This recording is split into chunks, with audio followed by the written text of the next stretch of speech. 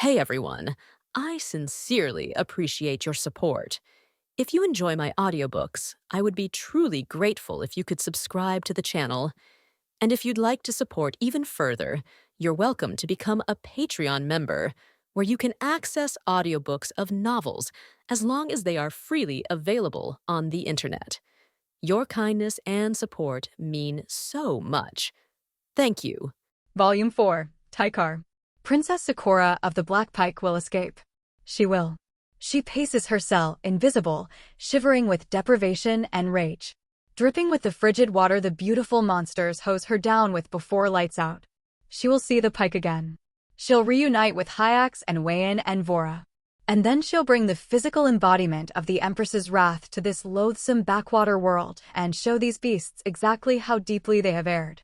She allows herself a moment of rage. She lets out a yowling, wordless wail of it, wringing her hair, racking her spine with trembling, impotent anger. She vents it all out and is empty again. The burly, spotty Makianite in the monitoring room jerks out of his fugue and hastily jots a note. Fine. Try to piece her together. The new ones still think she's some feral beast. Perhaps she is. She curls up on the elevated bars at the center of her cell. Do Makianites all sleep on things like this? And launches her simmering contempt and her determination at the beachhead, which grief threatens to establish every night. She won't let these monsters see her weep anymore. She'll murder all of them. She lets that lull her to sleep.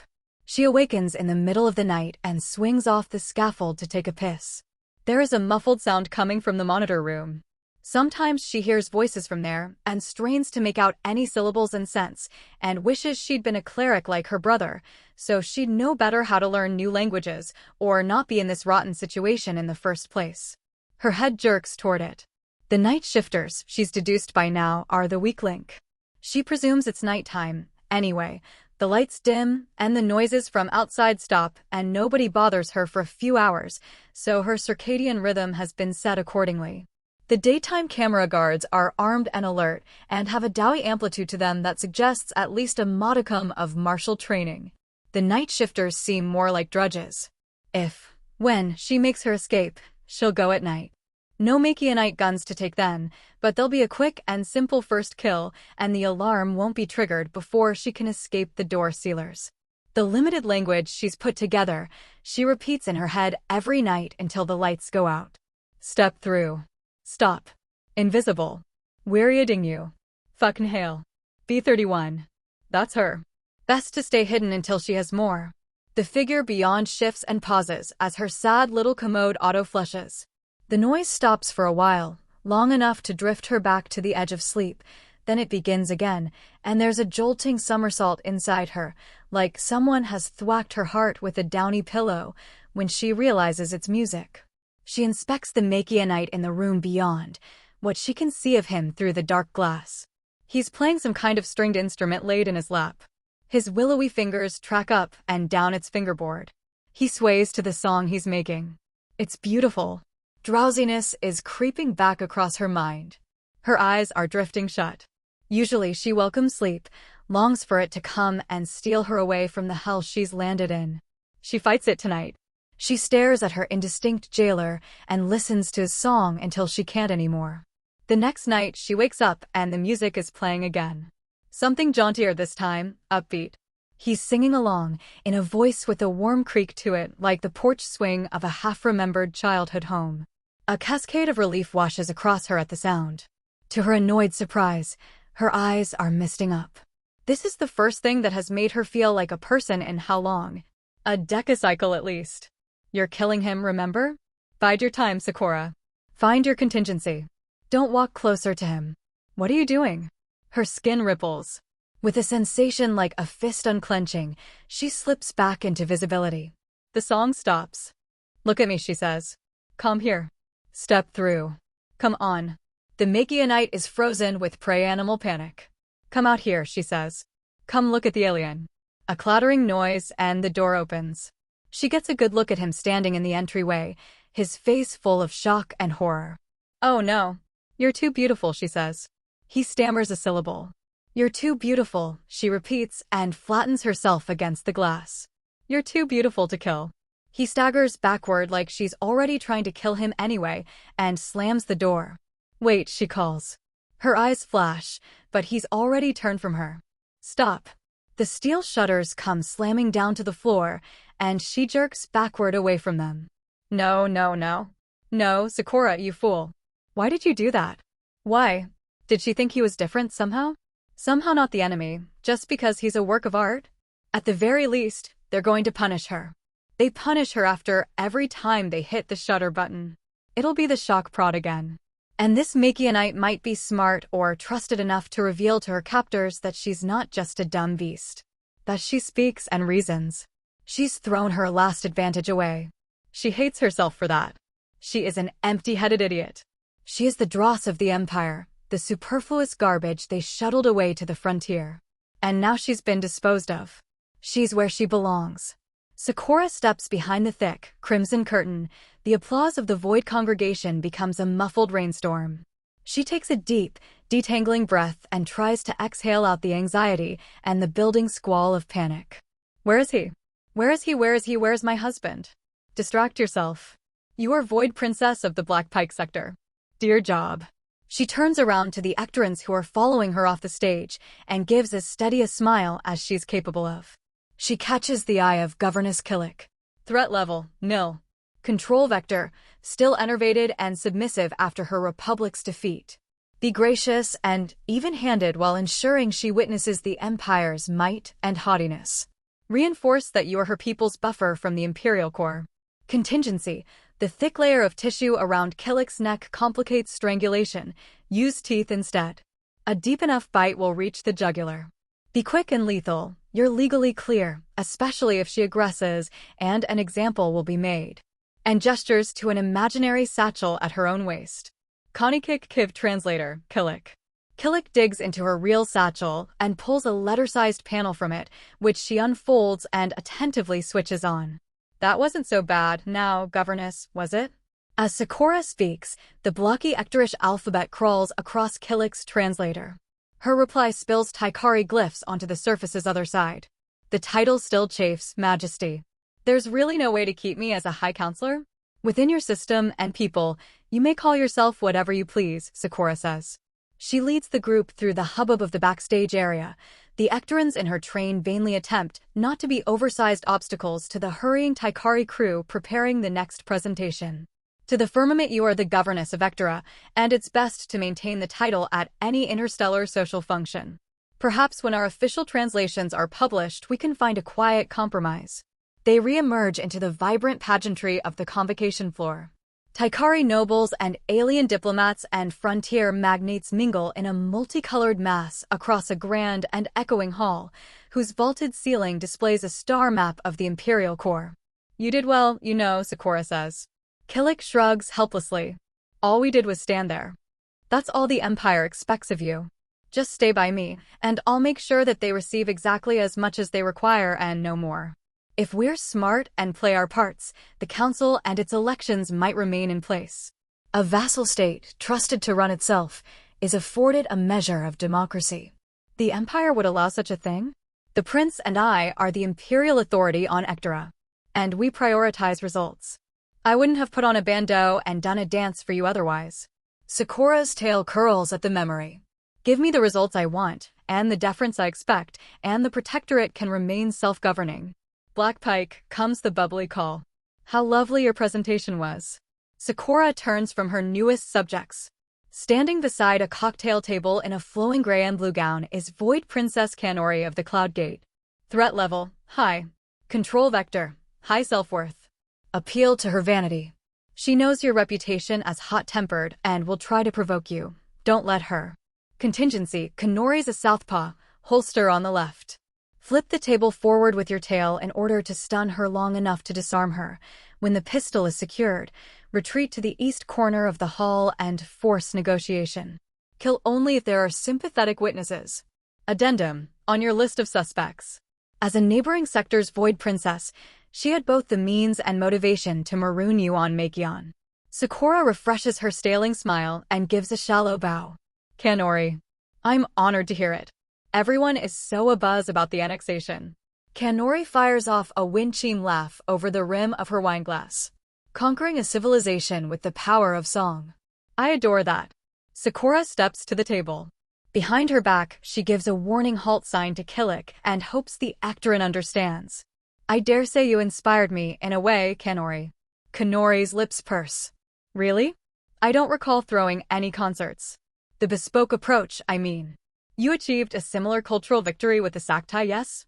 The Monument Bombardment Campaign. Kanori's eyes twinkle. You know, I suppose a parallel can be drawn. You've done your homework, Black Pike. And my duty, Cloudgate. Sakura twists the hand around behind her back and gestures Killick forward. And here's the charmed darlings. Kanori cranes her neck to show her fanged grin to the governess. I should love to visit Ectora someday. I'm so desperately curious what it looks like, a solar system that can be so whimsically controlled. I'm sure it's just charming. Like a fairy tale kingdom almost, isn't it? Sakura ignores the twitch of her talons and the acrid reply on her lips. A few cycles with them, and she already feels strangely protective of these aliens. It's the grand effect. Killick's brows knit as she watches Kanori's words unfold. She chisels out a careful reply. We would be honored to accommodate a princess of your stature. How marvelously rustic it would be. Kanori beams at the Ectorans. But oh, who has the time, eh? Busy. Killick bows. Of course, Majesty. A few more empty pleasantries and Sakura shuttles her charges away. For all her trepidation, Killick is grasping her role and subsuming her ego quickly enough. Good. Hurrying toward her across the floor are her command group, thank God minus Wayan, who's stayed on the ship, ostensibly to command it, but mostly because she hates these sorts of events. Vora, her major domo. Threat level, low. Control vector, absolutely loyal. Contingency, Vora is a talented fencer, but inside her reach she has a tendency to panic.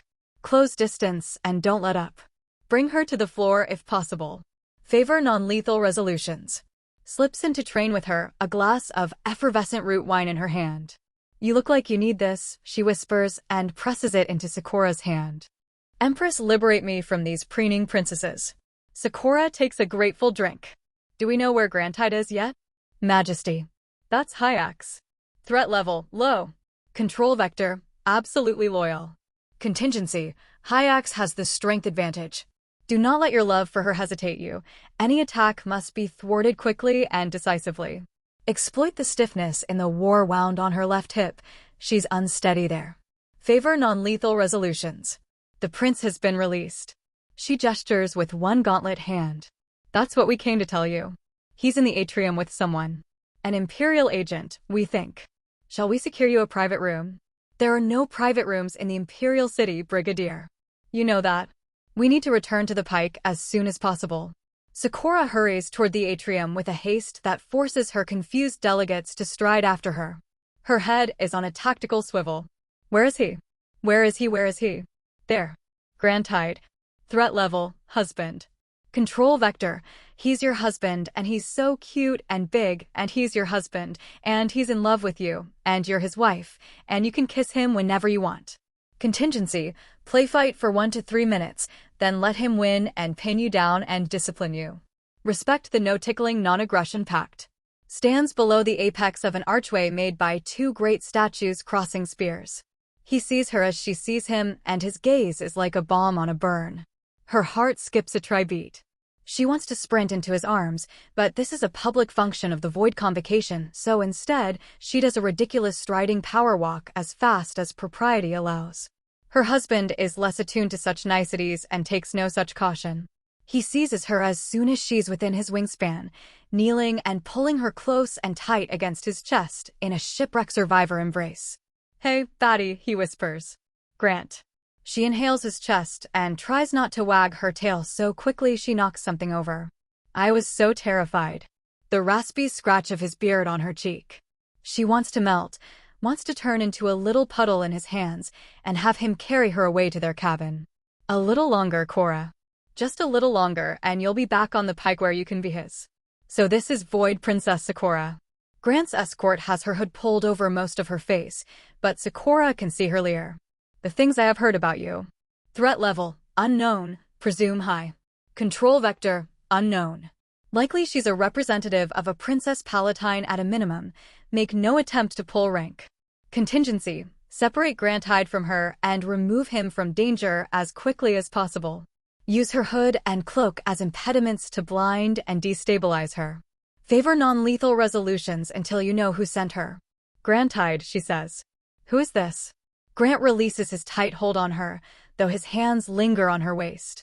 This is Gefreiter Specialist Axana of Taikar, I think. Well done, Makianite. The Gefreiter Specialist puts her hands on her hips. Yes, ma'am. That's me. She jerks a thumb toward a wall. Sakura sees there's a servant's entrance seamed into it. You and your husband. Quick chat. None of the goons squad. Sakura gives a hesitant look to her command group, then back to Grantide, who nods. Right, she says.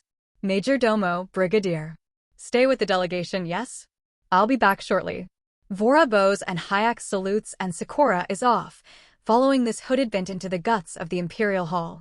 Grantide's touch has never departed her. It's like an adapter's been plugged into her. Every step, she feels herself drawing more strength from the quiet, steady supply he offers. Her heart is calming. Grant is here, and everything will be okay. They cram into a little interview room and Axana locks the door. Okay.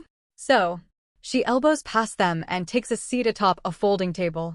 She pulls her hood off. Why is she wearing anti-comps? Some kind of affectation, maybe. I already spent the dramatic reveal juice I had on your husband. So here's the short version. She points at Sakura. Empress Sithra knows everything. Sakura feels the ground fall out. Everything about what? Everything about what? Honestly. Axana snickers. The thing you're thinking about. You and your husband. Sakura is plummeting. It's over. It's all going away. She's going back in the cell. Cora. Hey. Grantide's grip tightens, a life preserver hurled into a freezing lake. It's okay. We're gonna be okay. We're not in trouble. Well, mostly not in trouble. Axana crosses her legs. You owe a favor now. If it was anyone but you, I think we'd be having a very different conversation. But the Empress knows your loyalty, Princess. Your husband wasn't in any danger. Your failure to inform her. I had every intention. Your failure to inform her, let me finish, is excused as understandable diplomatic caution. You had every intention to inform her eventually, is what you were going to say, yes. Sakura can't keep her glare corked any longer. As soon as was feasible. Feasible. Sure. Good word. Grantide draws himself up to his full height and nearly scrapes the ceiling. Ease up on my wife, Gefreiter Specialist. We're complying. What are we complying with? Sakura tugs his pant leg. Grantide. What's this favor? How can we serve? Grantide glances at the horrible little woman, who leers bigger and nods. He crouches again. The Empress, she. His voice cracks momentarily. His hands fold across her waist and knit at her back. She wants us to have kids, he whispers. To combine the genome. She wants compulsion-proof Taikari males. She's giving us permission. Sakura thinks. Grantide's babies, I'm going to have Grantide's babies, Grantide full of my nectar and breeding me, Grantide with my scar on his neck, Grantide fucking me for hours and making me a mother, Grantide claiming me, Grantide on top of me and filling my belly with his babies, Grantide changing me forever, Grantide teaching our kids how to play guitar, Grantide holding us while we sleep, his wife and his children, holding his family, and I am going to wake up one day soon, to Grantide holding our babies in his arms, in his big warm arms. I am going to wake up with a family. My family. Sakura says, I see. She looks past him to Axana. I require a moment to discuss this with my husband. Kindly depart. Are you going to tell her the rest? Axana asks. Fine. Grantide's voice is hard. Go. Sakura keeps it together just long enough for the door to shut behind Axana, then she falls apart. Grant. She sobs into his chest. Grant it. She's just spent an entire day fencing with the entire Void Peerage. How can she be at a loss for words now? Why can't she tell him how much this means? A family with him. A family that loves her. A family that won't throw her away. His warm, callous touch caresses her spine. Shoo. I know, Batty. They hold one another until her shaking subsides. What? She sniffs and sputters momentarily at the tears she's accidentally inhaled. She wipes her face. What's the rest? 2 things. The first is we need to consent to at least one son, and him having regular check-ins with Dr. Fuckenstein out there. Sakura hears what's unspoken in there. Grant is not going to permit that Imperial agent to interfere with their family. Good. She isn't, either. And the second? The second is that void princesses can't have kids, he says. And that's not changing. She blinks. What does that mean? It means we need to make you a princess, Grant says. A Princess Margrave, specifically, so you can keep the pike. Which means you need to be put back in the core peerage. And the Empress is willing to do that, but we need someone else's signature, too. He sighs. We need your mom, he says. An impossibly thin strip of sliver stretches from the misty violet forest through the twilight sky, spreading wider and wider as the shuttle approaches, until it's the width of the Empire State Building back on Makion, just unbelievably taller. Taller than the eye can see. The shuttle's engine goes still as it slots into the Silai Forest space elevator. Like so many of the Taikari's technical wonders, the space elevator is uncannily silent as it yanks them from the low atmosphere of Taikar like a sucking straw. It has to have been Narika, Sakura says. Outside the shuttle window, Taikar's amethyst horizon bends into its curving arc at the edges. It must have been. She let your secret slip to the Empress. Damn her eyes. Grant scoots her closer and exchanges a glance with Vora, who's sitting across from them on the shuttle. The major domo's shoulders quirk upward in a what-can-you-do gesture. She's been spending the past 20 minutes putting the final draft on Sakura's official request to Anatma, reinstatement to Clan Taikar, and the title of Princess Margrave. With any luck, she'll sign it remotely and no interview will be required, partially because Grant and Sakura already have a cramped schedule today, but mostly because it's abundantly clear Sakura's nerves are already a thicket of tangles and thorns. Maybe it was Narika, Grant allows. But if it was, and she did it to screw you, it backfired. So we're set. Sakura's replying hum is full of skepticism and reproach toward her hated sister. The prince is correct, Vora says. I'm still reviewing what, exactly, the transition from Void Princess to Princess Margrave will do to our usual procedures, but so far the news is mostly excellent. Even before we get to the obvious. For which I just want to say, she scoots forward and extends her arms. There's a stiffness in Sakura as she embraces her major domo, but Vora tightens the hug another notch, and it melts away in a chuckle from the princess. I am just so happy for you, Majesty, Vora murmurs. I know how long you've wanted this. Was I so obvious? Cora. Every time I brought my kid up you made a face like you were watching the end of a bittersweet cereal. All misty. Vora rubs the princess's back. Now they'll be friends. Alakar is a very, enrichment-oriented babysitter, if you ever need one. Sakura laughs. That sounds nice. In doses, absolutely. Vora squeezes Sakura's shoulder and detaches. He has syllabi. Outside, the blackness of the firmament is asserting itself over their view, reducing Taikar's atmosphere to a glowing strip. The space elevator's counterweight is a reverse pyramid space station, ringed by a shimmering shoal of spacecraft. Above them, or below, maybe, cardinal directions are getting odd now. Wait, dozens of ZKZ void ships, their spires crowding like an upturned city skyline relocated into space. Each is at least a mile long. Somewhere in that thicket is home. The Black Pike. But that's not where they're headed just yet. The shuttle enters the reef of ships. Each sector, Grant is given to understand, has its own imperially mandated paint job, and at the Void Convocation they assemble in a great technicolor nebula, a rainbow of sleek, elegant vessels. The unifying white and gold of Clan Taikar is the most dominant mode. Many vessels trail ivory banners that hang eerily still in the vacuum. They approach one of the newest ships in the cloud, fitted in the bold scarlet and glossy onyx of the Black Pike sector. This is the ZKV Kanikel, the first, and currently only, Imperial vessel of Ectora's fleet. It's a massive void frigate, streamlined as a harpoon on its prow, and then expanding into an intricate cylindrical complex easily the size of a Makionite skyscraper. The ship would have dazzled Grant once, but that was before he lived on a ZKZ. The Black Pike could hold a half-dozen Kanikels with room to spare. Its hangar may not be quite so spacious or quite so full of Kovakin half-moon interceptors and Barracuda OZ-8 transports. And its halls may not have the brass finery and crimson carpet of the Pikes. But Grant still takes a moment of dumbstruck Makianite awe as they arrive on the bridge, whose hexagonal command deck overlooks terraced workstations and consoles crowded with Ectoran and Taikari crew. Everything is sized up, he realizes. That's the big difference. What Taikari there sit with their seats boosted up to the max, reaching with their tails to reach the furthest controls. The privacy setting on this bridge, rather than a grand lift up and down, is a glass dome that telescopes out and over the command deck like a convertible's roof. Within its crystal, the chatter outside muffles, and the prince and princess of the Pike sit with Governess Killick, a solar map of the Post system shining in hologram before them. There's an exo-world in your system, Grant says. This gas giant. Karnak, Majesty. Captain Tennick, the big scar-faced commander of the Kanikel, turns briefly in his bridge seat to fill the name in. He's chosen to learn Taikari the slow way, no implant and no translation panel to carry around. Just stubborn discipline and an accent like two boulders crashing into one another. Is name of god of House Sakura called? Storm, sir. Havnai, the Kanikel's translator, supplies. Tennick keeps her at his elbow at all times. He's convinced that this sort of intensive is the best way to learn Taikari quickly, and to his credit, he's speeding toward fluency. Is Storm God, Tennick says.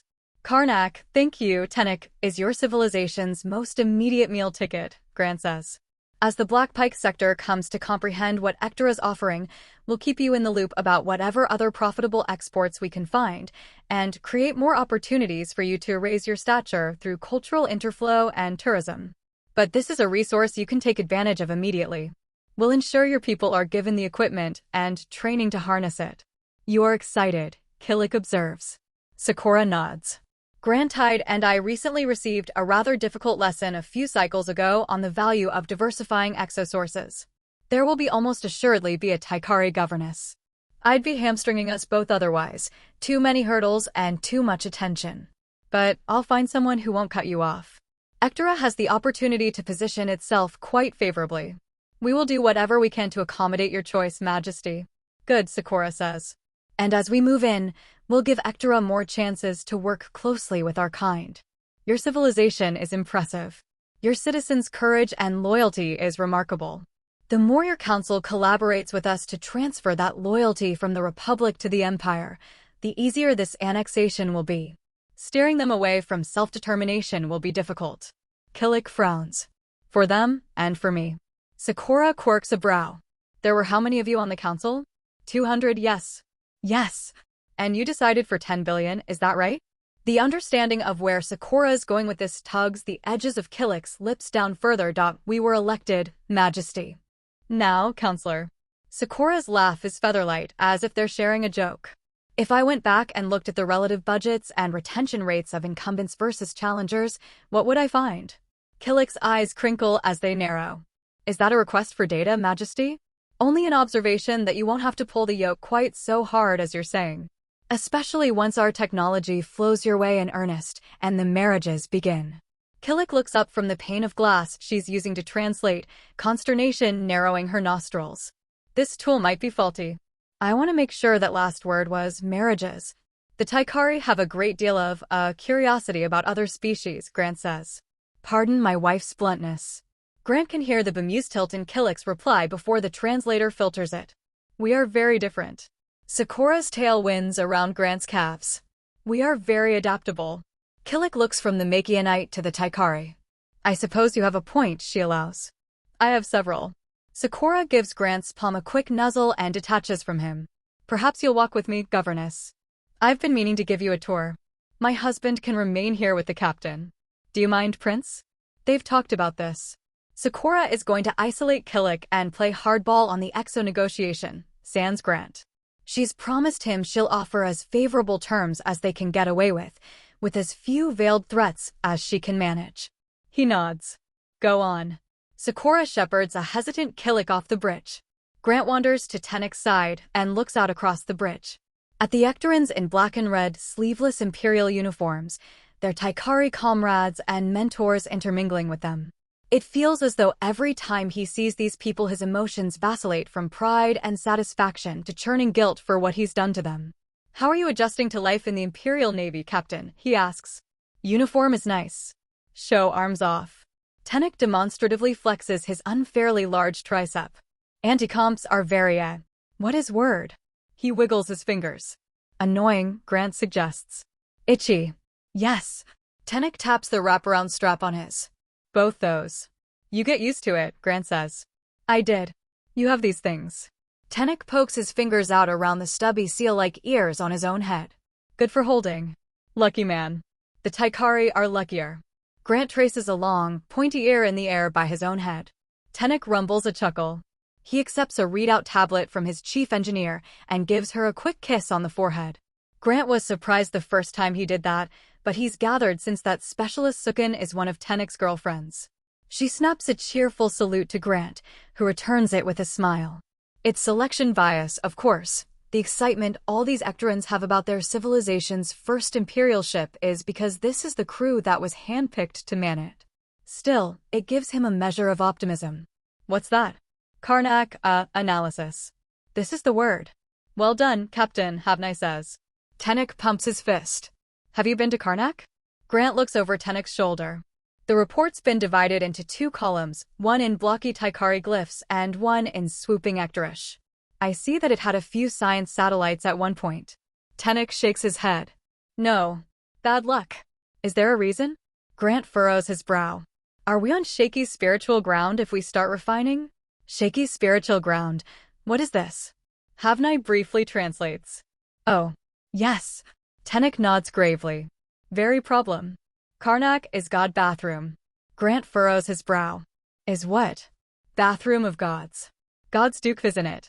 Very sacred. Shit. For real. Grant glances at Sakura in her little knot of advisors. Is this something I gotta spring on Sakura? Tenek cracks a grin. IQ Mivuek, he says to Havnai. The captain is joking, Havnai translates. Grant rubs his forehead. Don't make me shoot your ass again, Tenek. You never shoot me. You shoot, girlfriend. I do this. He holds up the horns. Yes. Oh yeah. You're fitting right in. Sakura comes striding back onto the deck, Killick following with confusion clear on her face. That's Vora next to her, hugging her tablet to her chest. The princess's voice is short and clipped. We need to cut the tour short and reschedule it. I regret that we cannot stay, Captain Tenek. Tenek shrugs. Is okay? Not doing much but look at sky and train crew. Attend, Grand Tide. Sakura gestures him over with a flick of her tail, and he joins Sakura and the major domo in a huddle off the main deck. What's going on? Grant asks. Did she say no? Do you need to go in? Vora shows Grant the tablet. An ostentatiously crowned and flourished letterhead, and then. To Sakura of the Black Pike. Joy to you and your spouse on this occasion of great uplift. Marquis Palatine Anatma warmly welcomes you back into Clan Taikar with open and filial arms. Upon council with Her High Majesty Zithra 19, it is agreed that you will be named Princess Palatine and given every right and honor such an august title affords. Yours in bond of blood and loyalty. Anatma. Grant looks up and studies the grave faces of Sakura and Vora. Is this? Not good. Princess Palatine, Sakura says. Not Princess Margrave. Princesses Palatine aren't military, Vora adds. If Sakura takes this title, she's out of the Void Navy. That old bat is trying to keep me here, Grand Tide. Sakura pulls her tricorn from her head and picks at its brocade. And she secured permission from the Empress to try. Her fingers tighten on her hat's rim. She means to take the pike from me. The shuttle crests past the towering, shaggy treeline and descends into the valley beyond. Its shadow dances across hedgerows and vineyards in shades of orchid and lilac on its way to the mansion at the valley center, a massive and silvery temple jutting from the grounds like a shard of carved bone. Grant isn't sure exactly what to call it, the architectural style on Taikar. It's antique and new at the same time, somehow. The buttresses and towers and arches have a Gothic sense of majesty, but with an oddly geometric bent and planes of brutalist simplicity. Sort of Art Deco, he guesses. Sakura steers them into the shuttleport at the edge of the complex, past a statue of a Taikari woman gazing across a sextant upward into the sky. One familiar thing about fancy Taikari stuff is the artistic nudity. The statue's flowing robe allows one finely carved boob out. The shuttle shocks hiss and the gangplank extends, clacking against the bay's concrete floor. Sakura leads Grant out of their shelter into the vast chamber beyond, whose other occupants are a few leisure speeders, an egg-shaped golden sky yacht, and a manservant, dressed in sleek black. His only ornamentation is a black cuff around one wrist. He steps forward with practiced smoothness. "May I take your coats, Majesty and Consort?" "It's Majesty's," Sakura says. "And no, thank you." She adjusts the epaulette shoulder of her topcoat. "We will not be long." He bows at a deep 90 degrees. "Very good, Majesties." He straightens and steps away with clockwork stiffness. When you arrive at the main house, follow the ivory carpet. The Marquis Palatine's office is at the end. Sakura frowns deeply after him. "News hasn't spread about me, I guess." Grant rubs her shoulder. "It's okay." "No, it's not that." Sakura catches his hand where it rests on her and squeezes it tight. "That man's indentured, Grantide. He's property of the Marquis Palatine." Fucking hellfire. Grant double-takes back to the departing wraith as he opens a servant door and disappears into the bowels of the estate. "How can you tell?" "The black bracelet." Sakura encircles her own wrist, where a braided and bejeweled golden band sits. It's fused metal, not possible to remove without power tools. His citizenship is lost, along with his freedom. He's either serving punishment for a crime, or he suffered from such severe poverty there was only one thing left to sell. If he's found in anti-comps, his term doubles. They move along a terrace toward the main house. Intricate stone mandalas under their black navy boots. "How long is his term?" Grant asks. "I couldn't say," Sakura says. "The minimum term is a decacycle. But it can last much longer. It can last your whole life." Grant doesn't know what to say to that. That was supposed to be him. They arrive at a tastefully discreet side door. A blast of cool conditioned air greets their entrance to the main mansion. "It used to disquiet me," she says, "before I met you. Now it disgusts me. The one time I did it, I had cause to greatly regret it." Grant steps onto the ivory carpet as directed. "Well, it ended up okay in the end." "Pick me up," Sakura says. "What?" She extends her arms. "Pick me up, Dev." He does, with confusion. He brings her up into a bridal carry. Sakura cups her mouth and whispers into his ear. "I don't want our minder hearing much more of this. It could damage us. And I don't know how to say it in English." "Minder?" Grant turns in confusion. "She'd be a fool not to have an invisible guard on us right now," Sakura whispers. "Someone with his signature keyed to her infrascopes, trained to step in if we move off the path. I imagine they're doing their best to listen in on us, but they need to keep a certain distance, and any wearables to help them monitor would show up. They might have implants, but I'll risk it." He tightens his grip on her. "What did you want to tell me?" "That I still regret it," she whispers. "How I treated you. How I owned you. It was just one night of enmity."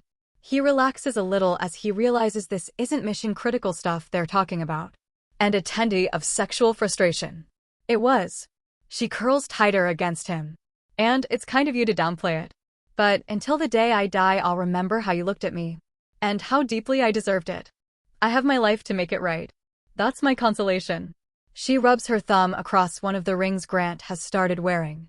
He's dutifully begun paying closer attention to the particulars of his appearance and accepted her offered gifts of jewelry as long as he's able to keep the rings and bracelets plain unetched gold. The offers to pierce his ears he's fended off. "I keep thinking I'm calibrated for this stuff," he whispers. "And then I find out something that twists me back up. You're calibrated for the void." She scratches the back of his neck. "For the frontier. This is the core. You can put me down, Dove. Would it be okay if I didn't?" She nestles against his chest. "It would be very okay." They follow the ivory carpet along a balustrade walkway, which is tipped here and there by posts bearing the heads of snarling beasts cast in brass. It curves through an arched door that Grant doesn't even need to stoop through. After cycles aboard the pike he's used to feeling oversized, finds it somewhat comforting now even. Now that he's traveling through the echoing edifices of Taikar, it's the first time in a while he's felt small. In an entrance hall bracketed by vaulted, violet-skied windows, the carpet stretches toward a twisting double staircase, its steps inlaid with amber cityscape frescoes. By the steps stands another black bracelet Taikari. His eyes are fixed on the floor as a woman paces in front of him. Her uniform is similarly black and sleek, but there's a yellow stripe along its color. Grant surreptitiously deposits Sakura back onto the floor as they approach the stairs. "What am I seeing here?" The woman's got a platinum serving tray in her hand. Would you like to tell me? The man's voice is stripped and whispery. Rings, ma'am. Why would I be seeing those if you're doing what you've been told? She holds the tray up on the flat of her palm. If you're holding this level like this, why would any tea escape to form rings? It wouldn't, ma'am. That's right. It would not. She sets the tray on a side table where a bone china tea set waits and loads the cutlery and kettle back on. How are you going to fix it? He continues to stare at the floor. I'll wash the tray, ma'am. I don't mean fix the tray. I mean fix you. Here's what we're going to do. Look at me. He obeys. The woman's eyes flash. You are going to keep your arms out like this.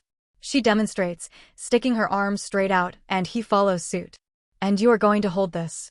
She picks the tray up and perches it in his hands. Another flash. And you're going to keep doing that until I return and tell you to stop. He doesn't reply. Just stares into the middle distance like a statue and holds the tray. The woman turns on her shiny black heel. They clack clack clack as she strides away and leaves him there. This is fucked, Grant murmurs. This is the course, Sakura says. They start up the stairs. I am not living here and I am not raising a family here. Anatma can stuff it. And whoever is following us can tell her so. Behind them, there's a chittering clatter of cup on saucer. Grant glances over his shoulder. The servant's arms have started trembling. So lovely to play host to you, Princess Sakura. You have been breathlessly expected. Anatma beams from behind her vast desk. The piece is at odds with the rest of the study. It's a broad, blackened, and aged slab of wood, the clawfoot legs burnished with age. I heard the news. The fantastic news. Sakura parks herself in a cantilever chair before Anatma's desk and supplies a tight smile. You're pleased, then? Of course, Majesty. For your happiness. And for the honor that falls upon me, too, of course. To be mother of a princess, a true princess. And a true mother. To welcome you and your family into the halls of Clan Taikar. You may use that one, Grand Tide. Anatma points to an overstuffed wingback chair in the corner of her study, nestled by a crowded bookshelf. I'm afraid my other perches may lack the structural integrity. Of course, Marquis. Thank you. Grant picks it up and carries it over to the desk.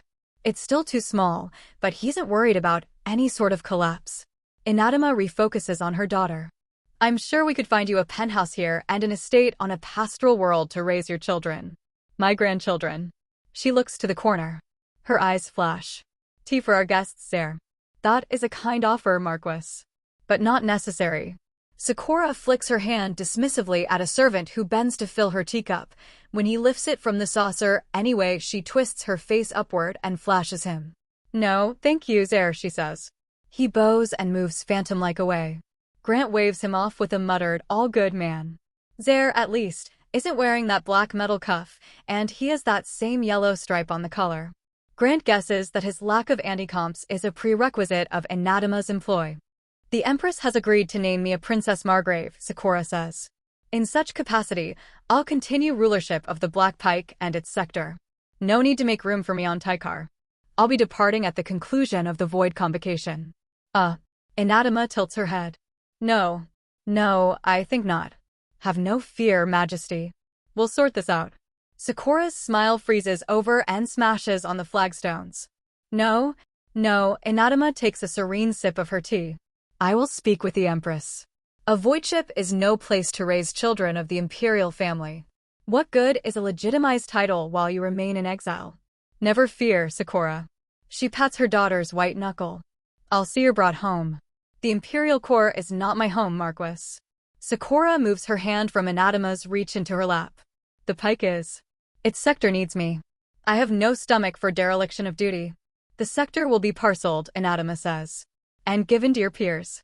Have no fear. Your subjects will have their protectors. Narika will ably manage much of it, I suspect. Marquis. Sakura's sharpening. You're not hearing me. I refuse. You refuse. A thin smile traces across Anatma's face. Then I do too. Excuse me. Sakura's voice is a gleaming razor edge above a whisper. You require my blessing to be made a Princess Margrave. Anatma sips a measure of clay-scented tea from her cup. And I will not give it. The Empress. The Empress has already informed me that the exact nature of your return from the void is not her concern. I told her of my intention. She has professed no preference. Anatma has the chiding tone of a schoolmistress. I will happily see you made a princess. A princess palatine even, though I wonder whether this temperament you show would agree with the position. But if you want my blessing, you will return to Taikar and you will receive it as my daughter. The pike is below you now. Your duty must be to your empress, your clan, and your children. Sakura's eyes flare. You know nothing of duty to your children. Perhaps you could show me then. Anatma blows across her tea. You seem quite self-assured. You will hear from my majordomo in this matter. She will represent me in my dealings with you from now on. Sakura stands. This meeting is finished. Her tail thwips as she turns sharply and strides from the room. Anatma tsks takes a brief sip and places her tea back on the desk in front of her. It appears I must appeal to you, Prince Consort. If you wish to have children. Grant scrapes his chair back. Prince. I'm a prince, Grant says. Not a prince consort. Please refer to me properly, Marquis Palatine. Of course. She half bows. Prince. You're being cruel to her, Grant says. I want to know why. I'm not being cruel, Anatma says. I am being the mother I ought to have been. I have the opportunity to reclaim my daughter from the frontier. To bring her home after nearly a kilocycle without her. I want my daughter back. You want your heirs? I want mine. She drums her gilded nails along the pitted surface of her desk. Do you really want to spend your imperial life aboard that dreary void ship? Do you not want your wife to have her own estate, her own home, her own land? Her own planet, if she wanted it. All to herself. For you and for your children. Your offspring could have every advantage, the finest academies and tutors, illustrious peers. She scoffs. Surely you don't prefer that to an overcrowded ZKZ daycare with the marine brats and outcasts. I don't know the first thing about raising a Taikari, Grant says. So you'll forgive me if I'm slow to vet advice. He leans forward. May I be frank, Marquis Palatine? She favors him with a chilly smile. I do believe we've arrived at that point in our acquaintance, Prince. Sakura and I have stood up in front of the entire empire to make this happen. Grant rises to his full height, a move which threatens the integrity of Anatma's ornate chandelier. You will not be what stops us. He leaves the office before she can reply. Sakura is waiting outside, her expression tempestuous. Her ear is doing that twitching thing it does when she is battling for calm. Fuck that, Grant says. We'll find a way. We'll find a way, Sakura repeats. He rests his hand on her back. The end of her tail loops over his forearm. In the main hall, the servant is still standing with the tray in his outstretched hands. It's shaking so badly now that one of the cups has tilted off its saucer. A look of stoic agony is on his face. Sakura's tail whips out and sends the tray flying. It clatters across the floor. The tea set shatters, breaks with a discordant chime, and spills its steaming contents across the tile. Sakura's eyes flash. Put your arms down, she says. Tell your mistress it was Princess Sakura of the Black Pike. She sweeps past the boggled servant. Grant hurries after. I would have an estate, Sakura says. On a private island or my own forest. Somewhere remote. You and I would live there with our children. We'd have a stipend to afford anything we wanted. We could start a settlement on our lands if we wished. A Princess Palatine has to stay accessible to the core, so we'd be restricted to a mere handful of worlds. But there are plenty of domains in the central systems, and we could maneuver to gain more. With the favor of the Empress, we could become quite wealthy and ascendant. She releases her grip on the yoke to rub the sweat from her forehead. The departing shuttle slows and hangs in the evening air above the forest. And I would hate it, she says. I would hate every second of it. I want children. I do. I swear I do. But I cannot give up the pike. The pike is my first child. I can't abandon it or my crew or my sector. I can't. And I'm not sure I can live here, Grant says. The core, I mean. It's everything I was afraid the Taikari might be. I'd never ask you to, Sakura says. The void is where the true empire lives. The Empress's true servants are people like you and me and Vora and Hyax and Wayan. I believe that with every microgram of me. He taps a finger-style pattern against his armrest. So why is it that these people are the ones she keeps closest and richest? What I have always believed is that she holds the venal and vicious here in the core to ensure that they are far from the true work of the Empire, Sakura says.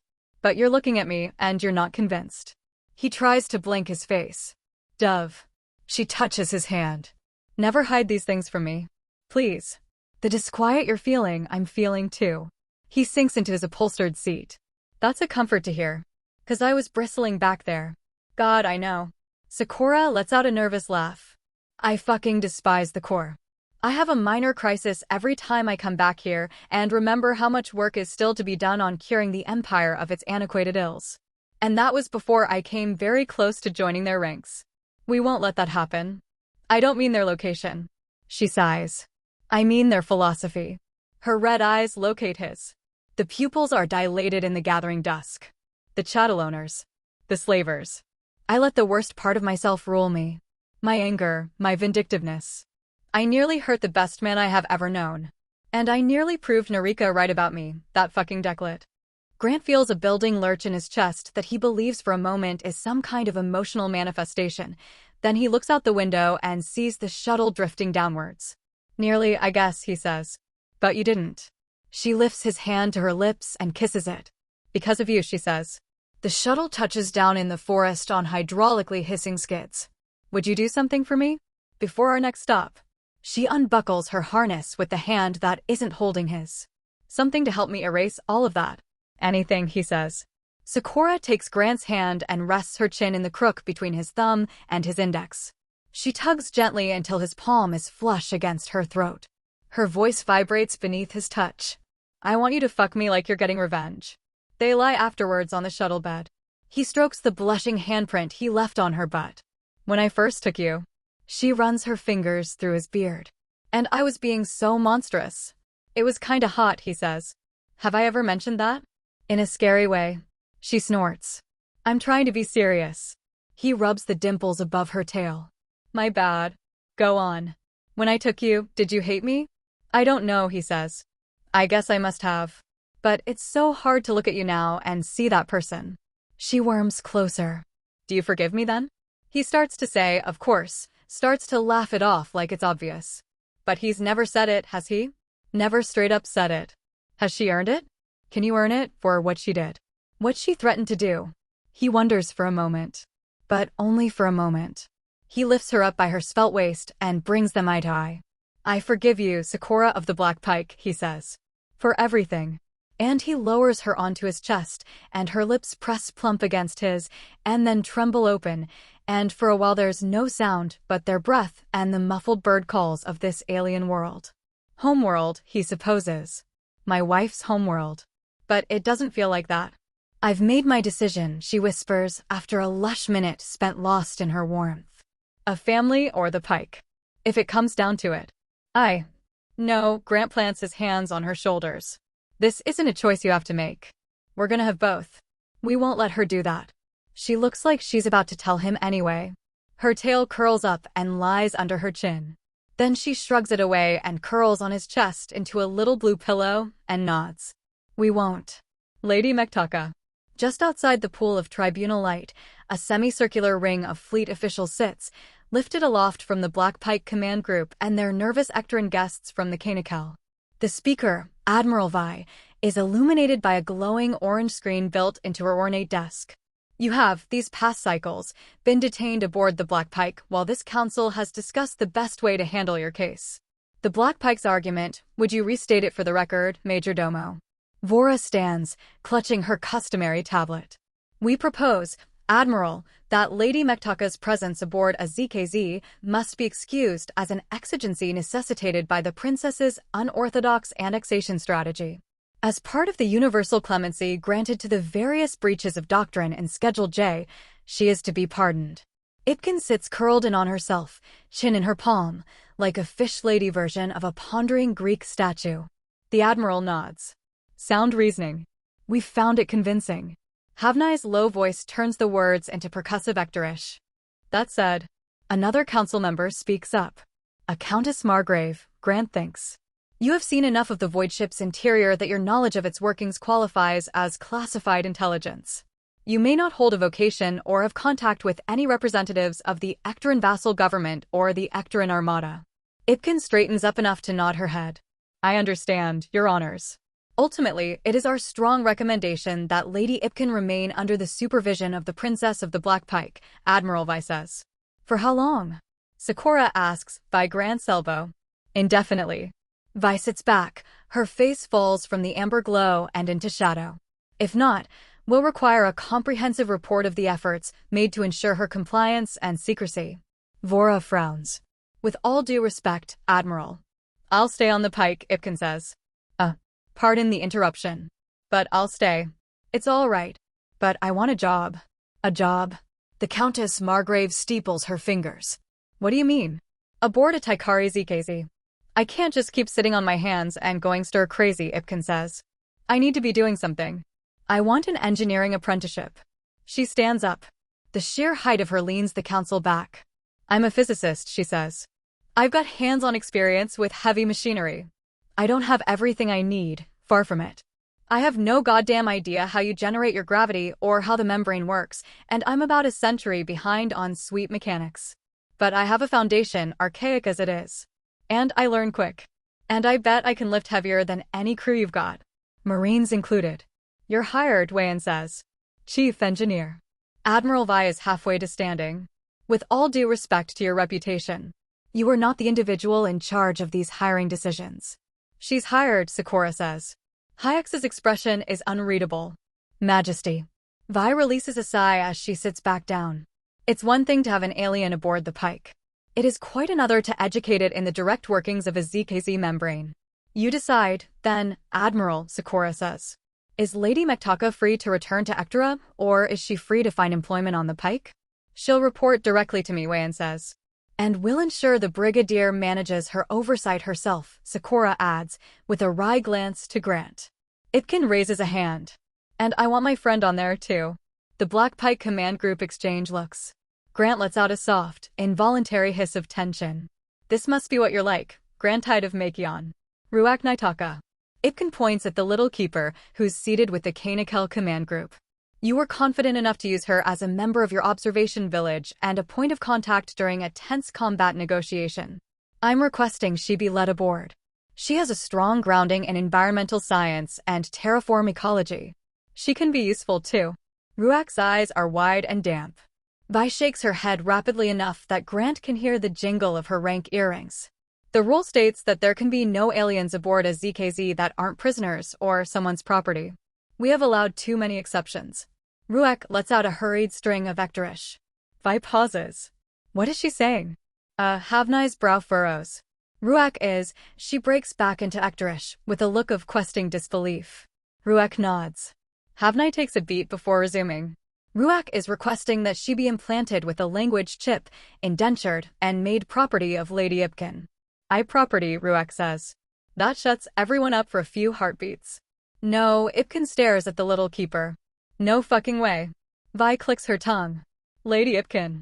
Give me a second, please. Ipkin shoots a death glare of such gravity to the Admiral that she actually clams up. She turns back to the keeper. Ruak, she says. You can't. Havnai tell. Ipkin Mektaka. Ruak gets to her feet and lays her palms on the table. Swekne Tvi Nalve. Her brow knits in concentration. I miss you. Ugh. She gives up and chitters at Havnai. I am yours already, Havnai murmurs. I miss you, Ruak says. I property. She pushes her fringe up her forehead and points to her temple. Implant. A tear rolls to the edge of Ipkin's snout. She looks up at the Admiralty. Can I stop her? She asks. Vi shrugs. Will you? Would it let us be together? It would. Hayek's expression is a different kind of unreadable. Is there no other way? Sakura asks. This council has already remanded Ipkinmili equivalent Taka to your supervision. The Countess Margrave's stony face clearly communicates how finished she is with this interview. You have been afforded a great deal of latitude. A great deal. And the woman is willing. Ipkin. Ruak nuzzles her face into Ipkin's big hand. Kev. Please, Havnai says. Ipkin sighs shakily. She rests her forehead on Ruak's. Okay, she says. Her hand wraps around Ruak's and clutches it tight. She's mine. Very well. Vi presses a few buttons on her screen and eases back. Lady Ipkin of Ectora is granted a position aboard the pike and ownership of Ruak Naitaka for a period of 1 decacycle.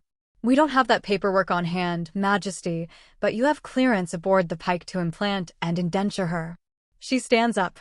I'm off to the tap house to get pissed, she says. Nobody leak any military secrets while I am gone, please. Well, Ruak rubs her forehead as she emerges onto the Black Pike command deck, escorted by a pair of Marines. She's dressed in a baggy apprentice jumpsuit sized for Taikari men, its sleeves rolled up and pinned past her thin, tattooed forearms. That's that then. Hello, Black Pike. Do I sound all right? Like you've been talking it all your life, Wayan says, from her spot at the console. She's standing with Ipkin, updating the duty roster. Welcome to the command deck, Servant Naitaka. Hayaks glances up from her rifle, which she's cleaning in a corner. Don't touch anything. The newest engineering apprentice scowls at her indentured girlfriend. You are some kind of idiot, Ruak Naitaka. You're idiot, Ipkin Mektaka. Ruak cocks her hip. Or should I call you mistress? Shut up. I'm not fucking kidding. A tear finally escapes Ipkin's overwhelmed eyes. I didn't want this. I don't want to fucking own anyone. Oh, baby. I'm sorry. Ruak crosses to Ipkin, heedless of the ripple her sorry just sent through the command deck. I know it's shit. But it'll be okay. We don't have to change how we are. We'll ignore it. She looks to the royal pair. We can ignore it, right? Sakura chews the edge of her tail. With one another, certainly. But there will be times that Ruak must seem obedient. It's not as hard as it sounds, Grant says. And I swear it'll only be for the next Deca cycle. We'll figure out a way to keep you on after, Ruak. An assignment you can prove your indispensability at. Sakura nods. An apprenticeship, perhaps. Working alongside the lady. See, I was hoping now that I'm Ipkin's pet, I can just wag my tail and eat fish, Ruak says. Ipkin lets out a snarling sigh. It's not fucking funny, Ruak. I know it isn't, Han, I know. Ruak sticks her thumbs into the belt loops of Ipkin's new apprentice-engineered jumpsuit. But I'm here. And you're here. And we can finally fucking talk, thank Ect. And I can finally tell you what I needed to tell you. What's that? I love you and I want to be your wife, Ruak says. Okay. Ipkin blinks another tear out of her eye. Okay. She takes a shaky breath. Okay. Okay like you hear me, or okay like yes? Ipkin's crying unrestrained now. She crushes the keeper to her chest. Okay like yes, you little twerp. Hayak's quarter turns away from the display and stubbornly continues field stripping her gun. Also Kava called me, Ruak says. And your Delta plant died while we were abducted. Ipkin buries her face in her hands and lets out a combination laugh sob. This day keeps getting worse. Ooh, Majesty. Vora hits a button on her tablet.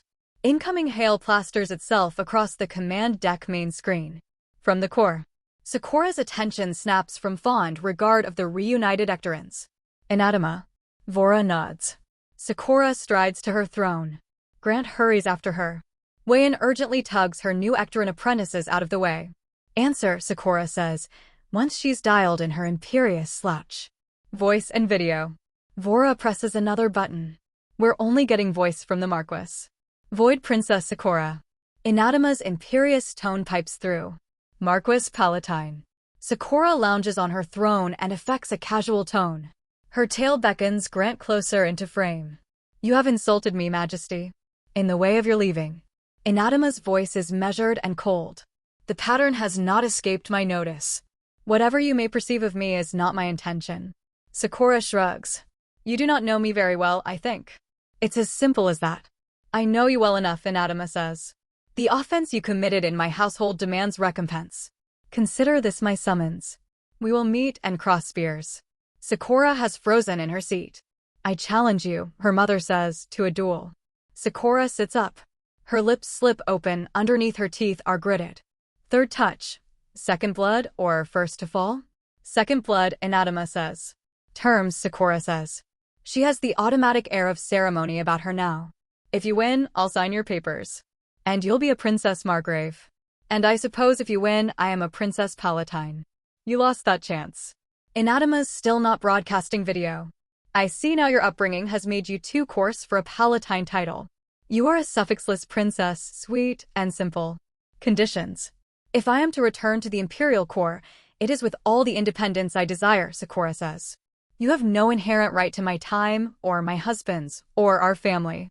Overruled, Anatma says. I will remain in my descendants' lives. They get 2 overrules apiece, Vora whispers. What then? Grant whispers back. Then it's accept or refuse. Vora is squinting nervously at the blank screen. And refusal is heavy. Sakura sighs. Then you'll furnish me with land on a world other than Taikar. And we will agree to the time and manner of your visitations well in advance. I accept, Anatma says. My condition is this. You will owe me, as your mother, one cycle in every deca of my grandchildren's time. They will stay with me. Overruled, Sakura says. Sakura. They must keep their ties to the core. I will not see them grow up as frontier outlanders. Correct, Marquis, Sakura says. You will not see them grow up. This then. The edge is growing in Anatma's voice. You will permit me to install a tutor aboard the Pike, who can. Overruled. Sakura interrupts. A sharp exhale from the other end of the line. Are you truly so hateful of me, Sakura? I do not hate you, Marquis, Sakura says. But I cannot stand to be your daughter. Silence over the line. This then. Anatma's voice is deadened. You'll tender to me, as repayment for your release, 100,000 Imperial marks worth of your sector's exports of my choosing. Sakura's eyes narrow. What exports? I have none in mind. I shall examine your ledgers at my leisure and decide. I want recompense. That is the least of what I am owed, and should you best me, I'll remit the hold my blood gives me upon you, in exchange for it. Your blood is nothing to me, Sakura hisses. I am my own creation. Draw it from me, then. The dare couches in Anatma's tone. And will read its proof, and so conclude. Accept my terms or refuse my challenge. A pause. Sakura's mouth opens and shuts. Grant sees her chest slowly rise as she draws a careful breath. Vora, stayed still. I accept your terms. Her tail twitches in beckoning. Vorakaya. The midnight blue woman is at Sakura's side, swift and silent as a wraith. Majesty. Marquis. My major domo will be my second, Sakura says. Name yours, and they'll draw up the particulars. My second is Livanai, my bannerwoman. She will contact you presently, Major Domo Vorakaya. Vora's bow is fluid and practiced. I will look forward, Marquis Palatine. I shall meet you, Sakura of the Black Pike, Anatma says. At the Embassy of Blades. The Embassy of Blades. Holy shit.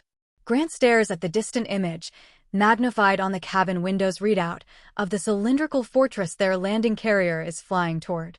Its exterior is rung with spear-shaped colonnades that extend into a gleaming skybridge off its southern side. That name is metal as hell. Metal. Sakura opens one eye and favors him with half a grin. Is that a Makianism? He nods. It's from a kind of music. We're quite overdue for a follow-up acquisition visit to Makion, I think, Sakura says. Now that I have a limited amount of English under my belt, it's time for some cultural education. We ought to make a list. Metal might not be. He tilts his head. I don't know, actually. Maybe the Taikari would get a kick out of it. You've opened me to a great many things I never thought I'd appreciate. Sakura's cross-legged and motionless, but for her tail. I'll follow you wherever you point. If we make it out of whatever Anatma's got planned. You doubt it.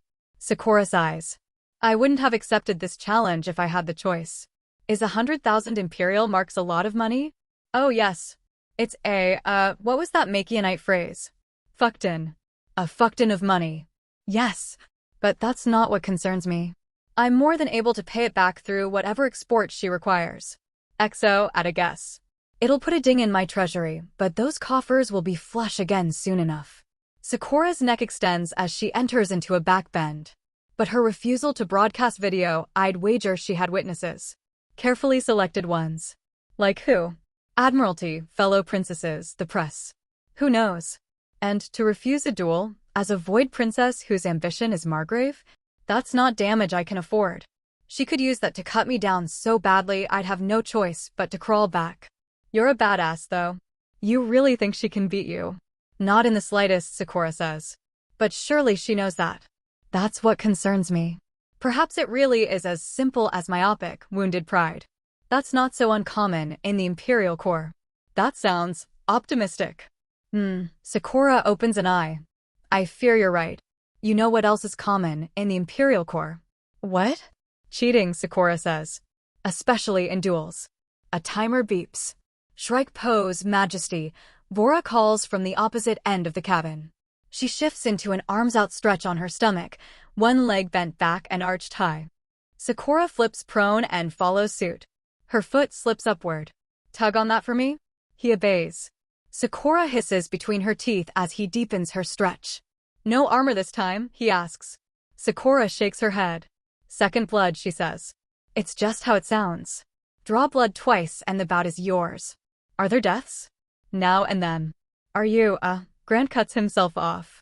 Sakura's mouth cracks into a thin smile. I won't kill her. Even if this is some screw job. It's a political crisis to kill anyone in a second blood duel. Especially a Marquis Palatine who's convinced she's my mother. I'd love to take an eye from her. Hellfire. For real. She can grow a new one, Vora says. I think it's a capital idea. Grant looks to the mousy little majordomo. You too, Vora? I am a proud officer of the Void Navy, Vora says. If some core world cockholster thinks she can mess with the ruling family of Azekaz to this degree, it requires an unmerciful reply. Sakura sputters a laugh that threatens the integrity of her Shrike pose. Core world cockholster. My god, Vora. Pardon me, Majesty. Vora twists out of her stretch. The situation flashed its eyes at me. 2 minutes to landing pattern. 2 minutes. Hyax's voice clicks from the intercom. Marines make ready. Boots and banner, Majesty. When we land, Grant says, let's do the groom's code trick. I'll get lost on the way to the bathroom and see what I can learn. Sakura stands up and steps over to where he sits, leaning in between his legs. Are you sure? We need to know what game we're playing. If she's getting ready to screw us and imprison us in the core, maybe I can find out how. Sakura glances to Vora. You fought here before at tournaments, yes? Is there a clear way? The majordomo nods. The embassy is one large torus with the arena in the center. She draws it in the air with a pointer finger. Once we're in our respective pits, there's a route Grand Tide can take to listen at their door. All right, Dove. So long as you're careful. Sakura pulls her boots on. The thrum of the gravity generator changes pitch as the carrier's landing pattern begins. The Embassy of Blade's roof is a giant walkway that overlooks the misty violet jungle on its outside and the sandstone arena within its span. The entire circumference is full of nobles, here to watch the Marquis Palatine and the Void Princess clash. Word must have gotten around to the Taikar coterie. They watch with one communally held breath as the boxy, military pattern carrier that bears the Black Pike's colors taxis onto the skybridge spoke that juts out to receive it. It's a T-junction with a pair of landing pads on either side. One space is already taken by the golden egg-shaped cruiser that Grant saw in the Marquis's bay. The carrier lands. Its parking garage-sized bay tilts open, descends, and, with a thunder of metal and a hiss of hydraulic steam, locks into a ramp. A platoon of Marines descends from its dark steel guts in rows of gleaming onyx and bright scarlet. At their head strides Hyax, accompanied by Sergeant Ajax, a streaming banner clasped in his gauntlet. The flag of the pike slashes across the sky like an open wound, the twin pole arms bold in its center. Grant and Sakura wait in the train of soldiers, him in a high-collared gold and crimson uniform, her in body-hugging martial black, her blazon-hung spear in hand. Can I hold your hand? He asks. Not traditionally. She stares outward, eyes fixed on the ship opposite them. Traditionally, you walk behind me. He moves into shadow. Her tail thwops firmly against the small of his back. She shakes her head. He steps forward again with the pressure she's exerting, back to her side. Fuck tradition, she whispers. Together, they move out into the stark light of the Taikar dawn. Sakura's hand finds his and locks tight around it.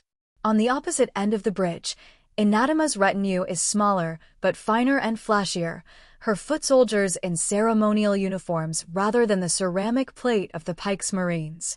White and gold. The colors of Clan Taikar. Their banner weights in form and flare a match for the Pikes. Anatma's crest is upon it, a raptor's talon enclosed in a golden circle. Anatma stands behind her retinue, defiantly alone, in a stark white bodysuit. Grant has only seen Anatma in heavy gowns and robes of office. Now she's wearing the same tightly fitted duelist gear Sakura is, and Grant comes to a regrettable, but perhaps unsurprising conclusion that he would never dream of vocalizing aloud. Marquis Palatine Anatma of Taikar is gorgeous. Her cheekbones are high and graceful, and dotted with a mole that's so well-placed Grant isn't sure whether it's makeup. The lines that gild her lidded eyes don't so much age her as lend her a regal, imperious sheen, like a classical Hollywood screen maven. Her body has the same shapely, bottom-heavy figure as Sakura's, the same honed shoulders and thick thighs. Grant holds secure to his wife's thin-boned hand. The strangeness of the situation comes home to roost as he gazes out over the curved horns of his Imperial escort. An absurd thought flutters through his mind, and he shoos it away before it threatens his solemnity. We're here to fight this total MILF for Sakura's right to become a total MILF too. The front ranks of both women's garrisons meet and part in the center. Once the Marines move, you follow, Sakura whispers, then raises his wrist to her lips and kisses it. A murmuring ripple spreads through the royal observers. Sakura releases her hold on Grant and strides forward, heedless of the attention. The two noble women pass through the opened corridor of soldiers and meet at the center of the bridge. The gold-spun feathers hanging from Anatma's spear jangle as she raises the tip out and up to cross with Sakura's. Mother and daughter stand for a frozen moment, spears locked, as applause crescendos from the crowd. Then Sakura slams the butt of her spear to the ground at her side, and Anatma follows suit. The Marquis bows. The Void Princess salutes. They turn out to the crowd and march, side by side and steadfastly avoiding one another's gaze, toward the Embassy of Blades. The wide promenade is large enough to accommodate both soldier detachments. The crowd opens to let the women through. In their wake, Grant follows. Sakura's out of sight but for her spearhead, held above the curved horns of her retinue. Its crimson blazon drapes down its length like running blood. Grant sits before his wife, cross-legged on the floor of their hushed marble-ready room. Her hands are laced in her lap. Her spine curves forward as she breathes deep. He looks between her and Vora, who's changed into the same tight duelist uniform. It always disarms him when he sees skittish little Vora out of her majordomo attire and remembers she's a capable warrior in her own right. "You're fretting," Sakura says. He wonders how she knows. But these days they're so attuned to one another he can't be surprised. "A little." "Don't worry about me, Dove," Sakura says. "I'm not the sort of woman who loses her life at one of these." "I won't," he says. "Once I'm sure." He reaches down to his boot and tugs one of the laces. The knot starts to unravel. He gets up and cracks the door. Just wide enough so the guard outside can hear. "I have to go real quick," he says. "Bathroom. Would you code me?" "Of course, Dove." Groom's code. She flashes him. "Straight there, straight back." "If you would give him the mark, majordomo." "Of course." Vora ties a scarlet ribbon to Grant's wrist, then gives his palm a quick squeeze. "Be careful, Majesty," she whispers. He nods, then pulls the door the rest of the way open. He flashes his wrist to the guard, who bows and steps aside. He strides the curving hall of the embassy, beneath the stone eyes of its many reliefs, scenes of bloody conquest and martial victory. There are a few stragglers here and they're in quiet conversation, but most of them have passed through the archways into the amphitheater seating of the arena. Another embassy guard, another ready room door. As he passes, he steps on his trailing lace and lets it unwind. "Hellfire," he mutters. He bends down and fiddles with his boot. The guard glances briefly at him, sees the ribbon and the undone boot, and glances away again. Grant gently tugs the directional microphone from the lining of the boot and places it on the floor, boot heel over it to cover the compact electronic. He shifts its receiver toward the crack of the door. The fuzzy crackle of the carpet fibers nearly makes him wince as it fills his flesh-toned earpiece. Then the feed resolves into voices. A man's, "What was she learning in training? What did you practice?" A gruff-sounding woman, "Simple things. Just drills and getting her back into step. Been hectocycles since she's dueled. She picked it up all right." "All right enough for a Void Princess?" "Oh no. No, not at all." A humorless laugh from the woman. "Sakura is going to take her apart." "There's no trick up her sleeve?" "Nope. None. Anatma was never going to win, and she knows it. She's only trying to survive. A Marquis Palatine versus a Void Princess. It's impossible." "So why?" "She's only just recouped her position after having Princess Sakura. Now she allows this humiliation ritual? Demands it? What's her angle?" "That's Anatma's ace. She pretends at an ego, but she lacks one. What other noble women would never dream of doing for the social reprimands and pressures, she does. You and I are afraid of pain and humiliation. She isn't. She intends to lose." The guard glances Grant's way again. He's unlaced his tall boot all the way and is fumbling the aglets back through the forest of fasteners. He gives silent thanks to the gods of the firmament for complicated dress uniform boots. The cowering and sniveling and climbing back up she had to do after she had Sakura and Narika, the woman continues. And now she has two incredibly powerful daughters with two incredibly powerful ZKZs. They're not her daughters. They're void princesses. By imperial decree, sure. And yet here we are. About to witness. Whatever it is we're witnessing. The princess is playing into her hands. At a guess, she always has been. For what? I don't know. But she's always got an angle. Always. Grant recognizes the tone in the woman's voice. This is how the Black Pike Command Group sounds when they talk about Sakura. What's about to happen? This is the price she's willingly paying. We are, all of us, exactly where she desires. Grant slides the microphone up his sleeve and finishes tying his laces. He straightens up and nods to the guard. Damned complicated boots, he says. Sire, is the guard's brusque reply. On Makion we all use these things called flip-flops. As you say, sire.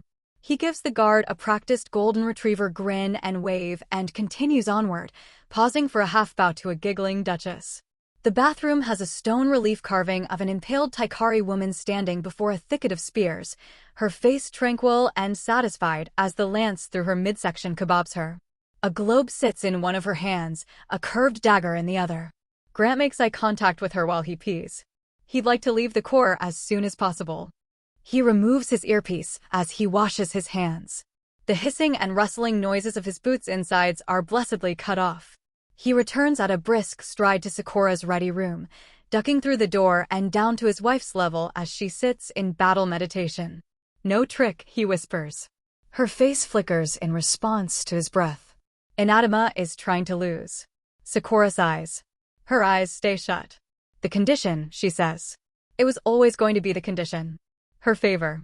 She doesn't want me home. She doesn't give a damn about my children. It was always the third. She just burned through two unacceptables to get there and hide her intentions. She's doing all this for money? Not money. Hellfire. Sakura's fingers steeple against her forehead. She said she'd pick the export. She acted as though she doesn't care, but she does. She wants something from me. Something specific. It's not the pike, is it? The pike was made in the Corps, not its sector. It doesn't fulfill the remit. And it costs an order of magnitude over 100,000 marks. Sakura straightens up. No, I can't guess at what it is she's looking to take from me. I suppose we'll find out. Why would she do it like this? Extracting payment for titles is forbidden, Vora says. She sits in the ready room's corner, running a whetstone across her princess's spear. Sakura nods. Doesn't stop anyone, of course, but the Empress's eyes are surely close onto this situation. And this way, I'm cornered. So, what do we do? Grant asks. We do exactly what we were going to do, Sakura says. Her crimson gaze opens and lands on him. She smiles. I am going to go out there and bleed my mother. And then you and I will return to the pike and prepare the way for our family. I thought you'd be more upset about this, he says. Even if she loses, she wins. Oh no. No. She was too clever by half. Sakura stands up. I suppose she thought I'd turn her in or refuse. So she did this instead, to deny me any leverage. To force me to tender whatever she demands with no consideration permitted. It's smart on its face, but she has overestimated me. And underestimated our family. Major Domo. Vora is immediately at Sakura's side, holding out the honed spear. Different from the one Sakura brought in, and bare of any banner or flourish. A weapon of war. Sakura's tail wraps around her majordomo's and gives it a tight squeeze as she accepts the weapon. She could have just extorted me in her dreadful little office. I would have kept it from the Empress. I'd have paid what was necessary to keep them all. All my babies. She counts them on her fingers. 2 daughters. A son. And the Black Pike. But now, she closes her fist. Now I get to have fun first. The Embassy of Blade's central fight pit is open to the air and ringed in with stone benches arranged like bleachers. A breeze cuts across the lip of the ring above, fluttering pennants where they cling to spears and banner poles. Grant finds a seat in the midst of a murmuring row of nobles. He had gotten used to the Black Pike's peerage of nobles who had seemed, at his first experience of them, to be endlessly glamorous and ostentatious. The Taikari who roost here are another creature entirely. Laden with bangles and baubles, painted and plucked, yes, even more so than the frontier nobles. But rather than the bright and belligerent colors and conversation, these Taikari are almost entirely silent and almost entirely monochrome. Black, white, and glittering gold are the only colors on display in the majority of their smartly slim cuts. Grant feels awkwardly like a bird of paradise in his carnelian uniform. Not that any of them deign to notice him or comment on how out of place he is. Far from the unabashed ogling he's used to, the nobles of Taikar seem to be in a who can ignore the Machianite hardest competition. The woman he sits next to gives a polite cough of acknowledgement and scoots over, but her eyes don't meet his. Sakura stands with Majordomo Vora on one end of the circular fighting pit in whispering conference. On the other, Anatma is silently absorbing final pointers from her own second, a strapping and scarred Taikari woman with half her left ear missing. The man playing the role Grant did in the first duel he watched is dressed in golden padding and cowled in black. The armiger, they're calling him. He wonders why the translator picked that, and then remembers the translator is just an inert little lump in his brain. He's thinking in Taikari. The armiger speaks in a booming, resonant voice. This commences the matter-at-arms between Marquis Palatine Anatma of Taikar and Void Princess Sakura of the Black Pike, to be concluded upon the second blood drawn. Sakura and Vora exchange a quick, bracing hug, then the Void Princess steps to join the armiger and her opponent at the ring's center. The armiger holds up a platinum mace, sleek and simply formed. "Gentlewomen," he says. "Do you acknowledge one another's right of arms?" "I do," Sakura says.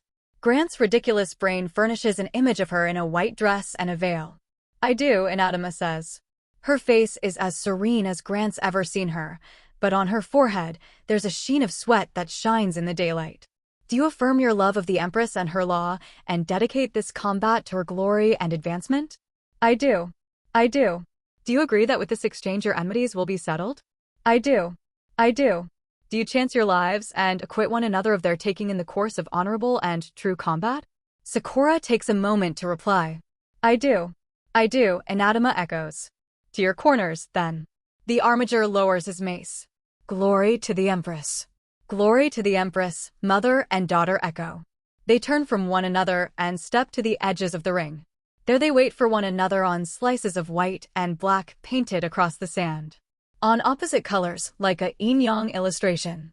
The audience, far more disciplined than a combat sport could ever call for, lean forward in their pews, set in rings above the combatants' heads.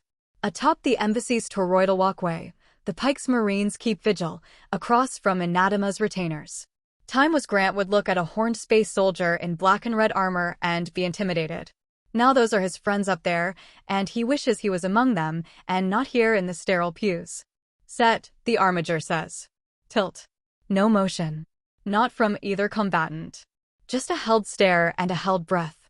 Then Sakura's spear flicks a circle and Anatma leans on her heel, and they drop into a crouching, predatory orbit. "Prince." Grant looks down. Narika of the Glory banner is squeezing up to his side, past a prim viscount whose anti-comps flash with the disapproving shuffle he's forced into. "It's good to see you again," she says. "Majesty." Grant gives her the prerequisite half-bow. "I hope you don't mind my sitting here. My original place was supposed to be with my half-siblings." She points across the arena to a cluster of dusk-colored Taikari in fine-spun tunics and gowns, who fall into whispering at her motion. They must be watching her. Or him. Behold Anatma's legitimate daughters. "Why the move, Majesty?"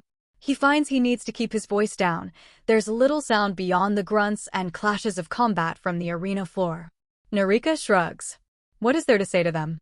What is there to say to me?" A brief and chilly chuckle from her at that. "I attended Sakura's address. She told us how Ectora was one. Unorthodox. It was," he says. "But it worked." Sakura shifts a foot. Anatma drops into guard. It's easy to tell even with his inexperience how fearful the Marquis Palatine is of her warrior daughter. "It did. Don't misunderstand me." Narika's shiny black pants squeak as she crosses her legs. "I'm quite impressed. You risked a great deal, and it paid off. You're either astoundingly lucky or a genius." "Perhaps I'm an astoundingly lucky genius." Narika smirks. "Perhaps." In the ring, Anatma lunges forward with a picture-perfect thrust to Sakura's frontmost thigh. Sakura spins with the blow in a leg-lifted pirouette, lashing out with a seeking riposte that nearly nicks Anatma's ear. A library lecture murmur spreads through the observing crowd. A smattering of applause. The combatants back away, Sakura shaking her calf out. No blood, not that Grant can see. One must imagine the Ectoran Republic employed the same controls you did when they were calling the shots, Narika says. But to what degree was it sacred to them? Does that excuse their use in a way that keeps us culpable? Does the way you harnessed it trouble you? I think that the alternative would have been far worse, Grant says. She nods. Fair enough. It was a worthy thing, either way. Anatma and Sakura have locked up now, spears pushing, close enough to bite. The armiger barks his command of, back. Back to your corners. And they separate, slow and deliberate and empty of trust in one another. I think we would be friends, Narika says, as the crowd noise rises between tilts. If it wasn't for your wife. Grant has had the same thought, but Narika is a void princess and void princesses play games. Even now, Sakura is glancing at him, whispering to Vora. Is he part of some play by Narika to distract? Maybe we would be. But I'm who I am and you're who you are. True enough. She falls silent at that for a few breaths, then smiles wanly. The eternal condition of the Imperial subject, What's that? To be who one is, she says, and falls silent for a time. Set. Tilt. Feet hissing across the sand. The scrape of metal. The way Narika chews her lip as she watches her sister and mother circle and clash is so disarmingly like Sakura. Majesty, he says. Was it you? Was what me? Are you the one who told the Empress? Narika's eyes flit from the arena to him. Yes, Majesty, she says. I am. A bolt of cold lightning shoots up Grant's spine. Why? She brought me in, demanded my recounting, and ordered me to speak truthfully, Narika says. So I did. She was already suspicious, or I wouldn't have been called upon. But I will not excuse myself. She sought confirmation from me, and I gave it. When was this? About 2 cycles after it happened. Grant's stomach drops. That would put their conversation right around the time the Empress called upon their protestation. Did she already know, when she first beheld him? Or did he and Sakura tip her off and send her hunting? He's not sure which option is more distressing. The Empress is not a fool, Grant-eyed, Narika whispers.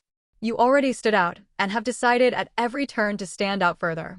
You were presented with a choice to keep your head down and content yourself with incrementalism, or to agitate. And you've chosen the latter.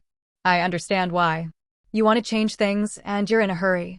But the desire for change brings scrutiny, Majesty. And it will continue to bring scrutiny. The harder you work, the harder the Empire's agents of regression will work against you. You're noble in your efforts, but consider that you are neither the first nor the most powerful person who has attempted these changes. Consider it carefully. If Sakura finds out, she's gonna kill you. She'll try. It wouldn't be the first time, as I'm sure you recall. A small and ambiguous grin on her lips. But she'd have done the same thing, I think. I regret breaking my oath to you, but I won't apologize for it. Oaths cannot stand above a void princess's fealty to the Empress. I haven't forgotten that I owe you my life, but I owe it to her first. And she taps the back of her neck. The same spot Sakura's cranial detonator is placed. Grant adjusts his uniform's collar. It's too tight around his neck suddenly. Back. The armiger's deep exclamation separates the opponents. Back to corners. Anatma makes a show of her sharp turn away, whooshing her tail past Sakura's face. She flounces to the white corner. Sakura stalks to the black. Grant watches his wife hop on her spot and loosen her limbs. Anatma's earlier attack has left a thinning patch along the material over her thigh, but the spearhead didn't punch through cloth or flesh. He looks to Narika. Are the spears blunted or something? She shakes her head. The uniforms are Malkesti silk lattice. Hard to get through. A limb touches the way. Or the face. Sakura said she'd take an eye. Grant shivers. The armiger is at his post once more. Set. Will you tell her? Narika asks. Tilt comes the call, and again the fighters circle one another. Grant remembers what happened the last time he kept something from Sakura.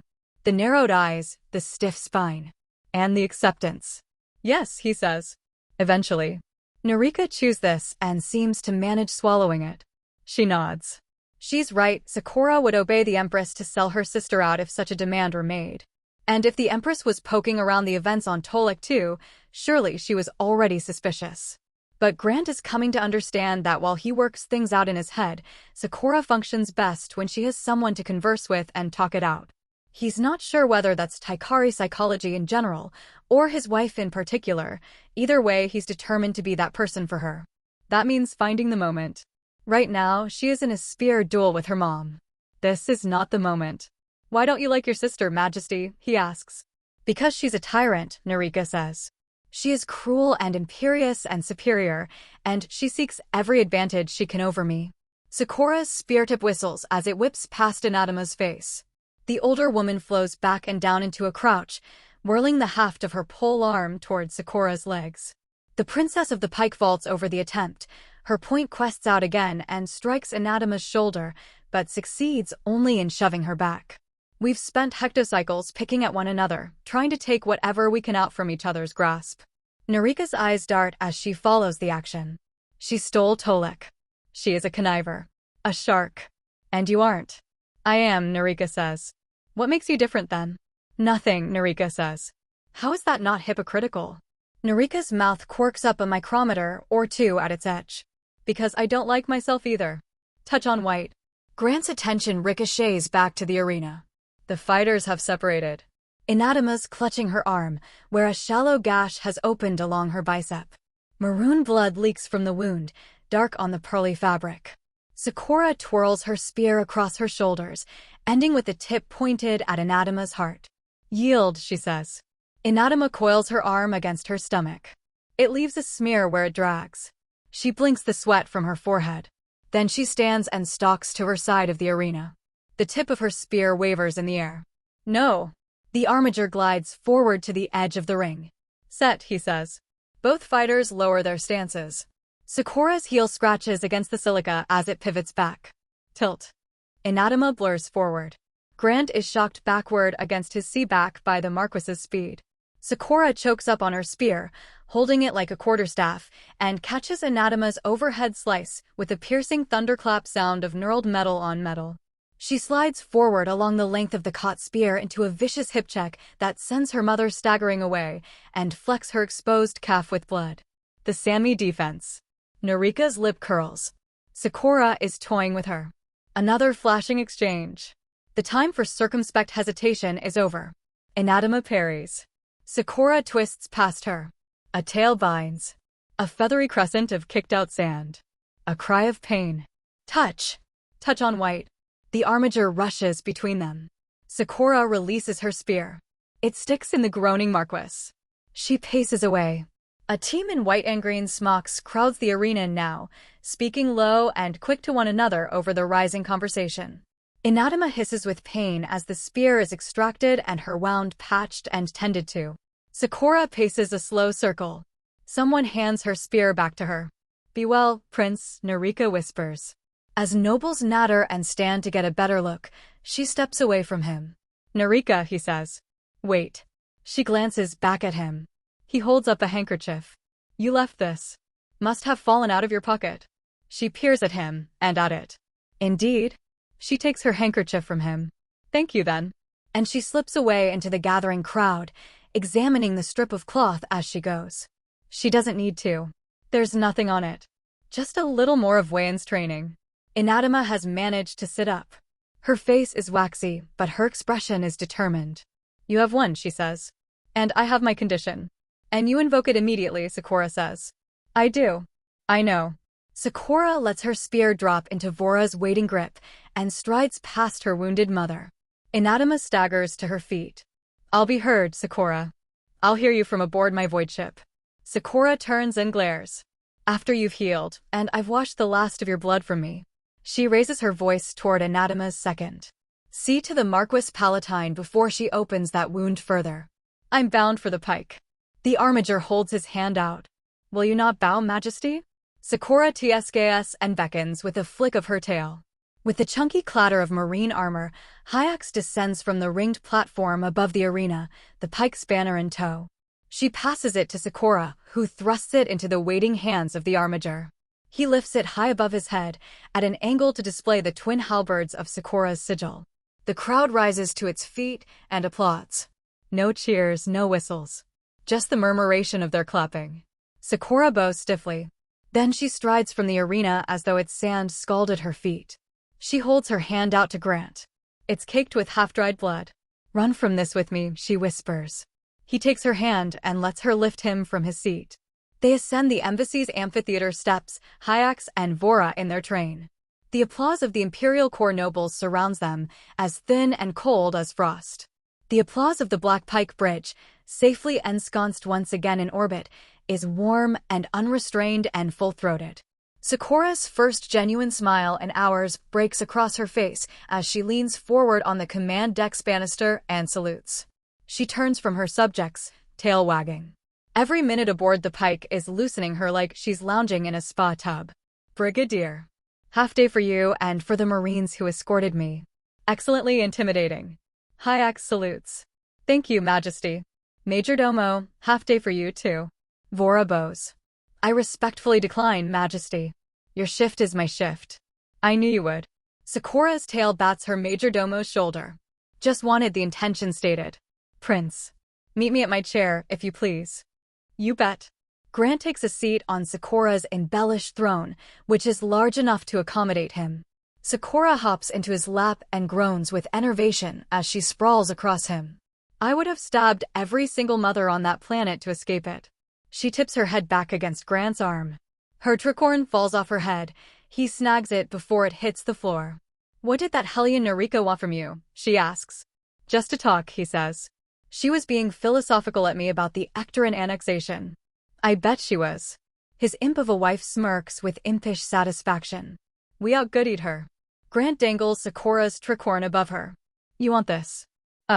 Sakura tugs Grant's hand onto the top of her head. "This is my new hat." He scritches behind her ear. She sighs with gratitude. "I don't mean to force you to inherit my enemies, you know," she says. "And I know Narika likes you better than she likes me. And I must have seemed quite cruel to the Marquis." Babe." He slips his palm under her head and angles it up. "You ripped my biggest hater's throat out with your teeth." "I'm in your corner." Several of the glass panes on the main monitor window honeycomb into one another. An insistent trill sounds. "Incoming hail." The pinched voice of the monitor ensign rises from the bridge. Patterned to Marquis Palatine Anatma of Taikar. Sakura's ears flatten to the sides of her head. "Speaking of haters." Grant puts his hands on the throne's armrests. "Should I get up?" She touches his stomach. "Stay, if you'd be so kind. I want her to see you." He relaxes back down and rests a hand in Sakura's lap. She takes it. "Full answer," she calls. A connecting chirp. Anatma's face forms in the great glass before them. "Marquis Palatine." Sakura tilts her head in a brief ducking bow. "I trust you're recovering." "Well enough." Anatma sits at the same pitted desk as before. She waves a medtech away from her shoulder. "I've had worse." Sakura smirks at that. "You have won your freedom from me," Anatma continues, over the echoing departure of her healer. "And from your term as Void Princess. Henceforth you will be known as Princess Margrave Sakura of Taikar." "No," Sakura says. "Princess Margrave Sakura of the Black Pike." "That won't." "My majordomo informs me it will." Sakura widens her slouch. "I have no interest in pleasantries or conversation. I have no interest in knowing you, and you have no interest in me. This has become clear to me. Shall I send you my ledgers, or will we dispense with the charade?" Anatma's eyes drift upward with obvious exasperation. "I do not need your ledgers, Majesty." "No. Spring your ambush, then, and I'll grant your demand, and we'll be done with each other." Anatma's ear twitches. Just like her daughter's does when she's holding anger back. "Fine then. In the name of Clan Taikar, you will retrieve a demon for me." Wayan wakes up and stretches, her leg locking out then folding up. The bright golden light of dawn filters in through the window of her cottage. The tea's ready, it always is. She pours herself a cup and wanders outside, to the lip of the canyon. Below, in its rocky expanse, a massive scaffold holds up the gleaming guts of a huge, half-finished cruiser. "Morning," she calls. "Morning, Wayan." Wayanbot 3 walks past, holding up a girder with Wayanbots 5 and 7. "Finishing the dorsal today, why think?" "Oh yeah." Wayan waves at the spindly Taikarinoid robots as they pass. "No problem. As long as God doesn't throw me any real curveballs." As if on cue, the clouds part and God's voice echoes through the valley. God speaks like a foghorn, so slow and blaring that, if Wayan were the real Wayan, she's sure she wouldn't understand. Hey, W, calculation needed on energy draw for this manifold loadout. Wayan sighs. This is gonna fuck up my timetable, she mutters. She looks to her left hand, where a clipboard has appeared bearing a sheaf of schematics. Looks easy enough. She spends the day poring these over, while the Wayan bots do what maintenance they can without their mistress overlooking construction. It takes all night, too, and into the next morning. That's okay. Wayan doesn't need to sleep, not really. She just enjoys routine. By noon on the second day, she's got it. They'll need to reroute 2 non-essential decks to moon-level gravity, and the envelope will have to stretch thin near the thrusters, but that's the thing Wayan doesn't envy about the real world. Never enough of anything. She climbs onto the roof of her cottage and holds the clipboard high like it's a sacred relic. Job's done, she calls, and puts the clipboard up near her chimney. Gimme another robot and 2 new rivet guns. She clambers back down to the canyon and grabs a welding torch from Wayanbot 4. For hours later, as the air starts to chill, the Wayanbots and their mistress let the scaffold fall from the dorsal and share a cheer as it stays stuck to the fuselage. Wayan runs to her cabin to find the celebratory cigars. She emerges to find a new Wayanbot waiting for her, a rivet gun in each hand. Looks like God finally got the message. Afternoon, Wayan, says Wayanbot 9. Afternoon, my little incentive, Wayan says, and plucks a rivet gun from the bot's hand. You missed the action on the dorsal. Shoot, says Wayanbot 9. All good. Wayan sticks a cigar in her robot's mouth and slaps her on the back as they return to the canyon. We're probably a month out from reset. Still time for you to get stuck in. The bots are hooking the tethers onto the cruiser's belly in preparation for rolling it onto its first wing. Wayan grins at the gleaming, uncovered metal and rubs her hands together. She wonders briefly how many thousands of times she's gotten to this point. Is this ahead of schedule or behind? And then chuckles to herself at the thought. A month may have been a little generous. That sort of cogitation has probably pinged as a point towards rampancy on her algorithm. She doesn't mind. She had fun on the first few weeks of this project, and she's sure she'll have fun next time too. She knows, because the real Wayan knows, that most demons need the wool over their eyes. That as soon as they understand they aren't real, the spiral starts and accelerates quick, and the auto-reset kicks them back to factory standard. But Wayan, the real Wayan, argued vociferously for her demon to understand the truth. She won't mind if she finds out the world's a simulation. You ask me, our world's a simulation too. Simulation or not, jobs need doing. That's Wayan's philosophy, and if it's a little too pat for reality, it works perfectly if you're a demon. She stubs her cigar out under her boot and strolls back toward her unfinished starship. Wayan wakes up and stretches, her leg locking out then folding up. Her thigh ends up across Cayman's waist. Her knee bumps into Reina's. The willowy Gefreiter is lying on the other side, cozied up to her boyfriend. She mumbles sweetly and shifts. Her skin looks so soft and touchable in the artificial morning light. Wayan takes a moment to admire the two of them. Such an adorable couple. Reina really ought to tie the knot with Cayman already. It'll mean they need to switch units. A wife can't be the direct commander of her husband in the Marines, but if she takes too long, someone's gonna snatch that kid out from under her. Wayan gently extracts herself from the snoring Marines and pads to her bathroom. She comes out, brushing her teeth, and Reina's up too, stretching herself in the fake sun. Wayan sways past and steps into last night's discarded pants, snapping her tail out to slap the Gefreiter's periwinkle, but as she zips them on, Reina rubs her ass where Wayan tapped it. Morning to you, too, Chief Engineer. GMMMRNGN, Wayan says, and spits into the sink. She runs the tap. Duty's calling. Not me and Kay. Reina's graceful midsection arches as she lays back into bed, casting a shadow along the prow of her ribcage. Half day. Lucky lady. Wayan rolls back into bed and leans across Reina's boyfriend to plant a kiss on the little mole below her navel. Hi. Reina giggles and baps her tail against Wayan's cheek. Hi. Beneath them, Cayman lets out a deep, purring snore. Wayan raises her eyebrows. God. He really does sleep like the dead, huh? Reina's tail redirects and pokes Cayman's cheek. Uh-huh. Wayan imitates her and pokes the other side of his face. His brows twitch. Hey, Reina says. Wayan looks at her. "Want a kiss again, Chief?" Wayan smiles and leans into the young Marine's invitation. Reyna's a bold kisser. Wayan likes that. Their tails take turns nudging Cayman until he grunts and tugs a pillow over his face. "Fuck off," he murmurs through the down. "Look who's up." Wayan plucks the pillow off him. "I'm kissing your girlfriend up here, ensign." Wayan feels his hand lay across the back of her neck. "Gimme a turn." Wayan gives him a turn. Cayman is a very ZK Marine kisser. You need to coax him out and show him it's okay to let himself go on you, and then he can't get enough. "All right, Mr. Morning Breath." She sits up, wipes her mouth, and gives Reyna one last quick peck. She clambers up her bed's lip and straightens her top. "You two can stick around if you like.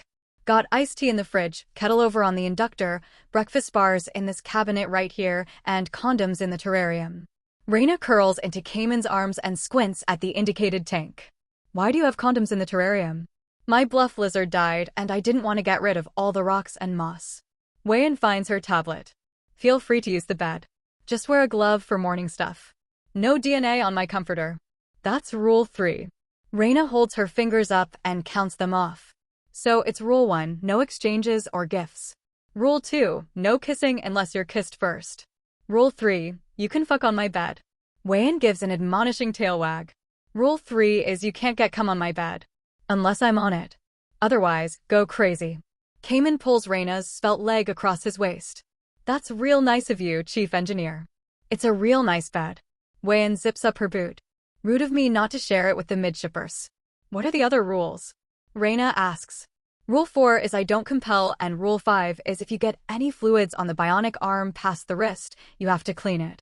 Wayan's tail snakes up and retrieves a breakfast bar, and Rule 6 is if I really think you'd click with someone, I get one try to set you up with them. But you're together already, so that one's moot. "You can compel me, Chief," Cayman says. "It's cool." Wayan shakes her head. "You're not mine, kiddo." "Is anyone?" Reyna asks. "Yours, I mean." "Sure." Wayan zips her jumpsuit up. "The pike is." "Don't tell Sakura I said that." Cayman's ears wiggle. "And you're sure you don't have a little bit more time?" Wayan shakes her head. These two are new to the proud tradition aboard the pike that is fucking the chief engineer. They'll figure out that when Wayan says gotta go, she means she's gotta go. Got this Ectoran training to handle. Breaking in the new bee. Breaking in, huh? Wayan's tail flicks a pillow at him. "Not like that, ensign. I don't proposition my employees. You just wait for them to proposition you," Reyna says. "Well, yeah," Wayan says. "Sure. If they hit their quotas." "Is that Rule 7? Cayman asks. 7 is too many rules. 6 is the most you can have before you're a tight ass. "Is that Rule 8? Cayman asks. "Can you make out with him so he shuts up, Gefreiter?" Reyna laughs and straddles her boyfriend. "Are we gonna do this again?" she asks over her shoulder. "Hell yeah, girl. I don't fake orgasms, you know." Wayan admires the smush of her, where Cayman's hand cradles her perky little butt. "We'll sync schedules." "This was fun." Reyna winks. "It was." She leans down and seals her lips around Cayman's. Wayan grins and departs. "Alrighty, Lady Ipkin." Specialist Mina flips through the packet and dog-ears a page. "You and me are gonna be doing this today." PD checks on the interceptors. "Good intro to the gravity manifolds." "Is just Ipkin alright?" Wayan's newest employee takes the yellow and red document and raises it to her face. In her big hands, the manual looks more like a pocketbook. "Sure." Mina's smile highlights her adorable little freckles. "As long as you don't get any ideas about shortening mine, Buster." "Will do, Specialist Mina." Ipkin salutes. Won't do, I mean." "No need for the saluting, kiddo." Wayan kicks her legs from her perch on the hangar's crane platform. "Means already a little monster. Don't gotta make her feel like a sergeant, too." "I'm so nice," Mina says. "The chief engineer is just razzying us." "But speaking of Marines, my detail does not catcall Marines, and if I find out you have, it's your ass." "Okay." Ipkin's tail flaps nervously. Okay. You're gonna do so good." Mina scurries over to their workstation. "Let's go over your two board." Wayan glances over her shoulder as the cheerful pink specialist hands Ipkin her undersized tools of the trade. Hyax is on the second-tier catwalk, hands folded behind her back. "Hey, Han," Wayan waves. She hops from the crane platform to the catwalk, snagging her tail on the rail to keep her balance. Hyax flinches at the flagrant safety violation. "Chief Engineer. You're needed on the command deck." The reigning couple need your expertise on demons. Gotcha. Wei-in clicks her tool harness open and hangs it on a peg. Her helmet joins it. I've got one made off me, you know. I do know, Hayek says. You mention it every time demons come up. Wei-in follows her out of the hangar bay. This could have been a call, you know. I needed to make sure you were quick, Hayek says. Know what I think. Wei-in nudges her. I think you needed to get your pining time in on the lady. Hayek doesn't look at her. Just keeps her eyes on the next turn in the exposed metal service hallway. The lady is engaged. Yeah, no shit.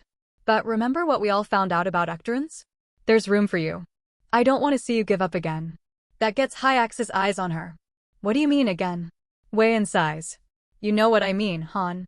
Hayek picks up speed, stepping from the service hallway onto the crowded engineering-level thoroughfare. Wei-in hurries after her, exchanging waves with a gaggle of hydrologists. An autoroller carrying a stacked pallet of Stekai fruit buzzes to a halt as she cuts in front of it. I remember Hayek before the pike, she says, as she catches up. Bragging to me about all the badass duelists she was bagging. If it really is that you don't have time or the inclination, that's fine. I just worry. I want you to feel good about yourself.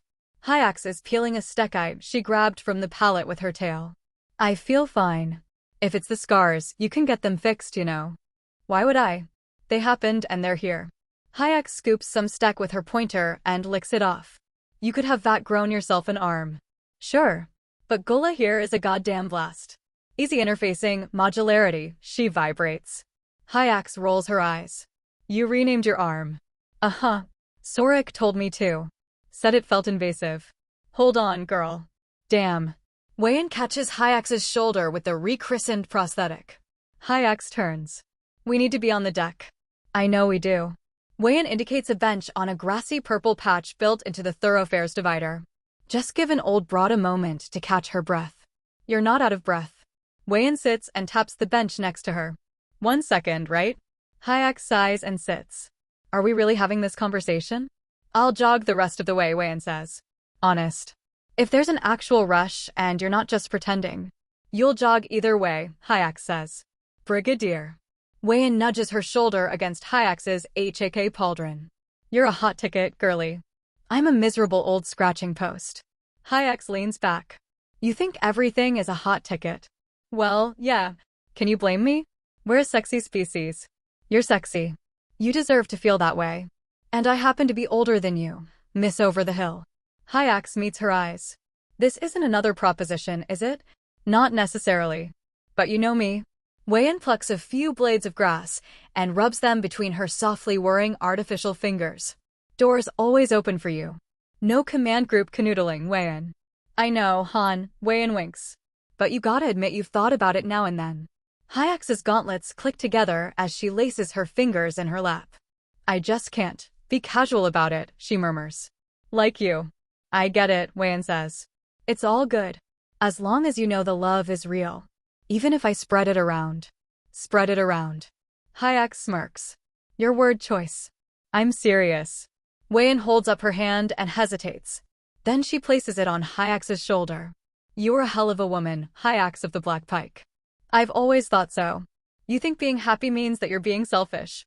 That something else is losing out. But it's not a limited resource. You can just be happy.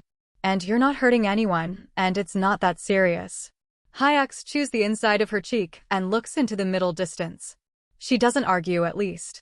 I think you deserve that, honey, Wei-in says. And I'm not the one to give it to you. That's okay. But you should let someone. Why not the Ectorans? Ruak's cute. You could be the first fish duelist. 2-on-1. Hayek snorts. Do it soon, too. 'Cause if you leave that space between them open, I'm gonna crawl into it. Hayek's face darkens. She stands. You're welcome to. Hayek. Hey. Come on. I'm kidding. Wei-in gets to her feet and follows her. I really do think you have a shot. Seriously. Jog, Hayek calls back and breaks out into one herself. Wei-in rolls her eyes and matches Hayek's pace. The day the Brigadier gets laid is going to be a seismic event on a grand high tier level. She'll need to recalibrate the goddamn envelope over it. First things first, she guesses. Time to fill in the prints about demons. She wonders if he's going to have some kind of Machianite existential crisis over them. It's nothing that serious, if you ask Wei-in. You ask her, this world's a simulation, too. We can't sweep yet. Sakura desperately scrambles for the puzzle prisms, but they keep slipping from her grip. One of the glass prisms has cracked. She's desperately trying to piece it back together, find its place in the honeycombed mosaic. I haven't finished, she says. I need to finish. It's too late, Majesty, Hayek says, and she's huge, and her uniform is the drab gray Makianite coverall. You've run out of time. We're sweeping without you. You can't, Sakura whines. There are so many pieces missing. Where did they all go? You can't. Listen to her. Poor stupid orphan. Wei-in laughs and holds the shock prod close to Sakura's face. She still thinks she's in charge. I am, Sakura cries. I'm the princess of the Black Pike. She stamps her little foot and realizes she is 3 hectos old again. No, no, no. She grew up. She's supposed to be grown up. Tack, tack, tack. Silly girl. Wei-in picks her up. Fool girl. Do you know what happens to foolish princesses? No, she sobs. No. Please. Mother, please. But Wei-in isn't her mother. She has no mother. She has nobody. We're going to leave you here, Hayek says, and her face has become the empress's. We're taking the pike and leaving you behind. You're not the princess anymore. I am, Vora says. I'm the princess. And you're nothing at all. I'll be good, Sakura wails. I'll do anything. I'll be loyal, I'll be good, please. Please. Tack, tack, tack. She jolts awake, and for a moment the relief floods her. A nightmare. Just a nightmare. And then the waking nightmare crashes into her forebrain and knocks the air from her lungs. Makes her want to tear her hair out of her skull. Makes her nearly sob aloud, but she swore she'd never cry on those cameras again, so she just bites down hard on her hand. She is losing her mind. She feels it happening. Everything is slipping away. There is no refuge anywhere. Not awake, not asleep. And nobody is coming to save her. Tack, tack, tack. Sakura shifts at the noise. She seeks its source. There it is, standing in front of the glass. It's the Makianite. The one she spoke to. It's been a tendy at least since she's seen him out of his little room. The shock prod never came. No new security regs she can see. He didn't tell anyone about me. About that night. Hi, he says. She knows that syllable. A greeting. She rises to a sitting position on her skeletal bed frame. The sleep is still clearing from her frazzled mind. Egezia probably don't understand me, the Makianite says. Inhumanid want anything to do with me. But I wanted to say sorry. Thatcher stuck here. She stares at him. Her heart gallops. And that one why it didn't help you. I'm not sure I can help you now if... He puts his big, rugged-looking hands in his drab uniform's pockets. Buddy, I'm sorry. Sorry, she says. A light goes off in those dark, searching eyes. A smile spreads across his face and oh no, he has dimples. That's right, he says. She repeats the nonsense syllables. Just to communicate with someone. Just to speak and be heard. That's right. Well, no, you're just got ping me. Her tail swishes. Well, now you're just got ping me. He chuckles. That was her. She made him laugh. There is something in the way he is looking at her. A careful attentiveness. Something that gives her a hunch. She curls her tail around the scaffold and drops between its bars into an isometric tail hold that lets this world's bouncy gravity take hold of her curves. His eyes shift, then catch. He blinks rapidly and refocuses on her face. Do you have a name? Name, she murmurs. I'm Grant. Grantide. My name. Name. Is Grantide. Is he trying to teach her his language? Name. You're asking my name. Grantide. Name. A smile stretches across his face, furrowing those dimples again, under that fascinating stubble. He nods encouragingly. How about you? He points at her. What's her name? His hands are big. God, he's cute. That's not fair. His laugh sprinkles cinnamon warmth into her chest. I can't just keep calling you Batty. Batty. She nods. It's familiar, that's what they keep calling her. Grantide name, Batty name.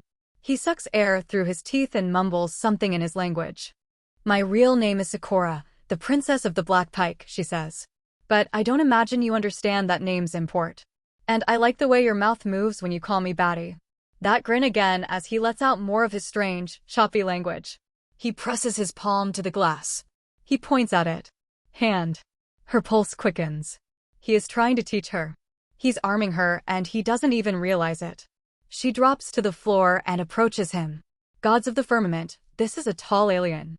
She wonders how much he weighs. Hand, she repeats. Thazride. There's that work again. It must be some kind of affirmation. Grant. He points at himself, then at his palm. Hand. Sakura wants to dance. She wants to break into laughter or tears, she isn't sure.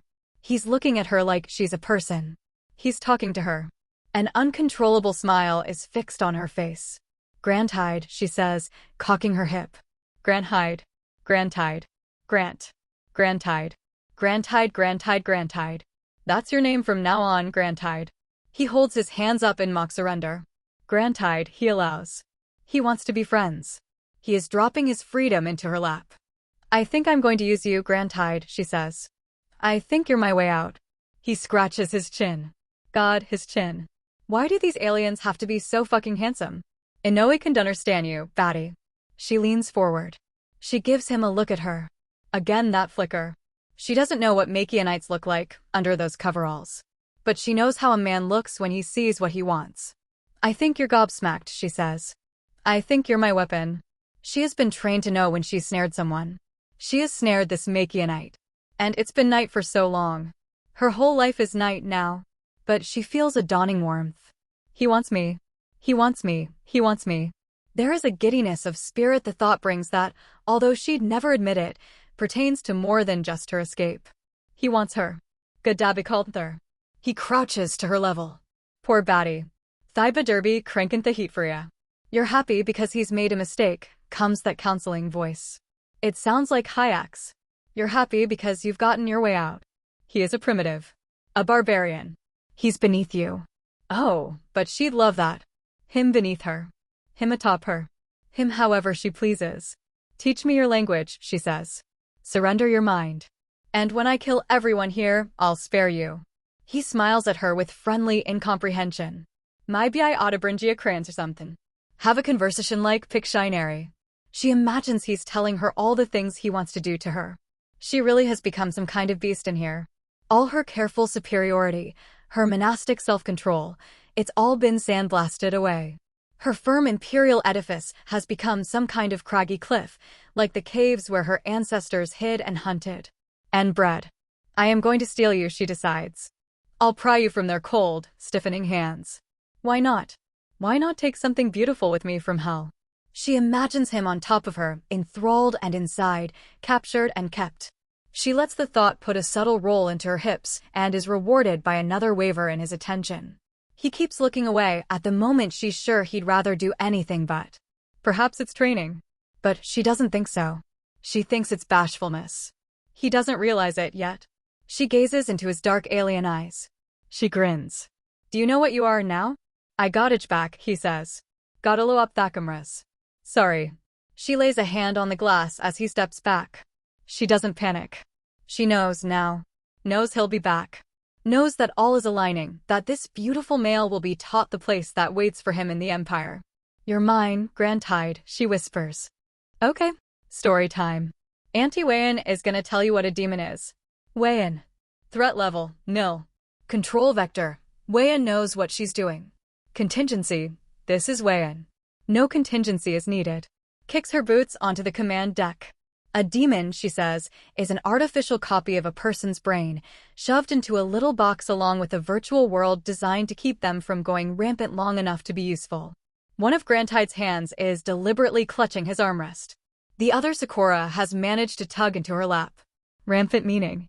Hitting the edges of its programming, Wayan says. A side effect of how they're made. There are artifacts and scraps of ego that stick around to preserve the originator's thought processes and incentive mechanisms, and little pieces of junk data that the techs missed. They have a way of metastasizing and corrupting the runtime. So it goes insane, Grantide says. I guess you could think of it that way, sure. Chief Engineer. Sakura interrupts. Can you please try to speak on this without initiating an existential crisis in my husband? Wayan gives her a droll look. He's looking pretty existential to me, boss. The only way out is through. The chime of the lift sounds.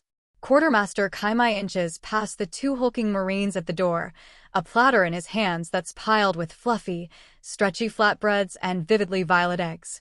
Sakura slides her thermos out of the way to allow Kaimai a clear spot on the table. Thank you, Quartermaster. The flatbreads are underproofed. Kaimai backs away toward the lift, bowing and scraping. Don't look at them. Don't look at me. I am going to retire in disgrace to a small moon. Grantide is staring at a spot on the table, his dark brows scrunched in that way they get when he's perturbed. It always raises Sakura's pulse when he gets like that. It's moments like this that she feels straightest, the times that her man clearly needs her help and her guidance. The urge to coddle him, to fix his disquiet, to compel him into calm, even, tingles behind her eyes. Sakura began her marriage to Grantide, the in earnest part of their marriage, with no map to his territory. Her alien groom finds pride and comfort in his masculinity, but the meaning of the word, and the way he embodies it, is so richly strange. Even putting aside the biological confusion of his immunity, he has such a feminine assertiveness. It's been with confused delight that she's found her equilibrium with him, traded back and forth the boy rolls, and the girl rolls into this chimera they're riding together. She thought it would feel wrong or unnatural, being a duelist, and yes, there have been a few times she's relied on quiet conference with Hyaks to help her navigate the waters. But the predominant emotion has been gleeful excitement. It feels dangerous in a good way. Rebellious, even. And damn her heart, but it pounds faster when she thinks the word. Grant said they'd be something new, and they are. And what does a void princess love more than exploration of the unknown? She knows it's a point of discomfort in her husband. The way he doesn't fit, she keeps the thrill of it to herself. His steady loyalty to her makes it easy to think of him as the uncomplicated man he sees himself as. And she's sure that if there were a crucial moment for it, he'd obey her as surely as if he were all the way male. That's your Imperial core tyrant talking, Cora. Don't think of it that way. He is all the way male. Of course he is. Just the Makianite version. You should eat, Majesty, Vora murmurs, sliding her a full plate. So it's an AI, sort of, Grantide says. A what? An artificial intelligence. Wayan nods. Sorta. The Empire does not allow de novo intelligences to be created. We've encountered enough rogue artificial armies and technology tombs not to fuck around with them. Demons are what we use instead. A technology tomb being a civilization that destroyed itself through its inventions, Vora adds. Starting with a blank slate leads to all sorts of difficulties and unexpected variables. Wayan spoons an herbaceous sauce over her hoard of eggs. It is hard as hell to create a brain that won't rapidly turbofuck itself. If you start with a person, you have a whole psychological profile you can rely on, and a ton of the work's been done for you. We take the upload, trim out everything that'd get in the way, and just like that, you've got an expert in a box. Replicable and thousands of times faster than the brain it's patterned off. Okay. Grantide's tapered fingers drum against the gilded lip of his fine tableware. I can see how useful that'd be. What are you trimming? Well, it's bespoke, Wayan says. Mine, for example, has no libido. Otherwise, it'd lust itself into rampancy.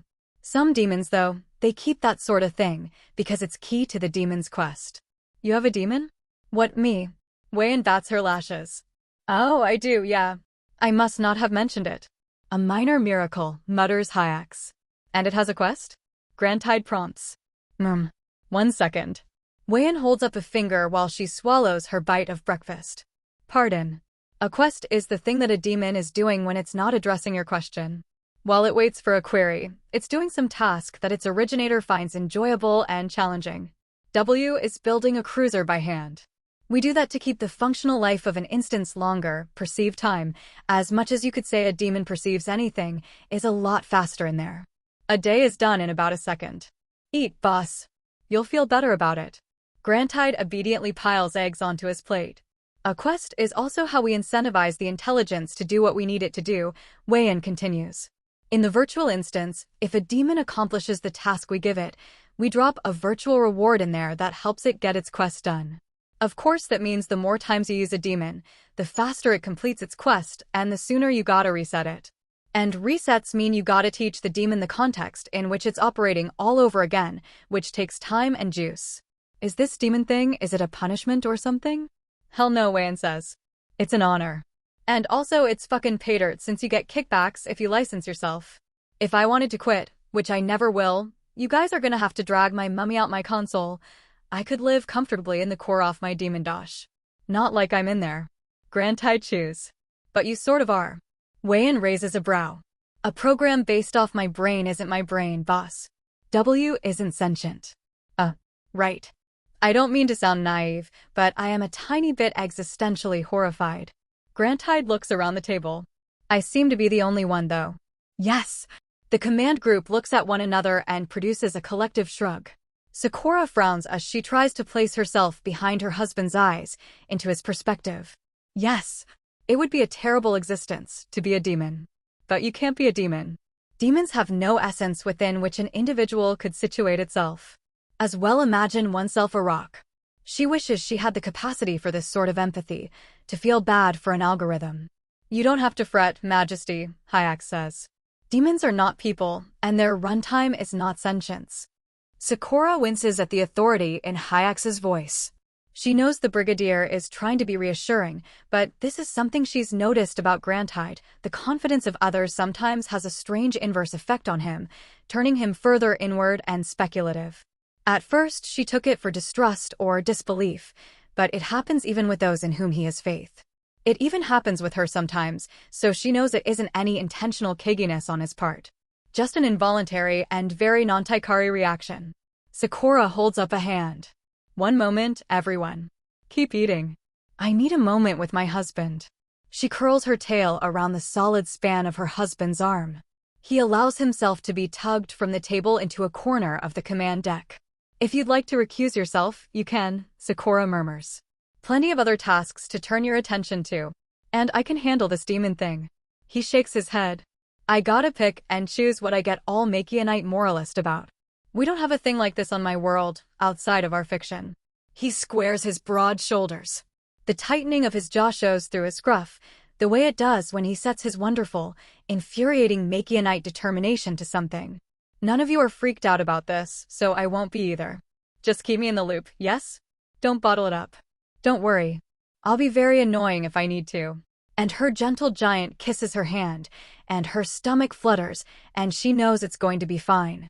Everything will be fine as long as she is Grantide. So, okay? He says this louder, pausing the side conversations as he returns with Sakura to the table, his hand so huge and warm around hers. We need to find a demon. Unit K, 77272, to be exact. Vora reads the name off a printout.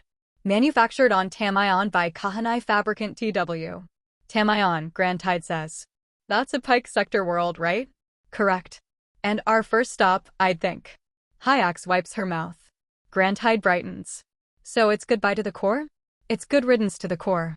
Sakura's tail flicks. Get that course plotted. Alert the Kanakel and have them make ready to follow in our slip. The Marquis wants us to chase a demon? Fine. We'll chase it all the way home. On it, boss. Wei-in stands up. Her matching eagerness is clear. We can be sweeping within the hour. Not quite that fast, Chief. Grantide raises an ameliorating hand. Sakura and I have one last piece of business to attend to. Oh, of course. Vora tugs her knuckles excitedly. Sakura's official commission as Princess Margrave, yes? Grantide shares a look with Sakura. Yes. That? She giggles and holds her hand up. Come, husband. Let's go get me commissioned. He plucks her from her seat and waves to the command group as they head for the lift. As the doors slide shut behind them, his hand departs hers to its home between her shoulder blades. She adores the warmth and weight when he does that. Protective. Possessive. She knows not to tell him this. Not after what they went through. She isn't even sure she'd be able to speak it aloud. But when he touches her like this, she sometimes imagines with a transgressive shiver that they're back in their old way, only reversed. That he's her master, and she's his pretty little possession. That I'm his. Her tail rustles her topcoat with its mad wagging. His. They board the lift. She tilts her head and rests it on his hip. Ready? She whispers. He gathers her closer. Ready. What Sakura didn't tell her command group is that technically, she's been a Princess Margrave for half a day now. She agreed with Grantide they didn't want to spend a moment longer than they had to on stuffy, suffocating core world ceremonies. She signed the papers last night, without pomp or flash, on a drab call into a drab office. That's not where she's going now. Where she's going now with her Makianite husband is to Axana's clinic to harvest the sample for re-encoding. The sample that will give Sakura her babies. Grant watches the Taikar cityscape filter past below them. The trains catch his eye, today, labyrinthine magnetic railways burrowing through a warren of glass tunnels, and crawling funiculars puttering up great pyramidal tracks. Grant always enjoyed taking trains, the smooth chuffing motion and the speeding horizon. He wonders if he'll ever take one again. Something in him doubts that, with his stature and station being so lofty. He'll never be an anonymous wanderer on this city's crowded, colorful streets. He'll never know what it's like to be a normal citizen in the Empire. Small, comfortable, harmless, and unharmed. He used to like that feeling. The amicable apathy of the world. The constant rhythmic ritual of meeting a person and exchanging friendly words and a warm parting and of being comfortably forgotten. He will never feel that again. He feels a pulse of loneliness so acute it shortens his breath. His wife's head nudges against his shoulder and her leg slips onto his. He rests his palm on her knee.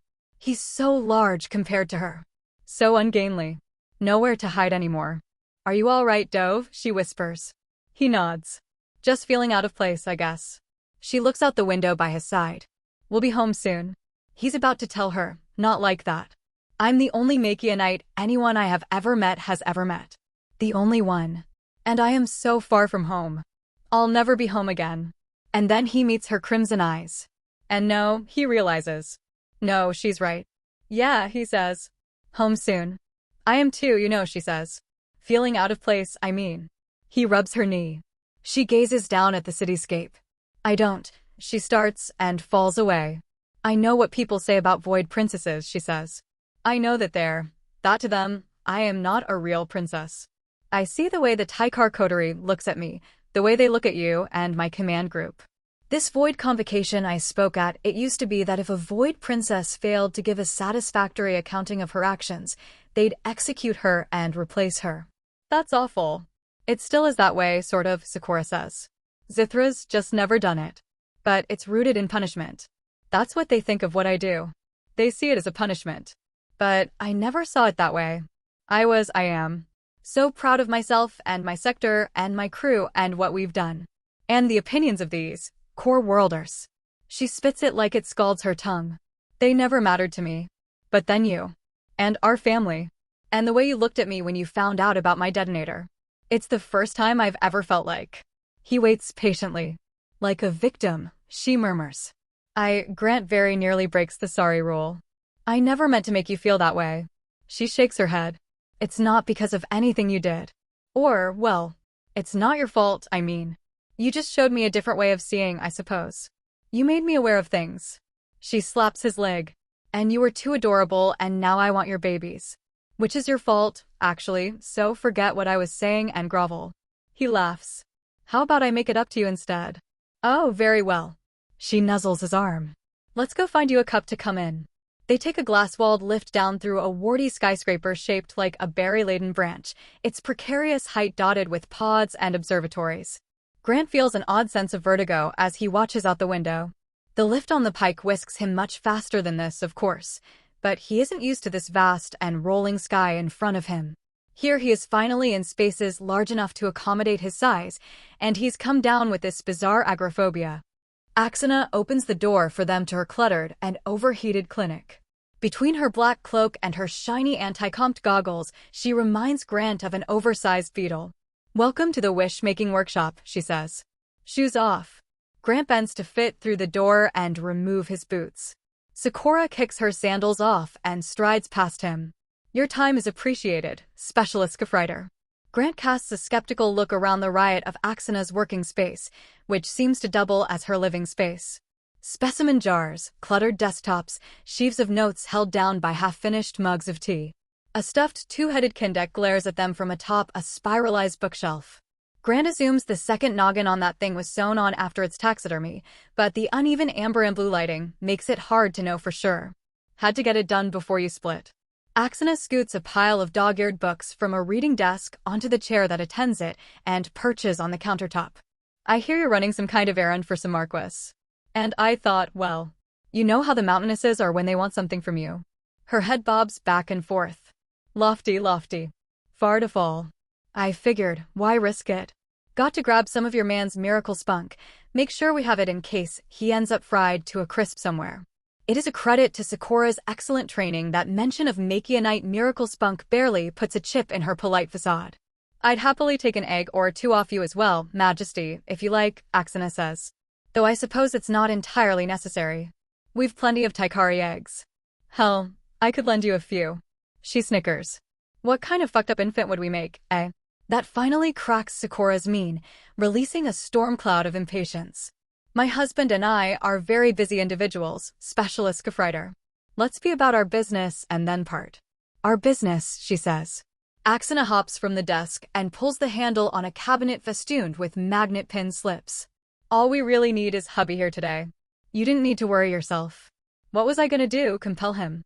She pulls a silvery, bullet-shaped tube about the size of a pencil case from the cabinet and turns around. She looks at Grant and continues turning until she has executed a full 360-degree rotation. She replaces the tube in the cabinet and pulls another one out, this one the size of a water bottle. She underhand tosses it to him. All right, Prince Pinky. Here's your cum catcher. She pulls a staple-bound magazine from the middle of a stack of periodicals and holds it out. And here's some porn. Off you pop, pun intended. She points down a hallway whose pallid, sterile light contrasts with the grand wilderness of her office. You can use the examination room. Not expecting any other clients. Sakura plucks Grant's sleeve. I trust this wench not, husband, she says, in English. She is loathsome. They've been learning his old language together. Their primary source is his dad's old pulp sword and sorcery books, and Grant imagines their dialect sounds ridiculous, but it's good enough, and it's one of the few languages they can be sure no Imperial Corps eavesdropper will understand. A wicked sorceress indeed, he says. Yet we have little choice. Alas. He gives her a parting squeeze and takes his weird thermos thing and his porn into the Spartan examination room. He pours some lukewarm water for himself from its gleaming, sabsum-scented sink. How long has it been since he masturbated? Nearly a decacycle. Long enough he wasn't calling them decacycles yet.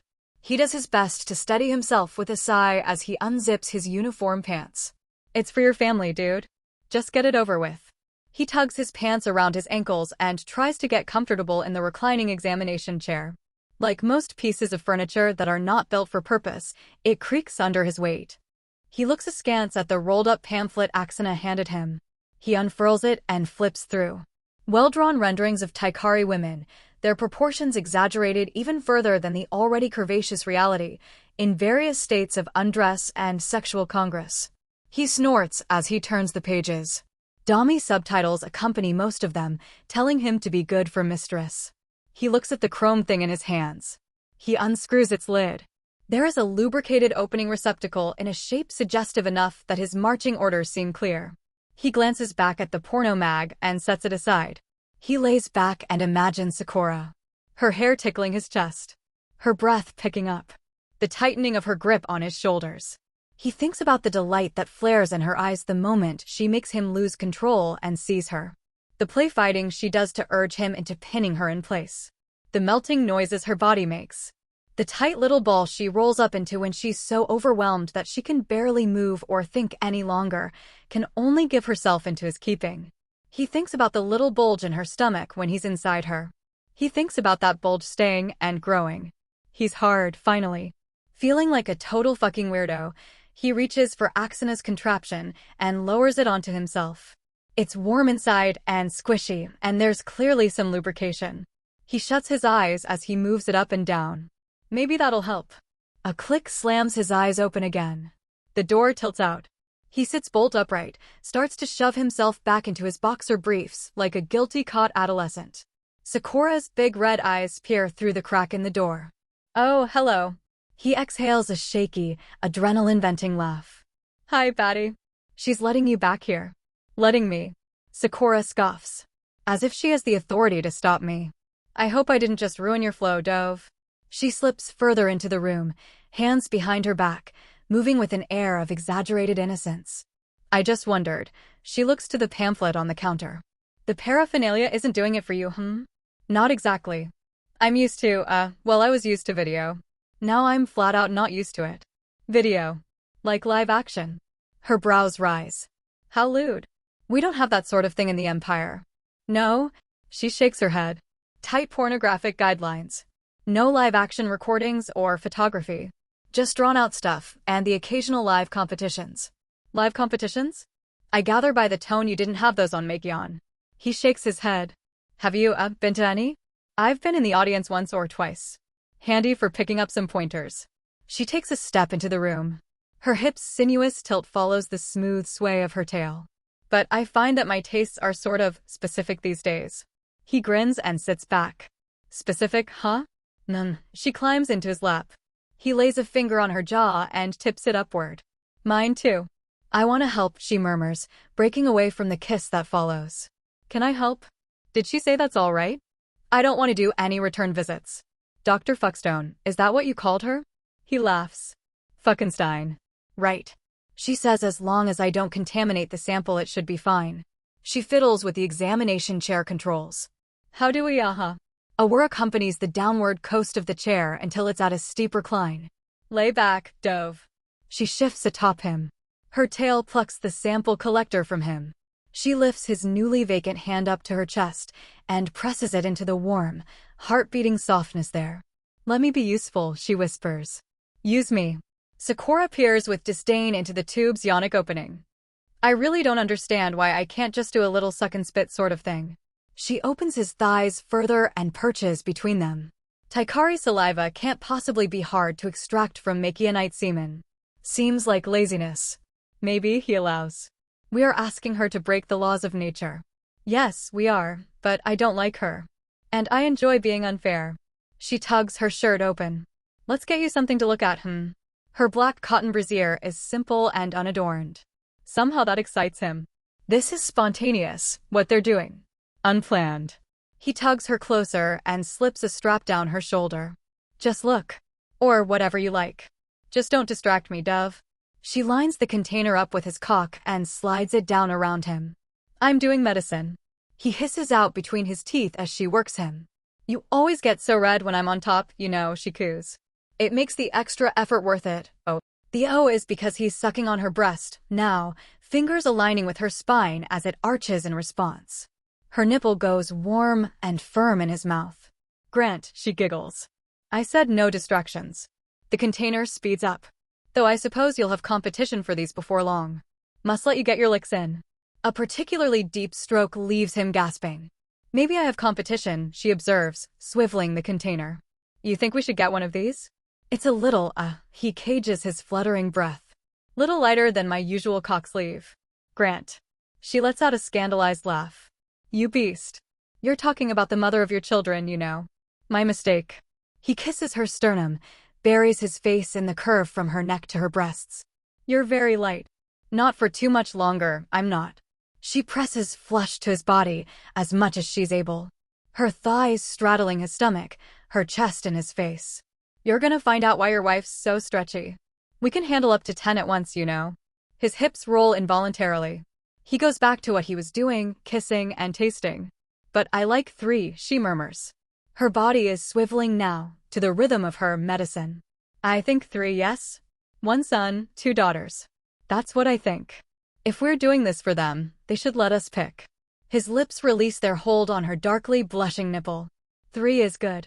I'm going to get so round. She brushes her stomach with the hand that isn't fucking him. I'll look quite ridiculous, I think. No making fun, okay? He blinks against the sweat as he laughs. Never, he says. She passes the container from hand to tail. She crawls further onto him. Do they quicken, Makionite babies? Can you feel them kick? Taikari too. She stands up on the chair, feet planted on either side of his waist. Her tail doesn't let up. When I'm far enough along, you'll be able to lay your head right here. She lifts his face to her stomach and presses his ear to her belly button. And listen, she whispers. To your children, growing inside of me. He nods against her stomach. His jaw is clenched so tight he can barely speak. And I'll be yours. Her fingers lace through his hair. I'll be your prisoner again. Yours forever. But I want it this time. I want it. More than I've ever wanted anything. The thwipping of her tail speeds up. His mind is dribbling out his ears.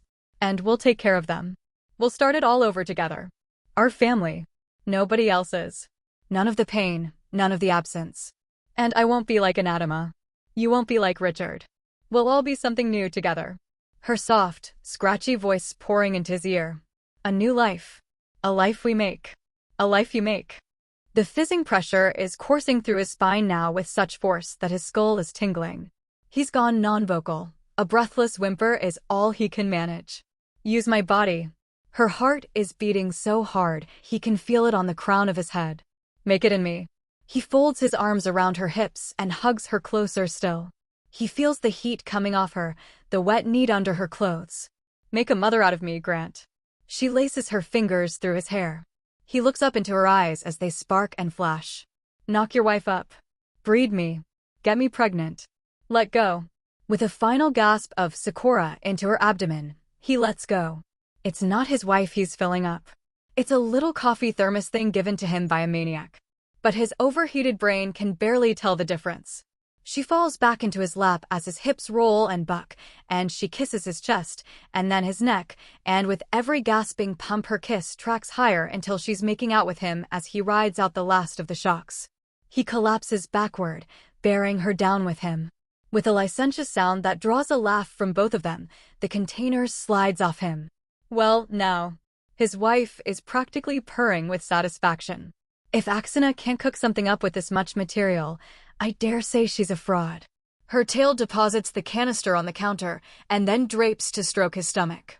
My manly Makianite, she whispers and kisses him again. Grant leans back and rests his hand on his perspiring forehead as he tries to remember how to talk. Rest. She slips off his chest. I'll be. He pulls her into his lap and tugs her pants off. She gasps. Grant. She's got a thing on, the same black as her bra, unadorned but for a little bow on its band that he felt through her tight breeches. He takes a moment to admire them, so damp with need that he can see the contours of her vulva beneath them, then yanks them down her kicking legs. His huge palm shoves her thighs apart. She lets out a squeak of shock. Here, she breathes. He nods into the top of her head, where her horns are firm and high. Here. This isn't, you don't have to do this. Her hands land on his. You did me, I do you. Dove. She squirms and tries to climb out of his lap. He tugs her tail first back in. The yelp and the full body jerk that summons from her would have frozen him in his tracks once. But that was before he knew her. Sakura is never afraid to say their word when she needs it. Right now she needs something else. She stops her feigned resistance. Her body melts into his touch, the frayed nerves reknitting, the muscles relaxing, opening for its favorite guest, his heat and his scent. She's so wet and ready it's as though her body is sucking his fingers in. He obliges it and sinks knuckle-deep into her with a silky, erotic squelch. Oh, my gee, she stammers another disbelieving laugh. Grant, you beast. Sure. He covers her mouth. Hold still, okay? She worms further into his lap, the shelter of his arms. He kisses the top of her head. Good girl. She nips his hand. He tugs it away as she snickers. Bad girl, she says. You're gonna pay for that. He fans his hand across her chest. She's been getting bittier and bittier lately, he notices. Her usual sex kitten routine getting rawer and more primal as they get closer to the night that will change everything. His neck tingled at the thought. You'll bear it soon, he thinks. Her mark. Her lips hang open, fangs glinting. Her head arcs backward, looking upside down at him, her eyes fluttering and tightening as she rides the motions of her husband's fingers. She's so greedy for him. Let's try something. He waits for his moment, for her walls to tighten around his curling come-hither motion, for her breaths to come out in those feathery squeaks, for every line of her six-pack to stand out on her gleaming stomach. It doesn't take long. She's been ready for this since she came in. Right on that cliff, just before she tips over, he pops one of her horns into his mouth and closes his teeth on it. Not hard. Just a nibble.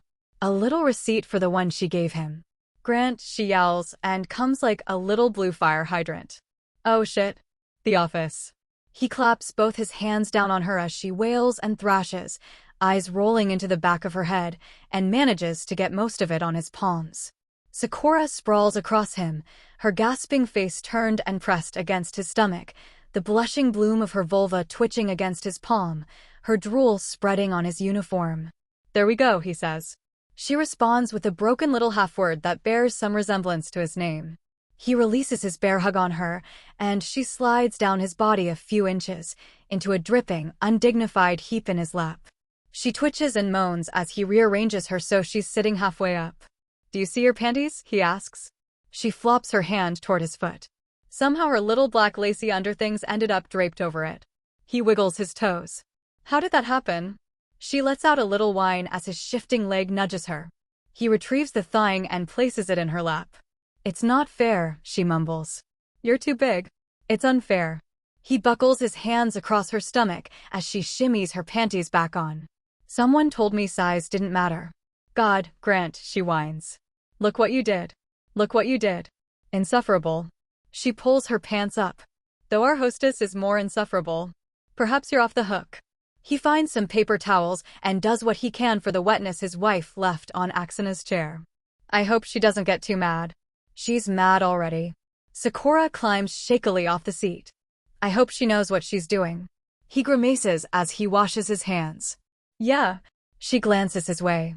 Her tail comes up to caress his hip. You're frowning, Dove. He watches the tap water go for a few seconds, then shuts it off and shrugs. I guess I don't want our son to be some kind of science project or something. After he's born. An urgent tug brings him down to a kneel and into Sakura's embrace. She touches his face. We will never allow that, she says. Don't worry, Dove. Her voice trembles. We'll keep them safe, she whispers. The entire pike will. If they want our boy's blood, if they want to run their little tests, they can come to us. She scans the corners of the room. I don't care if Axana is listening to this. I will not bring my babies here. Not when we have a whole ship for our little princelings to grow up in. To be surrounded by love. We're going to love them so much. Our children. She lets out a breathy laugh of disbelief and wipes her eyes. Our children, Grant tied. Ours. Grant wills the twist in his stomach to smooth itself out. He wants so badly to believe Sakura is right. He takes a deep, fortifying breath and rests his hands on her and stares into her fervent, teary face and decides he will. Ours, he replies. In the skies above Taikar, she put aside her doubt, for him, and now it's his turn. The Empire will not stop the woman in his arms or separate her from what she wants. She'll have 3 amazing kids, and she'll give them amazing childhoods, and she'll be an amazing mother. And he'll be with her the whole way. And all they have to do first is track down a digital nightmare in a box. Axana leers at them from an easy chair as they emerge from the examination room. Have fun in there, gals? She hops from her seat and holds her hand out. Sakura wordlessly gives the canister over. Axana takes it and makes a show of pretending it's heavy. Whoa. Stud. This will do nicely. What's next? Grant asks. He's got his uniform jacket folded in front of him to cover the wet spot his wife left on him. What's next is you go do what you're told. Axana's tail tugs a cabinet door open that blasts polar air into the room. She slots the cylinder into a rack and swings the freezer shut again. And if you're good and you find that demon of yours, you and wifey get your litter. Sakura scowls. You speak out of station, Specialist Gefreiter. Recall your rank. Axana lets out a strange, stutter-stop giggle at that. My rank. Really, Majesty. You, of all people, should know how deceptive rank can be. Her opaque goggles reflect the glaring princess back in a dull, dried blood shade. And how little it matters when one finds oneself trapped. Sakura's eyes grow bright and furious. Her ear does that flickering thing it does when she's about to boil over. Grant's hand lands on her back. How do you know about the demon? He asks. Axana shrugs. How do I know about your immunity? How do I know about your burgeoning friendship with the Countess of Korik? How do I know the princess's favorite food is rula bean stew? I despise rula bean stew. Sakura's voice is tight with the effort to control her temper. But now I know that. Axana taps her forehead. You see? The myriad ways in which information flows my way. Grant's finger hooks gently into the collar of Sakura's uniform beneath her long hair and gives it a tug. If that concludes our business, he says, we'll be going. Farewell, your royal highnesses. Axana's bow is exaggeratedly deep and florid. Try not to die. It'd be such a shame for you to miss the future you've just put in motion. She looks up. The ersatz light shines off her half-moon grin. Glory to the pike. Glory to the empress. Sakura's tail thwacks the workshop door shut. Arn gives them a stiff salute as they cross the wind-buffeted landing pad. Sakura stomps into the shuttle and buckles herself in. Her tail wins and turns like a living thing. Get us off this planet before I burn it. Yes, Majesty. Arn points their nose up into the air and burns into the sky. The hum of the engine on Grant's back is like a massage chair, tipping him into an enervated comfort. Judging by the emphatic sigh his wife issues, she's the same. She turns her head on its cushion and looks at him. Normally someone with a hand in it as large as hers would be on the list for our conception party. But I'd sooner invite Marquis Palatine Anatma than that noisome little toad. There's a conception party? Oh yes. Very traditional, very raunchy. To celebrate the successful endurance of the act and the litter to come from it. It's an opportunity to embarrass your superiors without social consequences. She pulls a face. Let's not invite Anatma either, to be clear. Sort of like a bachelorette party on Makion? Penis-shaped balloons and such. By the dozen. Thank goodness you're prepared. The command group is going to be merciless. Oh yeah? He matches her grin. Bring it on. Wei-in is so excited, you know, Sakura says. For the penis balloons? She laughs. For our children, Dove. She adores babies. That's why she's always trying to play matchmaker with that army of bedmates she has. She's practically vibrating about ours. She already told me she's going to clear her sleep-around schedule to be an Annie for a while. We'll raise them aboard then? I'd half worried we'd need to take leave planetside somewhere. I don't see a lot of strollers on the Pike. That's what most parents do, Sakura says. They take their maternity leave from the Pike until the children are old enough to walk and talk, then return. How long is that? A decacycle or so. His brows raise. That seems quick. Sakura rubs her chin. Does it? The shuttle slows to a halt in the queue outside the space elevator. Arn flips a switch and the walls are bathed in blue. The shuttle rises above the line and proceeds forward. A Makionite baby doesn't start walking until 15 cycles or so, Grant says. He peers out the window at the civilians below them. The faces he can see through the windows of barges and sky cars look sour that the princess is skipping the line. Sakura's brows furrow. How long does Makionite potty training take? I don't know. Twice that long. Goodness. Sakura sucks air in through her teeth. I hope I don't offend you when I say this, Dove, but I'm glad we're having Taikari. Grant thinks back to a conversation he had with Takani once. I'll never belong, not really. But my kids will. Me, too, he murmurs. Even so short as a decacycle isn't an option for us, of course. Sakura is all brightness and cheer now that she's off the surface of Taikar. Our children will be void-born, and I wouldn't have it any other way. I was void-born. And Vora was void-born, too, and so was Hayeks. We all grew up in ZK nurseries. I hope you didn't let Anatma drip any of that poison into your ear about void-born children. She tried, Grant says. She failed. Good. She nuzzles into his neck. What about Wei-in? Was she void-born? Wei-in rolled off an assembly line, fully grown and fully horny. The shuttle engine silences. A series of pneumatic clanks sound as Arn parks them in the space elevator. Their driver's robotic voice. Prepare for atmospheric departure, Majesties. We have some excellent caregivers, Dove, Sakura says. You'll see. I can take you by the schoolhouse floor and show you. We'll keep our family close. But we'll have a place for them to go when we're presiding over the Pike. Or when we need alone time. The tingle in Grant's cheeks clues him in that he's smiling involuntarily. For all the agony they've gone through and all the trouble they'll have getting this damn demon delivered, he feels nothing but excitement when he thinks about their family. Maybe the anxiety will come later. Right now he's nothing but eager. He wonders when they should start talking about names. What's too early to a Taikari? What's too early to a Makionite? He doesn't even know. Sakura points out the window. Ooh, Grand Tide. I know I said get me off this planet before I burn. But look down there. He follows her finger to a gleaming glass cylinder nestled in the purple reaches of a park. That's the Grand Merchantry. It's quite famous for its clothiers. Maybe we could take a trip and find a nice white dress. Arn allows a touch of testiness into his monotone. We are on our way up, Majesty. You could just touch us, Arn. Sakura kicks her sandals off. What are they going to do, ticket me? They would, Majesty. Then I'll pay the ticket.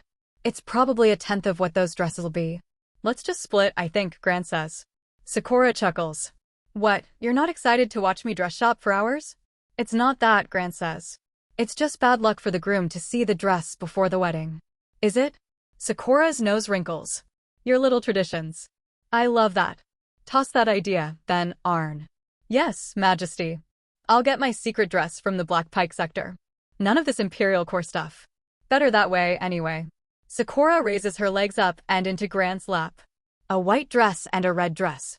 Grant rubs her heel as the space elevator accelerates. You've got a bunch of red dresses. I do, but I'm fond of all of them.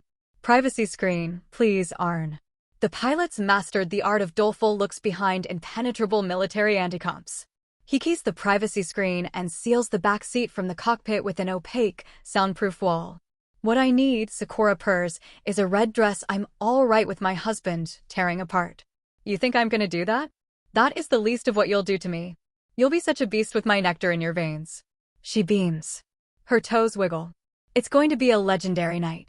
The sheer excitement she has at her apparent future sexual destruction brings a laugh to his lips.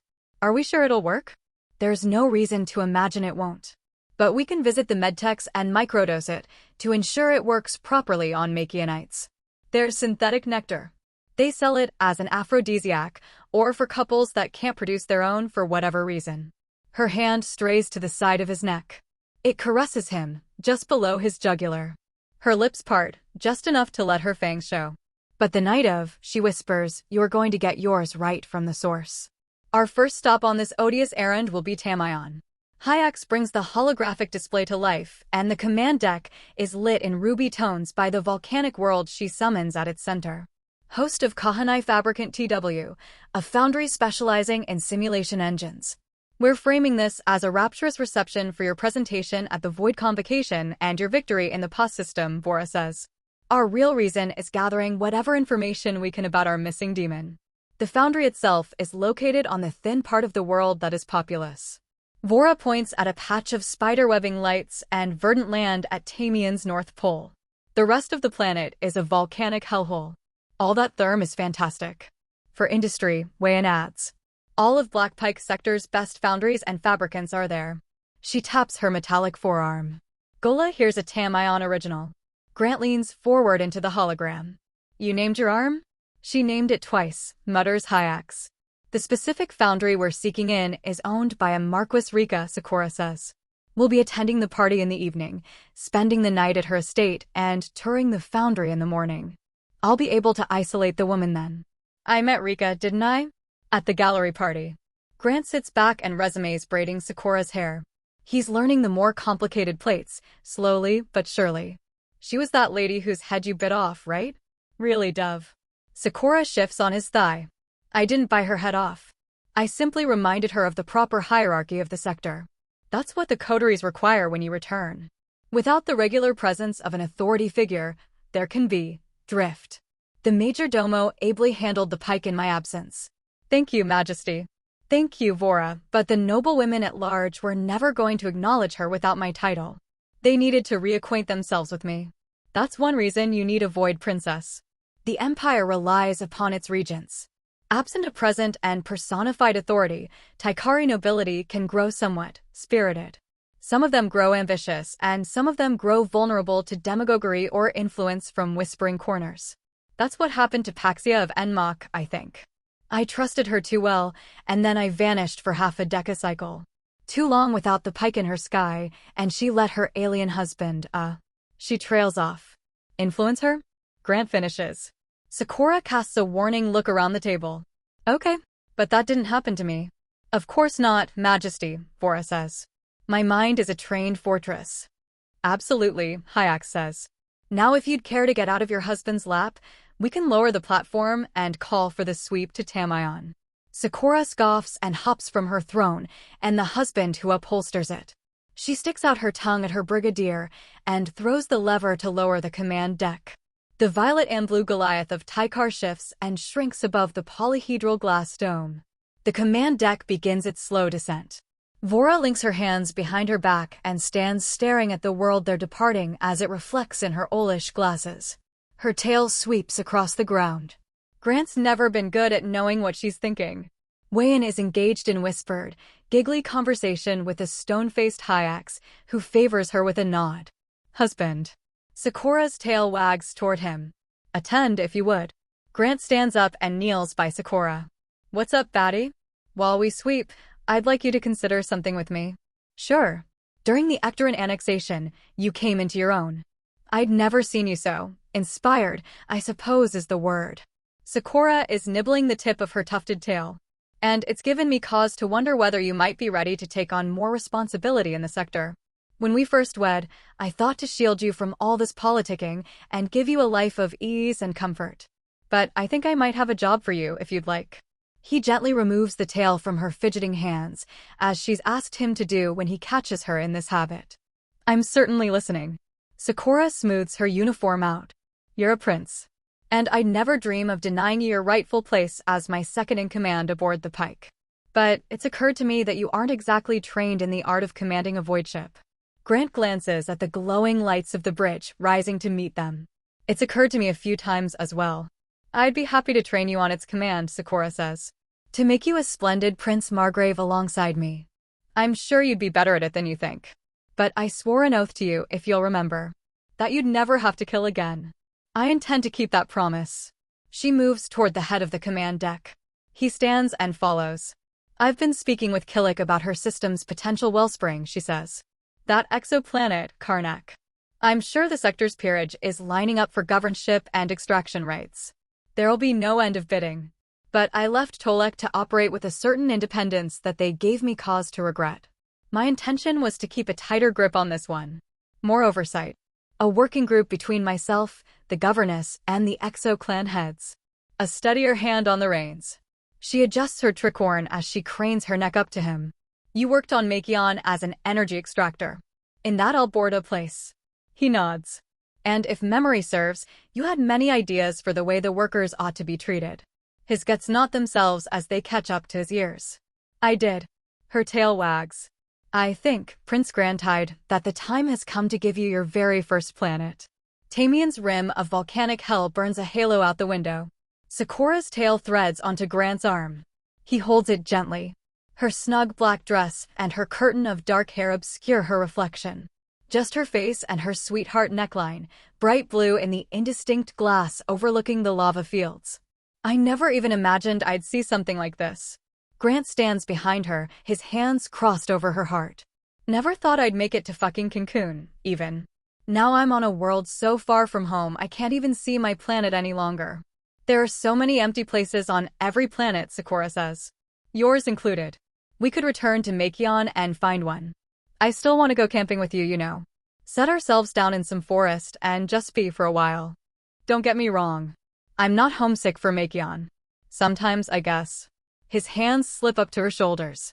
But mostly I'm grateful for these things you've shown me. This life you've given me.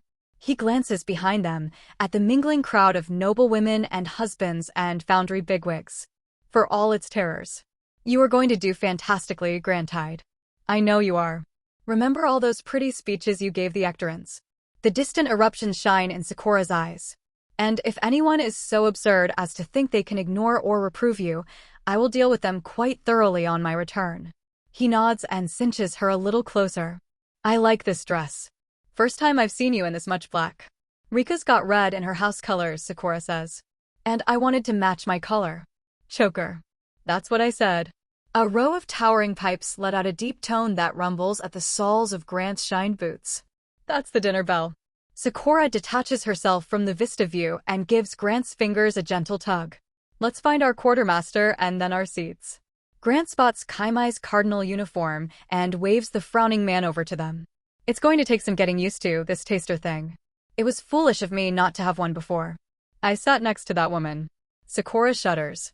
She doesn't say Marquis Paxia's name. She doesn't need to. I broke bread with her. Last time I slipped up at one of these parties, I ended up on Makion.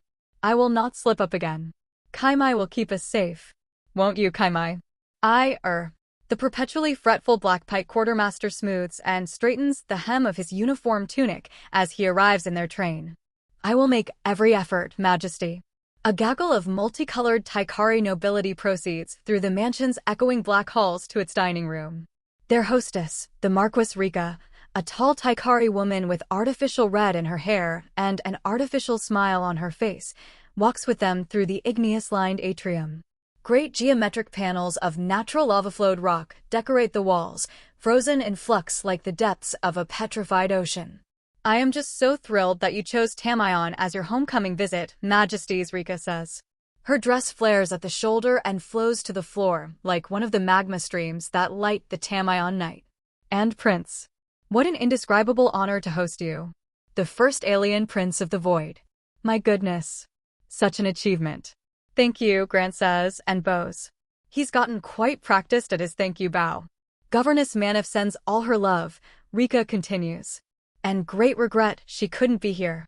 The little blue hand that isn't couched snugly in Grant's rests on Sakura's hip. "Your recent tiff with the governess over the import tax from Aodok having nothing to do with that, Rika sighs and shrugs. "We all serve the same mistress. As you so trenchantly observed at the last party we were at together. Speaking of which, I have some of that wine you so kindly complimented." "How thoughtful of you, Marquis." Sakura's tail gestures behind her, to her and Grant's twitchy +1. "If you could furnish the prince and I a bottle, we'll pass it by our quartermaster." Grant looks to Kaimai, and then past him, to a pair of servants have a hushed conversation with one another. One is a pony-tailed woman, the other a yellow-eyed man with a close-cropped haircut and forward-curved horns. He whispers, she stifles a giggle. They're standing in such a way to hide their tails, but Grant sees they're wound together. The man glances Grant's way and, seeing him looking, stiffens and steps back, muttering something to the woman that jolts her the same way. They return to their automaton stiffness. She folds her hands behind her back and gazes unfocused outward at the passing crowd, with such a frozen look of impassiveness on her face you could mistake her for a statue, not a person. Her partner slips into a side door, which opens for only a moment into a fluorescent prep room where a group of uniformed Taikari jostle and laugh, anti-comps on.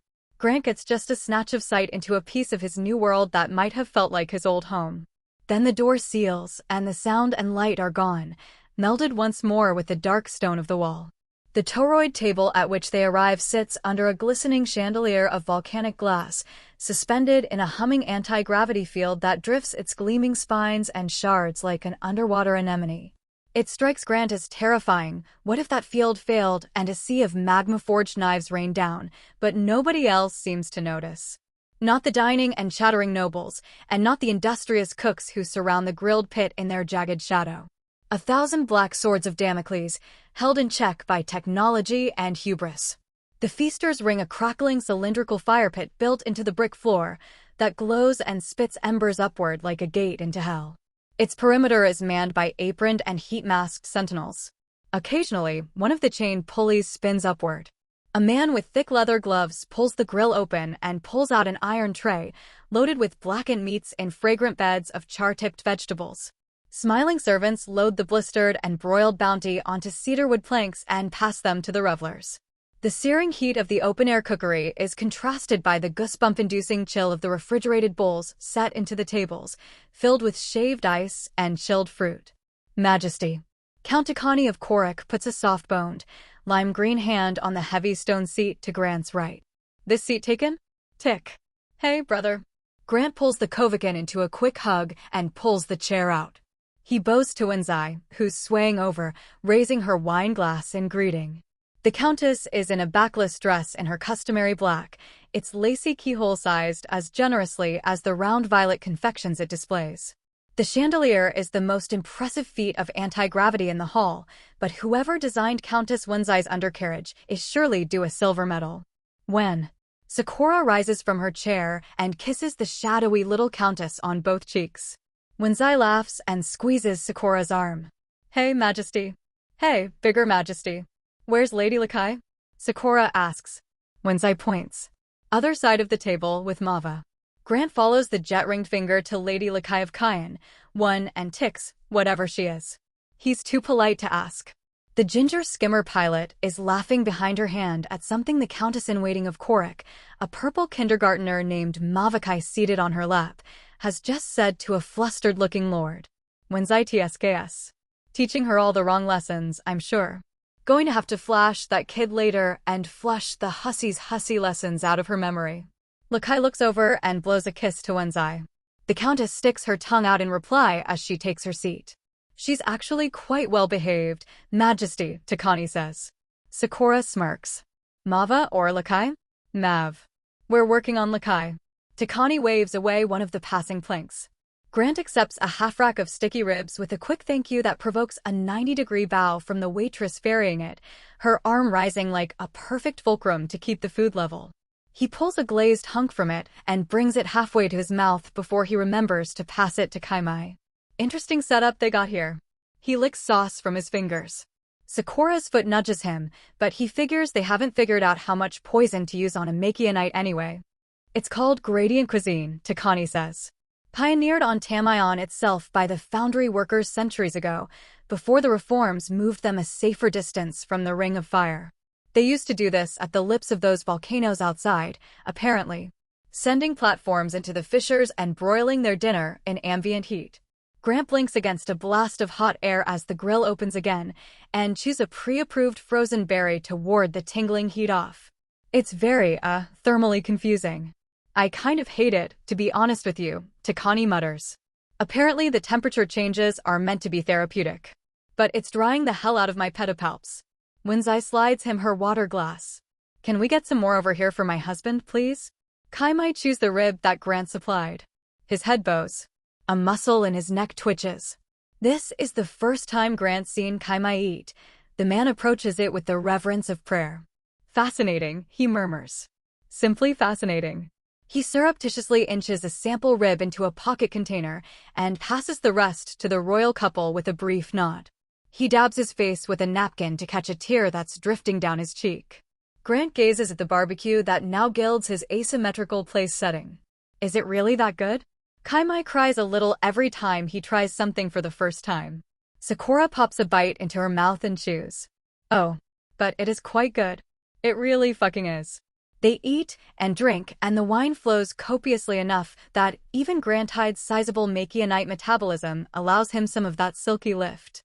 Marquis Rika talks Sakura's ear off about the finer points of fabricant management.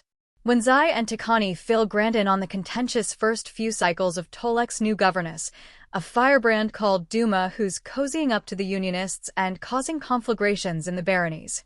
As the last of the gradient cuisine makes its way along the ring table, Sakura gives Grant a quick squeeze on the thigh and pushes her chair out. May I borrow an escort, Marquis? She gestures to one of Rika's guards. Restroom. Absolutely, Majesty. Rika raises her sloshing glass toward one of her obsidian estate's vaulted byways. The ladies' room is just down that corridor. Sakura stands and extends her hand to Grant. He takes it and kisses her wrist. She switches to her heavily accented English. Ready, my love? Ready, he replies. Her hand darts down to give his beard a quick scritch. Then she's off, heeled boots clicking down the arched corridor. A plume of magma out the western window throws her and her escort's long shadows back the dining hall's way. Grant surveys the laughing nobles and the shining guests and the black-clad butlers who stand in peripheral shadow. He takes a deep breath. In through the nose, out through the mouth. Then he raps his knuckles on the table. Pardon me, everyone. He stands. But I have a few words I'd like to share now that we've dined. The conversation's reduced to parting whispers that slither shortly to a halt. A sea of scarlet turns Grant's way. He clears his throat. In through the nose, out through the mouth, Grant. You are a prince now. First off, thank you, Marquis, for the hospitality. The princess and I appreciate your pains and the delicious feast they furnished. He tilts his head to Rika, whose big replying smile is tactically measured to the centimeter. I guess I ought to reintroduce myself to you all, he says. Some of you I've been able to meet and speak with separately, but between the work we've had to put into the Ectoran annexation and the void convocation that followed on its heels, we've been too busy for a social calendar. I'm glad to put that right. Last time many of you saw me, I was Sakura's consort. Now I am Prince of the Black Pike sector. Winzai is the wellspring of a smattering of applause that's quickly joined by the main body of the company. Grant smiles and waits for it to tamp off. A lot is changing. I understand that. A Princess Margrave on the frontier, an alien prince, billions of new alien citizens. And I know some of you are wondering just how much of those changes are based on my influence. I've had cause to wonder that myself. Countess Mani, wait for me to finish before you return to your conversation, please. The woman he directed those words to snaps straight like she's been slapped, and redirects her attention to him, her face flushing. I can promise you this, Grant says. My loyalties lie where yours do. I am dedicated to the preservation and peace of the Black Pike sector and the continuing reign of its princess. Sakura trained her entire life for this career. I've been at it for a little under a decacycle. In matters of import, her voice supersedes mine, as it ought to. But I swear to you all that I'll be the best prince I can be. To do that, I need to cut my teeth. He glances around the table. Blank faces. That's a Machianite phrase meaning learning by doing, he says. My first assignment, by the Princess Margrave's command, is the initiation of the POS system's exo-trade, centralized on the gas giant Karnak.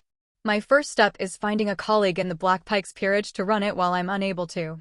You won't be governess, but you'll work with her, and with our Ectoran partners. You'll be my boots on the ground, my advisor whenever I'm reachable, and my proxy whenever I'm not. I need someone with experience in the field, who will be enthusiastic about working alongside alien partners as the second to an alien male. He draws himself to his full height. And I really mean that, he says. I am not interested in lip service or reluctant subjects. I know that might chafe. But whoever I work with, I expect their loyalty and their deference. Our princess has given me this title and charged me with this role. You might call that nepotism, and maybe it is. But if you don't think I've proven myself in the wake of our successful annexation of the POS system, surely you have to admit I've earned the chance to. So if you can't respect my authority yet, respect hers. He loosens the tension that's been built up in his shoulders and gives them all a winning smile. He's still getting used to that, having a smile they call winning. All right, he says. That's all. Thank you, everyone. I hear the Marquis has prepared some lovely afters for us in the ballroom. He slides his seat in. All around him, the nobles follow suit, leaving their partially finished meals and wine-stained glasses for a dark-clad murder of servants to descend upon and remove. A constellation of eyes remain on him. He's used to that gleam in them when they look at him. The tall drink of water their princess so jealously hoards. The hunger has grown. He recognizes it, the same obsequious smiles that Sakura deals with at every public function. The Peregrine Prince has put up a piece of himself for their unslaked appetites. He returns those voracious grins and steps away from the table, scooting past a perambulating tray of thick Amrita cocktails to the ballroom, where the real feeding frenzy is due to begin. What people don't get about pea gravel is that you can't just leave it as it is on a footpath untreated. Viscountess Vikla continues her lecture as yet another would-be rescuer sees that he's engaged and steps away. I see, Grant says. He catches the attention of Count Takani and high-beams a distress signal to the Kovakin from his anti-complex eyes. I tell everyone, coarse gravel base, pea gravel on top. Vikla demonstrates the layers with her hand and the foot of her wineglass. Grant exhales in silent relief as one and Tick fall into whispered counsel. And even then, you're going to be dealing with scattering unless you epoxy. Heya, Prince. Lady Lakai is at his arm. That was a really excellent speech. True noblesse. Takani shoulders into the conversation and rests his hand on the small of Lakai's back. When Sai scoots in to complete the wall, the Countess in waiting on her hip. Like you'd been born into it. Thank you, Countess. Count. Lady. He bows to all three. Hi, Mava. Majesty. Mava does what bowing she can from her position in the crook of Takani's arm. Pardon me, Vikla. Grant pivots his bow to the almond-eyed Viscountess, whose babble has only just been checked before she gets a chance to reattach. But thank you for the conversation. I had no idea gravel was in such demand. And so many different types. I haven't even gotten to all of them, you know, Vikla says. Pea gravel alone has so many different grades. I've got a lot to learn in all corners. Grant kisses Viscountess Vikla's ring and straightens out. We'll be relying on artisan experts like you. Oh, Prince. Vikla's tail wags rapidly. Of course. At your disposal. Of course, of course. Grant gratefully follows his rescuers out of the gravel pit. Where's Anna and Orlo? They camp in Tolektus orbit with their podmates, Takani says. Learning about firmament safety. Mava here came down with a case of transparency fever that miraculously repaired itself when it came time to visit Tamayon, Wenzai says. Who knew? Mava carefully coughs into her elbow, which turns invisible. She likes volcanoes, Takani says. Well, who doesn't? Grant says. All the other kids don't know anything about the firmament, and we've been there all the time. Mava keeps herself to an adamant whisper. Lakai took us just last Tendy. That doesn't count, Wenzai says. Lakai teaching firmament safety is like an arsonist teaching a cooking class. Do you want to maybe go with her again right now, actually? To look at the volcanoes. Takani scratches Mava's little bob cut. Your mom and I have to talk grown-up stuff with the prince. Okay. Mava hops to the floor. Are you going to do a sleepover with His Majesty? Other kinda grown-up stuff, Mav. His Majesty doesn't do sleepovers. Wenzai nudges her daughter onward. Go pick your favorite volcano and take a picture of it for me. Mava brightens. I know just the one. You'll love it. You're navigating again, then. Lakai takes Mava's hand. Wenzai kisses the lady's cheek. Be good. Good. Lakai's tail taps Wenzai's butt. I'm flawless. Come on, bug. The lady scoops the countess-in-waiting onto her hip and moves away through the rubbernecking crowd. Grant grins over the rim of his Amrita. Auntie Lakai, huh? At the lady's insistence. Wenzai rolls her eyes. And here's Her Majesty. Your husband just gave us quite the recitation, you know. Did he? Sakura arrives at Grant's side and threads her tail into its place around his leg. Quite how? Quite good, I'd hope. Quite excellent. Takani passes his wife a drink and squeezes her shoulder. One was just about to hard sell him on the Karnak job. Sakura plucks a pair of puff-pastry curry rolls from a passing cater waiter. You're a rather blunt woman, Countess. Where's Kaimai? Kaimai. She raises her voice to a martial call. Need your stomach, quartermaster. I am a blunt woman. And a Tolek woman. I know EXO, and I know EXO refining. Wenzai redirects her words from Sakura to Grant.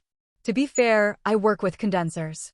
Mobile fleets, not permanent stations, and the gas I'm used to mining doesn't run the risk of blowing its top like EXO does. That's why I avoided deeper investment. EXO is cutthroat, and it's dangerous, and it's a sure way to make tens of thousands of Imperial marks, and an easy way of losing them, too, if you're careless. But you want to go into the business anyway? Grant accepts half of a flaky hors d'oeuvre from Kaimai's meekly offered tray. Why's that? I want to go into the business of working with the ruling family of the Black Pike sector. Wenzai taps the side of her dainty round nose. So if it's you, Majesty, I'm down. You've done it, you get it, and I think you want someone who isn't gonna try and talk down to you or change the way you run your world. Which at a guess is going to be way worker-friendlier than the Tolek refineries. Am I right? I haven't gotten that far, Grant lies. Well, however you end up, I'm good for it. Ask the union reps about my contracts. I don't screw around and try to weasel points out of their pieces. Don't have the patience for it when there's real work to do. Wenzai swirls the ice cubes in her gold-flecked cocktail. You're gonna hear from a whole brace of broads trying to get in your little round ear. Some of them are gonna be marquises, and I'm just a countess. Some of them are gonna have more experience with this industry than me. I'm sure of it. I've been on EXO boards, but never the big chair. But you've never been a prince. And you learned on your feet. Grant twists one of his rings with his thumb. You're good at this flattery thing, Countess. The best, if I may flatter myself. May I borrow your personal space? Wenzai gestures him to a kneel. He obliges. I remember having a conversation with you in my kitchen about how rotten and unfair it was that you couldn't have kids, she murmurs. And now you've got a re-encoding on the way. And I am so fucking thrilled for you, and for the sector, because I think shit is changing fast, and that is really fucking exciting to me. What I know of you, which isn't as much as I'd like, but what I do know is you don't have all that much respect for tradition when it stands in the way of what you need. Is my mushroom growing on your log? Grant chuckles at the half-familiar Taikari saying. I believe it is. These other ladies will make really lofty promises or list off their bona fides and all the experience they have. But they'll say most of that stuff to your wife. And I am saying all this directly to you. No offense meant, Majesty.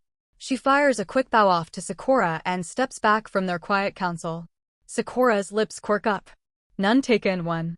I'm employing what nepotism I can here, Wenzai says. On account of I'm friends with your wife, and you're friends with my husband, and I think we're all friends, basically, and I bet our kids would get along. But even if you go with someone else, I want you to know the House of the Black Pike is always welcome at Korak. Or my operation at Tavalai, for that matter. It's a pretty early days setup, still, but the condensers are up and running, and there's some excellent skimming to be had.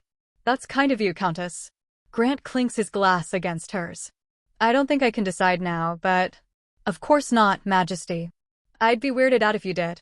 Play the field. Hear the ladies out. Maybe I'm wrong and you'll jibe better with someone else. Just keep me in mind as a girl who's planted her spear on the hill, right? Wenzai spreads her hands. All I can ask. You know I will, Countess. Grant raises his voice over a rising swell of music from the ballroom. Wonderful. Wenzai grabs Takani's arm. Now if you will excuse me, that music means it's socially acceptable to grind on my big green husband in public. Let's go get sweaty, Tiki. Let's. Takani picks Wenzai's drink from her hand and finishes it. See you on the floor, Majesty? Grant excuses the noble family of Korok with a nod and a wave. He leans down to Sakura's ear. This is the fugue of the frontiers, right? It is. Sakura's ears perk. Our hostess is laying it on pretty thick, I'd say. Well, I'm actually hoping to get some ass kissing in myself, you know. Her smoky giggle twinkles over the music. Oh, the thing is, I've never actually gotten to dance with someone at one of these shindigs. And I've been training pretty hard. He takes a knee. And I was wondering if maybe there was an unspeakably hot princess around somewhere who might be looking for an enthusiastic amateur. Sakura's feet tap light against the hardwood as she takes a swaying step forward. It just so happens I'm on the prowl. Her tail swivels and swishes. Her hand extends outward. And I hear rumors of this fantastic new prince. He takes her tiny hand in his and kisses its knuckle. What kind of rumors? They say he's massive and handsome and brilliant, and he absolutely killed his first speech, she says. They say he's got the entire peerage salivating to work beneath him. Grant's hand departs Sakura's and traces the line of her abdominals. He feels their ridges beneath her dress. There's only room for one Taikari beneath me, I'm afraid. She steps out of her shoes and leaves them in the semicircle row that stands before the dance floor. The tuft of her tail brushes against his chest. Then I'd better nail the audition. The music swells, the tightly choreographed motion begins. Grant lets the love of his life lead him through the turning, twirling crowd. They try again, the coterie, to catch his attention, to pitch themselves, to dance their little dances with him. But there is only one person in the entire firmament he wants to dance with. Grant thought, when he was first learning the steps, that he'd never manage it. It was harder than it looked, being the brace for the graceful motions that Sakura makes. And a lot of moves expect you to have a tail. The more he learned it, the more he loved it. One reason for that. If you don't have a tail, your hands are on your partner constantly. His hands are what catch and turn Sakura on her sinewy pirouettes. His palms slide along her thighs to support her stretchy arabesque. The same thrill that comes to Grant now when he flies, the same sureness of motion, animates him as his wife slithers up and past his shoulder and down through his arm again. Sakura is clutching him tight, tighter than at practice, even tighter than she used to when he didn't know what he was doing and occasionally dropped her. She shivers when his fingers spread across her stomach or couch her calf. The need in her is rising with every turn and catch, to such a conflagration that her mouth is hanging open, panting heavy, overheated breath into his ear whenever she's close to it. They reach the song's apex. Grant braces into high position and boosts Sakura into the air. His hands wrap around her stomach where her belt crisscrosses her sleek dress. Her tapered waist fits perfectly in the scope of his hands. Around them, other couples execute the twirl that's supposed to come next with varying degrees of grace. But Sakura is stock still. Her chest is heaving. Her stocking foot stays on his thigh. Her toes curl. She gazes down at him in a state of carnal hypnosis. He lets her slide down his grip until his hands are couched under her armpits. The shining tips of her horns are visible in her hair. She's practically gasping with the effort of keeping them from growing any further. Her throat swells against the collar she wears to every party now. Take me to bed, she whispers, and fuck me until I break. He kisses her forehead and puts her on the ground. Let's find our hostess and say goodnight first. A feline whine rises in Sakura's throat. Fine. But only because I don't know where our bed is yet. They find Sakura's stiletto heels and locate Rika at the periphery of the dance. The Marquis is nodding absently into a small conversation circle as she watches their approach. Marquis. The prince and I find ourselves tired from our long journey and would like to retire to our room, now. Sakura's tone is strained and terse. If you could point us the way. Of course, Majesty. Rika breaks away from her conversational partners as if they'd just turned to dust. Of course. In the morning, I would love to discuss Karnak with you. I've had a great many thoughts on the best ways to work with our Ectoran partners. My foundry partners import so many of our components from the Saktai, and in my dealings with that civilization, I've learned so much about xenodiplomacy. Sakura tosses the drape of her glossy black hair over her continually crusting horns. In the morning. Yes. Yes. Of course. Rika bows energetically and then raises up. Her eyes flash. Attend, Simond. Grant feels a lurch of contempt, but the servant she's just flashed is anti-comped, he sees, as the man approaches with a gliding trot. Just reflex from her, he supposes. Majesties. Simond places a gloved hand on his boxy cap to hold it in place for the bow. Milady. Show the prince and princess to their accommodations, please, Simond. Rika bats her lashes at Sakura. I do so hope you enjoy your stay, Majesties. I'm sure you will. But if there's anything you need, she's raising her voice now to reach Simond as he glides off with Grant and Sakura in their wake. Do not hesitate, yes? Sakura waves with iron-riveted cheer. Obsequious little tart, she whispers to Grant, from the gridded corner of her fake smile. Simond leads them to the bismuth-patterned door of their guest room. Sakura pushes a credit into the butler's hand. No way up knocks in the morning, please, she says. No knocks of any kind. His Majesty and I will operate on our own schedule. Simond bows and melds into the igneous dark of Rika's manor. Sakura shuts the door with a slamming haste and leans herself flat against it for a moment. She takes a deep, decompressing breath. Right. She stands. Where were we? Grant peers around their guest chamber. Like the rest of Rika's manor, it is sleek, dark, and minimalist, with a tinted view of the distant magma and a nested Taikari bed, round and draped with black furs. A red light shines in a dim corner. Is that a camera? He asks. Sakura shakes her head as she digs into her bag. Infrascope painter. Alarm for any invisible interlopers. She pulls out a silvery orb-shaped thing and twists it. The hemispheres divide and a strip of pale light emerges in the crack. Grant is tugging his boots off. Is that for ambience? That is a dazzler, she says. For the actual cameras. Why do we need it? She doesn't reply. She moves further into the room. He follows a few feet. She turns around. Stand right there. Her tail twists upward and straightens out. Stay. He stays. Sakura stands at the canopied lip of the bed. She lifts her dress over her head and lets it drop to the floor like a satin shadow. The soft blue flesh underneath is caged in lecherous lace, a corset, a suspender belt, a familiar pair of sheer stockings. Sakura lifts her cinching belt from the discarded dress. It unwinds twice, thrice, into a long strip of leather. At its end is a golden clasp. His wife has been wearing a leash around her waist all night. She opens the clasp and threads it around one of the metal decorations on her choker. She clicks it into place. She turns back around to him. Her stiletto heels clack on the floorboards. She holds the other end of her leash out and up. Grant takes it with the reverence of a prophet receiving a miracle. They stare at one another across its leather length. The tendons in her neck shift with her swallow. He gives the leash a gentle tug. Click, click, go her heels as she steps into the pull. Her cheek nuzzles against his groin. She gazes up at him, eyes wide and shining. Her nipples are dark and firm as lapis where they peek against the lace. Say it, she says. Good girl, he says. She undoes his belt. Grant opens his eyes in the deep cherry dark of their room. Sakura lies in his arms, sighing into her dreams. Her chest rises and falls under his palm. A flood of sleepy contentment pulses from his heart, where it beats against his wife's muscular back. It loosens his limbs and lowers his eyelids. He breathes deep and begins his descent back into dreams. His eyes snap wide open. What's wrong? Something is wrong. And in the next second, he realizes what it is. The little red light in the corner is out. The infrascope painter is off. Sakura lets out a minuscule groan in her sleep. Adrenaline spikes Grant upright. His leg lances out in a wide, blind arc. It connects, with bruising force, into the invisible assassin standing over Sakura of the Black Pike. The covers on the bed shift and bunch from the invisible enemy's stagger. The force of Grant's panicky kick causes a thunk against the hardwood as his target connects with the bed frame. A lavender-shaded woman melts from the air. Her head is shorn to a tight buzz cut that shows the flaps of her ungrown horns. Her eyes blaze with compulsion flash.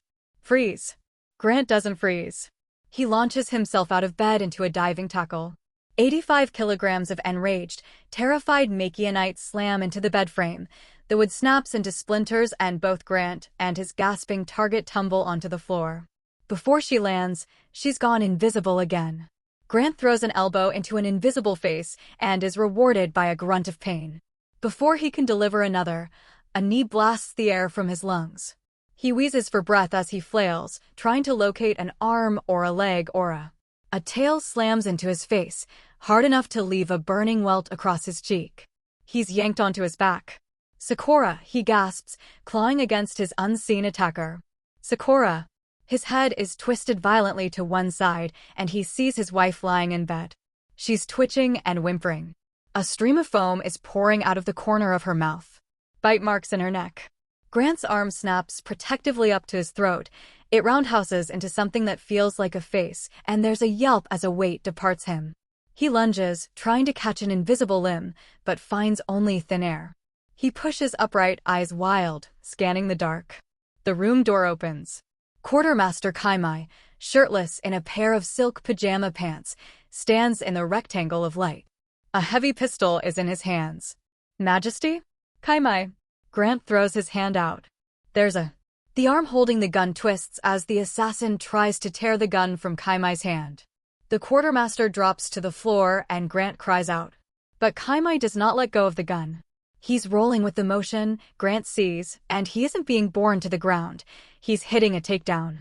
Grant's mind catches up to his eyes with the whiplash realization that Quartermaster Kaimai is fucking jacked. What Grant took for dumpiness in a uniform is revealed to be thick, brutal muscle. He's never seen a man whose body looks like this outside of grainy professional wrestling tapes. Kaimai comes up on his knees, straddling the invisible woman. Grant seizes a piece of the wooden bed and swings it in an arc in front of him. Back, Kaimai barks. Back, Majesty. Find cover, move the princess. Eyes shut. Grant seizes Sakura from the bed and drags her behind a heavy stone dresser. Will this be enough cover? He has no idea. Kaimai's gun weaves erratically as he battles with the invisible woman. A bright, tearing bang lights the room in a split-second day.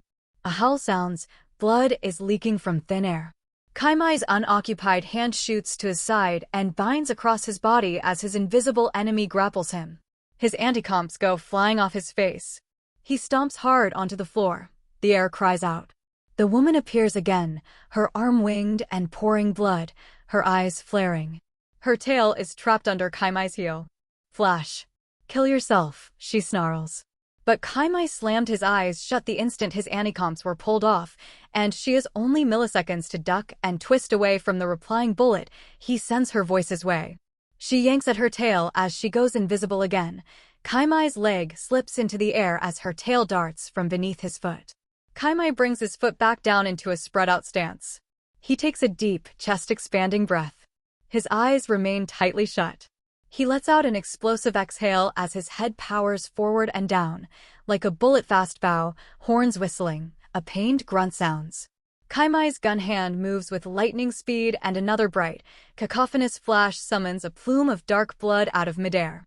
The woman's invisibility falters.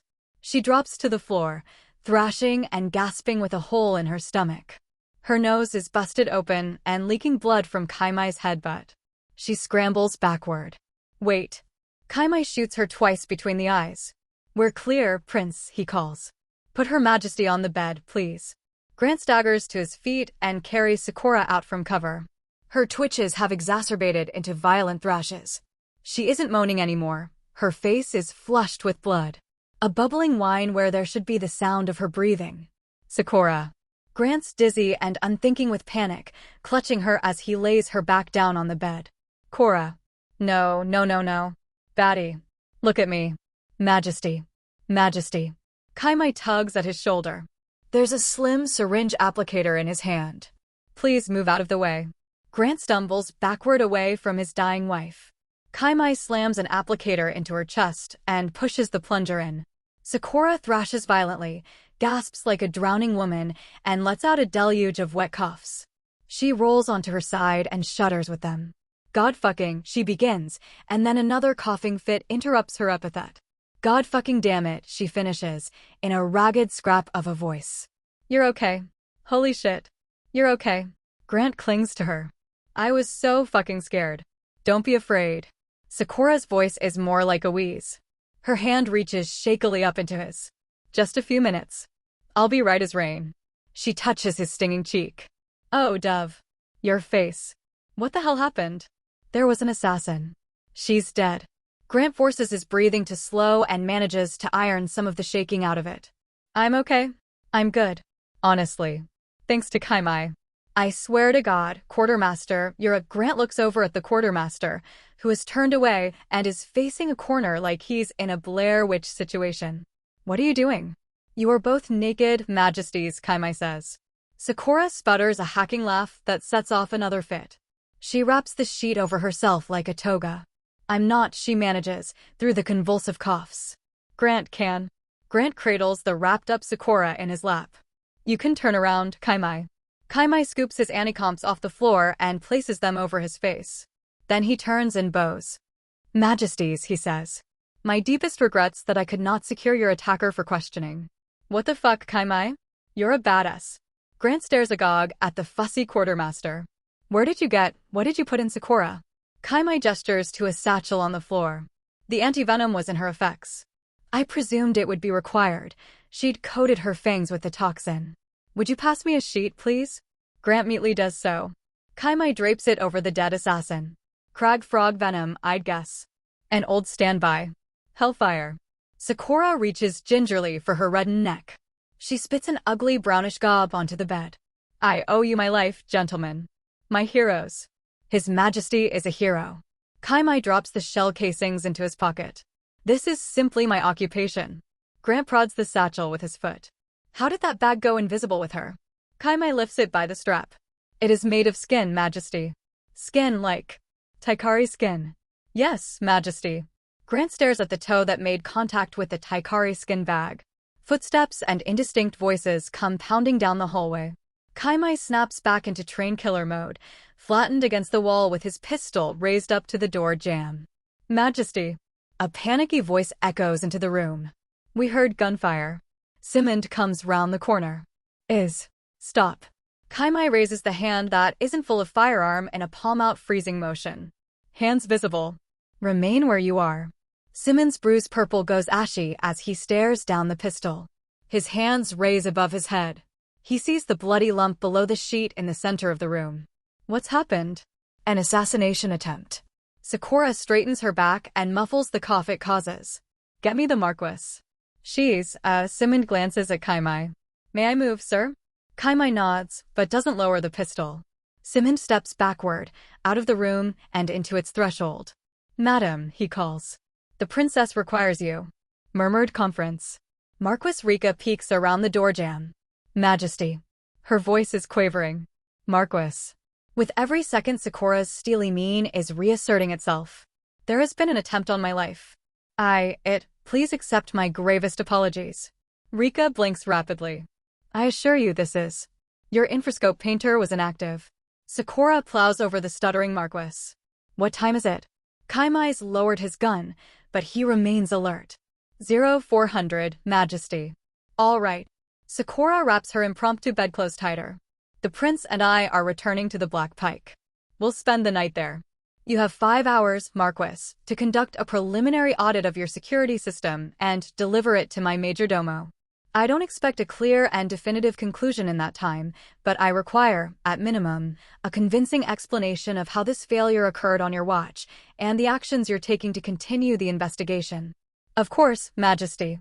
Rika inches further into the room, eyes boggled at the sight of the covered corpse. Of course. We'll take every pain. See that you do, Sakura says. Her voice is still scratched raw by her earlier coughing fits. I will be returning to Tamian's surface in the afternoon. I dearly hope that I will have a satisfactory report in hand, and my return will be in friendship, and I'll tour your facility without incident. Although the fabricators will need to accommodate a section of Marines as well. I trust that will be acceptable. Yes. Yes, Majesty. More than acceptable. If I do not have a satisfactory report, I will be returning for a different reason. Neither of us want that. Step out now, Marquis. I'm putting my clothes on. Rika disappears back into the hallway. Sakura licks her dry lips and slides out of Grant's lap with a tight squeeze of his wrist. Kaimai averts his eyes as she lets the sheet drop and finds her discarded dress. "We're going home," she whispers to Grant. "Get dressed. Stay close.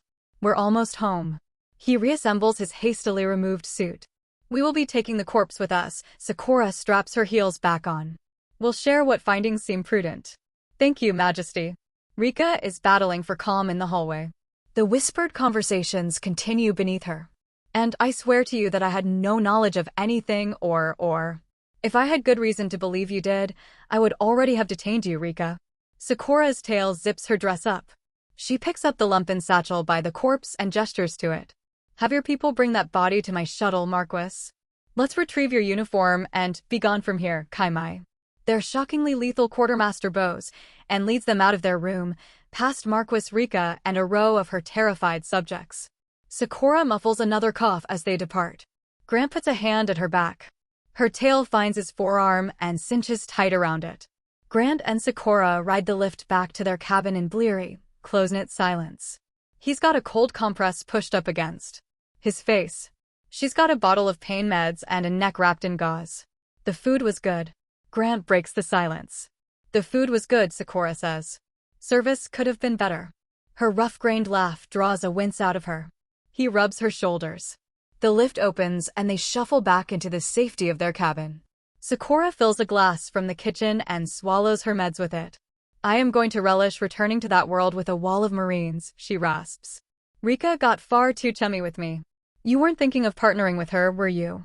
Grant adjusts the cold compress as he slides into bed. "God, no." "Good."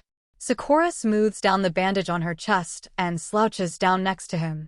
"We'll make a short list tomorrow. I'll give you all the help you like." Her leg folds across him. He caresses her knee. His face still stings, but he's already feeling better. "Did you know Kaimai was some kind of badass?" "Oh yes." She clears her throat. "He's the only one aboard the Pike who could beat me in hand-to-hand combat, I think." "Is this some kind of need-to-know thing?" He doesn't like it spread around.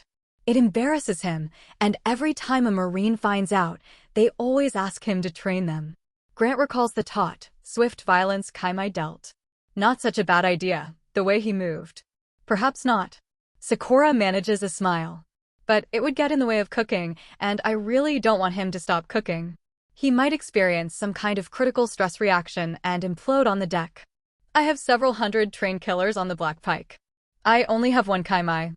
He'd very much appreciate it if you pretended that this unfortunate morning never happened.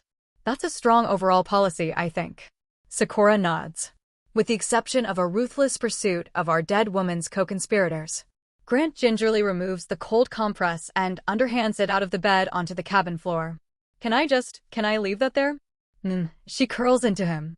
"My hero." She sniffs. "You're my hero." A tear drops onto his chest. He holds her tighter. "All I did was get my ass kicked and scream loud enough."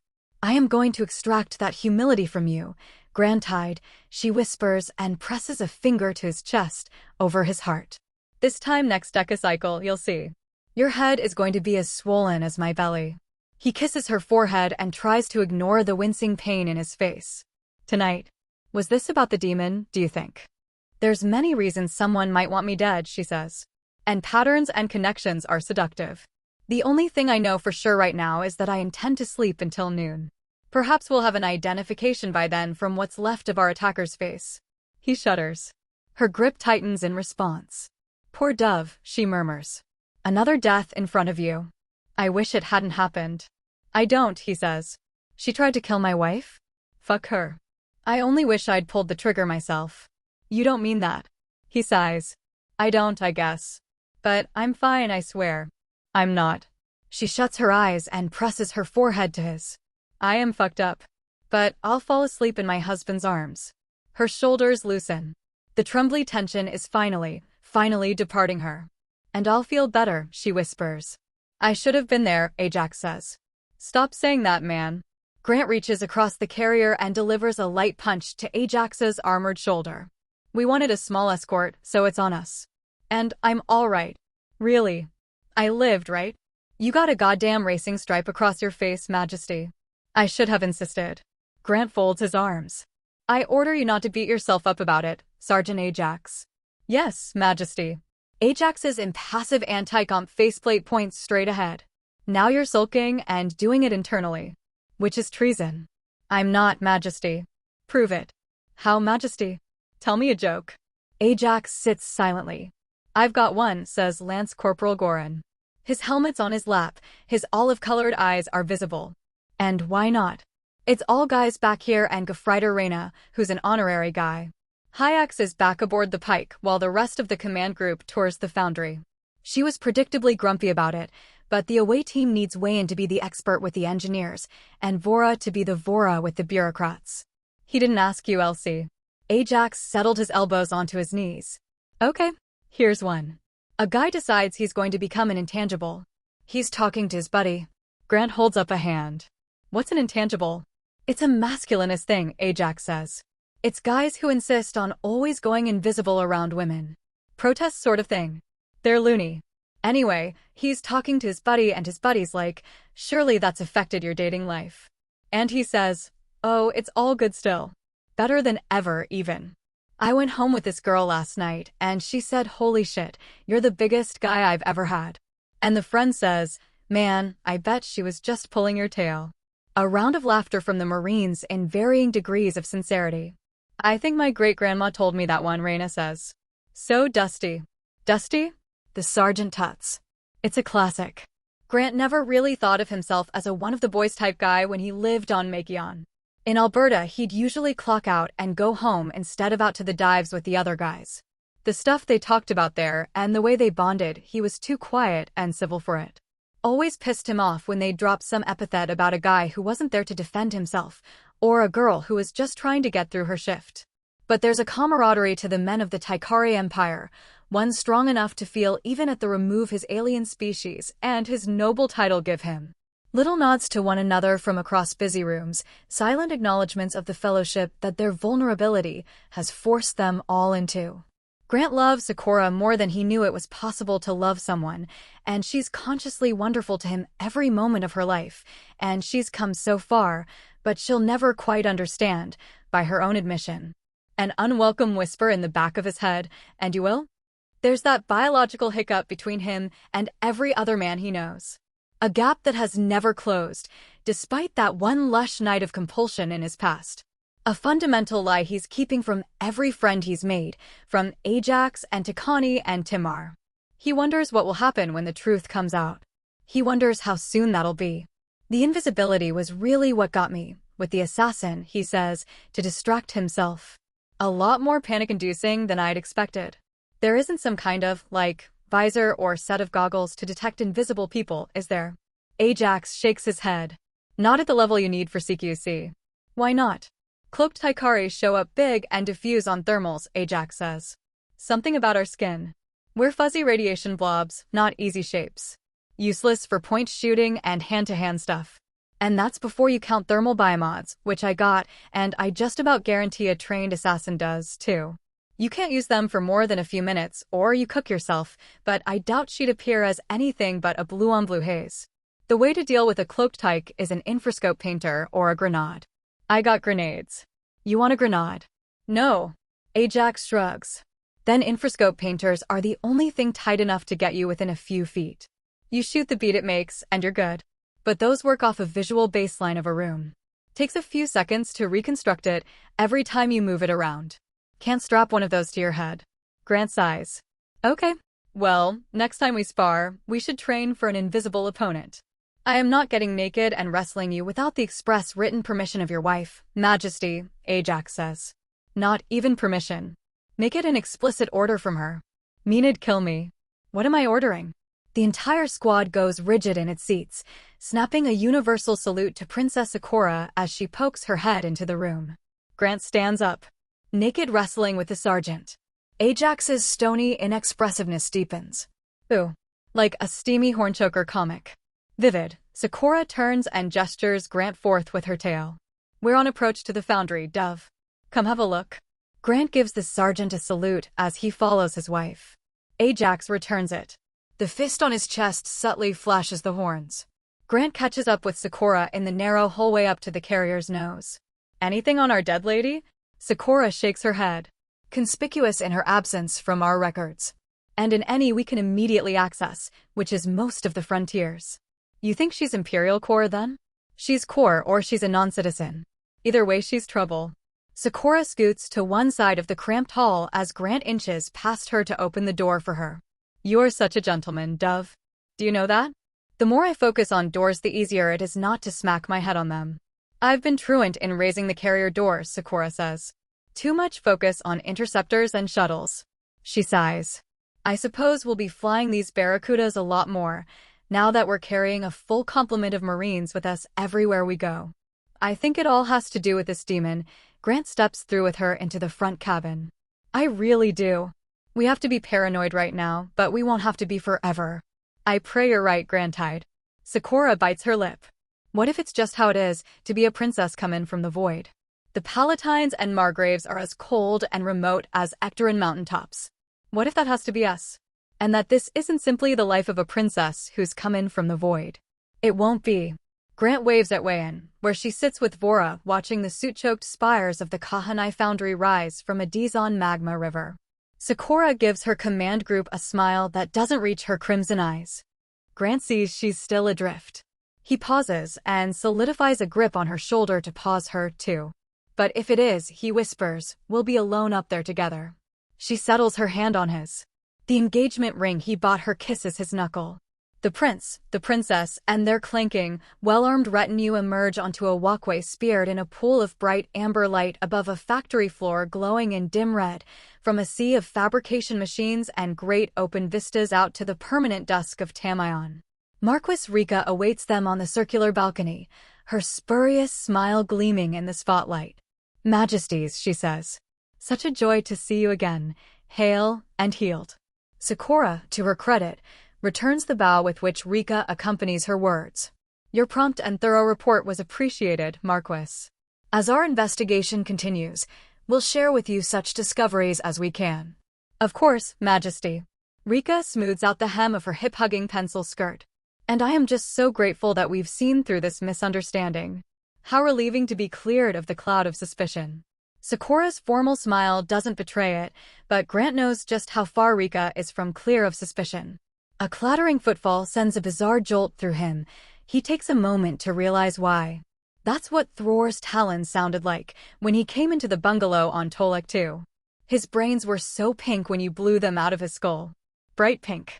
An Amadari is approaching from the other end of the catwalk, in a pink hooded poncho, its lining a riot of color.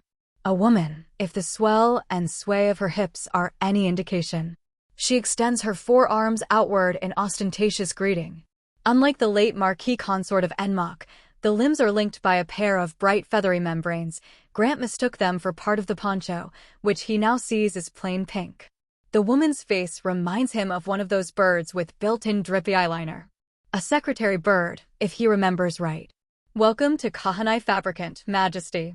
The feathers trailing from the back of her head fan out with her bow. She's taller than Thror was by about half a foot. Roughly the height of a Makianite woman. I am Director Wex. One of her forearms sweeps over to indicate a slim, spelt-horn Taikari man in clunky full-wrap anti-comps and a similarly pink stand-collar uniform. This is Technician Sacco. Your visit honors us. Yes, it does. Sacco nods vigorously. A think chain loaded with data-wafer cards clatters around his neck. The honor is ours, Director. Sakura gives the customary half-bow of outranking nobility. Her tails found its way to Grant's hip and stays there. The subtle caress it gives him tells him that Sakura is sensitive to the effect his second-ever Amadari is having on the violent memories he's half-buried. Have you heard what we're here for? Grant asks. We're seeking a demon. A specific one that was built in this foundry. Demon. Wex's feather ponytail thing flickers. A name primed to elicit superstition. What does it stir in you, Sir Prince? When you first heard it, what did you picture? Demon? Grant tries to answer honestly. A kind of mythical monster with horns and a tail. With a forked tongue. You see. Wex chitters a laugh. I wish I knew where that ghoulish name came from so I could give the narrow minds behind it a percussive expansion. We prefer something more definitive and descriptive.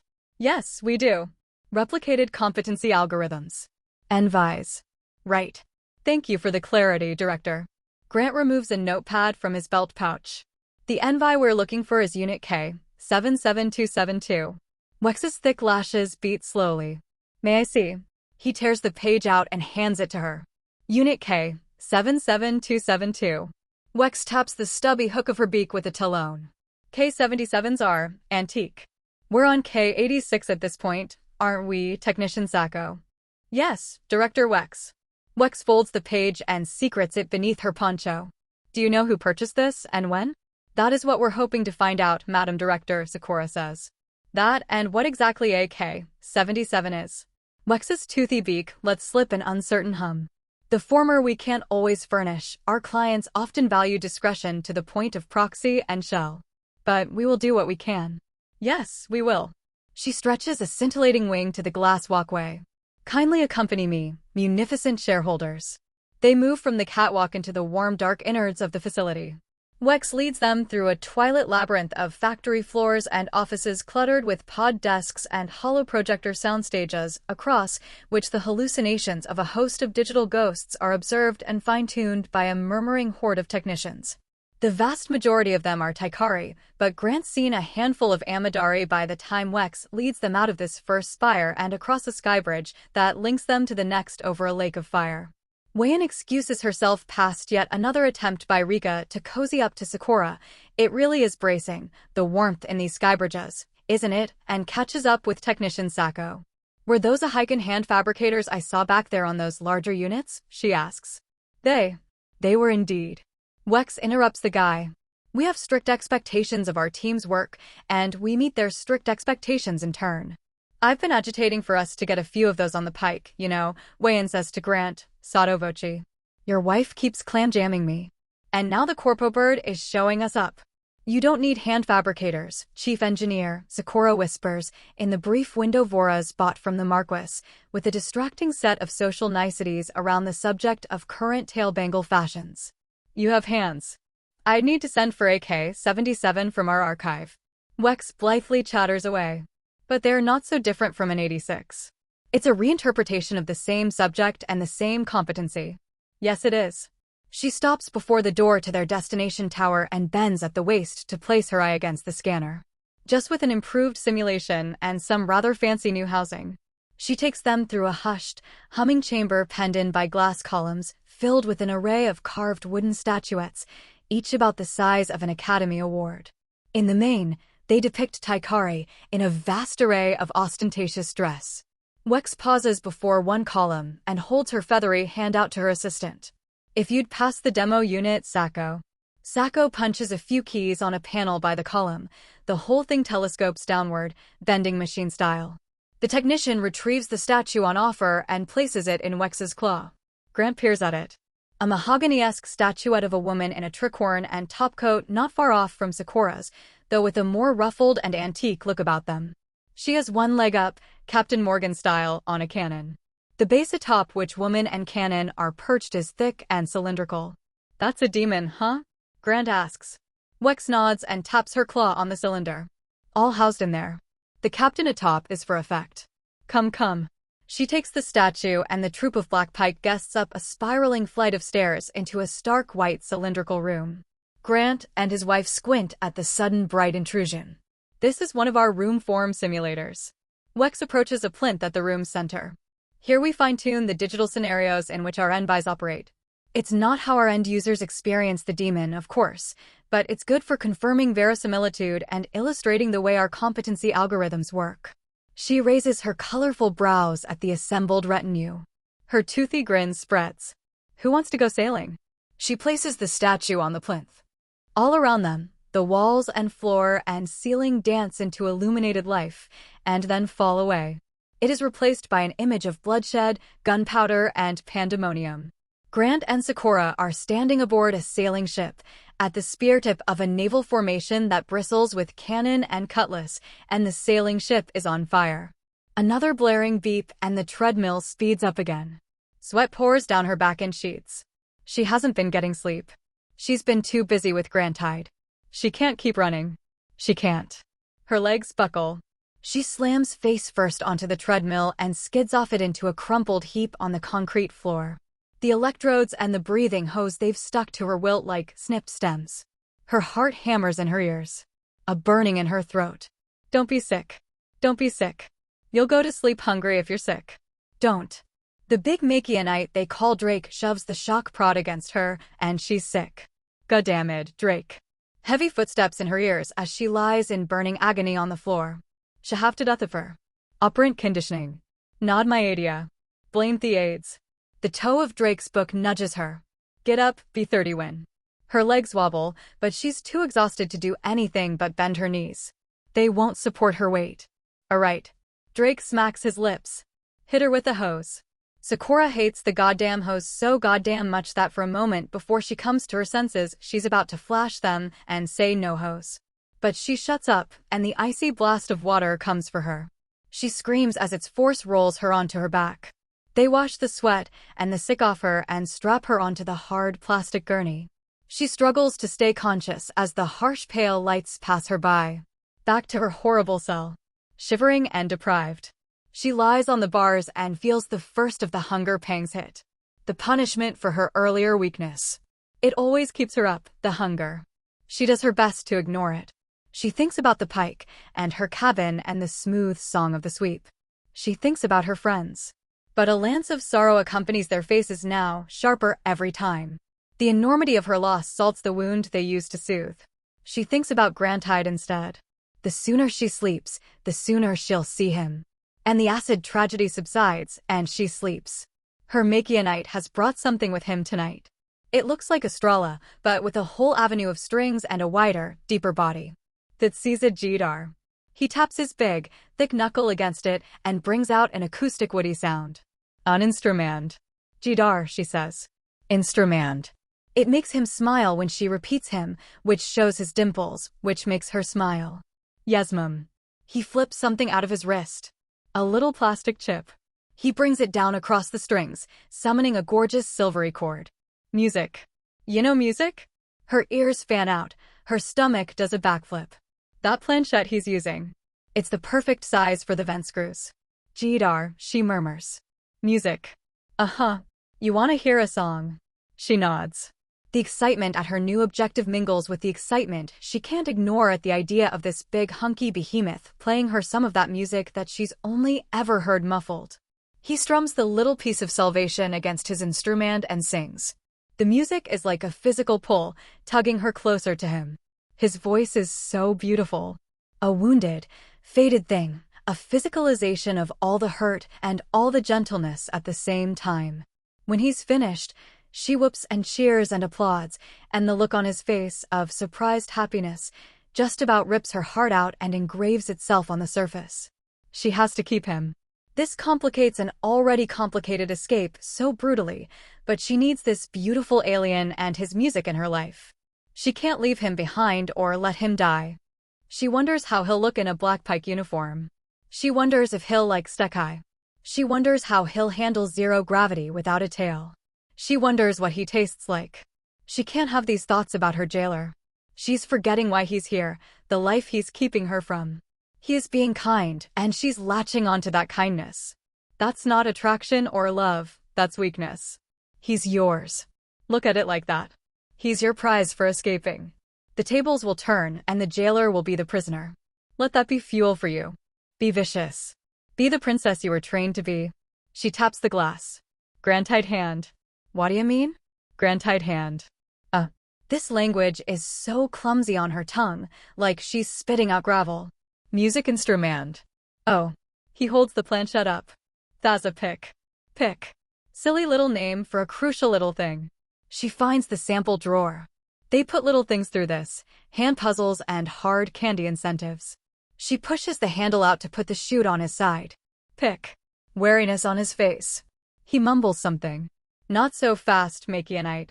Your mind isn't your own any longer. Will he panic at this? Will he understand what's happening? Grantide, she says. Flash. Hand Batty pick. The dark hair along his neck moves with his nervous swallow. He looks at the pick in his hand. Sakura's heart gallops as he places it in the drawer. With a clack, it's hers. A moment of quiet panic as she looks into his eyes. Is there an understanding there of what just happened to him? Will she need to intervene? She can compel him to stop. She knows the word. Then she can unscrew the vent while he's frozen and make her way out there and what? Kill him? Rip out Grantide's golden throat? Can she bring herself to do that? He scratches his neck.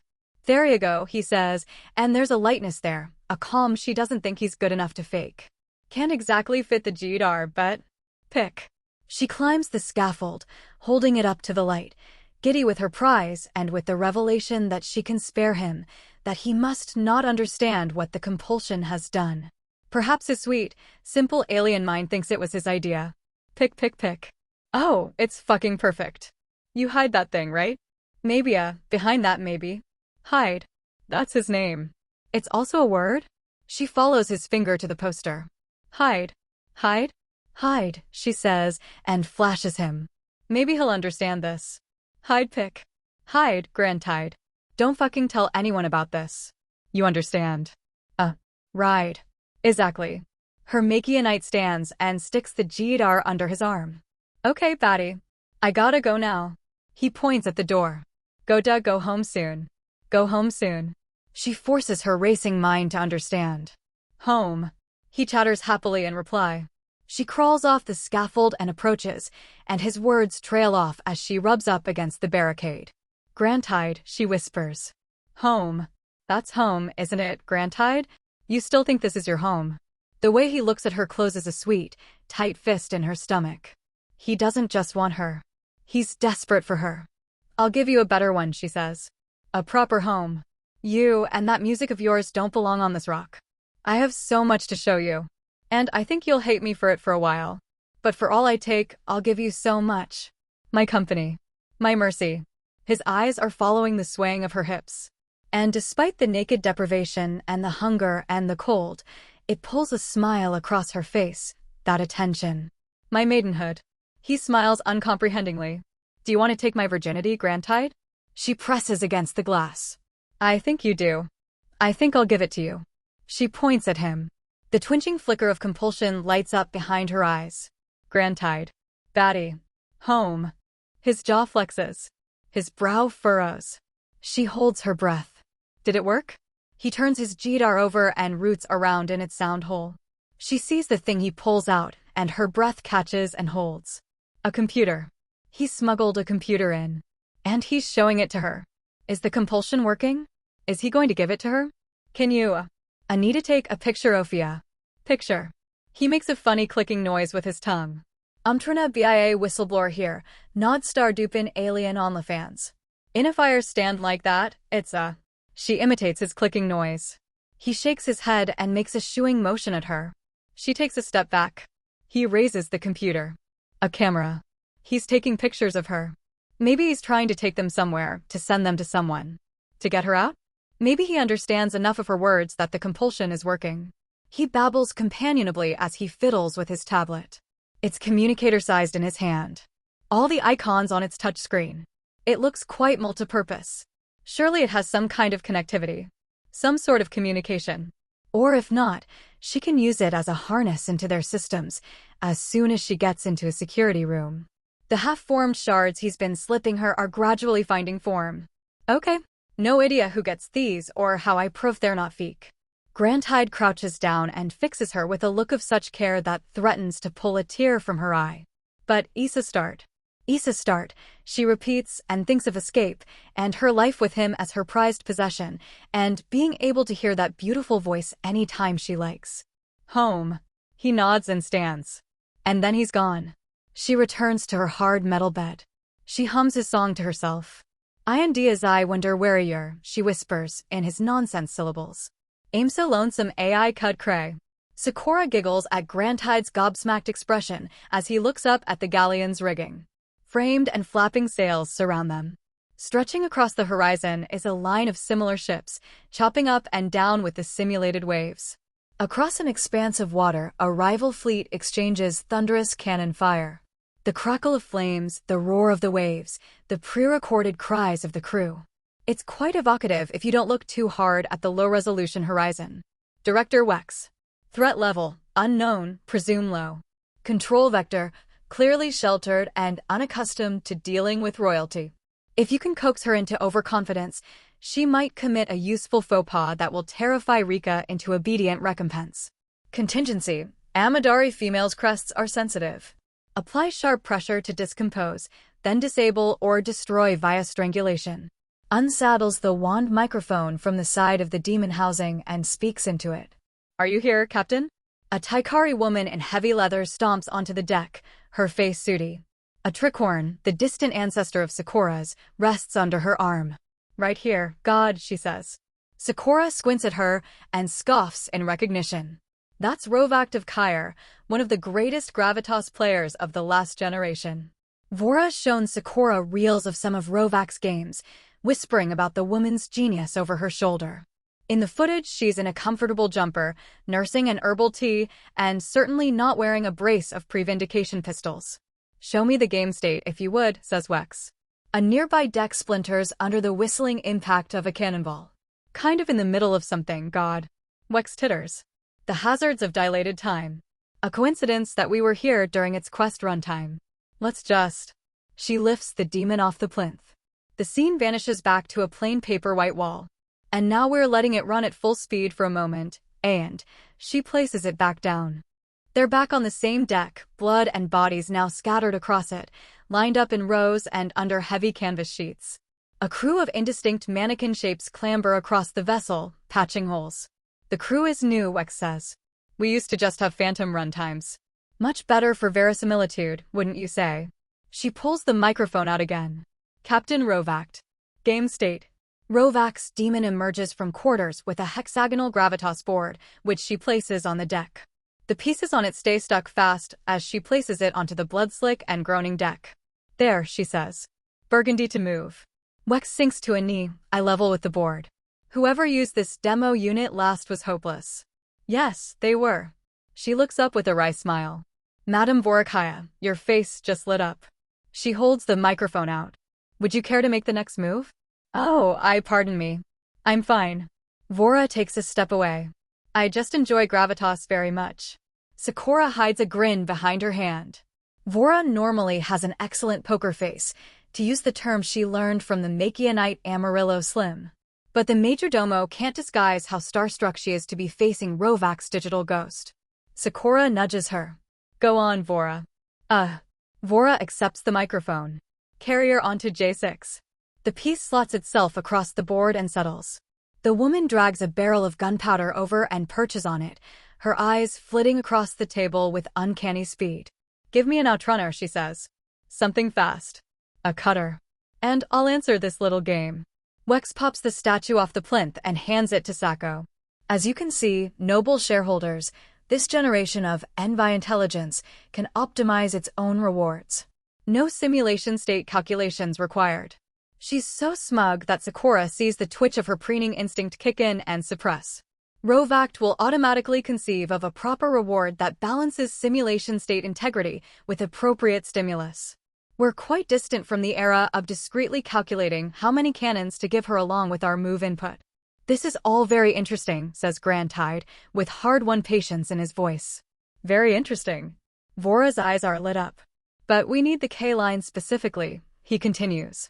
I understand if K-77 is a rarity. Can you show us a K-86? Majesty. Wex clicks her beak. I seem to have been unclear. This is a K-86. You just saw it. The 77 is a more rudimentary version of Captain Rovak and her fleet. KS are Gravitas players?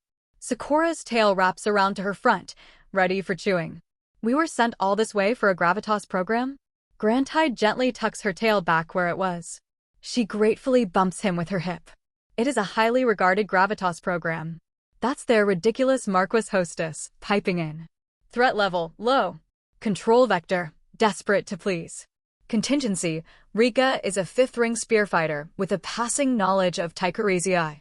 She will be easily dispatched. We set the standard in the firmament, I assure you. Sakura and her husband share a look. She finds a shine of wary suspicion in his dark eyes and gives it a subtle, agreeing nod. The serial number, she says. Is there truly no way of tracking it? Wex glances past the group. Sakura makes no sign she's watching, but she knows her assistant is back there. The Amadari refocuses on Sakura. There might be. I'll go to the archives myself and review the files. If there's something to be found, I'm sure it'll be there for the finding. Sako can continue the tour for you. Sakura murmurs in English. Trickery, husband. He nods. Verily. No, Sakura returns to Taikari. Pardon me, director, but no. I'll be accompanying you to your office and going over this file with you. Really, Majesty. Wex's responding titter is laced with nerve. It's going to be a dull affair. Why don't you remain with your retinue and take in the facility? Director. Sakura applies her least safe smile. We have not known one another very long, and I can tell you are more used to the world of industry than that of nobility. So I will treat this as an educational moment. She folds her hands behind her back and draws herself up to her full height. If a void princess is made to insist, she says, someone has made a grave mistake. They move through a thoroughfare tunnel and out into a cavernous space hewn into the volcanic rock. Far below, a grid field of turbines hang in suspension over a glowing, sizzling lake of fire, their undersides gleaming with heat. Thermal farms like this one are honeycombed throughout Tamayon to handle the massive power draw of our foundries. Wex has to raise her voice over the continuous roar from below. But the armories and shipwrights use barely half of what we do.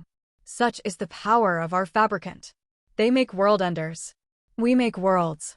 Wayan snicker bubbles beneath the rotor noise. Grant looks down at her. She catches his glance and makes a derisive masturbatory motion with her middle and ring fingers. Are you not dying in this heat, Marine? Grant directs this to his closest escort, a guy named Fian who dragged his ass into a cell once upon a time, shoulder to shoulder with Ajax. Grant's become friends with Jax since Fian he still doesn't know so well. Fian shakes his head. Refrigeration in the HK suit, Majesty. He has a movie voiceover rasp to his voice. Goddamn, Grant says. I have got to get myself one of these. HK suit, you called it. Yes, Majesty. What's that stand for? Multi-environmental armor system, Majesty. Do they make those things in Makianite size, you know? I do not, Majesty. Are you one of those always ends the sentence with Majesty type Marines, Fian? Not as far as I know, Majesty. Out from the glowing magma and up another spiral stairway, this one dimmer and narrower than the last. This is evidently not an area they're accustomed to showing their guests. Wex pauses at the threshold of a plane crash bar door. Majesties. I understand the caution, but we will not fit your entire retinue inside. Very well. Sakura points. Wayan and Sergeant Ajax with us. Major Domo, the retinue is yours. Understood, Majesty. Sakura's tail swishes out like a velvet rope to block the door before Rika can step through. Kindly remain outside with them, Marquis. Yes, Majesty. As you wish. Rika watches them proceed into the guts of the archive with the air of a fretful interviewee observing her recruiter's departure. Wex's crest droops with relief as she escapes the close martial scrutiny of the Marines. You really must pardon the sparse arrangements here, Majesty. She eases a set of crinkled folders from their supine scatter to rigid uprightness along a shelf.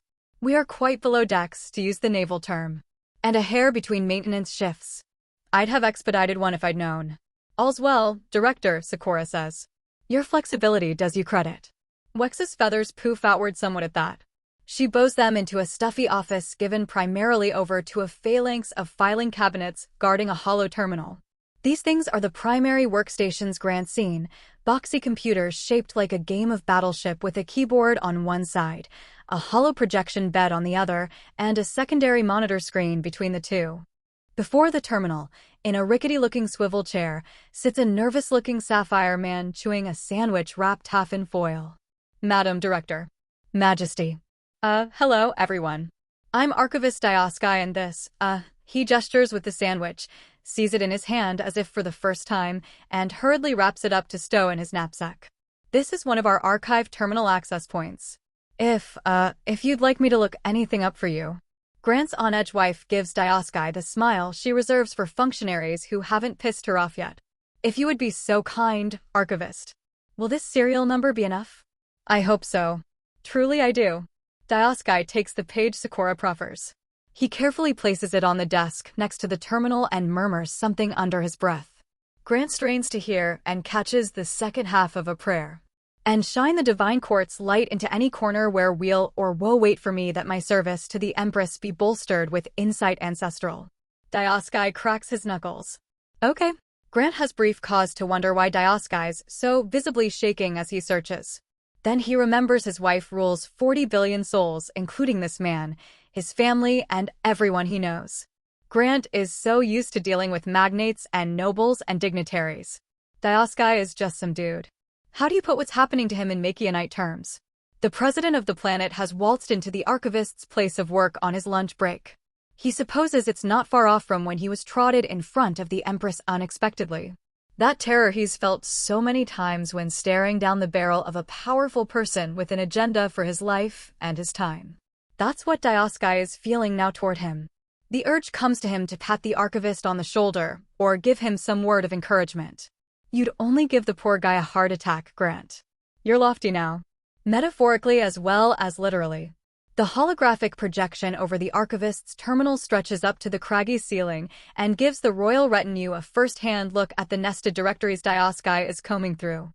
K77. K77, let's see. Thank the Omnidivine. The archivist blows a sigh. K77,272's record. Here we. He falters and narrows his eyes. He scratches the curly dark hair around his horn. Well, now, he says. That is odd. K77272 was scheduled for disposal. What? Sakura leans in to scan the entry their host has keyed them into. Looks like it was a holdover, Diosky says. One of the last of the old generation before the K80s replaced them. We skipped shipping on 78 and 79 cause of the, his voice tremors. There were improvements we had to put in. Why? Sakura asks, voice flat and calm. Simple runtime improvements, Wex says, over her terrified archivist's head. If memory serves, 80 was when we modeled the ocean to actually act like an ocean. Additions of current and tide. No behavioral changes? No, Majesty, Wex says, at the same time that Diosky opens his mouth and quickly slams it shut. We had a longer uptime between resets, Wex says. That's all. Strict upgrade. Pardon me, Director, Grant says. I'd like to hear from Diosky. The archivist's eyes drift to him with deep apprehension. There were some reductions. That's all I was going to say. Standard stuff. We do it all the time. Pruning cruft from the envy that was leading to faster rampancy. Taking more pieces of their personality out? Grant asks. There are a great many problems with that framing. Of course. Grant gives the mad scientist bird lady a deferential tilt of his head. Excuse my Machianite simplicity. So this is common with new versions. Diosky loosens his already loose color. Yes, Majesty. How did it manifest with K77? The rampancy? Diosky purses his lips. Shia. Go on, Diosky. Wex is full of forced cheer. It's really nothing. She had a tendency to declare war on God, Diosky says. Grant says. It was a minority of runtimes, and a quick reset was all you needed, Wex says. And that little hiccup has been fully patched out. But not from K77. Not from that unit, Wex allows. That's why we rolled out the replacement. But even with the 77, there are very proactive auto-resets that kick in when rampancy reaches unsustainable levels before manual reset. Yes, there are. No reason to imagine those would fail. Sure, Grant says, imagining them failing. So it was scheduled for disposal, Sakura says. Was it disposed of? Diosky taps a few keys. Well, now. That's strange. The next record isn't a destruction order. It's a shipment slip. No sale information, no buyer. Just right onto the outbound ship. And then it's gone. Sakura's tail is coiling and uncoiling like a serpent. Gone to where? Not showing any destination, Majesty. Diosky hits a key and triggers a stringent error beep. That would be on our receipt record, and we don't have one. My guess is the liquidators just filed the wrong form, and this liquidated entry got swept into some shipment record. Sakura shakes her head. We are not here for guesses. Does this shipment slip have a designation attached to it? Wei-an asks. Yes, ma'am. Diosky highlights the field. Its glowing block on the wall dyes the room cyan. That's the registration for the Argosy True, isn't it, Director? Grant catches the ripple that name sends through Wex's feathers. Perhaps, she says. I'll cross-reference. Well, if it's them, then it has to have been one of their last trips with us, Diosky says. They're not in the sector any longer. Why not? Grant asks. Competitive offer over in the Cloudgate sector. That's what I'd heard. Hauling for homesteaders? Ajax speaks up for the first time. Dioskai looks past the assembly to his fellow Taikari man, as if seeing him for the first time. Yes. You'd expect. Have you been? Ajax shakes his head. The princess of the Cloud Gate regularly tries to headhunt my best servants, Sakura says. One of her favorite methods of attack against my sovereignty. Wex taps her clawed foot against the floor. Print this complete record for us, archivist, and we'll let you return to your lunch. Dioskai prints the history of K-77272, abridged though it may be, and hands it over to the monarchs of the Black Pike with ill-disguised relief at the transaction's completion. His copious bows as they depart finish with his hand snaking into his knapsack for the rest of his lunch. They rendezvous with the rest of the retinue and Rika, who scrutinizes the sheaf of papers in Grant's hands. You have what you need, Majesties? Remains to be seen. Sakura strides past the Marquis to the spear point of her marines. But for now I do believe we can untie ourselves from your tail, Marquis. It was my pleasure to host you, Majesty. My absolute pleasure. Rika skitters to the fore of the group, to Sakura's side. Not a burden. Never think of it. Sakura returns a remote smile. As the party moves back through the display hall, Technician Sako retrieves a familiar statuette and holds it out to Sakura with a bow. Please accept AK-86 as a gift for the Black Pike, Majesty, with our compliments. Behind them, Vora muffles her sharp intake of breath. I would prefer as few envies on my vessel as possible, Sakura says. But Grant's foot taps against hers. One moment. She steps behind a row of Marines, who close ranks in an unthreatening but unyielding manner between their employers and the Foundry's anxious hosts. Grant sinks into conference with her. Are you saying that for my sake? He whispers.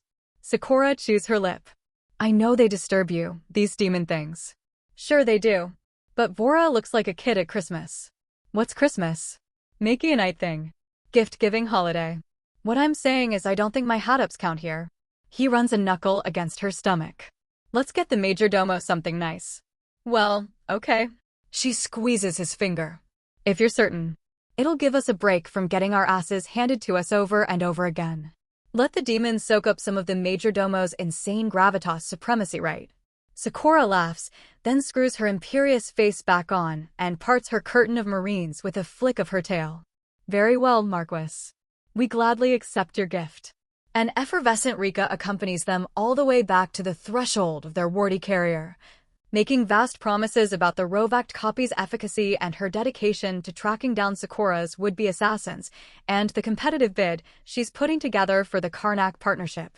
Sakura settles into her seat in the carrier's front cabin with a heavy sigh. That woman, she says, needs to learn the tactical value of silence. It was nerves, you'd have to assume, Grant says. Her Majesty was nearly assassinated on her watch. Vora looks up from the statuette she's rotating in the low luster of the cabin. She should be nervous. I wish she'd be nervous a little quieter. Sakura buckles herself in and nods to her ever-taciturn pilot, Arn, who nods back and flicks the ready light on for the marine deck. What time is it? Wei-in checks an integrated timepiece that flips out from her wrist. 1700, all right. You have a rendezvous to get to, Chief Engineer? Vora looks up from the varnished housing of her new demon. Just want to make sure I leave myself air, Wei-in says. I'm hosting tonight, remember? Hosting what? Grant asks. Oh, Wei-in's ears fan out. Nothing. Hosting what was supposed to be a surprise, Chief Engineer. Sakura's tail reaches across the cramped cabin and thwacks Wei-in's shoulder. But I suppose now is as good a time as any to spring it. The rumble of the carrier engine rises to a dull roar. The ship turns itself toward the growing strip of ashy Tamion sky. That food you've told me about, Dove, Sakura says. Pizza? Pizza, Grant says. Yeah, Kaimai's finally gotten his interpretation up to his standards. Sakura laces her hand into Grant's. And I tasked a team to reroute a spy drone into the prelate system and siphon a few petabytes of your homeworld's artistry. Grant's eyebrows go up. The amount of porn they found, Wei-in adds. Wild. Not legal, the video stuff, but you know.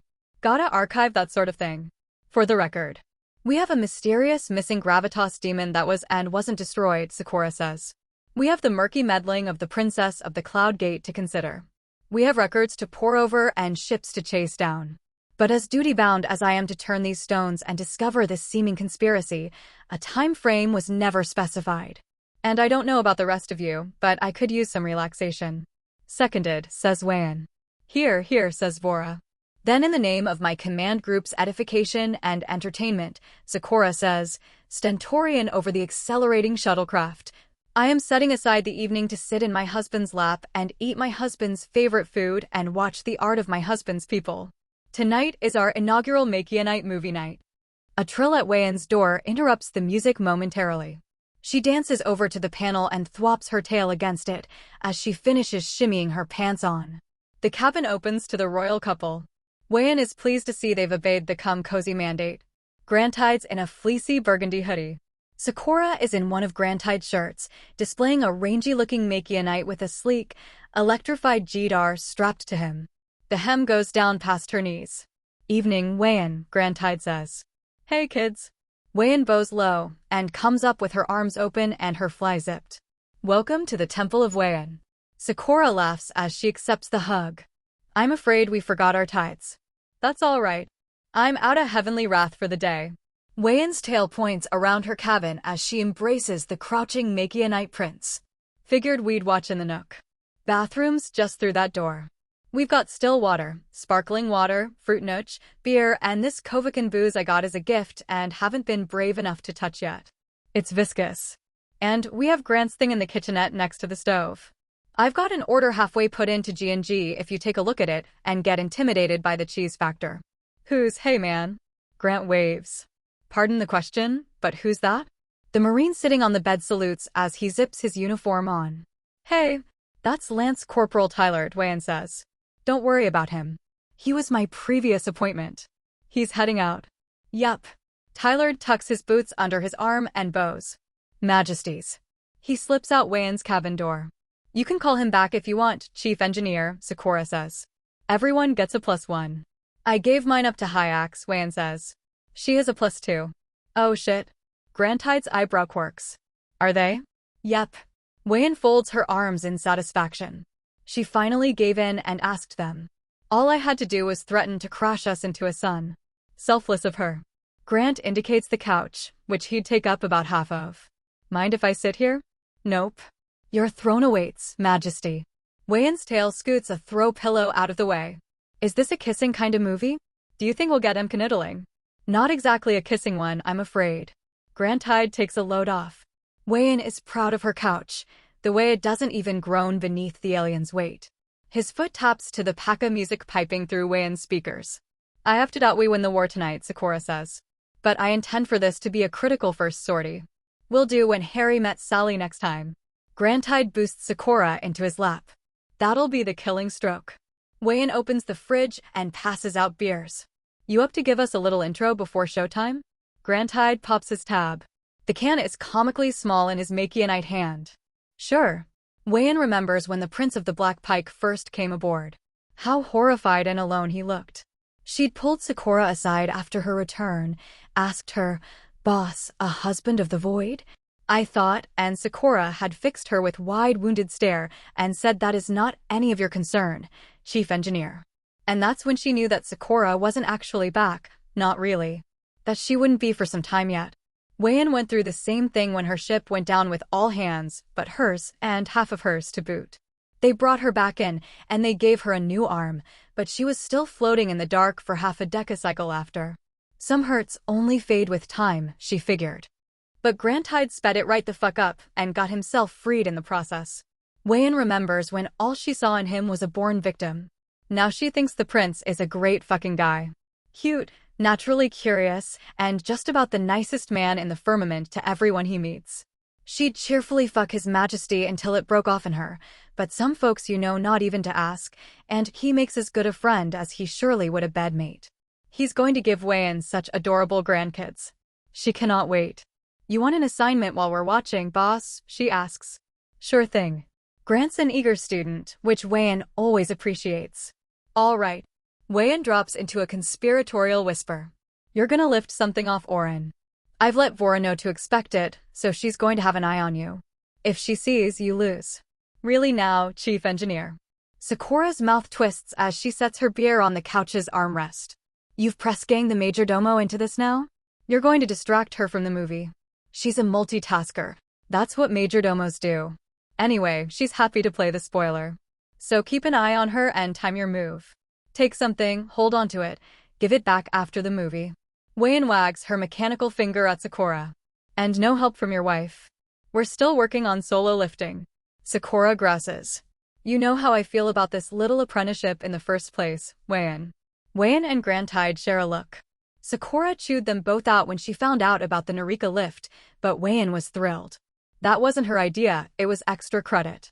Big ass fangs on Grantide's part, too. Picking a Void Princess's pocket is an impressive piece of work. As protective as Sakura is of her big hunky husband, even she had to admit it. The prince might not have a tail, but he's great at the stall. His sheer size acts as its own novel distraction and gives him admirable wingspan. I gotta make your husband useful somehow, Boss Wei-en says. You taught him flying. Vora's teaching him gravitas and which fork to use. Hyax is his shooting instructor. For me, it was this or interceptor maintenance. And I didn't fit in any of the maintenance hatches, Grantide says. Sakura gives a dismissive swipe of her tail. I understand the logic and the use. I just worry you're a bad influence. Which of us do you mean?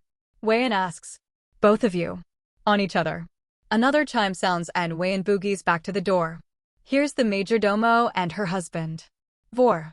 Wei-en gives her a tight hug. Hey kid. In you come. Hi Wei-en. Vora kisses her cheek. Thank you for hosting. You're our heroine. Her nose wrinkles. What is that fascinating smell? The prince's newest cheese monstrosity. Grab a piece. She gives Oren's bicep a squeeze as he passes. Hi, specialist. He grins back and taps his tail against her hip. Chief engineer. Wei-en's never done it with Vora, and very much doubts she'd say yes even if the majordomo asked. That's one of her kids right there. But the majordomo does barter Oren now and then. Kind of a humble brag, if you ask Wei-en. He's one of those guys who's mild as a field mouse by the light of day and a typhoon in the sack. Vora warned her the first time, and she was all cocky, accustomed as she was to big strapping marines. She was walking zigzag for attendee. Oren retrieves a pair of slices for himself and his wife. He examines the loop-de-looping glassware set up next to the food and its opaque liquid. What's that bottle? It's this goopy Kovacan stuff, Wei-en says. The chief engineer of the Bronze Needle gave it to me after the nose cone thing. I'll give you a cred if you try it and report back, specialist. Oren gives the bottle an experimental swish. I do believe I'll take you up on that. Ni would. Wei-en pokes her head through the open door and looks down the hallway. Hey. What's up, fishies? Ipkin Mektaka waves and breaks into a half-jog. The newest lady of the Black Pike coterie is a stompy one. Ruek Naitaka, her perpetually cheery shadow, holds a foil line tin out. We brought webfish clusters. Wei-en casts a doubtful look across the blobby pinkish contents. They look very chewy. Ipkin rubs her indentured fiancé's shoulder. You said you'd try them if I balanced the manifold. And did you? Ipkin grins and nods. 97-point integrity. That used to be a rare sight, a genuine Ipkin grin, but it's gotten more common since her keeper showed up. 97. Wei-en TSKS. You call that balanced? Ipkin's toothy triumph turns down at its edges. The field reg says anything above a 95. I know. Just being annoying. How about I have half of one? Wei-en opens the door wider. Get in here. Ipkin ducks into the cabin and with a nudge from Ruak remembers belatedly to bow. Majesties, she says. Lady Ipkin. Sakura waves her in. Cousin Ruak. What are those? Grantide reaches out. Ruak passes him a webfish cluster. He chews. They're good as hell is what they are, he says. Kinda like fish jerky. Ooh. Sakura tries to look curious and not grossed out. I'll give one a try. We'll split one, Wei-en clarifies. Not sure if my chairs are gonna work for you, milady. Maybe there's room on the couch. All good, chief. Ipkin coils her thick tail beneath her. Ectrin's like a floor just fine. Ruak curls up next to Ipkin and lays her head on the larger woman's big meaty thigh. Your butt's too big for the Empire, Ipkin. Your head's too empty for my leg. Order me off it, then. Mistress. Don't be a little shit. Ipkin gives Ruak's fringe a flick. Where's Hyax? Hyax is early to everything that involves her job, and late to everything that doesn't, Wei-en says. On account of she's off doing her job. Do you, Ipkin uncertainly taps her fingers on her fiancé's noggin. She invited us, you know. Oh. Wayan makes a show of rubbing her chin. Interesting. Is that normal, to just invite your subordinates? She seems kinda intense. Well, you're my subordinates, not hers, Wayan says. Chain of command and all. And I say it's all good. About time to balance the scales anyway, she thinks. The number of her Marines I've slept with. The Ectorans introduce themselves to Orin and fall into chatting with the ruling couple. Ruak gesticulates excitedly as she tells them about her first few shifts with the medtechs. Wayan busies herself getting everyone a plate and a drink and wonders bemusedly if the big bad brigadier has chickened out. But no, there's the door tone. Hayek's bare concession to Wayan's comfiness command is that she's in her fatigues and not her entire HAK suit. Wayan smirks. You're last in, brigadier. Some of us have rather packed schedules, chief engineer. Hayek holds up a clattering 6-pack of stouts. I brought these as recompense. Wayan leans in. They're both here, you know. Told you they would be. Hayek's face gains the same braced seriousness it does when the brigadier's about to breach and clear a corsair. She marches into the cabin. Heya, brigadier. Ipkin delivers an amateurish but well-intentioned salute. Hayek nods stiffly. Milady. Majesties. She makes a beeline for a simple wooden chair set up next to the couch. Actually, Hayek. Grant holds a hand out. I was gonna put the pizza boxes on that. Hayek's bushy brows lower. Really? Uh-huh. Grant exchanges a grin with Wayan. Eating right out of the box, that's a crucial cultural aspect. Room at the foot of the couch with the Ectorans, though. Wayan kicks a pillow off the couch onto the floor. Go on. Get comfy. Hayek stares daggers at the prince and the chief engineer, then clears her throat and gives Ipkin a half-bow. Do you mind, milady? Ipkin taps the pillow. Come on over, brigadier. The Ectorans scoot over. Hayek sits cross-legged next to Ipkin with the conscientiously upright posture of a soldier at parade rest. Wayan dims the lights. The stardust firmament gives everyone a twilight glow. You want to introduce the movie, Majesty?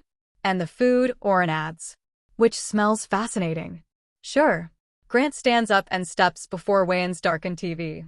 So the food is called pizza. With all thanks to the quartermaster. He couldn't resist making this taste extremely nice and fancy for a movie night, so just imagine it's gluier and greasier.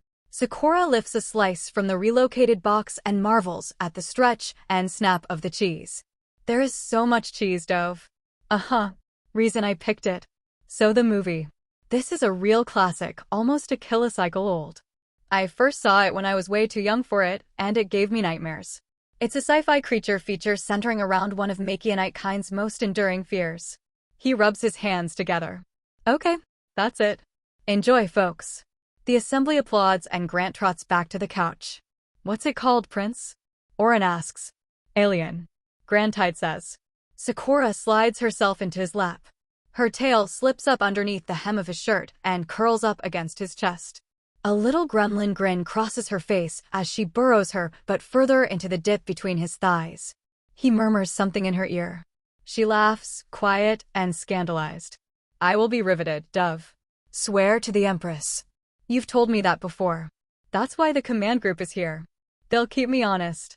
Condoms are in the terrarium, boss, Wayan murmurs to Sakura. Don't be insufferable, Wayan. On screen, a triumphal drumroll fades into a panoramic firmament. Ooh shit. This music. Ipkin rubs Ruak's fringe as the camera pans across the stars, and loopy white Makianite glyphs flash. It's so eerie. She unwraps a packet of those alien drugs Grantide tripped out on, and pops a leaf into her mouth. Wayan makes a mental note to ask her for some later. This isn't what Makianite ships look like, is it? Sakura watches the dirty industrial corridors. It's rather grungy. We didn't have anything close to this, Grantide says. Oh, they're also attractive, Vora murmurs as the camera settles on a pod of half-naked Makianites. Sakura pokes the majordomo with her foot. Told you. It's the entire planet. The one with the face fur kinda looks like His Majesty, Ipkin says. And Wayan laughs and leans in and coos at the little kindick-looking thing that Grantide tells them is called a cat, and chatters at the lower key parts and bites her tail at the intense parts, and screams full-throatedly with the rest of them as the gory puppet explodes out of the Makianite's chest. Fucking shit. Ruak yelps with surprise and jerks further up against Ipkin. None of you have the cultural backing, Grantide realizes. This is fucking incredible. Nothing's been spoiled. He claps a hand over his mouth. Oh my god. We're doing Star Wars next time. The whole thing. How many is that? Sakura asks. Grant purses his lips. There's 3. It's a trilogy. Hyax is sitting as still as a garden statue, the jump scare barely registered with her. But Ipkin shifts with the keeper's movement, and her knee taps against the brigadier's, and Wayan's expression doesn't change, exactly, but it intensifies, and she does not move her leg away. Wayan feels the smile stretch out across her face. She settles back in her seat. And she's the only one here without someone she's brought, without someone either pursued or caught, but her heart is so full that there's barely any room to spare regardless. That's what she's given up trying to tell Hyax, or any of the other people who look askance and fail to understand how Wayan loves. Wayan loves everyone in this room. Even the Ectorans, who she's only known for a few cycles, but in whom she's already found so much to love. She loves them all so much it takes the breath out of her sometimes to think about it, how fucking lucky she is. She wants to go back to the miserable woman a kilocycle ago who was drowning in booze and self-loathing, and shake her by the flygirl lapels, and tell her stop your weeping and wallowing. You've got such a beautiful life to look forward to. You're gonna meet a sad, scared little girl who needs a friend, and she's gonna save both of you. The nudge of someone's tail takes her out of her happy fugue and its counterplay with the freaky flamethrower scene they're watching. Vora catches her attention and flicks her crimson eyes toward the bathroom hallway. Wayan unfolds her legs and pads to meet the major domo there. What's up? She whispers. You spot Grantide? No. No, I assume he's making his move right now and I just got Oren's pocket watch nabbed through my negligence. Vora digs her communicator out.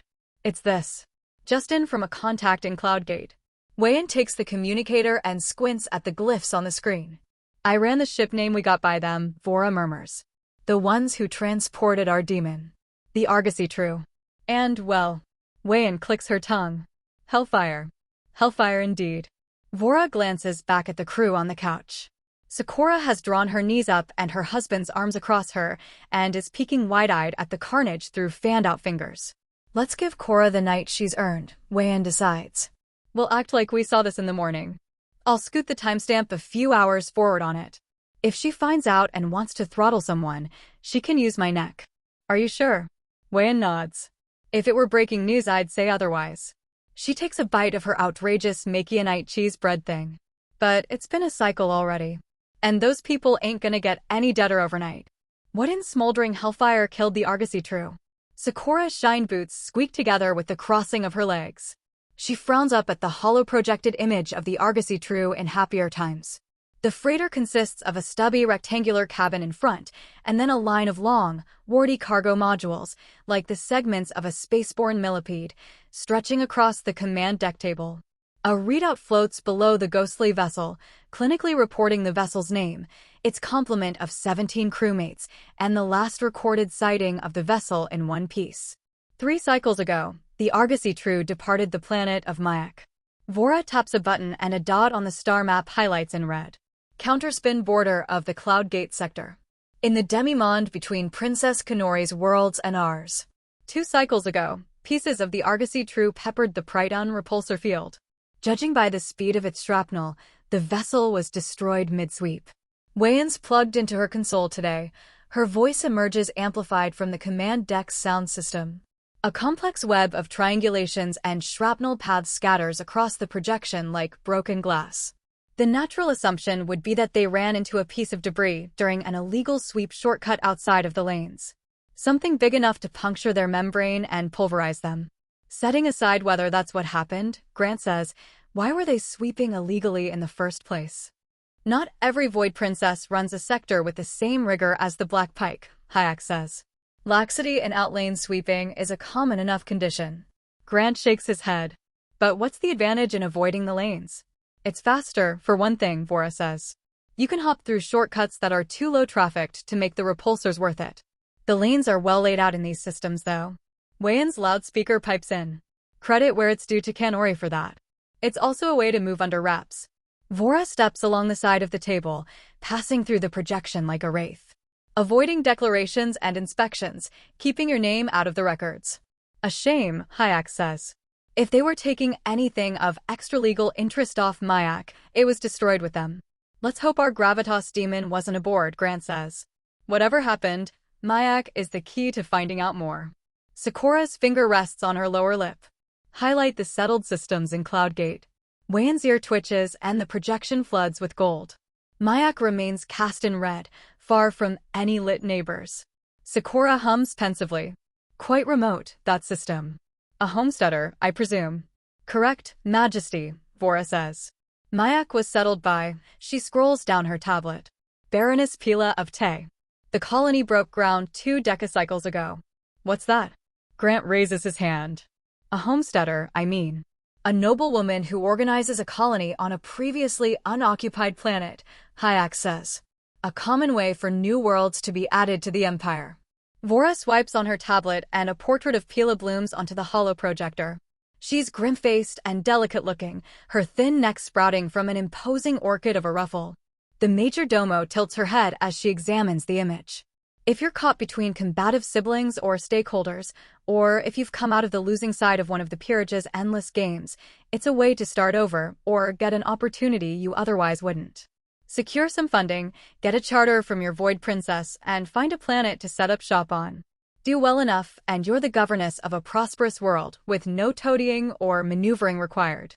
Do badly enough, and you slink back home in further debt, Wayan says. Or you never come home at all. No, thank you. You ask me, if I'm a washed-up noblewoman, I'm joining the Navy. Flush toilets and 3 meals a day. Are you a washed-up noblewoman? Grant still doesn't have a straight answer about what it was Wayan did before she became a ZK fixture. Wayan unplugs from her console with an electric crackle. Wouldn't you like to know? Regardless of this Pila of Te's washed or unwashedness, she is our vector of information, Sakura says. She or some subordinate of hers are the best possible point of contact on the Argosy True. I do believe our next step is introducing ourselves. She gives an incredulous squint to the portrait of Pila. In person. Vora clears her throat. Are we sure that's wise? We are. Speaking with a Void Princess over a video call, when she's not even your Void Princess. Simple and unthreatening. Sakura puts on a whiny nasal affectation. I do regret I cannot help you, Majesty, etc., etc. Speaking to her when she's looming over you with a void ship in orbit and a complement of Marines at her back? That is how you get results. That's also how you get into deep shit with other Void Princesses, Hayek says. Vora's finger taps a nervous rhythm on her tablet's rim. Propriety dictates that we contact Cloudgate if we're paying Mayak a visit. This is her territory. So we ought to contact Kanori and seek permission. Grant watches Tamian's sunset out the window. Its dim and distant star becomes a crescent along its ashen surface. But will we? Sakura hums reflectively. You're thinking what I was already thinking, I think. He nods. Whatever is going on here, it's already got us in a set of crosshairs. Maybe the fewer people who know, the better. And the less time Pila has to prepare for our visit, the better, Sakura says. Hayek's habitually worn HK armor clatters as she crosses her arms. I remember thinking, when you made Grantide a prince, that perhaps he'd act as a voice of reasonable caution. Afraid not, Brigadier. Grant wins his hand through Sakura's tail. I enjoy pissing off noblewomen too much. You can't exactly fly a 2-kilometer ship incognito into orbit around a world, Wayan says.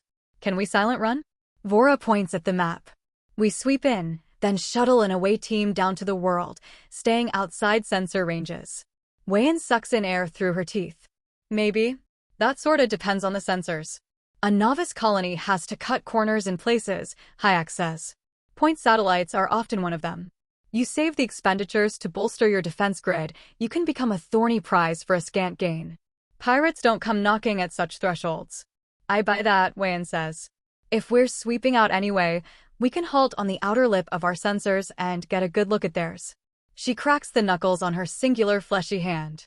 If Hayek is wrong, we can work out what to do once we've scoped the situation out. I'm not, Hayek says. Wayan smirks. And if Hayek is right, I was getting to that. Hayek, I'll slip us in like a knife between the ribs. The ship busies itself in preparation as the Mayak sweeps timer counts the hours down between now and the departure of the Pike from its sovereign sector. Hayek musters her Marines and hand-selects her team. Vora prepares a missive to the Princess of the Cloudgate if they end up requiring one. Wei-in, whose job is done until the sweep exits, excuses herself for drinks with a small army of her paramours. In the wake of the Tamion clusterfuck, Grant has decided that the fairest way forward in his Karnak selection is the collection of proposals from the noblewomen. These have come to him in a pile of printouts, which he's spread across the bed in the royal couple's cabin. His wife lounges in the bath, fielding the questions he calls out over the bubbling hum of its jets. While they were in the Imperial Corps, she took the liberty of buying a new tub, a his and hers that has a ledge for her and a deep end for him. What about Countess Rickenai? Grant holds up a packet. Have you ever worked with her? Sakura kicks her legs onto the tub's lip. She'd be all right, I think. A strong history of management with her holdings on Ramex. I think I use Rickenai exported Sabsim. I'm a fan of her work too, then. My hesitance with her is she's gotten into a number of feuds. Sakura's tail lathers her calf with suds. Always with a good enough reason, but she's the common denominator. She seeks confrontation, I reckon. You'd want to keep an eye on that. I think. Grant sighs and rests the packet on his stomach. I keep coming back to Countess One-Size offer. It's not worse than anyone else's and… I don't know. Sakura submerges her head in the water and comes up blinking crimson. What don't you know, Dove? I worry I'm evading this being the answer because I don't want to just give it to her because we're friends. You do such lovely work as the righteousness in my ear. Sakura beckons. Come over here and let me drip some wickedness into yours. He climbs from their bed and wanders over to the lip of the tub. All right. Drip on me. She sloshes onto her back. The peaks of her breasts bob up from the opaque, sweet-scented water. I do believe you're overthinking things, Prince Grantide, she says. Eyes up while I'm being an evil vizier, mister. He refocuses on her face.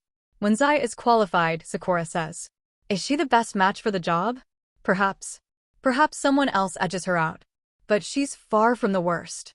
And you want to reward her and Takani for their friendship. So reward them. He sits at the edge of the tub and dips a hand into the water. She holds it. You are going to spend the rest of your life in service to the sector, she says, as her thumb kneads circles on his knuckle. I will do everything in my power to ensure that it's a wonderful life, full of happiness and excitement and love. But it will also be full of duty and fake smiles and rivalries and difficult problems that you and I will have to solve together. So if I see you hemming and hawing on the edge of a chance like this, to be selfish and content without consequence, do you know what I'll do? What? Sakura stands up, sloshing water down her front, glistening in the firmament. I'll push you off it. She leaps out of the tub and into Grant like a curvaceous blue cannonball. He manages a few stumbling steps backward in order to fall onto the bed and not the floor. My ridiculous Makianite, Sakura says when she's through kissing him. You can give this to her because you like her.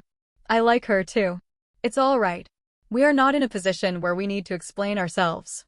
As long as things go right, anyway. And I have every confidence in the Countess that she won't give us cause to regret her. All right. All right. He goes to prop himself up. Sakura's tail yanks his arm out from under him and puts him down on his back again. I'm not letting you up until you say I'll give this job to my friend, she says. He rests his palms on the globes of her butt. I can just stand up. I'll bite you if you do. I'll give this job to my friend. There, you see? That felt good. The wagging of her tail sprays little droplets of water across the sheets. All for the best, anyway. You got your proposals all wet. You really ought to be more careful. There's this alien that keeps jumping out at me, he says. A common Makianite problem. We watched a documentary about it last night. Sakura digs her nails into his chest and makes a xenomorph hissing noise. He shakes his head. And here I am without a flamethrower. The flamethrower didn't work. Her tail curls up to his face and tickles his nose. I cannot be defeated. I don't know about that. He flips his giggling wife over, scattering damp pages across the bed. His knee rises and spreads her legs open. There's some tactics they never tried. The carrier has room for a full platoon, Majesty. Hayax's half-grin is still on from sweep entry when Wei-in begrudgingly reported that the sensor satellites in orbit around Mayak are low-budget and ill-maintained. 2 score Marines is hardly necessary, Brigadier. Sakura adjusts her tricorn in the dark reflection cast by their warmed-up carrier. We're aiming to give a little scare to a provincial governess and shake some information from her, not put together an invasion force.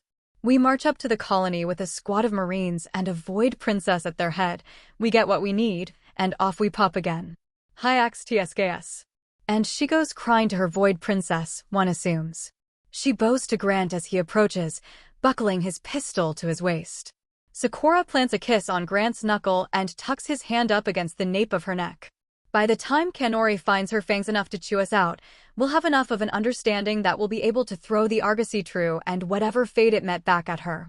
Hyax flips her helmet right side up in her hands and puts it on. As you say. She exchanges salutes with Sergeant Ajax as he leads their escort up the carrier's gangplank. Whenever you speak that authoritatively, something goes awry, you know, Grant whispers as they follow the brigadier into the carrier. Shush, you. Sakura flicks her tail into his arm. This time it's going to go perfect. Dockworkers in bright reflective red jog away from the bulk of the rising vessel. The carrier's membrane thrums into consonance with that of the Black Pike, and with a white flash they're out of the void ship and into the unending void.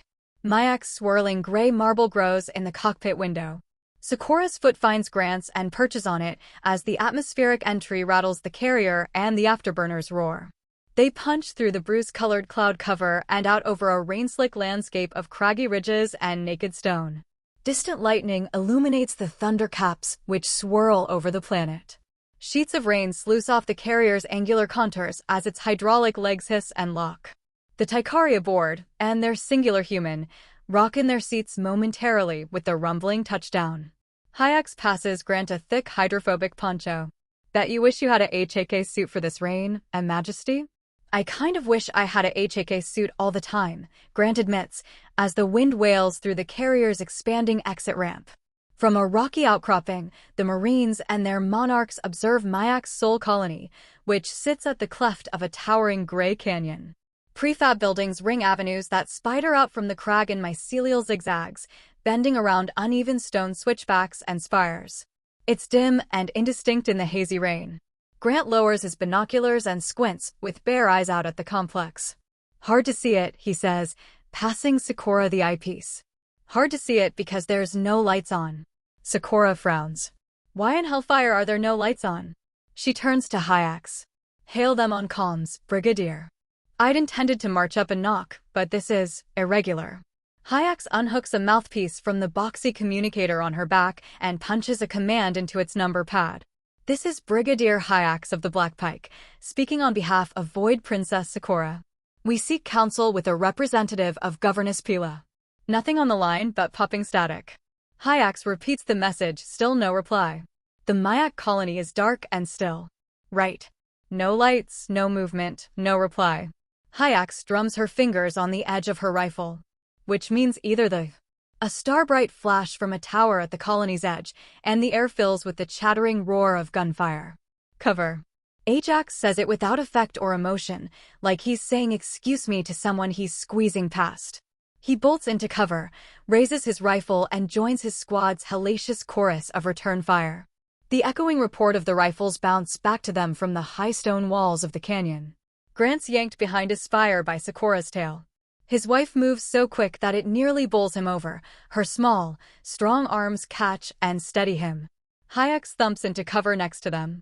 You see them, she calls to the sergeant, some dozen feet away on his stomach behind a low shelf. Negative.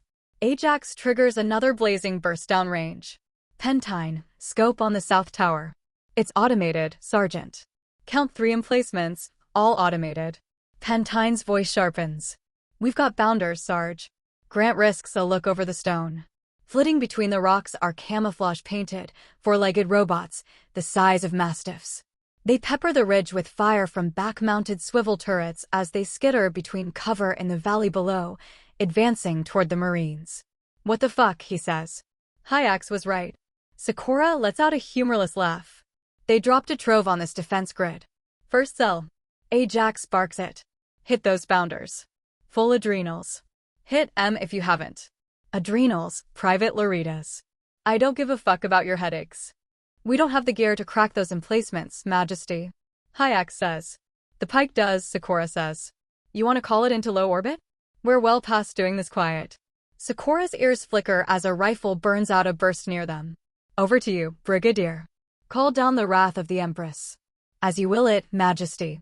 Hyax unhooks her comm, Brigadier to Black Pike. We are under fire. Descend to orbital strike range. Make ready to fire on marked targets. Fucking hell, Grant murmurs, curling into himself. His hands are shaking so hard he can barely get the snap off his gun. It's all right, Dove, Sakura squeezes his wrist. These automatons have nothing on ZKP Marines. It'll be all right. I know, he says. I know. He doesn't, but he tries to. Come on, Grant. You've been shot at before. Captain Tennick tried to splash you across the firmament during the Ectoran annexation. Stay cool. But that was through a cockpit screen, tucked behind a membrane. This is something different. Flare, Ajax calls. Give me a flare on that turret's optics. Another snapping volley of gunfire rolls across the ridge. An arching, bright green spark whistles through the dim, throwing out sprinting shadows from the standing stones and skittering automatons. Ajax leaps to his feet and sprints. The turret roars reproof as he goes, knocking shards of stone from the ridge, but he arrives unscathed next to Grant, sliding into cover on his thick ceramic knee pads. Hey, Majesty. Grant blinks rapidly. Yeah. Ajax reaches into one of his belt pouches and pulls a silvery, thumb-sized sleeve out of it. He tips a pinkish candied disc out of it. You want some gum? Grant shakes his head, but Ajax presses it into his hand anyway. He automatically brings it to his mouth and chews. I told you a Taikari joke, Ajax says. Gimme a Makianite one. Grant's sweating hard under his poncho's hood. What? Remember mine? Now you. Fuck. Grant rifles through his mental Rolodex, jostled as it is by the intermittent chiseling gunfire. A cop's at a traffic stop, and he pulls over a guy driving a truck, and it's got 20 lemurs in it. Ajax interrupts. How's a lemur? What's an exotic animal? A tekka bird, Sakura says. Reloading. That's pentine. Ajax leans up over cover and lets out a sustained hailstorm of bullets. He ducks back down. 20 tekka birds, he prompts. Right. The guy's truck has 20 tekka birds in it. And the cop says, excuse me, sir, but you can't have those as pets. And the guy says, what do you mean? They're not pets, they're my buddies. Bring the grenade launcher up, Hyax calls. Southwest side low. The cop says, well, whatever they are, you're not allowed to keep them. You're going to have to take them to the zoo. Are there Taikari zoos? Sakura nods encouragingly. We'll go to one. And the guy sighs and says, fine, Grant says. And he drives off. Frag out. The next day. An ear-splitting crack as the grenade explodes. The next day the cop's at the same spot. Grant snaps his gum. And here comes the truck again. And it's still full of lemurs. Tekka birds. And the cop says, I thought I told you take those things to the zoo. And the guy says, I did. And we. 30 seconds, Hyax calls. 30 seconds to orbital bombardment. We had so much fun we're doing the beach today. Laughter breaks out along the ridge, between the gunfire. All right. Ajax lowers himself onto his stomach and braces his rifle against his chest. Pretty good. Why have I not made you Master Sergeant yet, Ajax? Sakura asks. I'm making you Master Sergeant. Brigadier. Hyax looks up from her calm majesty. Sakura glances upward at the churning storm above them. Tell you in a moment. She takes Grant by the shoulders and lies with him on the rain-slick stone. Hold me, she whispers. Deep breath, yes. He closes his arms around her. The sky cracks open. A solid wall of sound collides with Grant, ripples the poncho, rumbles the ground beneath him. Then another and another and another until Grant loses track. The air warms and glows. Sakura's lips press to his forehead. His whole body tingles with the sheer apocalyptic force being turned upon the valley. Dimness and reality reassert themselves. In the ringing wake of the barrage, he hears Hyax's voice. Towers down. Repeat. Towers down. Solid hits. Cheers rise from the squad. Holy shit, man. Pentine is giddy at his scope. That was insane. Eyes up. Ajax leans out of cover. Watch for bounders. Grant looks over the lip of his cover, ears ringing. Plumes of dark smoke rise from the twisted wreckage of the colony's defense towers. He stares at the field of charred metal, the blackened craters. Hot damn. He tugs his askew poncho hood back into place. Hey, Majesty, calls a Marine. That's your first firefight down. Does it count? Grant indicates his pistol, still in its holster. Didn't even get a shot off. Any fight you don't get your brains scooped out by a bullet counts. Ajax holds down a button on his helmet near its ear sheath and drops his voice. Line check on first cell. First cell, sound off. I can't help but feel a little useless, Grant says. You all swung into action, and I just curled up and shook like a shaved Kindek. That's what suppressive fire does, Dove. Sakura stands to her full height, which keeps her more than covered. Her Majesty is right. Ajax releases the button. You just acted how a rational person acts under automatic fire. You hunker down unless you're crazy or trained. And Black Pike Marines are trained to be crazy. Grant looks across the ridge at a pair of Marines on the other side of it who are sitting with their heads tucked between their knees. What's going on with them? Adrenal suite, Ajax says. Implants. Optimizes our adrenaline responses. More of the good stuff, less of the bad stuff. You can hit it manually with practice, but the idea is it replaces your normal stress response, so it triggers automatically. Laritas and Roine get side effects. They're kicking them. Does every Marine have them? Yes, Majesty. Those two have it set to manual only, though. Ajax leans in. You ask me, they're just being difficult, he murmurs. We all had side effects to the suite at first. They just don't let themselves acclimate. How's adrenaline feel now? Grant asks. Compared to before. Don't remember too well how it used to be. Ajax shakes his shoulder out. These days? Feels pretty fucking good. Listen up. Hyax raises her voice. Rolling Overwatch. First cell, first sleep. Pardon me, Majesty. With a lash of his armored tail, Ajax mantles over the pockmarked stone shelf they were using as cover. First cell, form up on me. The Black Pike Marines peel off into two groups, and Ajax leads the first on a darting advance down the ridge. Those remaining behind keep their rifles trained on Hyax approaches. Kindly remain here where it's safe, Majesties, Hyax says. I'll wire you once we've secured the colony. Brigadier, Sakura says. I want Sergeant Ajax promoted to Sergeant Major. He wouldn't like that, Majesty. Sakura furrows her brow. Why? His girlfriend's a specialist under the chief engineer, Hyax says.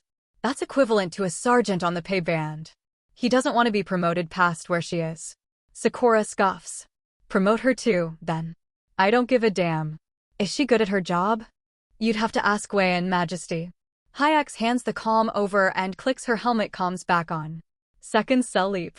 Around them, the Marines push off from their cover and hustle down toward the colony. You really did do fine, Grant-eyed, Sakura says, once they're alone on the ridge. It's your first time and you didn't lock up or wet yourself. That's well done. Grant watches the Marines leapfrog through the ruins the Black Pike scorched into the planet's surface. How can you tell? Tell what? He wrings a sleeve out where it poked through the poncho. That I didn't wet myself. She laughs. Did you? No. But I went before we landed. Sakura fidgets with the communicator Hyax left them. I don't want you hung up on this, Dove. I didn't fire a shot either, you know. Didn't come loaded for bear. Maybe I ought to get you a HAK suit after all. I'm sure you'd look quite dashing in one. I don't know if the kind of training Ajax mentioned is something I'd like to have, Grant says. But maybe it's necessary. Sakura shakes her head. The sims the Marines use can be quite brutal. Made to desensitize. I think the two of us leave the soldiering to them. Did you go through them, the sims? I did indeed. I was trained the same way they use, though I started earlier. How much earlier? My second hecto, I was reenacting the Battle of Panatakus. Second hecto. She wasn't even a teenager yet. I assume that was a bad battle to be in. Her smile doesn't reach her eyes. One of the worst. He rubs her back through the material of her raincoat. He wonders, sometimes, about all the old scars in her. About how she was before him and where she'd be without him. You didn't have much of a childhood, huh? I'll have 3 of them. Vicariously. Sakura sticks her tongue out and lets a raindrop land on it. Grant laughs at the little noise of surprise she makes. Not used to rain, huh? Sakura shakes her head. So much time in the void, and every time I'm planetside it's always in climate-controlled manners. How novel to be chilly. And rained on. She holds her mouth open. Grant watches his wife flinch happily against the droplets landing on her face. Can I ask you something? About your training, sort of. She keeps her tongue out. Uh-huh. The demon simulations are all so detailed, Grant says. And the flight sims and apparently the war sims are too. But everything else. Compared to what I'm used to, all your technology is really not clunky exactly, but intentionally simple. Sakura replaces her tongue into her mouth. Well, that's just to preserve the digital sumptuary laws. Digital sumptuary laws? I haven't heard of these. How do I describe this? Sakura rubs her chin. There's a psychological response in Taikari to sufficiently convincing or rewarding digital programs. A dopamine dependency of a kind. Oh. He chuckles at her careful description of their shared tendencies. Yeah, for sure. Makianites have the same thing. I suspected as much, Sakura says. Your damned phone device thing. That's what the laws are there to prevent. Digital reality replacement. Any program requires the minimal intrusiveness into reality. Training sims are an exception, since fidelity is important. But you won't find them used as entertainment. That's, Grant watches the rain ripple their reflections in the stony ground. That's going to be a friction point with Makion. I'm sure it will be. Sakura clicks her tongue bemusedly. I gotta look at that phone of yours. I know you did. You stole it, and then you tore it up and made a beacon out of it. He bumps his hip into her shoulder. Definitely voided my warranty, Batty. Well, I think I did you a good turn on that. She folds her arms. Even without any English, I could tell that thing was a dopamine machine. It was like a candy bowl, all those icons and gadgets. We won't allow things like that anymore, once Makion's a vassal. Now that is definitely going to piss a lot of people off. We like video games. Video games? She laughs. What a whimsical way to describe a sim. I suspect you'll be able to keep your video games, grand height of Makion. Can't imagine they're at the level we worry about. I'm talking about programs that ruin lives. On the level of crippling addictions. Grant says, and decides not to say more than that. The digital escape trap is a pitfall we've seen before, Sakura continues. At a certain level of advancement, a world either kicks it or lets it consume them. And the latter never managed to reach sweep. I feel like Makion is on the way to consumption. Don't go bad-mouthing your own species, Dove. She pats his hand. They'll sort it out. And if they don't, a bit of guidance will be all they need. There will be friction, I'm sure. We might need to wind down, release a few increasingly bare-bones versions of your, what did you call them? Smartphones. Smartphones. She chuckles. Now that sounds hazardous. We'll wean Makion off them. Eventually, the Makionites won't miss them. Her big ruby eyes blink up at him. Do you? Grant tries to remember what it was like to have a phone. The panicky transition and the war of wills kept him from thinking about the device Batty yoinked and cannibalized, and by the time that problem was resolved, he was too busy fucking the shit out of his wife and learning the ways of the Imperial court to really notice. He used to sit for hours at a time just looking at that thing. Now his days are so full. I guess I don't, he says, and she beams at him. But not all of them are gonna have a cute gremlin to distract them, he adds. She snorts. That'll be by their own choice. You are going to be flooded with horn-choked bachelorettes. We might have to regulate that. Otherwise, the husband-seekers might drive your world into a fertility crisis. He chuckles. She joins in, but adds, I'm not kidding, you know. I know. This is the sort of thing that's my concern now. It's kind of hard to believe sometimes. Believe it, Majesty. You and I, standing shoulder to shoulder against the incoming horde of desperate would-be brides. The communicator chirps before Grant can reply. The princess clicks the switch on its side. You have Sakura. You can move into the colony, Majesty. Hayek's voice is clipped and free of emotion. We're clear. Did you encounter any colonists? Sakura asks. I suspect we just encountered all of the colonists, Majesty, Hayek says.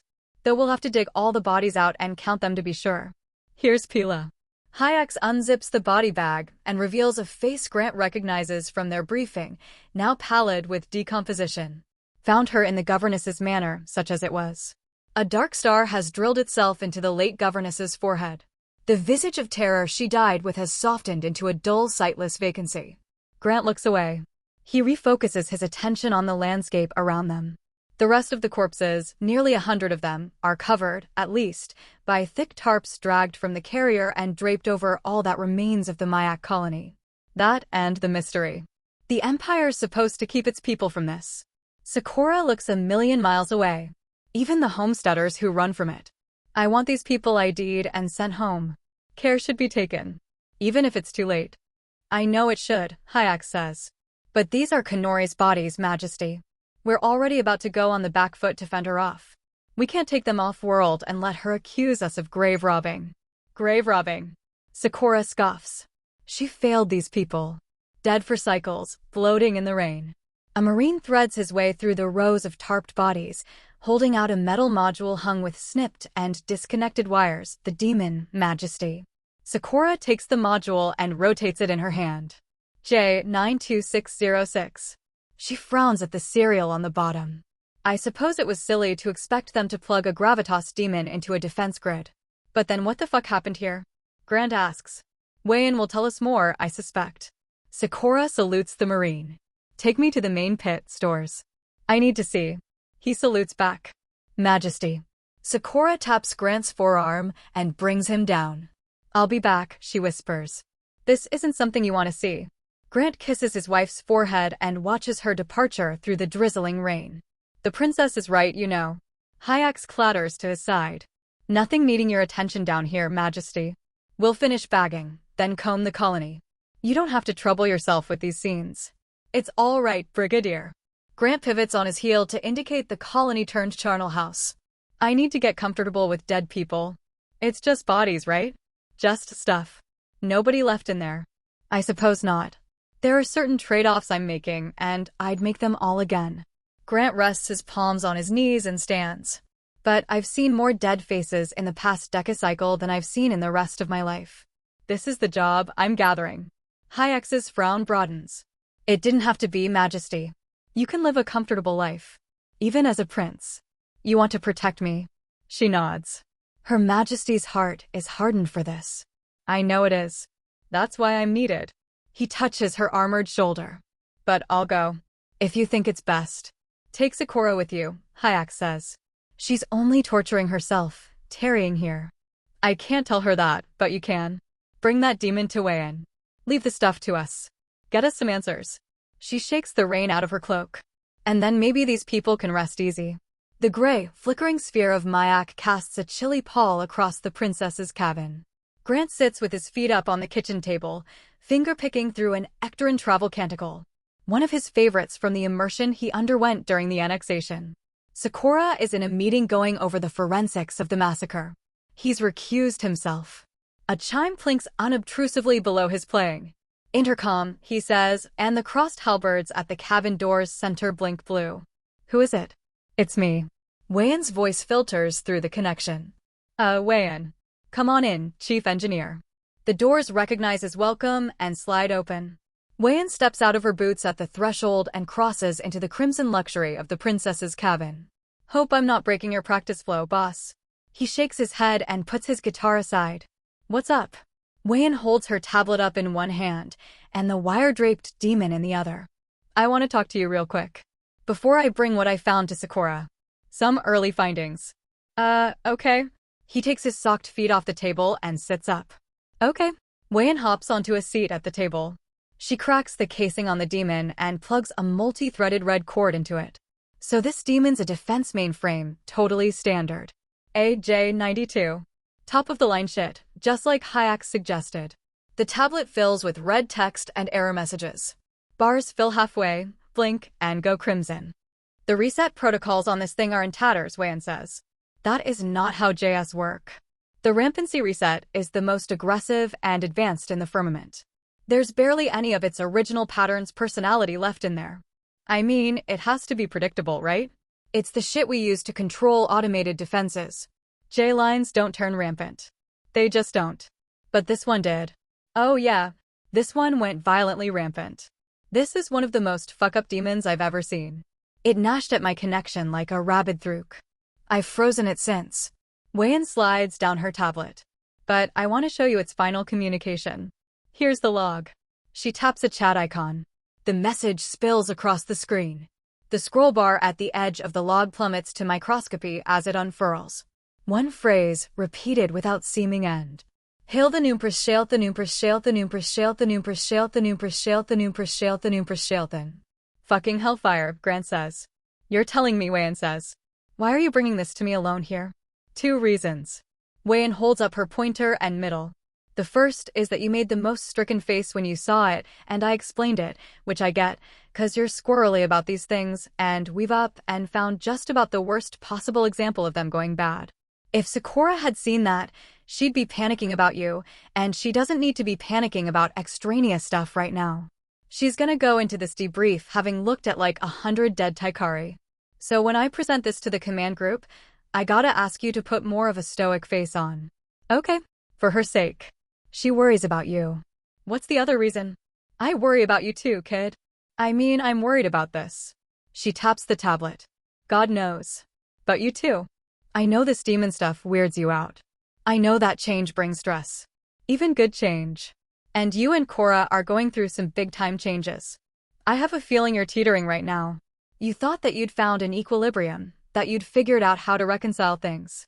How to keep being Grant Hyde in the Empire. Grant didn't know that Wayan knew his real name. Now all of a sudden you're not sure. This demon shit, these assassination attempts, your visit to the core and seeing all its bullshit firsthand. He nods. What is there to add? I went through this, Wayan says. Sorta. Thinking I knew what I was, and then having it all yanked out from under me. Rose up the Navy ranks like a rocket, top of my class every class. Thinking I was hot shit. Nobody could balance a manifold like me. My last assignment before the Pike was a ship called the Quinton. I could juice that sucker's membrane to near double its baseline. Know what happened? Has Sakura told you? His attention drifts to her arm.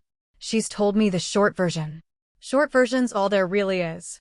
Wayan rotates her artificial limb. Its metal facets catch and refract the light. Quick and irreversible. That's how the big changes happen sometimes. You've got it, and you're counting on forever with it, and then you're in the graveyard of everyone you know, watching it float away. Trailing little frozen bits of blood. Well, it was reversible, this part. She knocks on her forearm with her fleshy hand. I just didn't want it to be. Wanted to feel like a part of me was still with the rest, you know? So dramatic of me. And it took me a long time to figure out what I actually was. Not what I'd wished I was or thought I was. Am I making any sense? Sure. Anyway, it's not about me. Just telling you where I'm coming from, you know. Your shakeup isn't quite as crazy as mine was, but you have less time. And put fatherhood on top of that? You're thinking just what kind of civilization am I bringing my children into? You're thinking I gotta get my shit back together before the babies come. And normally you'd have your wife to lean on, but this is all happening to her at the same time. So she's teetering too, right? An uneven seasickness feeling rises in him. She's saying everything he was trying to ignore. Right. I talk like this to Cora when I see strain, Wayan says. And now I'm talking like this to you. She's my family, and that makes you my family, too. He takes a deep breath on a 3 count and lets it out. A touch of shake in its tail. He crouches. Thank you, Wayan. Her metal hand lands on his shoulder. Did she pass, or was she just not around? Who? Your mom. She wasn't, I never knew her. He blinks. Have I mentioned that to you? Nah. Just something on your face when I said you're my family. One of her ears tilts. And something about you. There's a seeking in you. Same thing there is in Sakura. That's what happens. You lost something and you never really stop looking. And I'm not trying to weird you out or overstep or anything like that. But I try to be there for her. Your wife, I mean. I'm not saying I'm her foster mom or anything. But, Wayan fidgets. He's not accustomed to seeing her this uncomfortable. But if you need an ear, you have a problem, you need to puzzle anything out. Doesn't have to be engineer shit. I'm here if you ever need me. For anything. Maybe He glances at the ominous message plastering her tablet. Maybe a hug? She grins. Come here. He leaves his seat and embraces the chief engineer. She's as small as any Taikari woman, but somehow her hug feels like a shelter. You're a good kid, Grant, she whispers. You're good for her. I've never seen her as happy as she is when she's with you. And that's all that really matters. She pats his back. To me, at least. That means a lot, Wayan. It really does. He leans back and stands. Thank you. All right. Wayan retrieves her tablet and the demon module. Let's go tell our girl about the psycho murder program. Hail the new empress. Sakura's eyes narrow at the stark scroll of white type casting its pall across the command deck table. More of this rubbish. Comet queens, new empresses. My educated guess, Wayan says, is that this is our infection vector right here. This J-92, they stripped these things to the bone. And it's patterned off a Marine lieutenant, so there wasn't so much brain to work with in the first place. Hayek scoffs. But loyalty to the Empress. That's something which is always kept. That's a key control. This new Empress, that's what started the cascade. And that does not happen on its own. Intentional sabotage, then, Vora says. Wayan nods. It should have been caught by the reset protocol, but they managed to fuck that apart somehow too. Still pondering that one. It'll take me time. We have, I think, somewhat less time than we thought. Sakura climbs from Grant's lap and paces along the length of the deck. But take yours, Chief Engineer. Grant catches Sakura's eye and gives her a reminding wave of his head. Sakura smacks her lips with recognition and turns back to Wayan. May I ask you about one of your specialists? Sure. Wayan raises a purple brow. Who? Mina. Sergeant Ajax's girlfriend. Mina. Wayan chuckles. Mina's Mina. Kind of a nutcase. Mina like little pink Mina? Grant cocks his head. She's a nutcase? She'll fool you, Wayan says. Smart as a whip, though. One of my finest engineers. Sakura returns to her husband's side. Her tail wraps around her throne's armrest and boosts her up onto it, where she leans against Grant's shoulder. Would you say she's good enough to be senior specialist? Well, she has the talent for it, but I just made her specialist a few cycles ago, so it'd be an up jump. Also, Wayan purses her lips. As soon as I do that, we're gonna lose her and Ajax for a decacycle or so. Why? Soon as she makes senior specialist, she's gonna marry him and mate him, is why, Wayan says. That's the word, anyway. Didn't tell me directly. After this ridiculous errand of ours is finished, then. I need everyone I can get. Sakura nudges Grant's arm. Sounds like you might be able to reform the alien groom squad, Grant tied. An image flashes through Grant's mind of him, Takani and Ajax drinking beers by the pool, their wives in their laps, while their kids splash each other. Maybe, he says. One of the angular frames of the command deck's window into the firmament pulses an urgent, angry red. Vora's tail snaps out into a straight line. That's a high-import hail. She lifts her tablet to her face. Oh dear. Sakura's expression hardens. Kanori, Vora confirms. Sakura's foot taps against Grant's knee. Lend me the throne, Dove. He stands, and she slides off the armrest into the seat proper. She squares her shoulders, tosses her hair over her shoulder, and glances at Grant. He gives her the thumbs up. Right, she says. On screen. The red pulsing glass hexagon slides down the span of the firmament and resolves into a dusky maroon Taikari woman, with a plaited braid snaking around the back of her skull and over the gray-blue capelet that hangs down her shoulder. This is Princess Kanori of the ZKZ Cloud Gate, wishing health and long life to my good cousin, Princess Sakura of the ZKZ Black Pike. The woman's smile is a razor-study in cheerful malice. Let us discuss your infiltration of my sector and your attack on one of my worlds.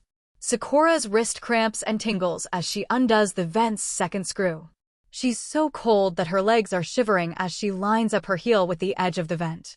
One kick. Two. And then the joint bursts and she drops from the frigid dark, right on top of Grantide lap. Grantide, she gasps. What the fuck? He thrashes backward with such hasty shock he nearly spills onto the facility floor. She lies against him, buries her face in his chest, shivering and panting. Gods of the firmament, he's warm. He's warm, and he smells like vanilla. Batty. His big chest rumbles as he speaks. What the fuck? Shoo.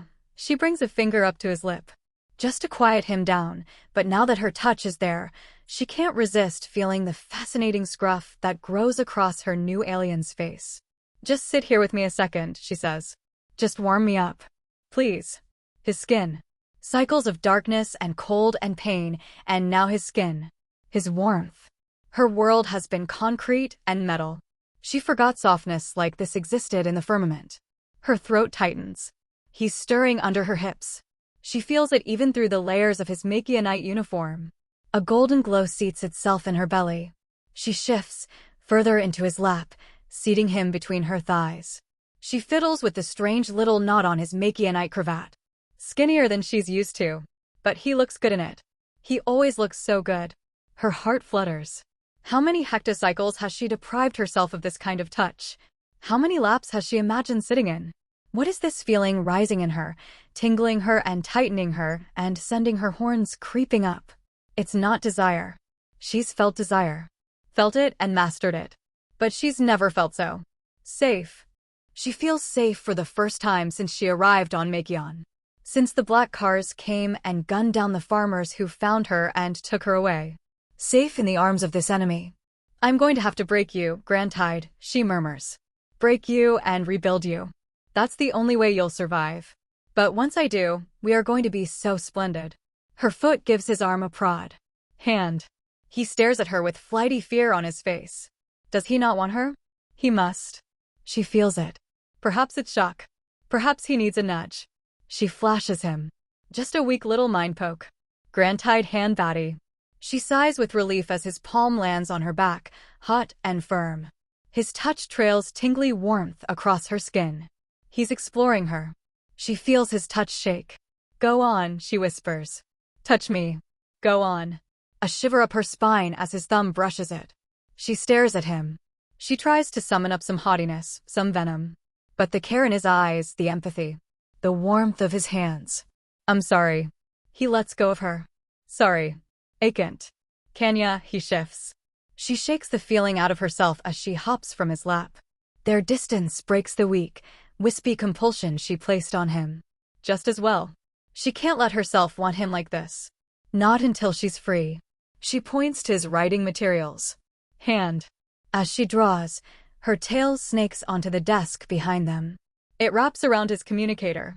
What I'm going to do is take this communicator you've got here, take it apart, and turn it into a beacon to summon my ship. I'll hide in the vent tomorrow when they come for me to run their torturous little tests. If they intend to dispose of you, they'll bring you down here first, to ensure you're not alerted and there's no way to escape. You'll act as a distraction. Probably terrify you half to death, but don't worry. I'll keep you safe. He'll hate her soon. She knows that. The face that now looks at her with such care and concern will look again, dark with rage. She has to coach herself. Thevins or Tusmal? You can unledge it from there too here. Tusmal, she repeats. Tu is a prefix or modifier of some kind. Meaning very. Or overly. To small. Anita get out that way, don'tcha? He points down the hall. Up the elevator. But why need? He holds his laminated ID up. I need this. She nods. Home. Up. Taikari. You're coming too. These are your last days on Makion. He tries to repeat her and butchers it. She squashes a giggle. Grand Tide. No. He switches back to Makionite, pointing to the vent in the ceiling. He imitates writing, a look of exaggerated focus on his face. Go da plan, he says. She nods her assent. She's in no rush. He keeps talking, the concern clear on his face. Perhaps he's telling her whatever he thinks the scheme is. Good Makionite. Good boy. Don't let that stress put lines in that beautiful forehead. Your princess is going to take care of everything from now on. She'll protect you. Much as I'd love to remain here and listen to your charming gibberish, I need to get back. She points at the ceiling. Must hop to it on the communicator I just took from you. You and me to help Yabak up in there? Help. Help. She internalizes the word. Up. He obediently stands and laces his hands to give her a way up. She steps onto his palms. The hunger on his face when he looks at her. His fingers flex below the sole of her foot. Her Nura's belt tightens by a notch in her belly. She tips her head down and lays her forehead against his. The things she is going to do to him when he's hers. It is an act of focus to keep her tail from wagging and showing off the phone she swiped. She lets the urgency of her plot animate her. She leaps upward and into the vent. Below, her Makionite lets out a heavy breath. Disoriented by a combination of desire and compulsion, perhaps. Sakura pokes her head through the vent. No saying. That big brute you work with. He's going to die first tomorrow. Sakura focuses her will into the pulse of her eyes, lets it beam outwards into her target. No saying, Drake. He readjusts his cravat and says something in Makionite. Something affirmative. Still no shock or resistance out of these compulsions. Help, she says. The Makionite words are clumsy on her tongue. The plosives feel like she's trying to dislodge a loogie. Help Batty home, Taikari. I will. I swear to God. His face grows determined. His jaw sets. I will if it kills me. Her faithful Makionite. The steely dedication on his face. She's heard that in unknowing species, there's a phenomenon where they convince themselves the compulsions are their idea. If you do it subtly enough, it's a valuable tool. But she's hardly been able to employ subtlety. Surely that means at least a piece of him wants this, wants to free her. She slaps away the stab of guilt that brings forth. She will have plenty of time to think these thoughts when he's hers. She could look at that jaw for hours. But the chill is already setting into her bones, and he's surely moments away from realizing she took his communicator. She slips back into the vent, surrounded again by cold metal and not warm, sheltering Makionite. That night, she begins tearing the communicator apart and acquainting herself with its guts. To her relief, it's simple and familiar beneath its bright shell and its garish electronics. Over and over as she works, she rehearses the message she'll send. To any Taikari vessel, she whispers, "I am Princess Sakura of the Black Pike. I've escaped captivity on the planet of Makion. I beg of you, save me. Bring me home. Bring us both home." Tomorrow she executes. Tomorrow she sees the pike again. Tomorrow Grantide is hers. The command group of the Black Pike concludes its explanation with a transmitted gallery of the bodies the Mayak colony left behind. Kanori's grin turns into a grimace as the gory images filter across the connection between the Black Pike and the Cloud Gate. She glances back at Sakura and shuts her mouth, adopting the studiously blank expression that so well serves void princesses. Sakura remembers their previous dance at the convocation. She handled Kanori well enough then. Can she do it now? It was a massacre, Hayek says. Every colonist accounted for, no survivors. How am I to trust this? Kanori asks. By your chief engineer's own admission, the defense grid demon's rampancy is unexplainable. It's unexplainable because we lack the full story. Sakura steeples her fingers. Whatever you can tell me about Pila or her colony or the Argosy True, anything at all. I welcome it. I'm asking for it. This is not a Black Pike concern, Sakura. These deaths are on my conscience. Kanori taps her metal-encrusted chest. And my responsibility. In fact, I would appreciate knowing why, exactly, you were poking around my planets. I had a matter to discuss with the governess.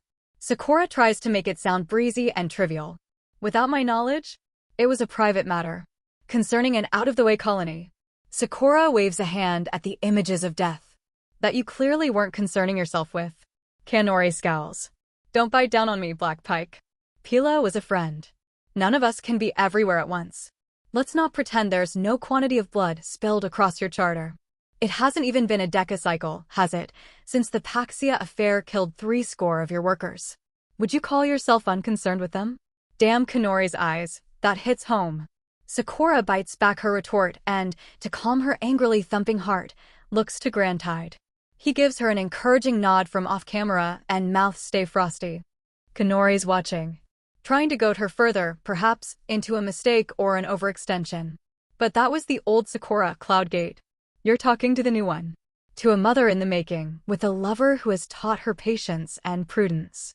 You're right, Sakura says. And you have my condolences. I would have liked to have known Pila.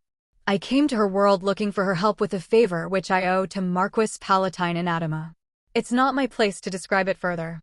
You'll have to ask her. She'll be my next call, after you and I have a discussion with the clerk I've sent for. Sakura bites the inside of her cheek to keep the reproach from showing on her face. Kanori has insisted on a mediator, an Imperial Corps clerk who's due in a few minutes. All it's going to do is waste time and muddy the waters. Sakura presumes it's part of some longer-term strategy of Kanori's to snipe a system or two from her. In the meantime, Kanori says, I insist you not touch anything that was in that place. Return all that you took off the surface of the planet. We took only the defective Jade Demon, which I'll willingly return. The rest of the colony remains. The defense grid's been destroyed and the corpses have been bagged. If you insist on dealing with this on your own, we'll leave you to it. I'll even pay for the defense droids I broke. Kanori brushes her heavy bangs from her brow. She raises her voice to her own command deck. Everyone out. Her majordomo takes a cautious step forward. Majesty. Out, Nim. Kanori doesn't even look over her frilled shoulder. I must speak with my counterpart alone.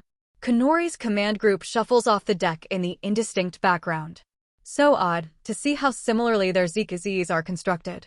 The princess of the Cloud Gate looks back briefly, fitfully, to ensure she's by herself, then turns back to the camera. It would be best if you did the same, she says. Sakura folds her arms. I trust my team.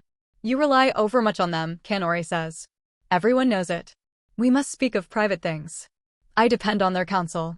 I wouldn't surround myself with people I had to hide from.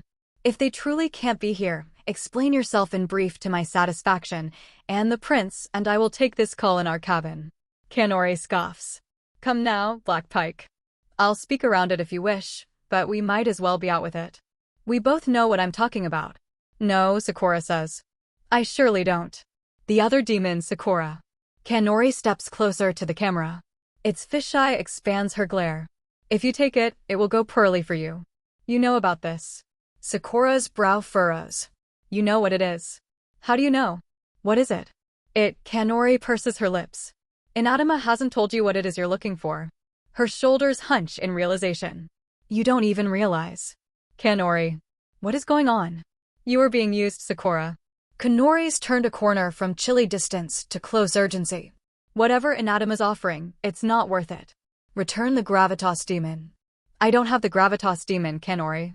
It's gone. It was gone when I got there. What is it? Kanori licks her lips. The expression on her face has slipped from icy to positively frozen. She looks terrified. It's gone. Whatever is happening here, I need you to let me in, Kanori. Sakura drills into the opening Kanori's fear is giving her. This has left your zone of control. If you want my help, ask for it and tell me what's going on. Kanori refocuses. No, princess. You're inserting yourself into Cloud Gate internal matters. You're launching barrages on my worlds. She screws the haughtiness back onto her teetering frame. Have to give her credit, she recovers quick. I think the clerk will be extremely interested in your explanations. I suggest you take the scant time before they arrive to come up with a convincing story. Sakura riposts desperately. Shall I clue them in then? To what's happening? Clue them in on what? You have no idea what's happening. Or what you'd even say. You want to risk it? You risk it. Kanori barks an unkind laugh. Be my guest. You blew craters into my world. You have erred, Sakura. Be humble, be apologetic, and be gone. And provided you give up this blind chase, I'll let you slink away. Another hex on the command deck wall pulses as it spins into place. Kanori looks to one side. The same thing must be happening on the Cloud Gate. That's the clerk's office, she says. Kanori. Sakura's fists tighten. Before we let them in. What is happening? Quit this, Kanori hisses. Tell Anatma you're out. Go back to being a void princess if you have to. You don't even know the game you're playing. It's not worth it. Kanori, wait, Sakura says, but the call is already connecting. Clerk. Kanori changes out her snarl for an obsequious smile. Greetings. There's no one on camera. Just a darkened office, a dim window behind an empty chair. Kanori's mouth hangs open. A woman's voice from off-camera, a hurried whisper, Faith Bridge 19 balance. A meaty pup. Kanori jerks and goes rigid. She tips forward, eyes wide and bulging, and slams face first onto the desk in front of her. There's a spreading bruise on the back of her neck where her cranial detonator blew. Hyaks is on her feet and sprinting the moment Kanori hits the desk. Before she can reach the console, Sakura has recovered from the crystallized moment of shock. As the voice on the other end of the connection continues its death chant, she slams the disconnect on the arm of her throne. One harsh, buzzing, whispered word, soapstone. The connection terminates. The glass hex reflects the firmament again, then sinks away. Chief Engineer. Sakura springs from the throne like it's scalding hot. Lock down our communications. Nothing comes in. I want to sweep primed back to Black Pike within the hour. On it. Wayan scurries to her workstation. Try to raise the Cloud Gate again, Major Domo. Sakura finds Grant's reaching touch and cinches her tail tightly to it. No audio. Text only. Vora has her tablet laid flat on the table. Her thin fingers dance across it. Right away, Majesty. Hyaks. Hit the switch and bring us down. The scarred brigadier gives a crisp salute. Yes, Majesty. From this point until we know more, no calls go directly to Sakura. No blind answers, no video or audio until it's been screened. The Taikari all turn their heads to the sound of Grant's order. Sakura's mouth was open for another command. It stays open. For a second his steel shakes. Then he puts it back on. Vora. Your liaison. You answer all communications, bring the gist to Sakura, and she responds through you. Disable or reroute all incoming connections. Earpieces only. No PAs, no sound systems. Any shipwide announcements, we do text-based communicator alerts. The Black Pike is a black box. Sakura's hold on him cinches tighter. Grant. He looks at her, and however his agitation has manifested on his face, it's enough to widen her eyes when they meet his. Whatever argument she was preparing is tucked away into some potential future. If you would, Major Domo, she says. Get a headset and work with Wayan to route all our calls through it. Let's, Her eyes flutter. Let's adjourn for a few minutes. Shall we? Vora's voice drops. Are you all right, Majesty? Quite. Quite all right. Yes. Sakura attempts a smile. It elongates into a grimace. Her knees buckle as the adrenaline begins to wear off. She is distraught, Grant suddenly realizes. If he weren't holding her up, she might have dropped to the deck. Easy, he murmurs. She tries to laugh him off, but it's too brittle, and it snaps into shards. I'm fine, Dove. Vora. Grant leans into the Majordomo's airspace. Can you take over? Give me an hour with her. Vora nods vigorously enough that her glasses slip down her nose. Get her out of here, Majesty. We'll be fine. I'll get our line set up and call you if there's anything urgent. Sakura clings to him like a burr all the way to the lift. He feels her crumbling further with every step. I didn't mean to bulldoze you back there, he says, as the lift's calming hum embraces them. I was just freaking out about the, No, it's all right. I happen to be freaking out as well. She looks up at him. Does it show? Her eye twitches. Cool as a cucumber, Grant says. Oh, good.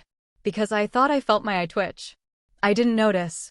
Her swallow is hard enough that a little whimpering follows it. I have no idea what that was. That call. No clue. Your order was prudent. Most prudent. It's the least we should do right now. I have never felt quite so, such a strange thing. Sakura laughs unsteadily. Her posture is stiff and unsteady. Her mouth stays open, but no words manage an escape. Just a faint little halfway between a laugh and an exhalation. He can see her chest heaving. He tucks an arm behind her knees and scoops her up bridal style, holding her close to him. Her pulse is galloping, her breathing is shallow. She quivers in his arms. The sound it made. A violent shiver of her tail, like she's trying to dislodge it, and she begins to come undone. The fucking sound. The pop. I know. He cradles her. I know, Batty. You're okay. One hand laces into the hair on the back of her head, where her own detonator rests. The other nudges the turbo on the lift. Nobody but him should see her like this. The lift opens and their feet plant back on the ground. He carries his petrified princess into their cabin, shoulders through the tapestry that divides her trophies from their bed, and tips with her into their pillow-lined nest. Was that the Empress? Why would she do that? The Empress is the only one who knows these codes. Sakura talks while Grant unzips her little boots and underhands them into a corner.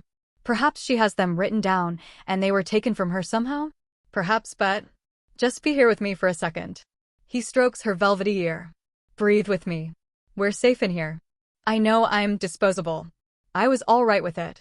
He tugs her all the way into his embrace and rests his chin on top of her head. Batty. I was, she insists. I knew that my life was on loan. But now with you and with everything with our family. The rest of her breath comes out in a jagged stab. Her eyes are welling. I can't just belong to her, she whispers. I can't leave you alone.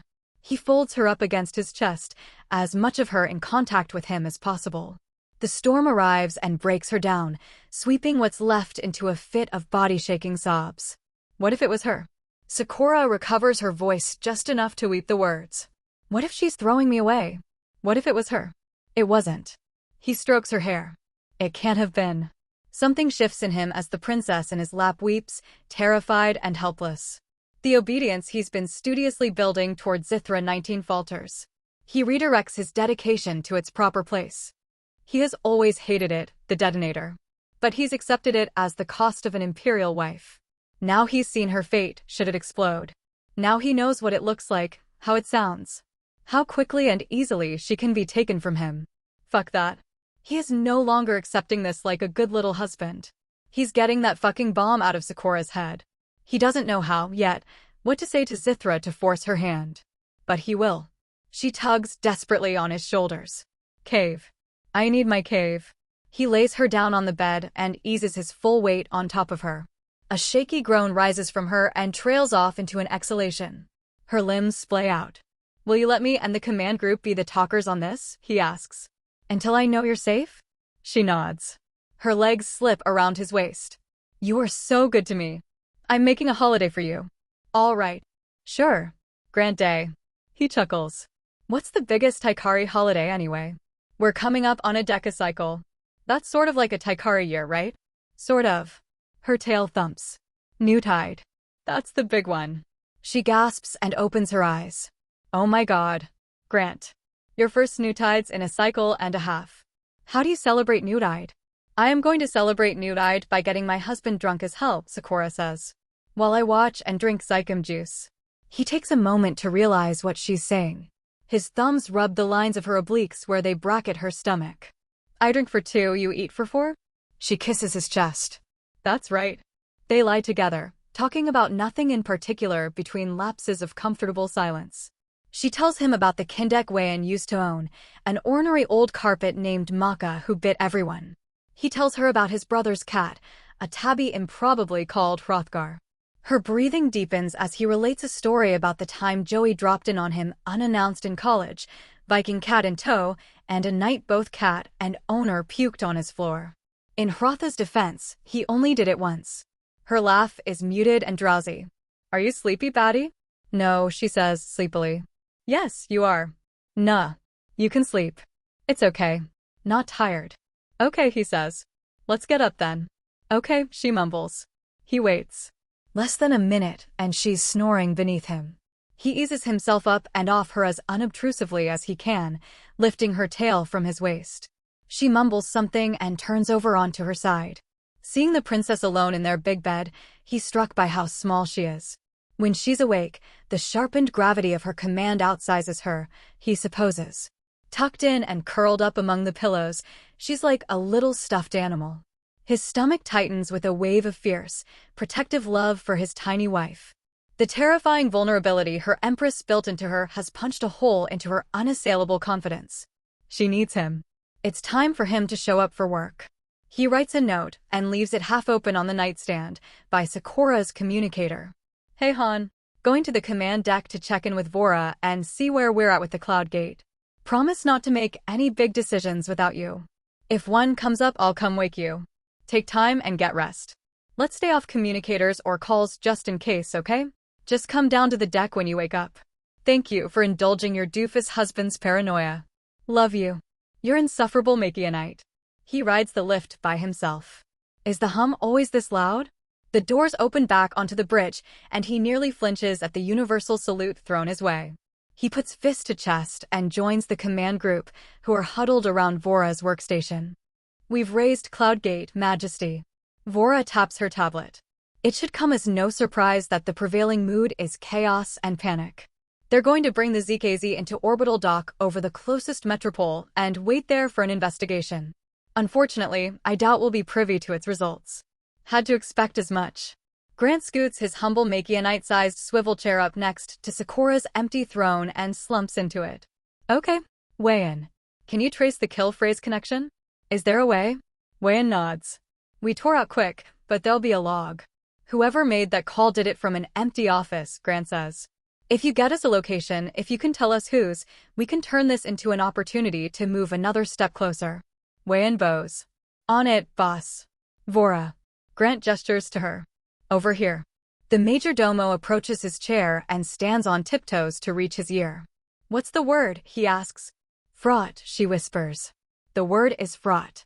We need to tell the bridge what happened. They're putting 2 and 2 together, many of them. The Cloud Gate transmissions are frantic. I don't think I'd do a full ship-wide address, but they wouldn't be on the bridge if they weren't trustworthy. Are you saying I don't think like you're the one doing the address? He tugs at a loose thread on the stitching of his armrest. Or am I doing the address? Vora pulls her glasses off and rubs them on the hem of her uniform tunic. They're wondering, Majesty. None of them would vocalize this, but they're wondering. Wondering what? They're wondering if it was the Empress. Wondering if we're steering them out of the proper place. If we're doing something heretical. Without her glasses, Vora looks older and sterner. You're wearing anti-comps. You're their alien prince. You are an exception on an exception on an exception. And they love you. Of course they do. But they're wondering. What's happening? And I can try to tell them. She puts her glasses back on. But I'm not their prince, she says. Grant stands up and steps to the command deck's balustrade. He has to lean down to close his hands on it. The solid crimson wood anchors him. This is your ship, too. Grant. Your pike. All right, he calls. Bridge crew. Listen up. The tasks and conversations whisper to a halt. 2 score or more pairs of eyes look up at him, through crimson pupils or amber lenses. There has been an incident with Cloud Gate resulting in the death of Void Princess Kanori by cranial detonation, Grant says, and watches the group inhalation that brings. We're tightening access to the princess until we can verify how this happened and understand the situation we're in. I know this is an uncertain moment. I'm uncertain, too, he's about to say. But where a Makianite might find comfort in that emotional camaraderie with their commander, would a Taikari. I'm here representing Sakura in her stead and by her command, he says. And Sakura is as faithful a servant of the Empress as was ever born. He detaches from the balustrade and straightens, lacing his hands behind his back. Faithful enough to turn a Makianite rebel like me into a proud subject of the Empire. Faithful enough to be entrusted with the deadliest weapon of the Empire and the Empire's finest crew. If, for some reason, this act was the Empress's doing. His fingers flex into a tight fist. Careful, Prince Grantide. It's surely by error of one of her intermediaries, or the result of some treasonous lie being told to her. Whatever the case, whatever the perceived blemish, we'll correct it. We'll wash away any stain on our honor and drown out any voice that questions our loyalty. The wound-up tension among the bridge crew loosens by a few turns. Emboldened, Grant continues. And in the much more likely event that it wasn't, we'll find whoever has taken the power that belongs solely to our Empress, whoever has dared to steal it and attempt its use against the Princess of the Black Pike, and we'll blast their atoms across the firmament. The promise of selectively applied violence. That gets some enthusiasm from his audience. In either case, my dedication to Sakura of the Black Pike is as strong as it's ever been. I have every confidence that you will remain as steadfast in her defense as she is in yours. Whoever launched this attack at us did it because we are closing in on them. And they erred gravely, because in their failure to end Sakura's life, they left a trail right to them. Now let's do our jobs and make her proud. Grant gets a quarter of the way turned around before he remembers, and faces them again. Glory to the pike. Glory to the pike, they chorus. He licks his lips. Glory to the Empress. Glory to the Empress. Right. He steps away and tries to imitate Sakura's easy slouch in his seat. He doesn't feel easy, that's for sure. Wei-in approaches and leans on his armrest. Good shit, boss. Wish I'd have recorded it. Sakura is gonna be proud as hell. My armpits are swimming right now, he says. She chuckles. How's our girl? She's doing okay. I think she had a bit of an attack about he taps the back of his skull. I never heard of another Void Princess that happened to in the Zithran era, Wei-in says. It's always been a symbolic thing in her head. Now it's, well, a bomb. In her head. Wei-in. He bends down face to face with her. Maybe this is treason to say, but I want that fucking thing out of her. Fucking A, Majesty. Wei-in's lavender tail corkscrews in agitation. If that connection wasn't the Empress, then this is our call for action to her. She's a goddamn Princess Margrave now. I can't get it out myself. Nobody on the pike can. It blows if it detects tinkering by anyone besides the Empress's hand-picked medtechs. You don't think it was the Empress, do you? Grant's chewing at his mustache hairs. He used to do this on Makion around the end of the month, when money was tight. He thought he kicked this habit. What have we even done? What did Kanori do, is the question, Wei-in says. Like, do we know Sakura was next? Soapstone. Hayek's paces over to their conference, footfalls heavy in her HAK suit. That was the beginning of a kill phrase. We have to operate assuming Sakura was next. Excellent speech, Majesty. Incidentally. Thank you, Brigadier. So either the Empress wants Sakura dead, Hayek's continues, or the kill phrases have been compromised. Shit sandwich either way, Wei-in says. Hayek's nods. Shit sandwich. Perhaps we contact the Empress? Vora offers, sounding less certain than Grant has ever heard her. Clear this up? It might be some sort of deception against her, or a misunderstanding. Grant clears his throat and looks around at the command group. Near the back, Hayek makes eye contact with him and gives a subtle shake of her head. Soapstone. The first of 4 unknown words that will end every dream Grant has, the moment they're spoken. Not yet, he says. Not until Sakura's back in the seat. She makes that call. Majesty. Vora holds up a finger. We're being hailed. Her ear twitches as a message comes through her headset. Whoever it is twists the corners of her mouth downwards. She adjusts her thick glasses. Another garnish for our shit sandwich, I'm afraid. Grant braces himself and wishes very badly that his wife were here. Who's in your ear?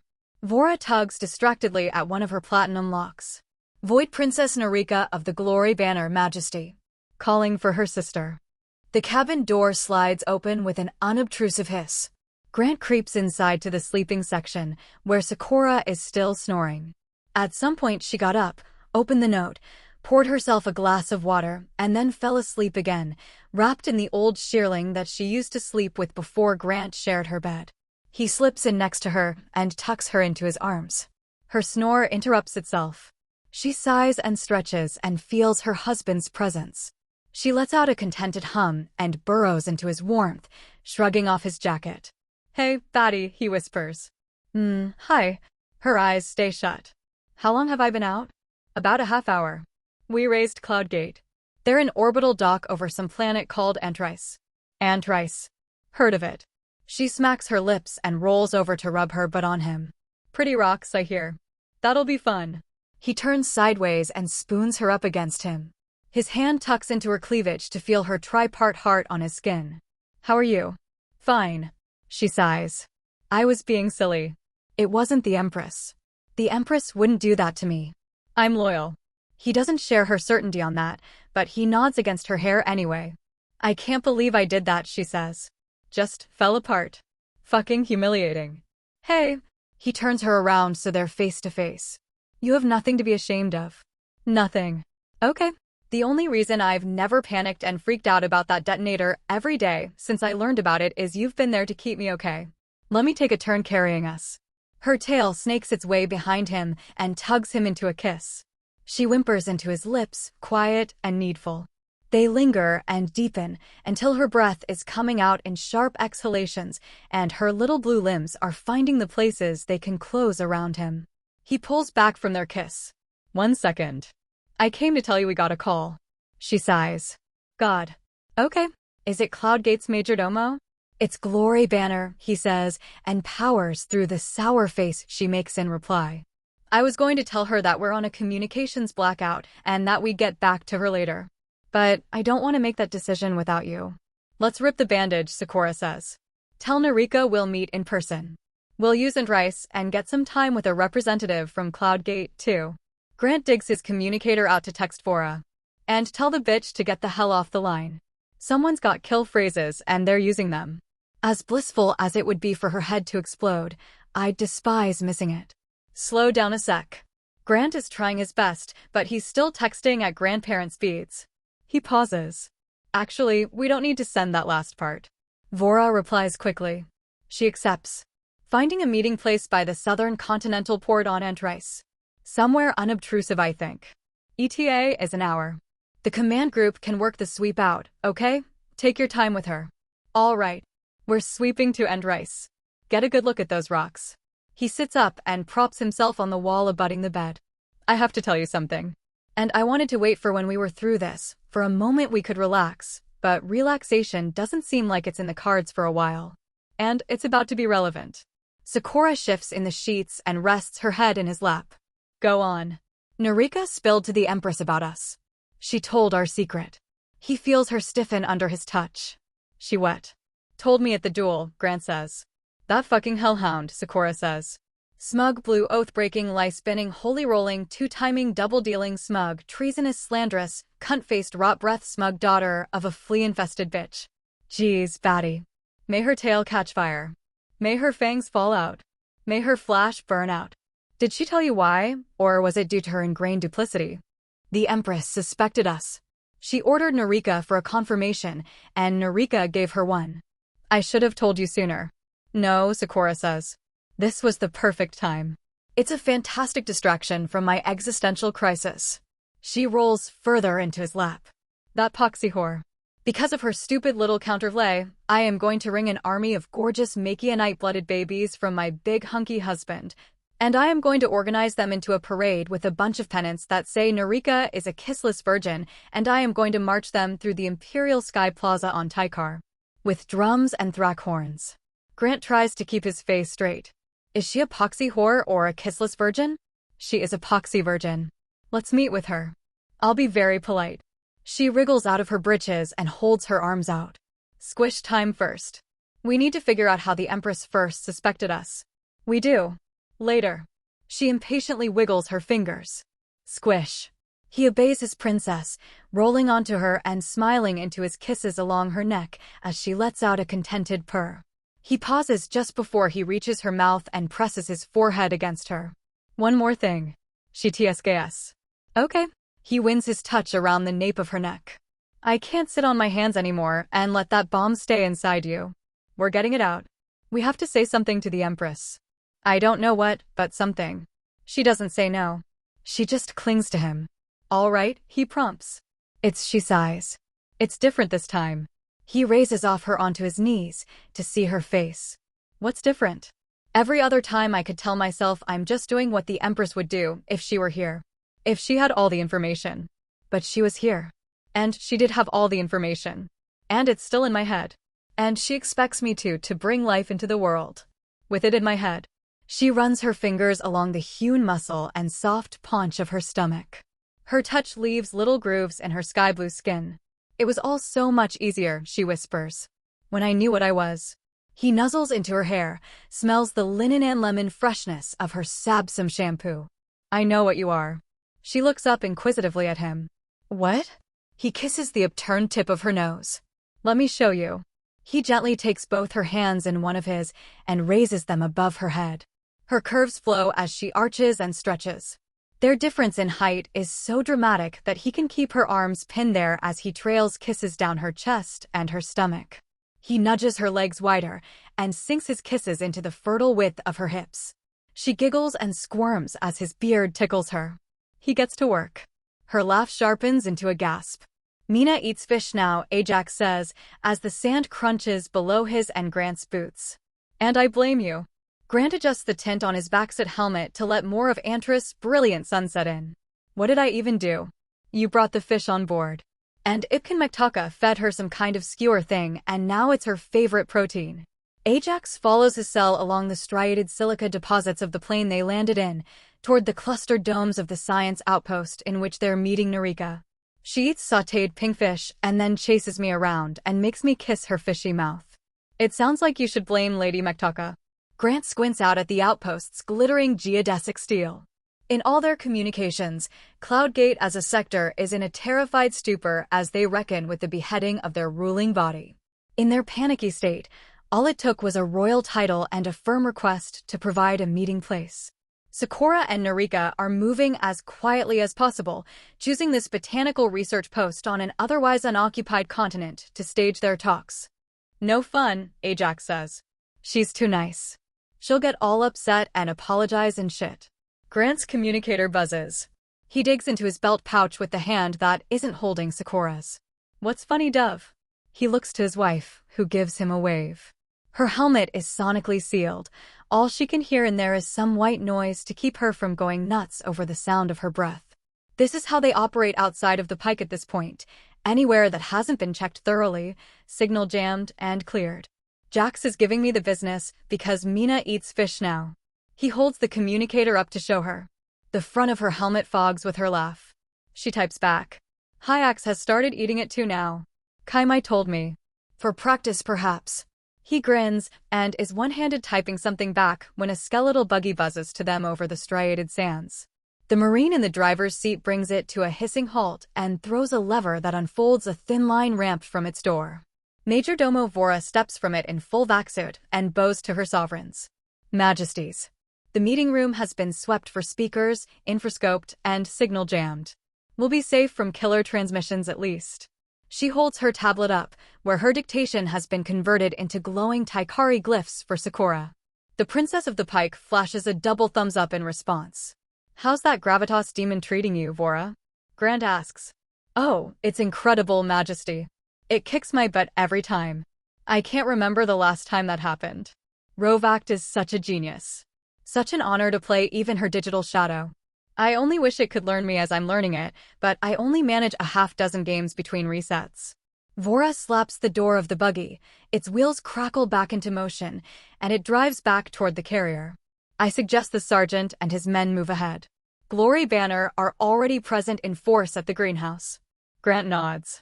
All right, Jax. See you up there. Ajax salutes and jogs ahead to the main column of Marines. Grant squeezes Sakura's hand, then detaches from it to write her a message. Vora says the meeting spot is all good. We can turn your ears back on there. Sakura mimics, wiping her brow in relief. Vora falls into pace with the prince and princess. The tuft of her tail prods Sakura's, then hooks around it, and princess and majordomo walk linked together, tail in tail, in silent communion. Grant replaces his communicator in his belt pouch. Well, it's just the two of us, Vora. Can I ask you something? Of course, Majesty. How did you come to be Sakura's majordomo? I was assigned to her, Majesty. Is there, like, an interesting story? Vora shakes her head. I'm not interesting, Majesty. I don't know about that. Majordomos are not supposed to be interesting, Majesty. Hyax has her gruffness and her rigor. Wayan has her experience and her cheerful insubordination. You challenge her ethics. That's not my place.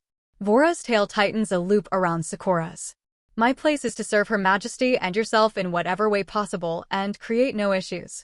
No drama, no vices, no problems. To ensure that you never hesitate to lean on me. That is the majordomo's creed. I appreciate you attempting to get to know me, but my life is as unremarkable as I could make it, on purpose. Grant raises a brow. That's quite the declaration, majordomo. Well, I'm quite the majordomo. Vora bumps her shoulder against Sakura's and unwinds them from one another. That's the point of pride I permit myself. There's a timeless stock character of the villainous, ambitious majordomo that undermines her princess. Her dismissive sniff sharpens to a static burst through her helmet mic, a pall on the profession. My personal ambition is to be boring as possible. Hey, if boring works for you, then it works for me. From what I understand, you're the only reason the sector didn't fall apart while Sakura was out. Not the only reason, Majesty. Vora stands a little straighter. But I did my part. I think we'll end up relying on you a lot more during the pregnancy. I'm already putting together a seminar for you on Taikari child rearing, Vora says. I dare say it'll be my least exciting achievement yet. The spiderwebbing steel and clamshell white polymers of their host dome unfold in origami welcome to their contingent of Marines. They step inside and through the gleaming airlock, and Sakura sighs with gratitude as she tugs her helmet off. Thank the gods of the firmament, she says. I was feeling quite left out. Vora holds her hands out for Sakura's helmet. Welcome back, Majesty. Thank you, Majordomo. Sakura tenders her helm and tugs her buns elastic-free, sending a dark cascade of hair over the lip of the vac-suit collar. What were you two discussing back there? My unremarkable life speech, Majesty, Vora says. Classic.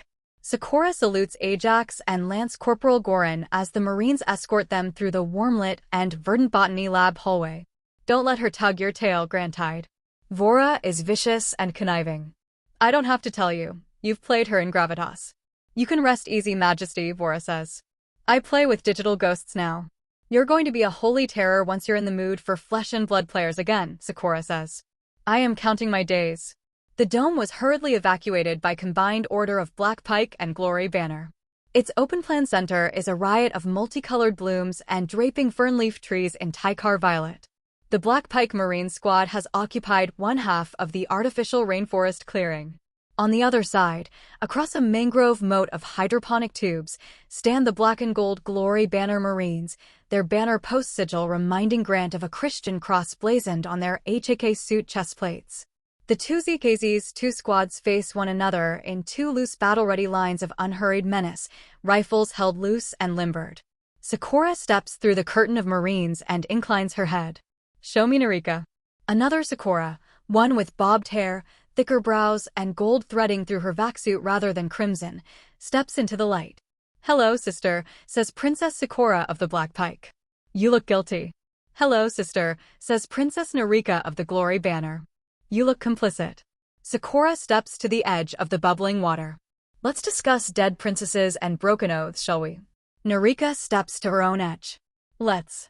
I understand that Void Princess Kanori is no more, Narika says. Correct, Sakura says. We're investigating why. As am I. Narika digs into her vac-suit satchel. You needn't waste your time, Narika. There is knowledge only I am privy to, and there are avenues only I have available.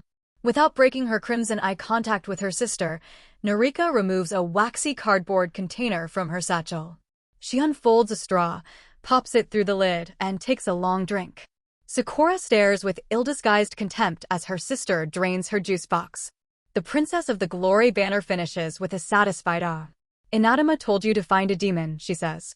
Kanori had it in her sector and someone killed her over it. Now you want to know why. I really just hate you quite a lot, Sakura says. And I you, Narika says. How does everyone in the goddamn firmament know about this goddamn demon? Narika cocks her hip. You beat her at a duel. She quite publicly demanded your condition, and then I hear you foiled an assassination attempt on Tamayon. Which is where your demon foundry is. It's simple enough to put two and two together. Why are you so disastrously obsessed with me, Narika? Not enough going on in Glory Banner. Every Void Princess is watching you, Sakura. Not all of them as successful or as closely as I am. But you're the first of us to break out of the position since the Makas tragedy. And in recognition, not ignominy. Did you not imagine you'd be attracting attention? What kind of demon is it? The fabricant manager told us it was a Gravitas player.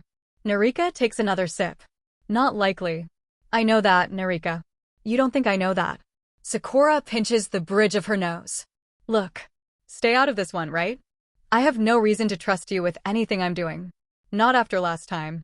Not after you lied to my face and spilled my secrets. Narika's eyelids lower. Grant told you then. He did. Sakura looks back at Grant where he stands in the line of Marines and blows him a kiss. He told me readily. Come on up, Dove. Grant steps from the line and goes to Sakura's side. She takes his hand. So if you imagined you could drive any kind of wedge between us, you were sadly mistaken. I know. Narika casts Grant a bemused look. He told me he was going to tell you. Sakura looks like she's holding herself back from stomping her booted foot.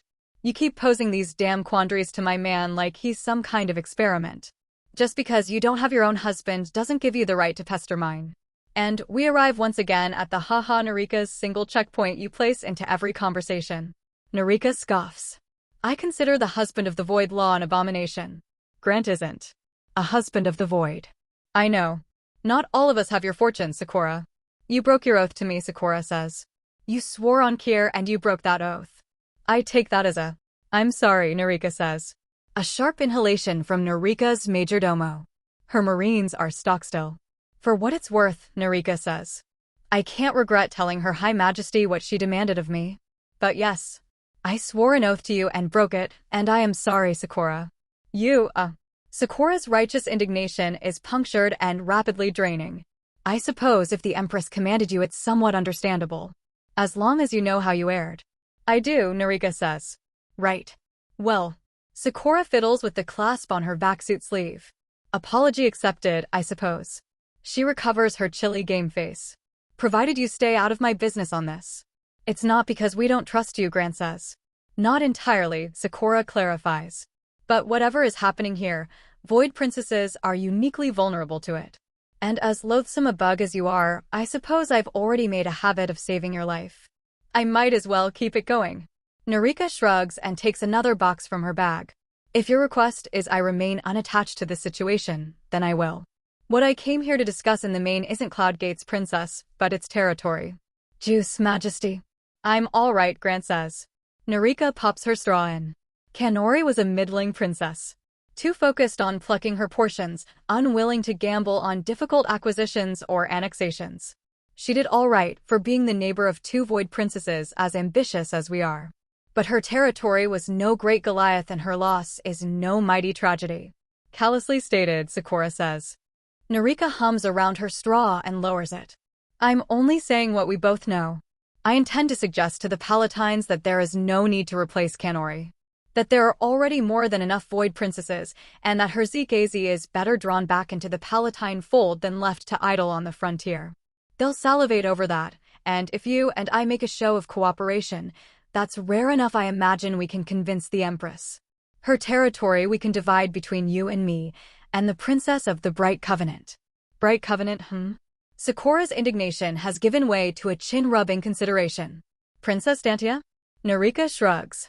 Already overextended, from what I hear. She'll scoop a system or two, maybe put up a fight for the resource-rich ones close to her boundary. But she'll present no real resistance, I should think. Too busy expanding her counter-spin with that ungainly privateer core of hers. Sakura snorts. What, you don't think her system is so innovative? Oh, it's so innovative. Narika joins her on what Grant imagines to be an uncharitable impression of their fellow Void Princess. But while she's busy innovating, we'll get busy taking. So, what?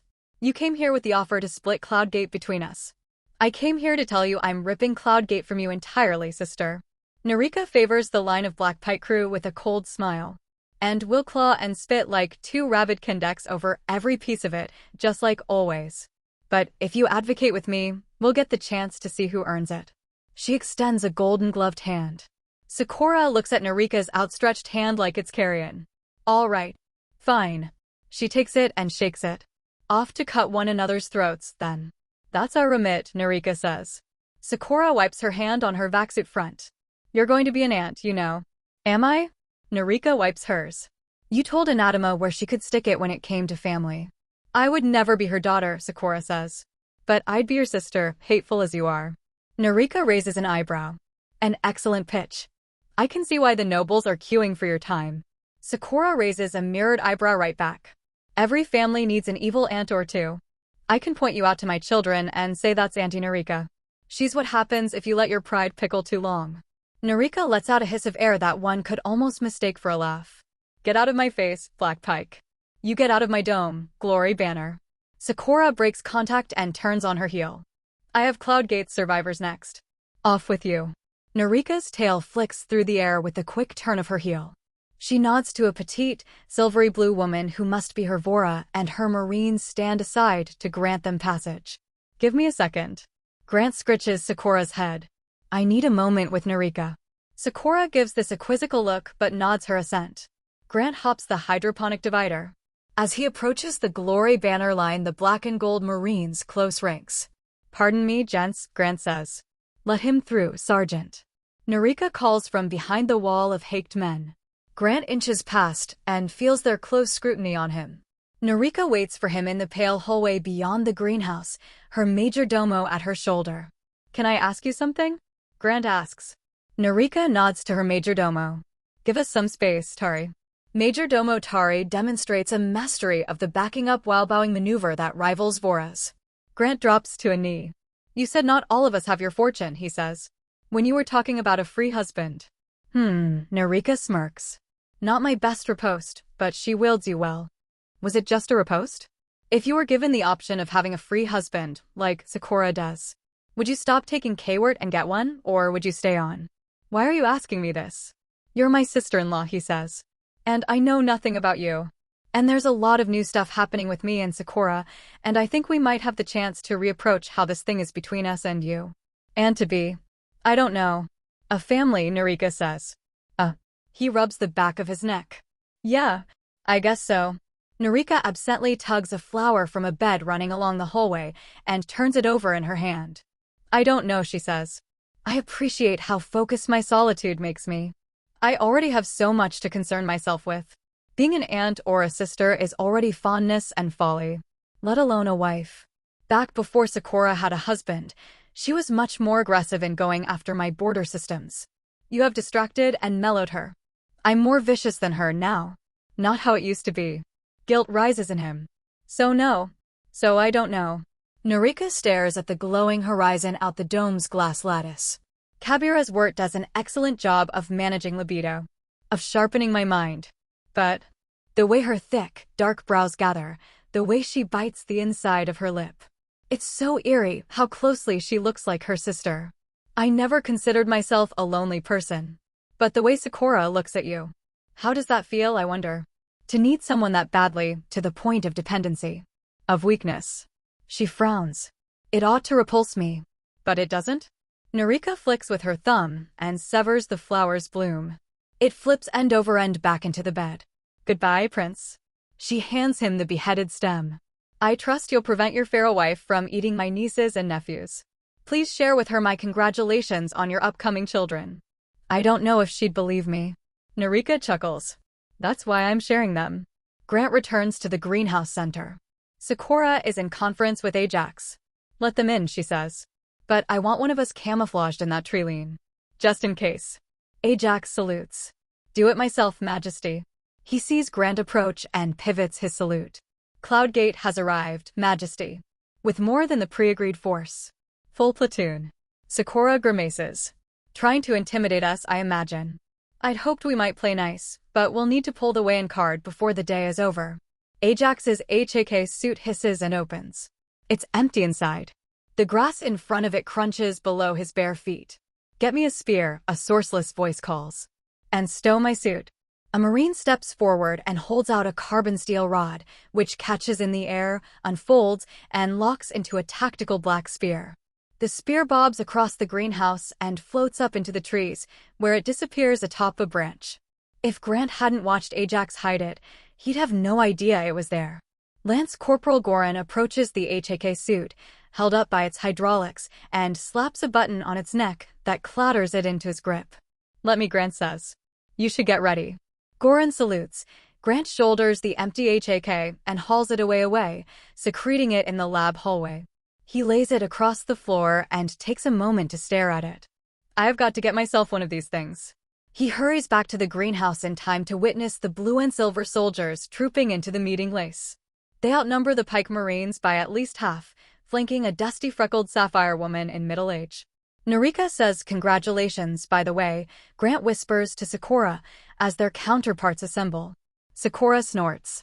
The crew of the Cloudgate greets the Princess of the Black Pike, the freckled woman says. I am Niminoa, Kanori's major domo. Greetings, major domo. Sakura steps closer to Grant's hip. You have my condolences for the loss of Void Princess Kanori, and my promise that I will not rest until her death is solved. Appreciated, Majesty. But I am afraid that my comrades and I have not come on glad tidings or to bandy conversation. This dome has been surrounded by Cloudgate Marines. Grit catches at the edges of Niminoa's voice. It sounds like she's been crying. You will not be returning to the Black Pike. You'll be our guest aboard the Cloudgate while we ascertain your role in Kanori's death. Sakura doesn't flinch. I think not. My chief engineer is aboard the Pike, with a recording of Kanori's final call locked and ready to broadcast wide, at my signal or in my absence. I am sure the Imperial Court Chancellors and your governesses will be intrigued by what, exactly. Sakura crooks a finger. The fronds of the tree above Majordomo Niminoa's head shake. A black streak launches from it. Kanori did to be the first Void Princess executed by kill phrase during the Zithran regime, Sakura continues, as though no spear tip, held by an invisible hand, now presses against Niminoa's neck. As if Marines on both sides of the water aren't leveling their rifles at one another. Niminoa swallows. Her arms are tight by her sides. Grant realizes belatedly that a tail must be binding her. The spear's blackened steel creates an indent of deadly promise at her throat. In fact, this little display has sapped my generosity.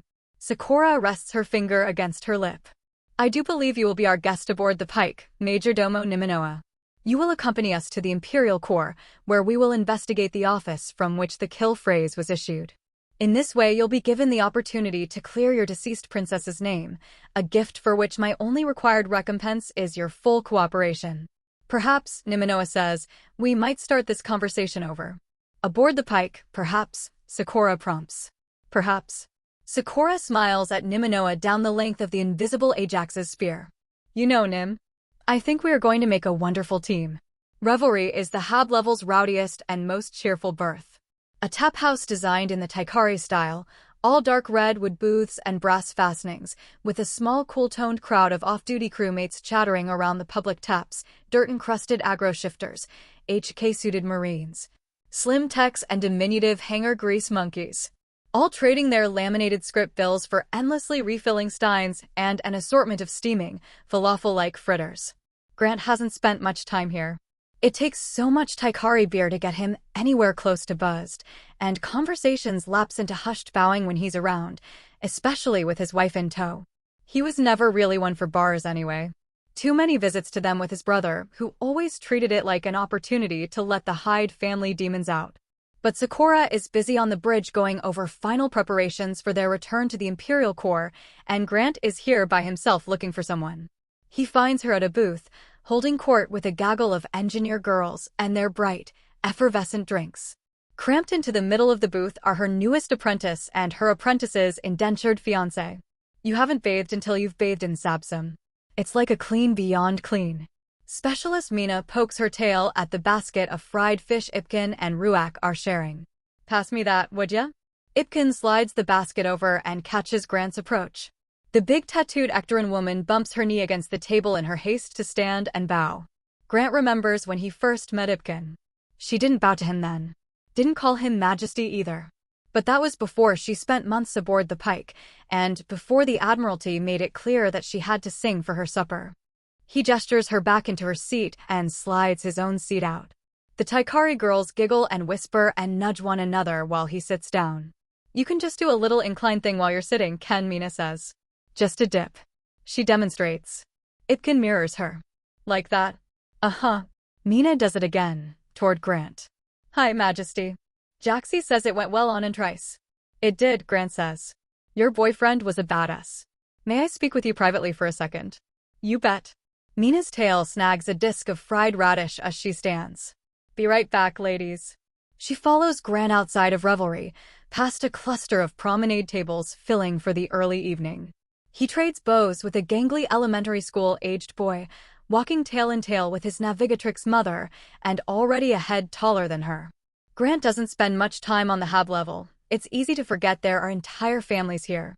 It's easy to forget, in the hue and cry of this harrowing operation, that he and Sakura will be one someday. How are they doing, the Ectorans? He asks Mina. The little pink engineer swallows her bite of radish. Well, Ruak isn't mine, but Lady Ipkin is a real peach. She's much too big to get into the service hatches, but she's a natural on the manifolds, and those are the hardest part of the job. Plus, she's easygoing. She can haul about 4 times as much as any of my other girls, and she's afraid of me. And that's good. Sure it is. That means she doesn't go by first appearances. Mina taps her forehead. Smart cookie. Eventually she'll calibrate and get that I'm a total sweetheart, as long as you follow my super simple rules. She giggles. Well, not you, of course, Majesty. You can do whatever you want. But the generic you. Her. Anyway, she's doing great. And she's fitting in? Sure.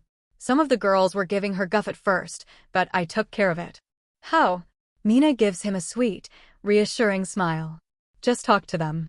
One thing Grant has begun to suspect about Mina is that she's a candy coating on top of a very different kind of person, which he has filed away as none of his business. He isn't sure what to make of her, but he trusts Ajax absolutely, and the man worships the ground this little weirdo walks on. Okay, he says. I want to let you know this in order to give you and Ajax some time. Sakura and I have been talking about giving you and Ajax promotions. Oh. Mina's demeanor changes completely. Her eyes go wide.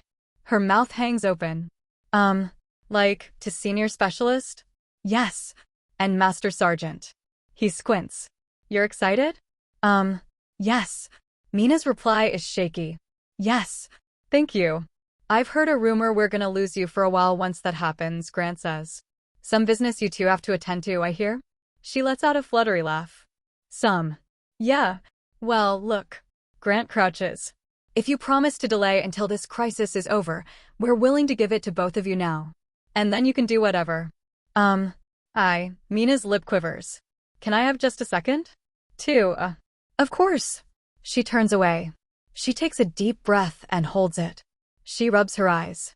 Grant peers over her shoulder. Are you okay? I'm just really, her tail waves at him. Her voice is tiny and wavering with emotion. I'm just really glad. She turns back around, blinking rapidly. I won't take him away until you say it's okay, Majesty. I won't.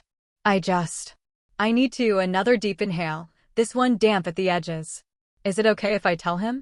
I figured you would. Okay. Moisture is beading in Mina's big round eyes. She wipes them on her forearm. God, so embarrassing. I'm gonna go find him. She looks at the glow coming out of Revelry. Oh, hellfire. My girls. I'll let them know, Grant says. Go find your man. Yes, Majesty. I'll go, and a tear slips down her freckled cheek. Thank you. I can't, It's not appropriate to hug you. But his urge is to say no, of course. But she's absolutely right, as much as he mourns it. They're in public, and he's a prince, and she's a grease monkey. He holds his arms out a few feet away. Hug. She laughs tearfully and imitates him.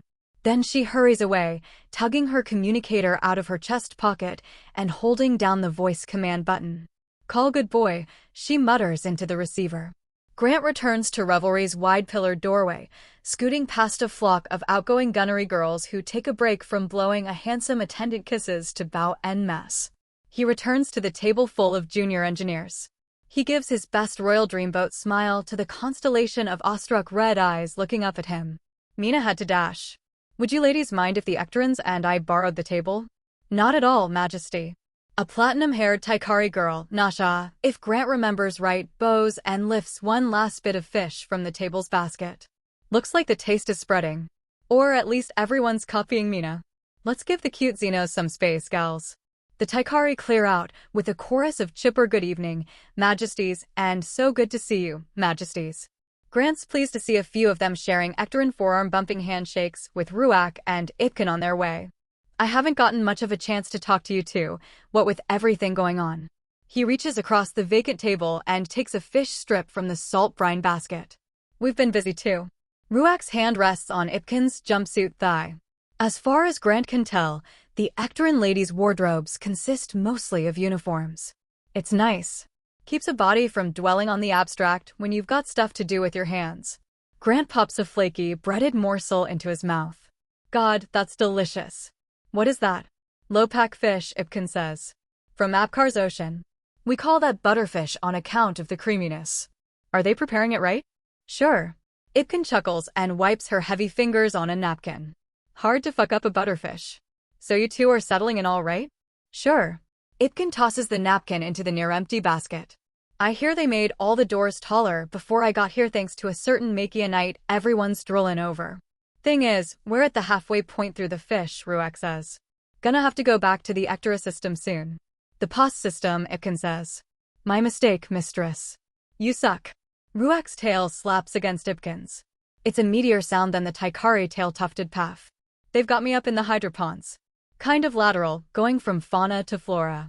But I guess the crew prefers getting treated by a Taikari who knows how Taikari work and not an Ectoran who's gonna ask them how moisturized their dorsal is.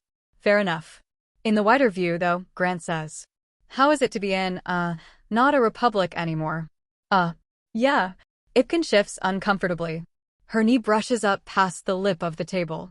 It still doesn't feel real to me, Ruach says. Maybe part of that is Ipkin and me have been in it for a while now. What with getting kidnapped and all. But there's something so, she waves her arm to indicate the artificial terrain of the hab level. You're picking out your groceries for the next few days, and you remember these plants were grown on an Imperial battleship, and I'm an Imperial subject, and also my fiancé owns me. And then you squeeze the Thai fruit to check whether it's ripe, and it is, and you eat it. Nobody's giving you shit for it, are they? Grant asks. The indenturement thing. Ipkin shakes her head. There's some clerical stuff now and again, is all. Allotments and such. Getting a couple's cabin was kind of tricky, and technically all my paychecks and script and shit belong to Ipkin, and she just gives them to me after the fact. Ruach links her slim arm through the crook in the elbow of her owner/bride-to-be. But everyone is being very polite about the enslavement thing. God. Grant leans in so that none of the Taikari at other tables hear them. Sorry, Ruach. We'll get it sorted out. I know you will, Majesty. Ruach's got such a warm smile, for being a member of a species that's all canines. I'm not stressed about it. Ipkin fidgets. She is clearly stressed about it. We're going to the Imperial Corps again, Grant says. And I know they're not, we just have to be careful. I'm asking you both to stay on the ship while we're there. Don't gotta tell me twice, Ipkin says. I'll tell you what. Grant taps his engagement-ringed finger against the table. He's still getting used to its clack. Once all this is through, I'm going to be getting involved with Karnak. There might be an opportunity for you to transfer off the pike, back to the Post system. We'll think about it, Majesty. But, speaking for myself and with all due respect, Ipkin rests one big mitt on her keeper's delicate shoulder. There's no escaping the Empire anymore. Not for us with the implants, but not for anyone else either. Might as well make ourselves at home. That's where I'm at. And, she trails off. Grant sees her fingers tighten on Ruak's shoulder. We don't really want to see it, Majesty. Ruak puts her hand on Ipkin's. Imperial Lectora. Not at first. Maybe someday. Besides, Ipkin says. Closer I am to you, easier it'll be to guilt-trip your ass. He laughs. You're too good at it. Yep. Can't let it all be good food and blue short stack poon, you know. Ipkin sips her drink.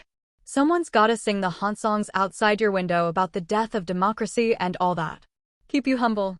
Babe, Ruak whispers. Her knee prods Ipkin's. Ease up. Ipkin's amber eyes blink. I'm kidding, Majesty. You can only be half kidding. Grant lowers his voice. I know that there's plenty of eyes around here. Appearances and all. But when there's no crowd, you can still call me Grant. And you don't have to bow to me all the time or anything. Grant. I kind of do. Ipkin smiles apologetically. It's just, if I don't do it all the time, I worry I'm gonna forget at the wrong moment. You know? It's easier for me to just keep everything straight. Know what I mean? I do, he says, and despite the cavity it's carved in his stomach, he does. These two don't have the wiggle room he has, the protection. They need to be careful. And he really should be used to it by now. But Ipkin's gone from a colleague to a subject, and somehow it hurts all over again. Nothing, Hayek grunts as she settles into her seat at the command table. Another interrogation in the hole, and Nimanoa gives us nothing but glowers and sworn oaths to secrecy. She folds her gauntlets across her midsection. I'm requesting permission to use you-know-what, Majesty. We're not getting a peep out of her without it. Steady on, Brigadier, Sakura says. The Empress charges us to turn to the compound only during emergencies, when we've exhausted all other options, and we haven't. She gestures to Vora, waiting on the periphery with her tablet in hand. Majordomo. The office was traced to a World 1 system over from Taikar. Vora steps into the hovering star map and points. A planet called Chasik.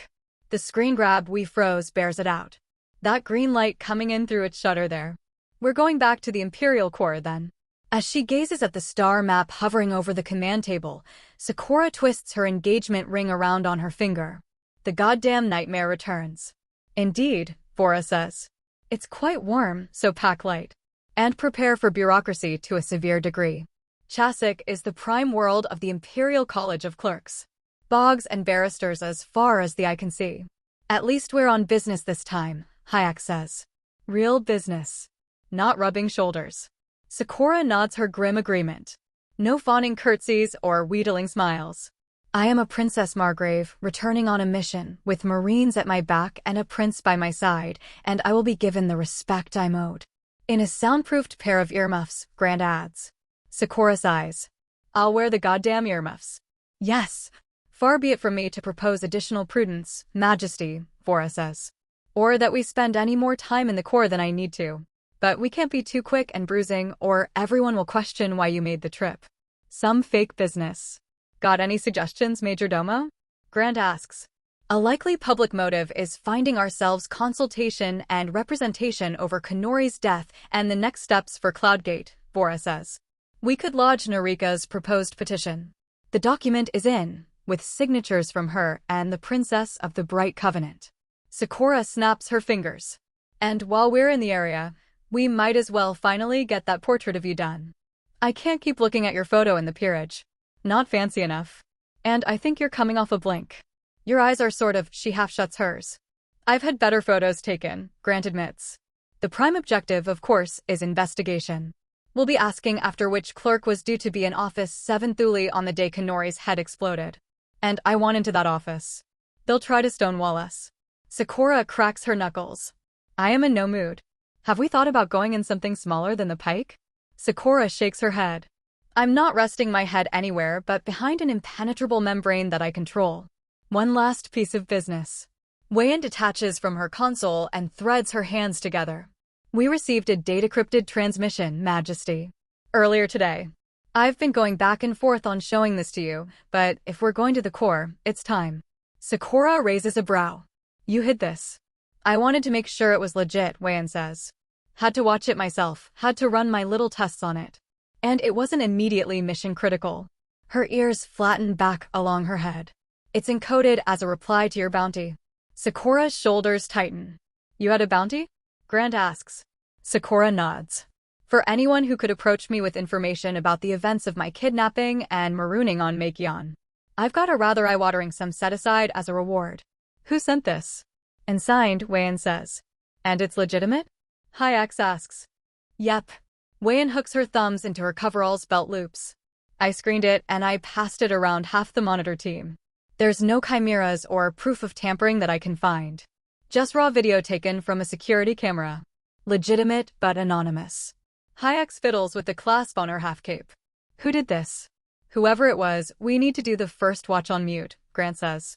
Make a copy and wipe the audio completely, just to be sure. I've scanned it, boss, Wayan says. It's safe. Grant shakes his head. I trust you with my life, chief engineer. But I can't trust anyone with Sakura's.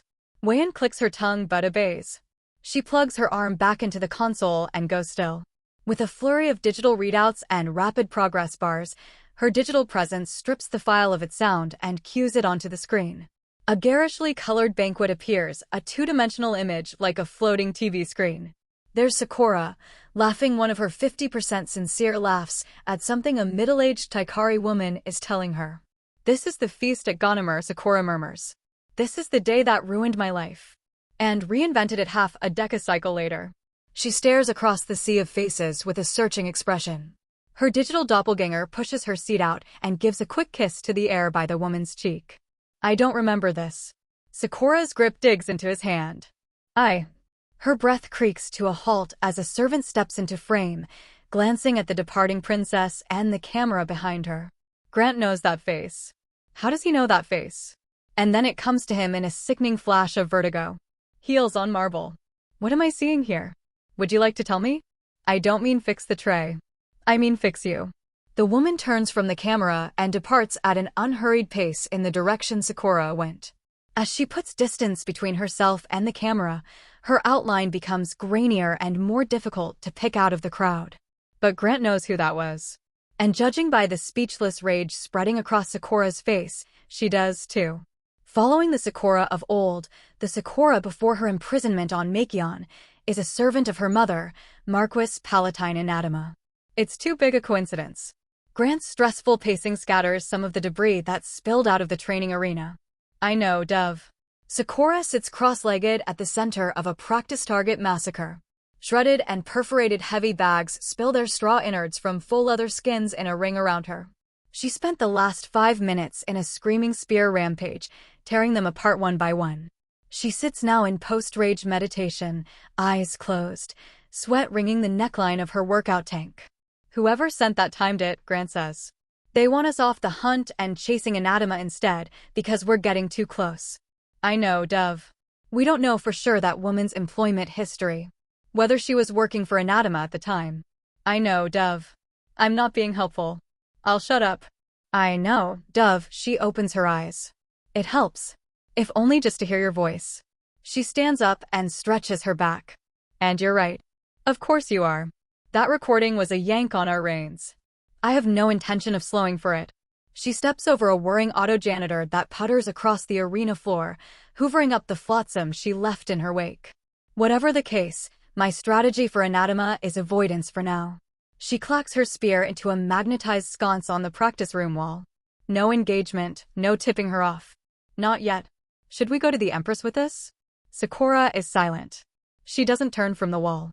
Cora. No, Sakura says. Not yet. There's too much going on. Too much I still have to understand. I need a clear picture of what's happening. And if the answer is treason, she turns around.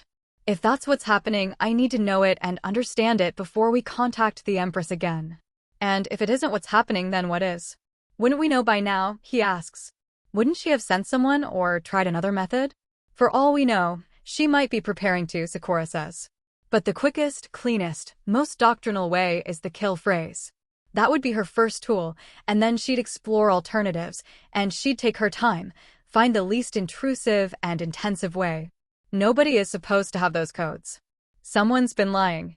Someone's been lied to. There is something going on. Something with the Empress. The Empress and Anatma and this demon. How do you figure? Anatma said it herself, Sakura says. This whole mess, how it started. She was allowed to do this. The Empress signed off on Anatma's gambit, knowing the pike would be taken from me, and the extent I'd try to prevent it.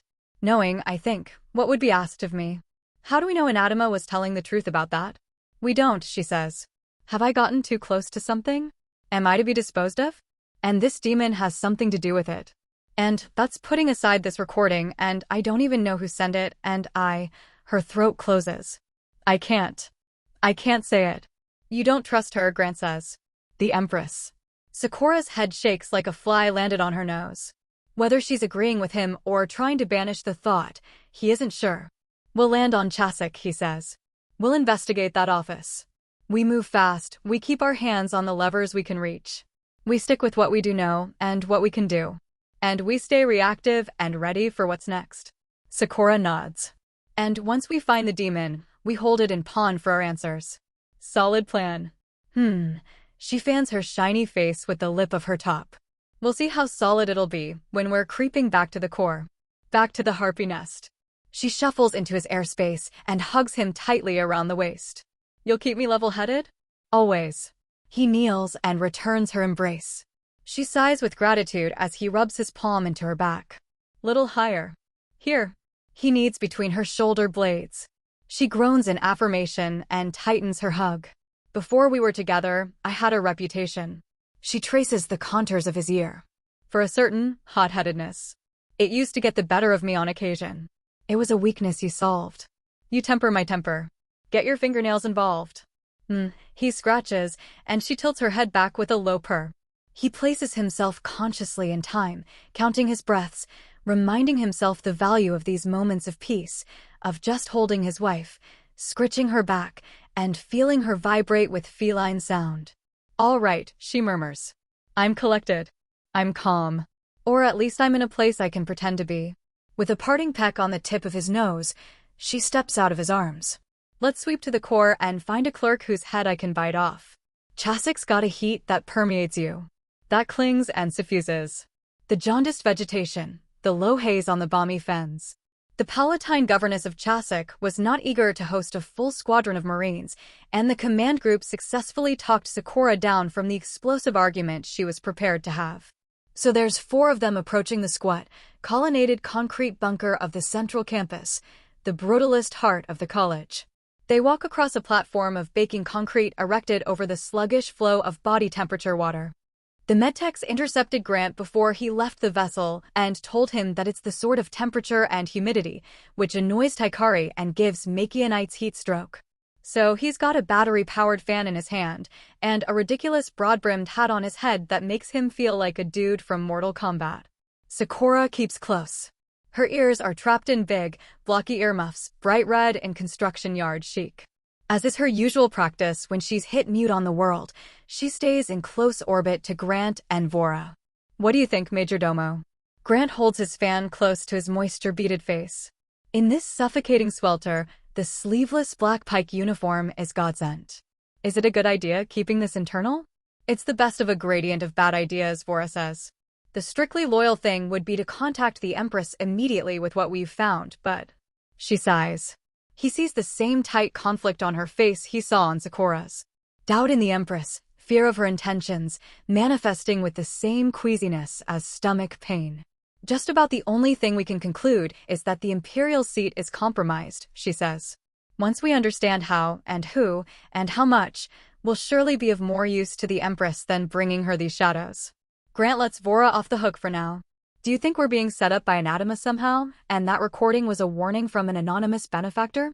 Vora adjusts her glasses. I won't dismiss the possibility. But finding a benefactor who wishes to remain anonymous in the coterie is like finding a trench shark who wishes to remain vegetarian. I take it they're carnivorous. Yes. Vora chuckles. You know, Majesty, you're twice my height and your face is covered in fur, and I keep forgetting you're not Taikari. Grant cocks a hip. Pretend I just bapped you with my tail. I can't believe it's only been a decacycle, Vora says. So hard to picture the pike or the princess without you. The snowy paintbrush at the end of her tail executes the real bap that Grant pantomimed onto Sakura, who flicks a retaliation. She says she had a temper, Grant says. Vora laughs. Oh yes. Quite a temper sometimes. You're much better at calming it than I ever was. I had a conversation with Narika. Grant is thankful momentarily for the earmuffs Sakura's wearing. She told me I've weakened Sakura. That I've made her less vicious. That is an extremely Narika thing to say. Do you share Sakura's low opinion of her then? My opinion of Narika of the Glory Banner. Vora hums in contemplation. My opinion is unimportant, I suppose I'd say. She is another Void Princess and she's within striking reach of my Void Princess. That makes thwarting her part of my job. She slaps a gem-colored bug off her forearm. It churs angrily away. But for the record, I do find her cutthroat, egotistical, and avaricious. I think you could say that about anyone who'd call themselves a princess. Well, yes. Of course. Vora nudges Sakura affectionately. Thank goodness you and I serve the only good one. Ajax lags behind them in the muted black and red uniform of a house servant. He's chosen the chunkiest and most protective anti-comps he can, in a big wraparound ski goggle form factor with a thick panel of glass to separate him from the world. Grant looks over his shoulder. How's it going, Sergeant? Good, besides the fucking planet. Ajax kicks a pebble of concrete into the sulfurous split pea water beneath them. Should have given us a sky bridge with some goddamn air conditioning.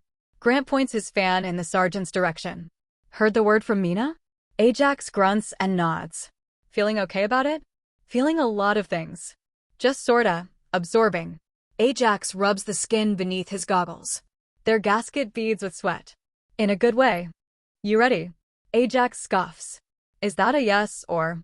Mina's had the exact plan for the first hectocycle of our children's life laid out since the first date I took her on, Ajax says. She's got a binder for each of them and a binder for me. With little glitter hearts on it and review quizzes after each chapter. Grant opens his mouth and shuts it. He's not quite sure what to say. How'd you do on the quizzes? Vora asks. Pretty good. How many are you having? Have you decided? 2 to start. 3 for me and Sakura, Grant says. That'd be a basketball team between us if you weren't all shrimps. I'll take your word for it, Ajax says. Vora tilts her head and looks out across the swamp. Everyone's having babies. It's enough to make a lady feel left out. We can't all have kids at once, Major Domo, Grant says. There'd be nobody to fly the interstellar warship. Gotta get a rotation going. Mina'd be on that, Ajax says. If you're serious. Oh no, Vora says. I'm fine, really. Our boy is giving us plenty of guff as it is. In the claggy shimmer of the middle distance, a pair of glass doors studded into the front of the campus glitter a promise of central air. Anyway, if there were scheduling to be done, I'd be the one to do it, Vora adds. The Princess of the Black Pike and her retinue troop to the wraparound desk in the building's lobby. Their boots throw echoes off of the intricately interlocking floor tiles into the cinquefoil-arched corners and the fern-laden sconces. Grant put his anti-comps on at the entrance, and everything has a murky, candlelit tinge to it. The exterior of the college was an ugly stub of concrete. The interior allows itself much more ostentation. Grant's learned to spot lab-grown wood by now. Wayan taught him to identify the places where the lattices guided the growth. The paneling aboard the Pike is all from tightly spiraled hydropons. The wood of the reception clerk's desk is a solid chunk of natural old growth. The clerk at the desk is a dawn-colored woman with cropped black hair. Her hexagonal platinum glasses are secured behind her big pointy ears with a chain. She peers through them along the line of visitors. Her neck gradually ratchets upward with the rise in height until it reaches parity with the Machianite. You are the alien prince. Yes, I am, Grant says. The desk is comically low before him, barely rising to mid-thigh. The clerk peers at Sakura, who's trying her best to look imperious from between 2 thick orange ear shells. And this the Void Princess turned Margrave. Yes, she is. The loopholed lovers. The clerk taps manicured fingers against the circular keyboard set into the desk before her. Quite the topic of conversation at the college. None of us are sure how this happened. You've pried open ironclad precedents that have acted as faithful foundations for long kilocycles. Consternation.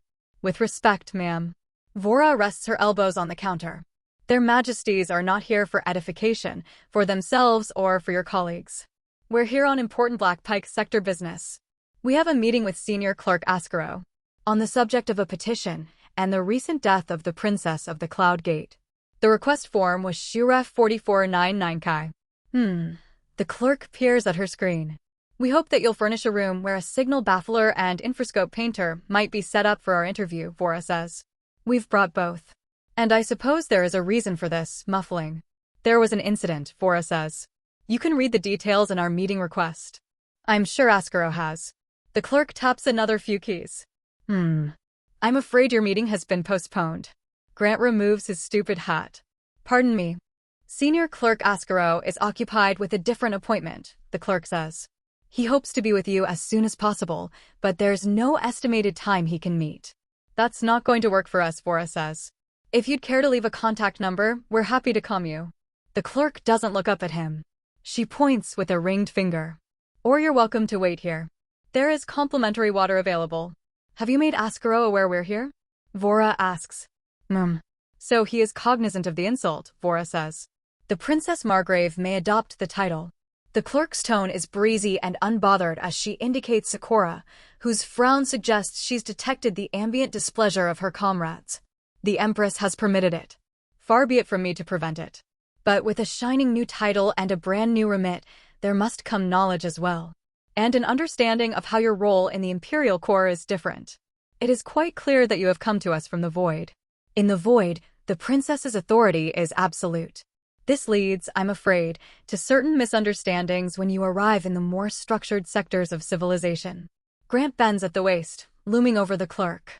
Do princes and princesses not outrank clerks, here in the Imperial Corps? She eases back in her swivel chair, returning his icy look with her own. Of course you do. But I suggest caution when you're. Thank you for your suggestion. Grant straightens. Find us a room and bring us Sakura, please. This was the agreed-upon time. He'll have to cancel whatever that conflict was. The clerk's hands hover uncertainly above the keyboard. She stares blankly at her alien intruder. That is an order, in case it wasn't clear, Grant says. Baffler's on. Ajax steps from the countertop box and taps his ear. We're good. Sakura tugs her earmuffs off and tosses them onto the ornate, tea-stained table in the center of the meeting room. She climbs onto the boosted women's chair and grouses atop it. I don't know what that hussy at the desk was telling you, but from the smug look on her face, I commend you for resisting the urge to gut her. Grant sits next to her on the low-bottomed men's seat. They're far from eye to eye still, and he knows Sakura would prefer a lap to a chair, but off the pike, decorum must reign. It wasn't so bad.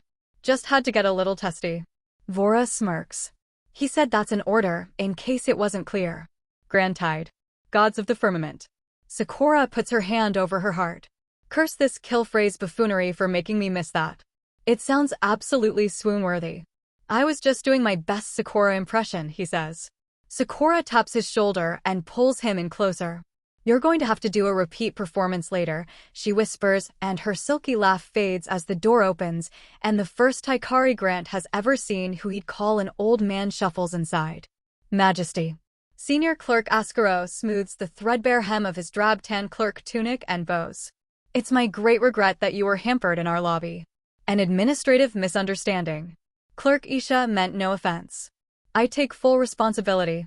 No harm done, Senior Clerk, Grant says. My husband is considerate to a fault. I am not. But never fear, you have the opportunity for recompense.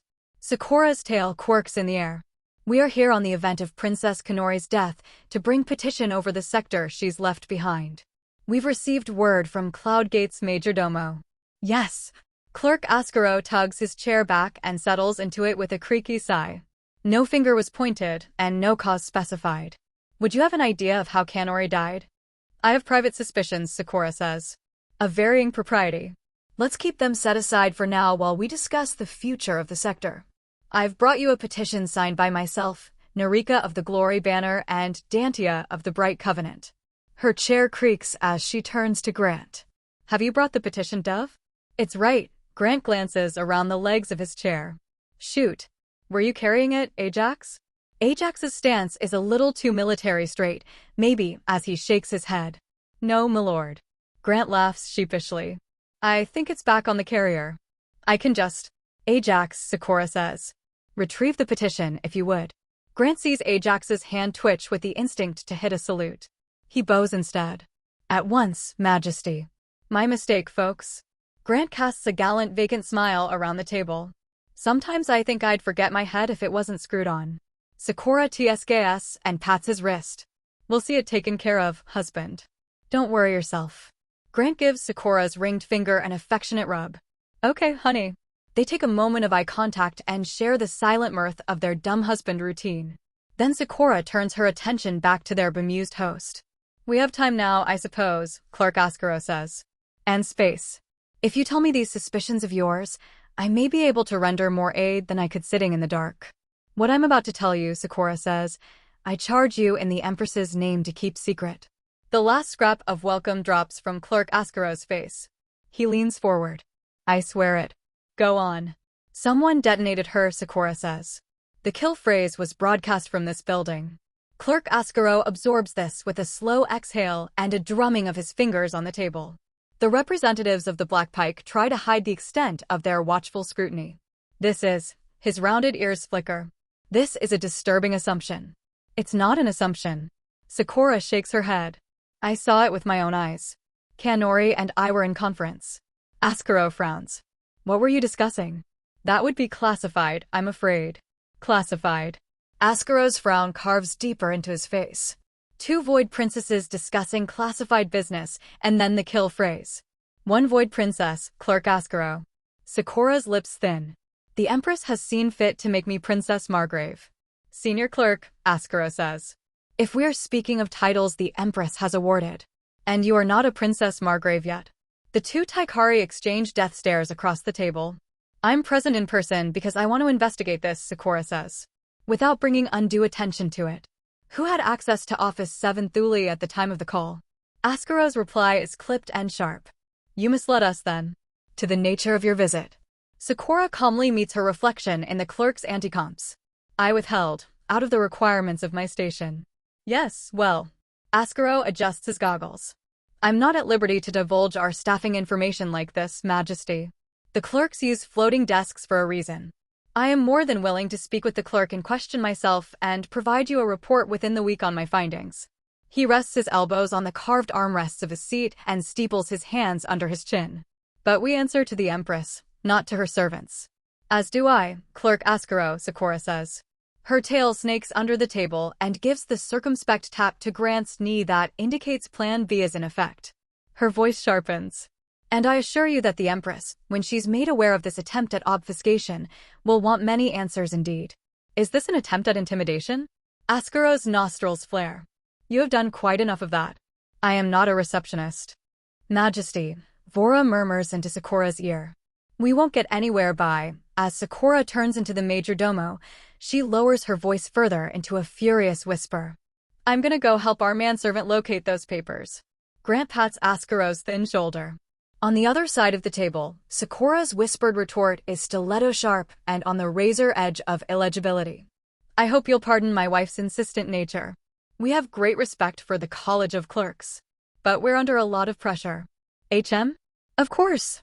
Ascaro is only half paying attention to the goofy husband as he glares across the table, trying to make out snatches of the conversation between Sakura and Vora. Grant steps outside and nods to the guard at the door. Front entrance, please. Out of the campus, and the humid heat slaps into him. He sticks the cooling hat back on his head and jogs to the shuttle.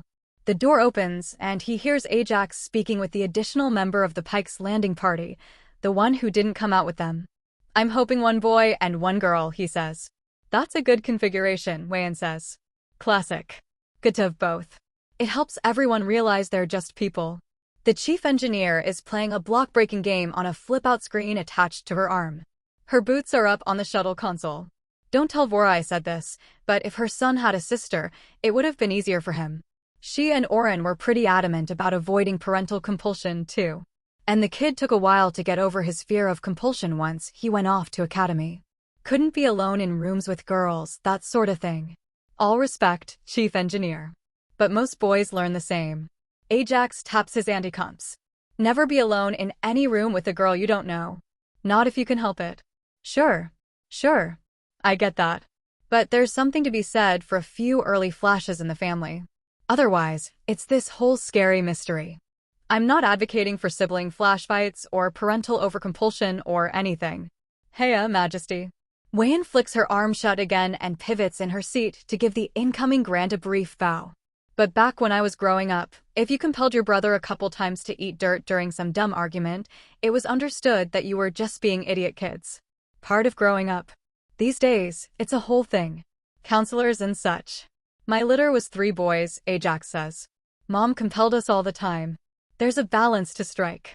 You and Mina will find yours. Wayan chuckles. Or you'll have 2 girls and spend all your time refereeing their challenges instead.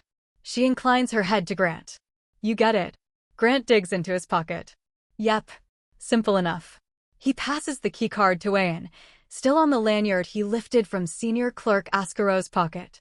She slots it into her tablet. And done. She hands it back. Credentials copied. Good shit, kiddo. Good lift. She holds her fist out. Grant bumps it. You're a fucking godsend, chief engineer.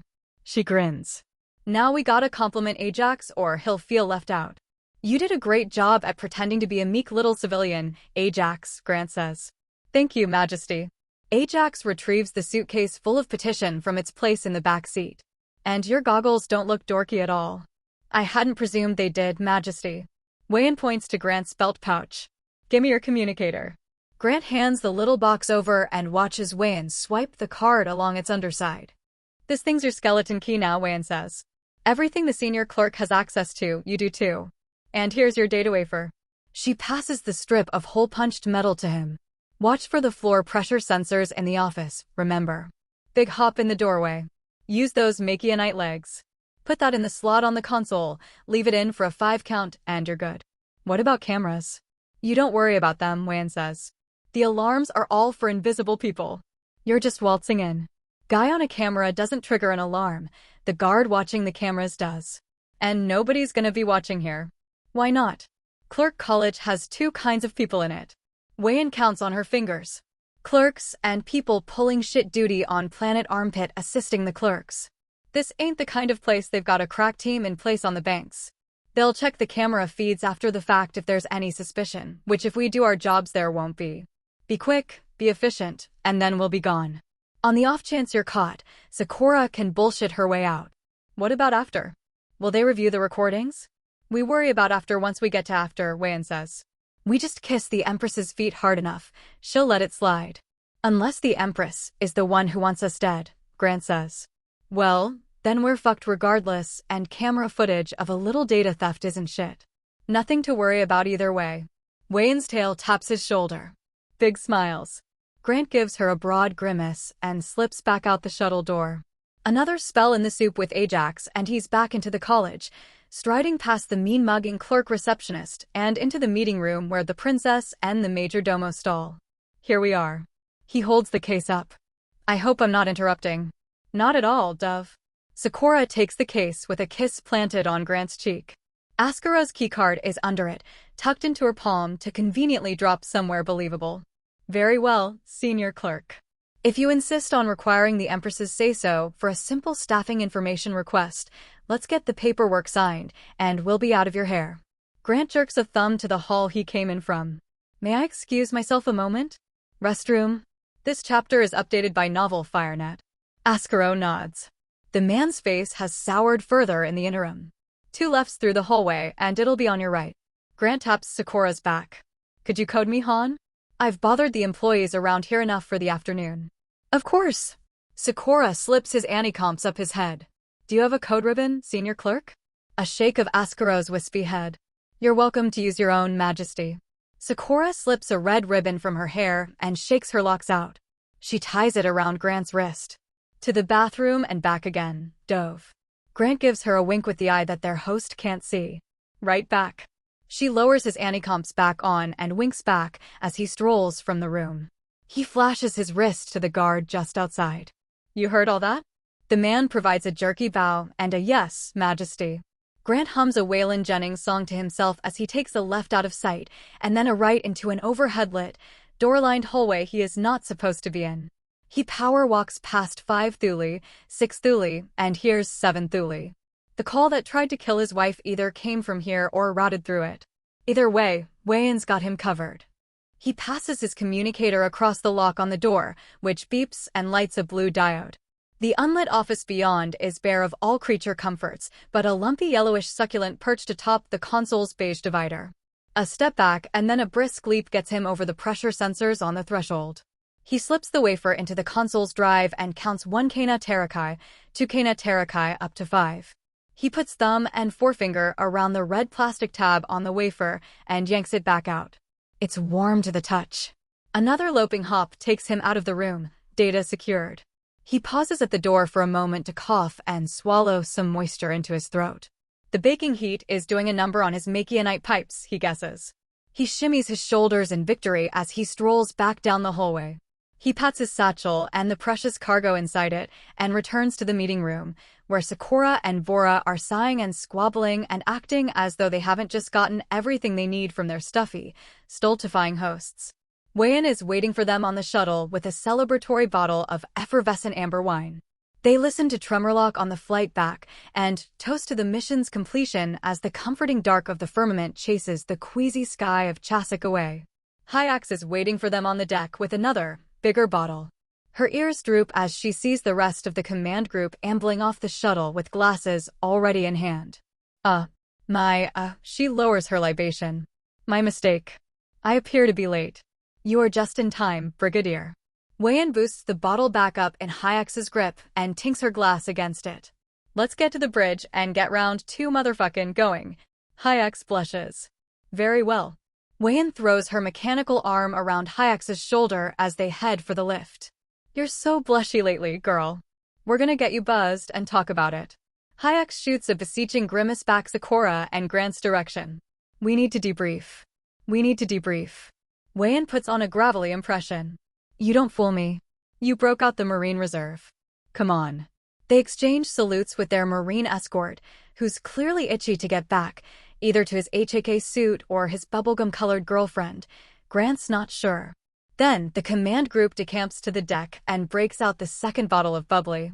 Wayan spins the data wafer on a finger and plugs it into her console. Our prince strikes again. Unflappable and uncompellable. It's really not a big deal, Grant says. I just walk places. You were right to stay here, Brigadier. Vora fills Hyax's glass. Chasik was a sticky nightmare. I am so goddamn glad to be back on the pike, Sakura says.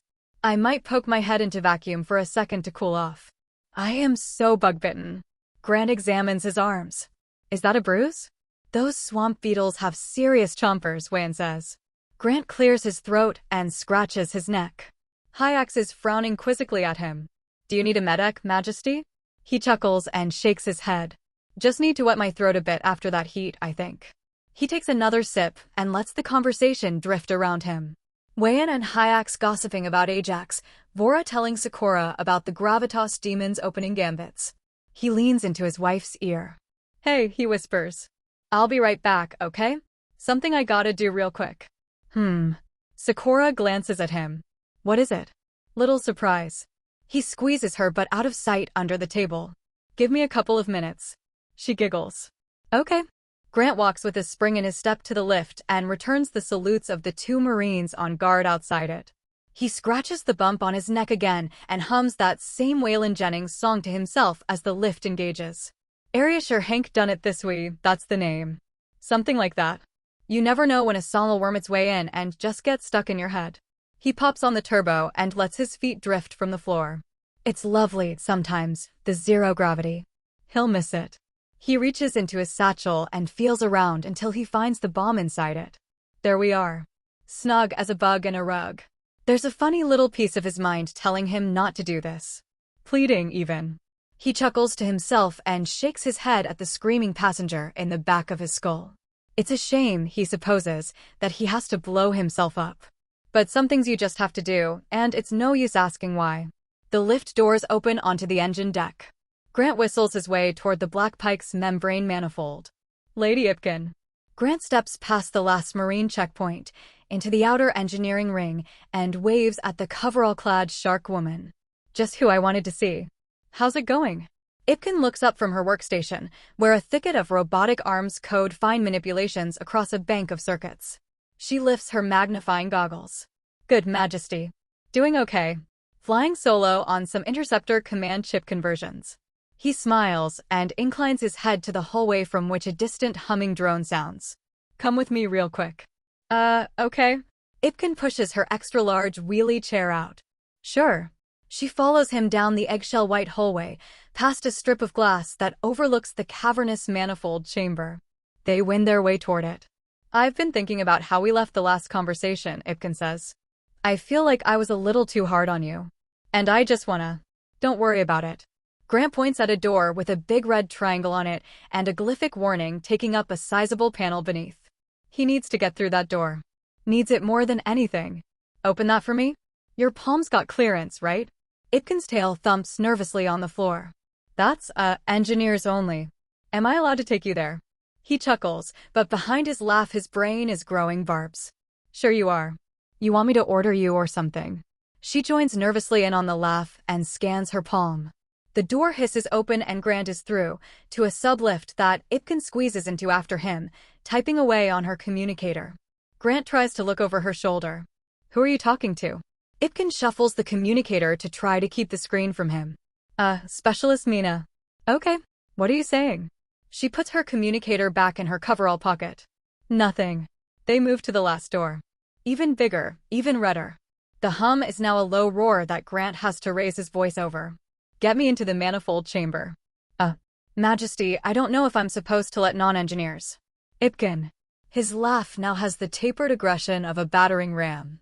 I'm Prince of the Pike. It's all good. Maybe let's wait for Mina, yeah? Ipkin backs away from him, toward the sublift. I'm sorry. No saying sorry in the Empire, Ipkin. Remember? Her fringe flattens along her head. Right. And no disobedience. Okay. Are you all right? Sure I am, he says. I told you that. He did, didn't he? His palms itch. Why is the servant not doing as she's told? Open the door, please, Ipkin. Now. I really think we gotta wait. Ipkin. And Grant isn't sure why her face looks like that until he glances down and realizes his gun's in his hand, and it's pointed at the Ectoran's chest. That makes sense. Open the door, or I'm going to open it with your limp arm while you're bleeding out. Silently, Ipkin lifts her hand to the lock and triggers the door. Grant smiles at her. The knowledge that he's closer to his goal rests across him like a bomb on a burn. Thanks, Lady Ipkin. He gestures with the barrel. You first. She ducks her head and slides through the door into the manifold room. Keep going. He points. Middle of the chamber. Go on. He follows her in. Okay, he says. It's all okay. It's going to be okay. He steps in front of the great whirring hexagonal ring that contains the Black Pike's manifold. Thrice his height. But he can fix that. Yes, he can. He will. He puts his satchel on the ground and pulls the bomb out, and Ipkin is on him. 2 booming leaping steps and this huge alien woman is upon him, shark teeth bared. The gun goes off with a bright, terrible crack. Ipkin slams into him with the full force of her 300-pound frame and bears him off his feet. Stop, he snarls. Let me go. He scratches and tears at her, raking his nails along the thick skin of her forearms. Let me the fuck go. I order you. His anticomps. A high voice is screaming from the doorway. Ipkin. Get his anticomps. She reaches for him. He sinks his teeth into her wrist. Motherfucker. Ipkin hisses. Her tattooed arm lifts and then smashes down, knocking the back of Grant's head against the floor and sending a jagged zag of pain through him that jerks his jaw open. A hand as thick and broad as a catcher's mitt pins him to the floor. Another rips his anticomps from his face with a snap of breaking plastic. A freckly pink face fills his vision. A flash of red. Freeze, Mina cries, and it's like a dump truck full of mattresses has just unloaded onto him. He sprawls on the floor, trembling and insensate. The Ectoran atop him rolls to one side. Can you get him back to himself? I can't, Mina's voice is high and hysterical. I just compelled the fucking prince. Oh my god. Can you compel him again? No. No, we have to call someone, Boss. Ipkin's voice goes firm. Fix Grant. Mina's face appears again. Flash. Remove all compulsions, she says. Grant sits bolt upright. Oh my god, he says. Oh my god, we have to get Sakura. Thank you both. We have to, he looks down. He's covered in blood. Dark blood. I am so sorry, Majesty, Mina says, as he feels hurriedly around his chest. Just so. Grant looks up. Ipkin. You've been shot. Oh. Ipkin looks down and presses her palm to her ribs. It comes away slick with ruddy blood. Fuck me. I thought you just kicked me hard. Mina keeps babbling. Majesty, I'm sorry, I'm so sorry. Grant turns his head to her in a fog, like he's drunk. What? I compelled you. Twice. What? That's fine. It's fine. He gets to his feet. The back of his head feels achy and tender. We gotta get Ipkin to a doctor. Ipkin holds a sticky palm up. I'm good, man. Ipkin, I fucking shot you. He grabs her arm. Come on. She winces as she tries to stand all the way up and drops momentarily to a knee. Grant strains to keep her level. Okay, she says. Okay. I can sorta walk anyway. Grab my bag. Grant points with the arm that isn't supporting the woman he shot. Mina. Grab that. Watch out for the bomb. Don't touch the detonator. The Mina looks into the bag. She faints. The resilience of the Ectoran shocks me. It really does. Technician Malo finishes wrapping the gauze around Ipkin's midsection. If the lady had been a Taikari, we'd be fighting to keep her alive. But she's all right? Grant blinks sweat out of his eyes as he looks over Malo's shoulder, as if the intricate biological readouts on the monitor meant anything to him. I'm the one who fainted. Ipkin got shot and I fainted. Mina scoffs from her corner of the examination room. I'm such a goof. Ipkin. Grant stands at the Ectoran's side, Ruak squeezed in next to him. I'm so fucking sorry, girl. Malo and Mina wince. Wasn't you, Majesty? Ipkin pats his arm. I know that. I offered you a better life than this. Grant steps back and lets Ruak take up the whole bedside. Both of you. No. Majesty, Ipkin looks around the room. Let's talk later, okay? Ruak nuzzles her snout into Ipkin's. Stop moving so much. I walked here, Ipkin says. Everyone keeps acting like I can't walk. A commotion sounds from outside. Hurried footsteps. Malo's ears perk up. Where is he? Where? Get him. Grant tied. Be right back, Grant says, and opens the door of the examination room just in time for a wailing blue blur to leap into his arms. Oh my god. Grant tied. My love. My poor love. Sakura puts her hands on the side of Grant's face. You're okay. You're with me and you're okay. She kisses his nose, his eyelids. He flinches. A cell of Marines is behind her, led by a brooding Hyax, with Ajax's familiar Sergeant Halfgape a scarlet sight among the ranks. Yeah. Grant's hands go automatically to hold her up and against him, but there's a spikiness to him. A weird unwillingness to be touched. His throat is still so dry he isn't sure if he can even generate the spit to kiss her back. I'm okay, he repeats after her. I'm gonna glass that loathsome grundle of a planet. She places herself nose to nose with him. Her eyes are so big and red and bright they hurt, almost, to look at. I'm going to find the beast that did this and flay her. What they did. Oh, Grant. Dove. They fucking dared. I'll kill them, her brows furrow as she gazes into his anti-comped face. She stiffens, then her tail opens his arm and slips out of his embrace. Forgive me, she murmurs. You need room to breathe. I'm okay. Really, I am. He gets down on a knee and rests his hands on her shoulders. His palms weirdly tingle. A little, bruised. He notices the marks on his arms again. The bruises. He swallows and feels the tenderness. He glances at the mirror set up in the examination room, where the Ectorans are peering back at him with concern. The stripe bruise of a tail wraps around his neck, faint but getting more visible as it darkens. Someone choked him. Someone fought him and injected him with Compound 70, and he has no memory of it. A shiver racks him, hard enough that Sakura clearly feels it in his grip, the way her face falls. I'm okay, he says again. But his voice is scratched and wounded. Behind Sakura and the Marines, the medtechs are whispering. Are they talking about him? His pulse elevates. He strains to listen. We need to debrief, he says. We need to, the date wafer. What's on it? Dove. Sakura's voice refocuses him on her. Those eyes. He's having trouble meeting her eyes. Not yet. What can I do? What do you need? He takes a moment and a breath to actually ask himself that. I think maybe I need a second just to sit, he says. By myself. Can I go sit somewhere quiet? Sakura gives the lightest touch to his hand and turns. We need a private room. They guide him as if he's some kind of invalid to a vacant examination room neighboring Ipkin's. Sakura's the last to leave. She lingers at the threshold. As soon as you need me, I'm on the command deck, she says. But as soon as we're done up there, I am coming right back, okay? Right to the waiting room. He starts to say something like I'm fine or I've changed my mind, I'll come with you. Instead, he says, I love you. She blows a kiss his way. I love you too. She shuts the door. He sits and stares at the wall for a while. He's not sure how long. He rubs his wrist. There's a bruise there, too, he sees. He hears a muffled MMPH of voices outside. There's a crust of dried blood under his fingernails. He should tell someone about that. He should get up and be useful. Give them DNA or something once he's ready to be out there again. Once he can stand in front of those red eyes again. He scoffs at himself. What's with him? He's fine. Iken and Mina were there to stop him before anything happened. He really ought to be fine. A knock at the door jumps his pulse into his throat. It's Ajax. The muffled voice has a HK helmet's modulation on its edge. Can I come in? Sure, he calls, and the Marine slips inside, quieter than a man in HK armor has any right to move. I heard what happened, Ajax says. On my watch.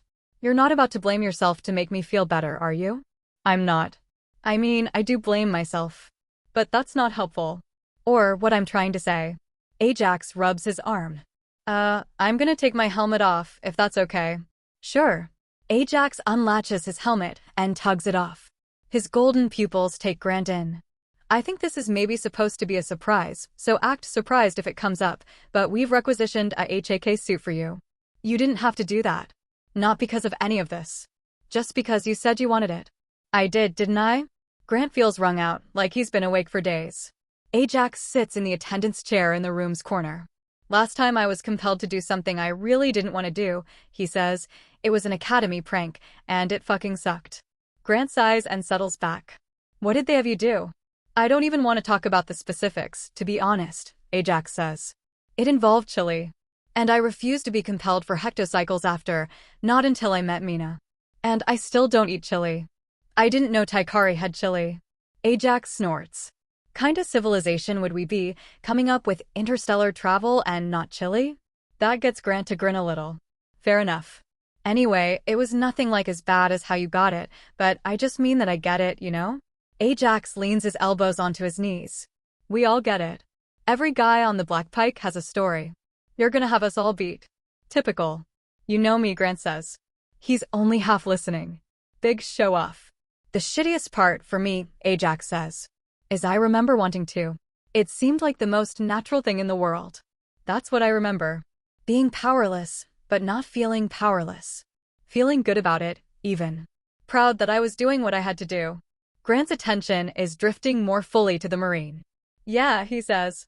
Afterward, for days, I just thought I could have stopped it. Ajax taps his forehead. I could have broken out. Like if I'd really not wanted to do it, I wouldn't have. Like it only worked because on some level I let it work. Grant doesn't trust himself to speak. Ajax's words are drawing all of this out of his subconscious like a magician's scarf. That's what's really fucked about compulsion, Ajax says. It feels like something it isn't. Like there was a choice when there wasn't. But I think, well, I don't know what you're thinking or anything. But I got the blow-by-blow from Mina and Ipkin. And you know what I'm thinking? What's that? You could have shot Lady Mektaka, Ajax says. Earlier, I mean. At the first sign of resistance. If you were a different man. If you were a Marine or a badass, like I know you sometimes wish you were, if you'd been trained to do whatever it takes to get the mission done. You'd have shot and killed her and used her handprint, and she'd never have been able to warn Mina, and you'd have blown yourself up down there. If they'd gotten me, it's what I'd have done. He scoots his seat forward. But because you're you, he says, you talked to her instead, long enough she could figure you out, and you only got the gun out when you had to, and you only used it when she rushed you. And then the first thing you did, when you got yourself all the way back, was you helped her up here. Mina couldn't have moved her on her own. That was you. Grant nods. Then he sniffs, then lets out a helpless laugh as a treacherous tear beads at the duct. Shit. He puts his hand to his face. Ajax's golden eyes flit away from him. You need to let anything out. You let it out, Majesty. Grant. He hides his face in the crook of his elbow. Please, Ajax. Grant. Grant, Ajax says, gentler than Grant knew he could get. Every badass bighorn marine you've ever seen has cried their fucking eyes out about this, at least once. I guarantee you they have, if they've been man enough to let themselves. It's good to let yourself. So, just let yourself. Let it out and let it pass. And then get up and get back at it. The chair legs scrape. You want me to leave you be, for a while? Yes, Grant says, and he hears Ajax's armor clatter as he stands up. I'm gonna be right outside, the Marine says.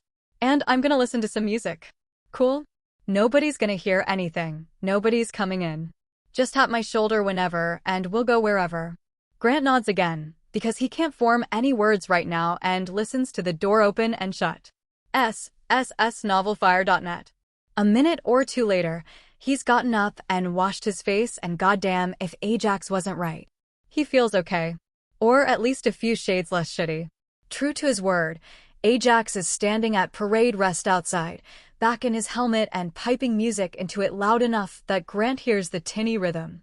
Grant touches his shoulder and gets his attention. All right, Sergeant. His voice is husky and stripped. Let's get out of here. Ajax salutes, straight and snappy and back in his Marine persona. Where to, Majesty? Grant scans the waiting room. No Sakura. The command group is still in session. Command deck, Grant says. My wife and I have a compeller to kill. Grant sidesteps the panicky medtechs on his way out of the clinic. A quick retinal scan and an ice pack are foisted on him before he manages to escape in Ajax's train. Out of the humming neon lift and a parting salute to Ajax, then he's onto the crimson floorboards of the command deck under its dome of stars. The command group are spread across their stations, Hyax and Vora in a murmuring huddle, Wayan hunched over her console, and Sakura pacing, her ears encased in earmuffs again. She looks up from her fretful perambulation and sees Grant entering. Her face lights up, and for a moment she lurches toward him. Then her steps halt and worried wariness appears on her face. Grant crosses to her and boosts her into his arms. She makes a joyful little squeak and moves to take her earmuffs off. He gives her a quizzical look. Just let me take them off for a second, Sakura says. Just a second. She tugs them free. Hi, she whispers. He nuzzles his cheek against hers. Hi, my wounded warrior. She kisses his scruff. You didn't need to come back so soon. I'm good, he whispers. I'm up again. Not all the way, but most of the way. You're using your earmuffs up here. I'll let Wayan explain, Sakura says. She's in one of her moods, and I've little choice but to humor her. It's about the data wafer you brought back. Say my name one last time before I have to put these back on. Batty, he says. Vora gives them a wry glance. Sakura's face heats up. In public, Grant-eyed. Really? He kisses her forehead. That's right. She scoffs. You're insufferable, you know. Pass me that. She points to her tablet. He lifts the tablet from the table. Written across it is a log of every word they've been exchanging. Clever. It'll do. I just want to hear you again without worrying about my brain exploding. She takes the tablet and secures her earmuffs back on her head. Keep carrying me. Grant walks over to Wayan with his wife in the crook of his arm.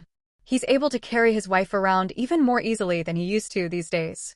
His body's been firming up further in the pike's heavy gravity. What was on that data wafer, he asks. What did we get? Wayan glances up over her shoulder, blinking the eye strain of her console away. Huh. The data wafer, Grant says. Anything useful? Wayan blows air out through her lips. Data wafer's in there. She points at a boxy console on the command deck table. I panicked.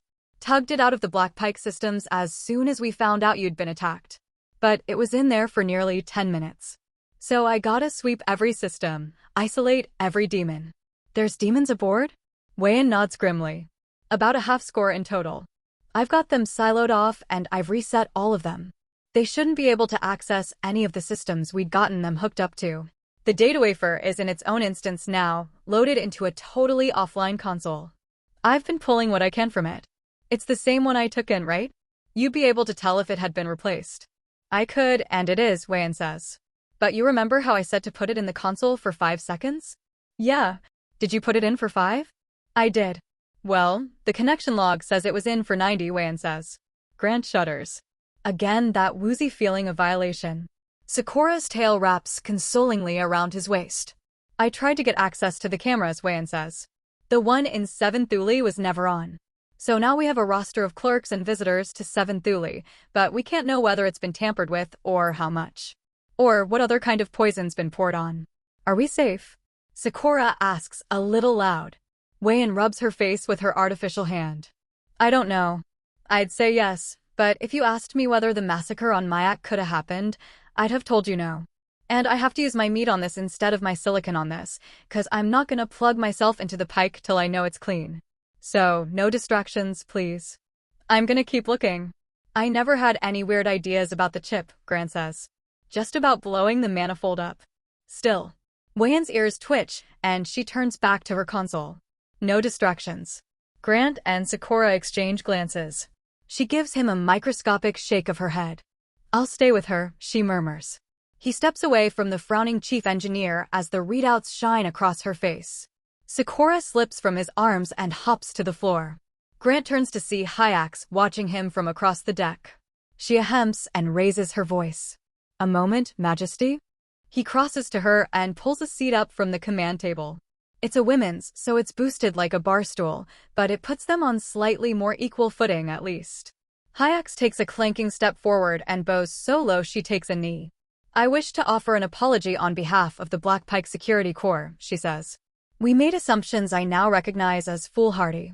Of course, a foe with knowledge of the kill phrases would also have access to Compound 70. I was a fool to ignore the possibility. This entire mission has been a test in adapting to nasty surprises, Brigadier. Grant taps a knuckle against Hyax's pauldron. Don't beat yourself up about it. I won't.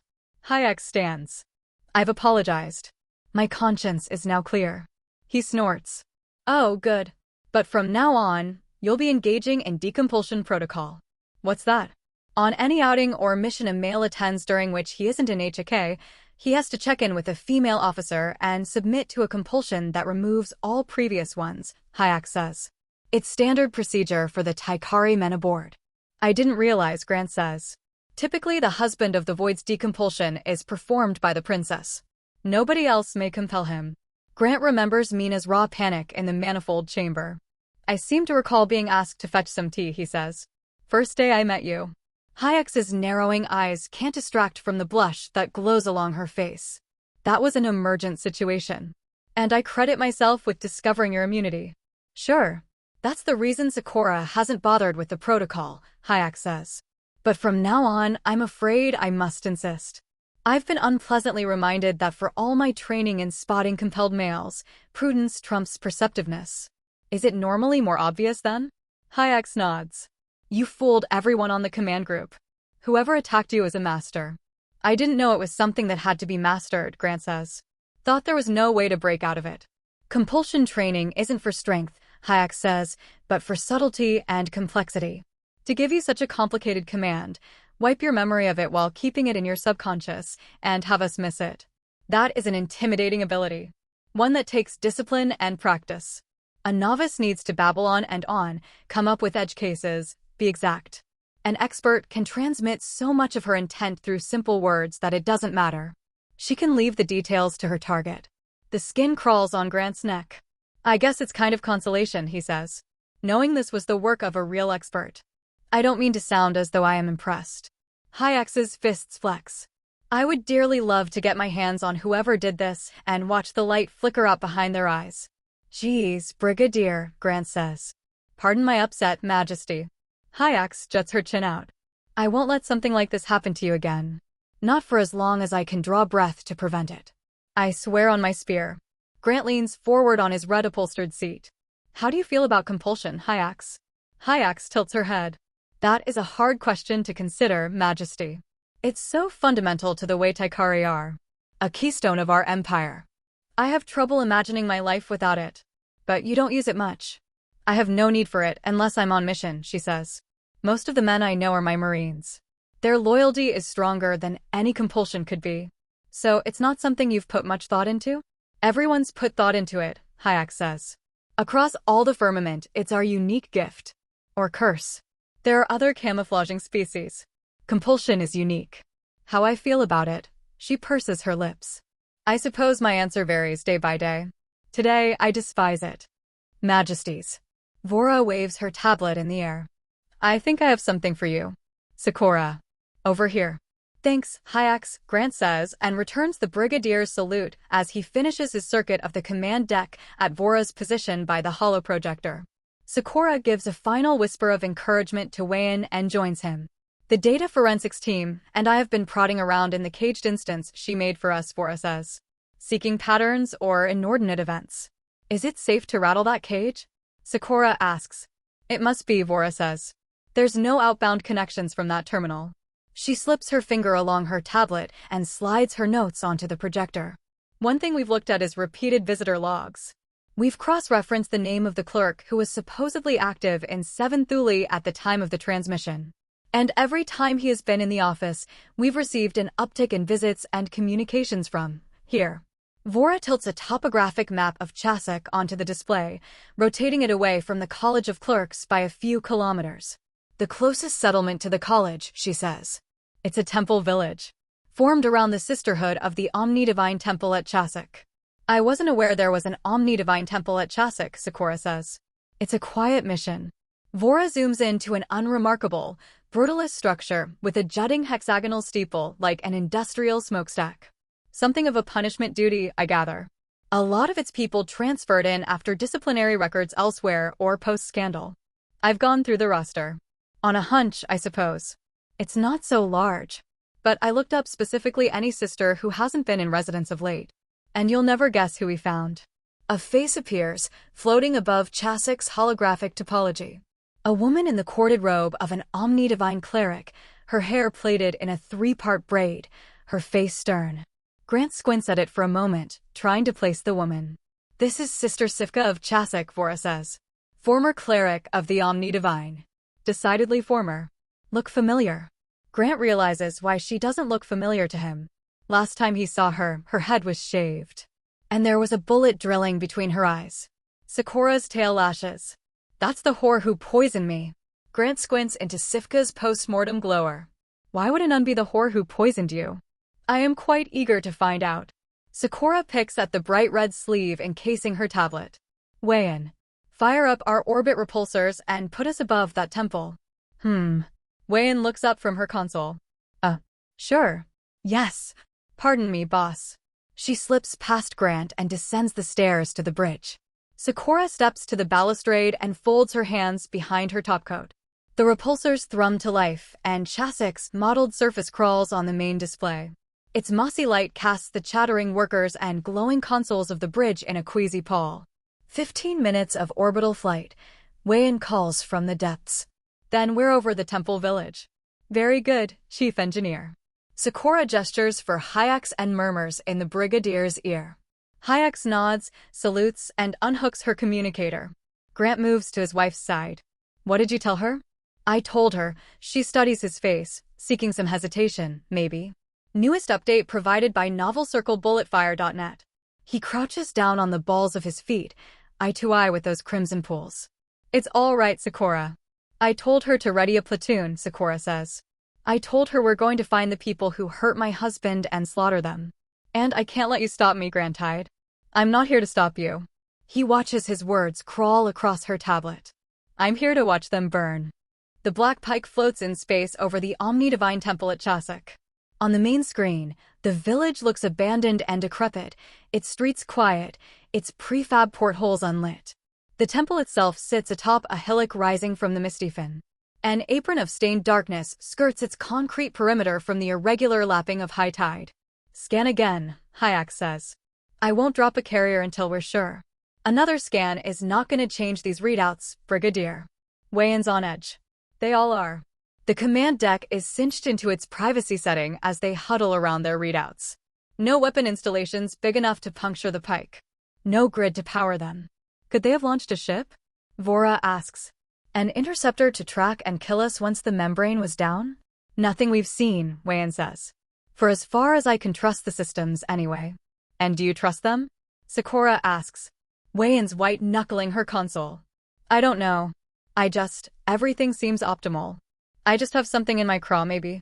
No installations, no interceptors, no follow-through, Grant says. So why did they send me to the manifold? The manifold is the furthest point from the command deck. Sakura runs her fingers through her hair. So the only other answer I can think of is diversion. A woman is sitting on Sakura's throne. Well puzzled, she says. Her face is concealed by a black metal mask, inset with 7 circular panes of glass, arranged in an upward parabola along her hidden eyes and forehead. She wears a glittering black rhinestone gown, its sleeves puffed up and geometrically structured like armored pauldrons. A projection, Grant realizes, as the woman flickers like a fixture. The command deck table is casting her out of light. The command group has frozen. Hayek's service weapon is drawn uselessly toward the Phantom. Wei-en has a look of pallid shock. It's an honor to finally meet you, Princess Margrave Sakura. The hologram crosses her legs. They're encased in steep black stiletto boots.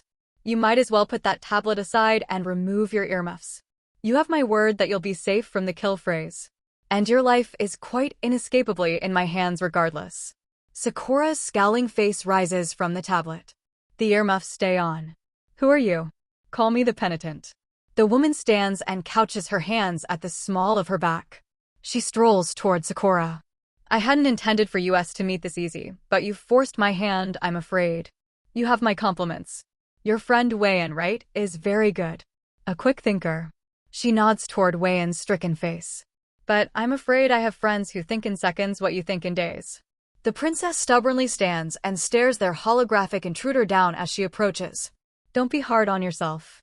The penitent reaches Sakura and steps right through her like a ghost. You came quite close. Too close. She settles at the balustrade, gazing out into the firmament.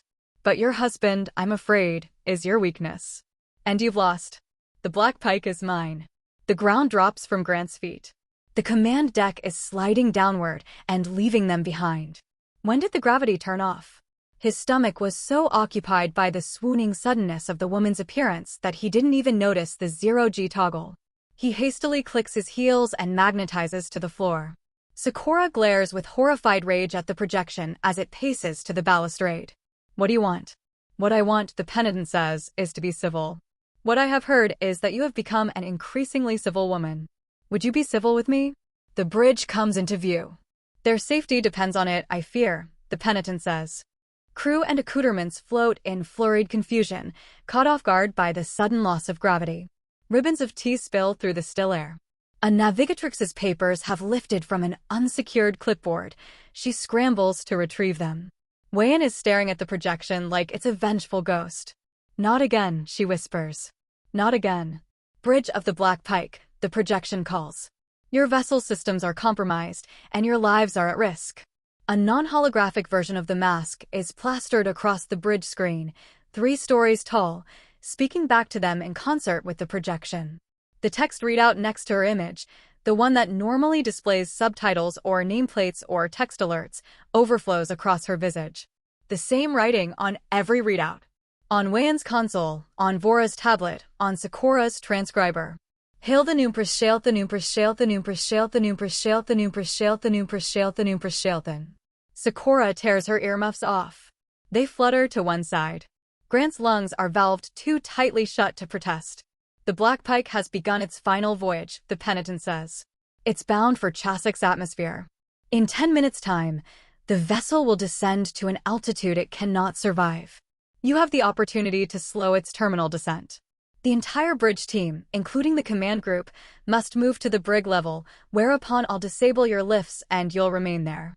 This will stave off atmospheric destruction for half an hour. The princess and prince of the Black Pike must depart the Black Pike and descend to Chassek. This will earn you another half hour. If any individuals besides the prince and princess attempt to leave the vessel, the Black Pike's guns will acquire and destroy them. The projection turns back to the command group. The featureless metal mask tilts imperiously upward. You came here looking for a demon, Sakura of the Black Pike, she says. I have it. An image resolves on the monitor. A temple chamber, the light of Chassek coming through the window. A demon statuette, wooden and portraying a familiar sea captain, sits on an altar. I will treat with you for it, the penitent says. We have a great deal to discuss. I wait for you at the temple.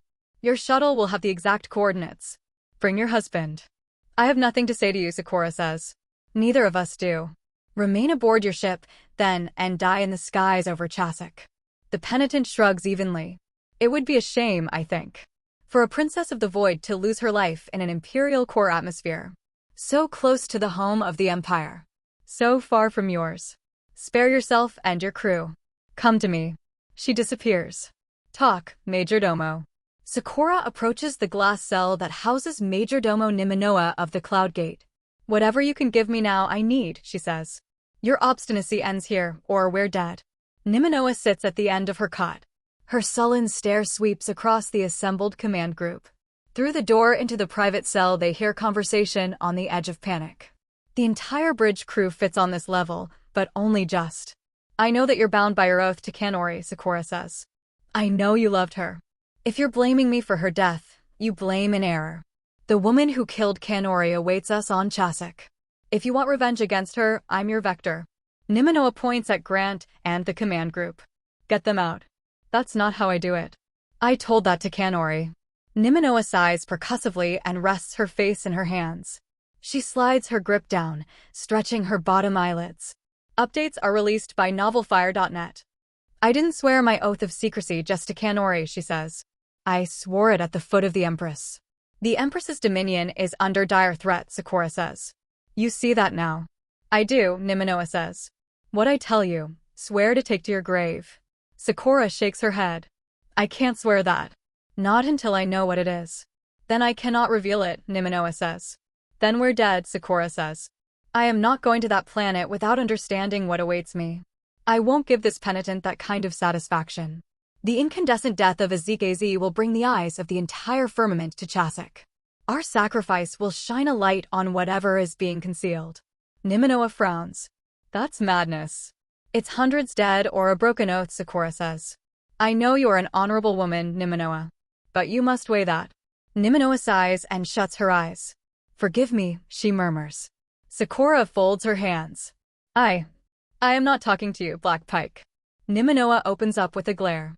She takes a deep inhale. Very well. The demon is the Empress. Sakura's breath fogs the glass. What? The demon is the Empress, Nimanoa says. A copy. The demon is the Empress in a box. A few seconds of silence among the command group. What's the one thing that can break the Empire? Nimanoa prompts. The one threat that keeps it from security? The one thing that prevents Zithra XIX's plans from being perfect. She spreads her palms. Mortality, she says. Gods of the firmament, Hyax says. Zithra has been hunting for an heiress for many years, Nimanoa says. Many frustrating failed years. There's the game. A competition. A splinter of the peerage is playing it. You're playing it now, though you haven't been aware. Approximately 12 hectocycles ago, she despaired of it. Concluded there was no capable replacement. She attempted a regrettable solution. The new Empress is the result. That's a stupid goddamn idea, Wayan says. She came to agree. Nimanoa stands up from the cell cot and steps to the window, where the sickly ward of Chasik is growing on the firmament's face. So the resulting simulacrum was hidden. Why wasn't it destroyed? Grant asks. It is a perfect copy of the Empress. An abomination, maybe. But killing it is an abomination, too. Nimanoa shrugs. And a suitable heiress still eludes us after all. Grant leans forward. I was told repeatedly that demons aren't people. This is different. Nothing was redacted. This is an unblemished copy. The intent was that it would act as a perfect advisor to an imperfect heiress. That's insanity, Grant says. Questioning the Empress is not your place, Makianite. Sakura snaps out of the daze this revelation put her in. Do not talk to my husband that way. It's not yours either, Majesty. Nor is it mine, nor was it Kanori's. Nimanoa puts her hands in her pockets. Our place is obedience. For a very long time, now, the Empress's demon has danced across the firmament in a series of innocuous housings, moved every time its secret was threatened.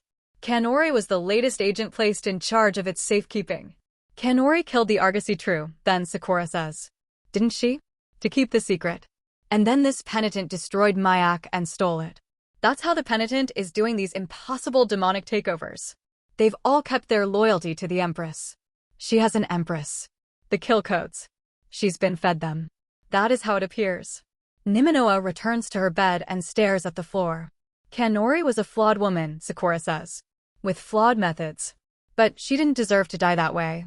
The death of a traitor. She steps from the cell. She holds her hand up to Grant. "Let's see what kind of justice we can find down there," she says.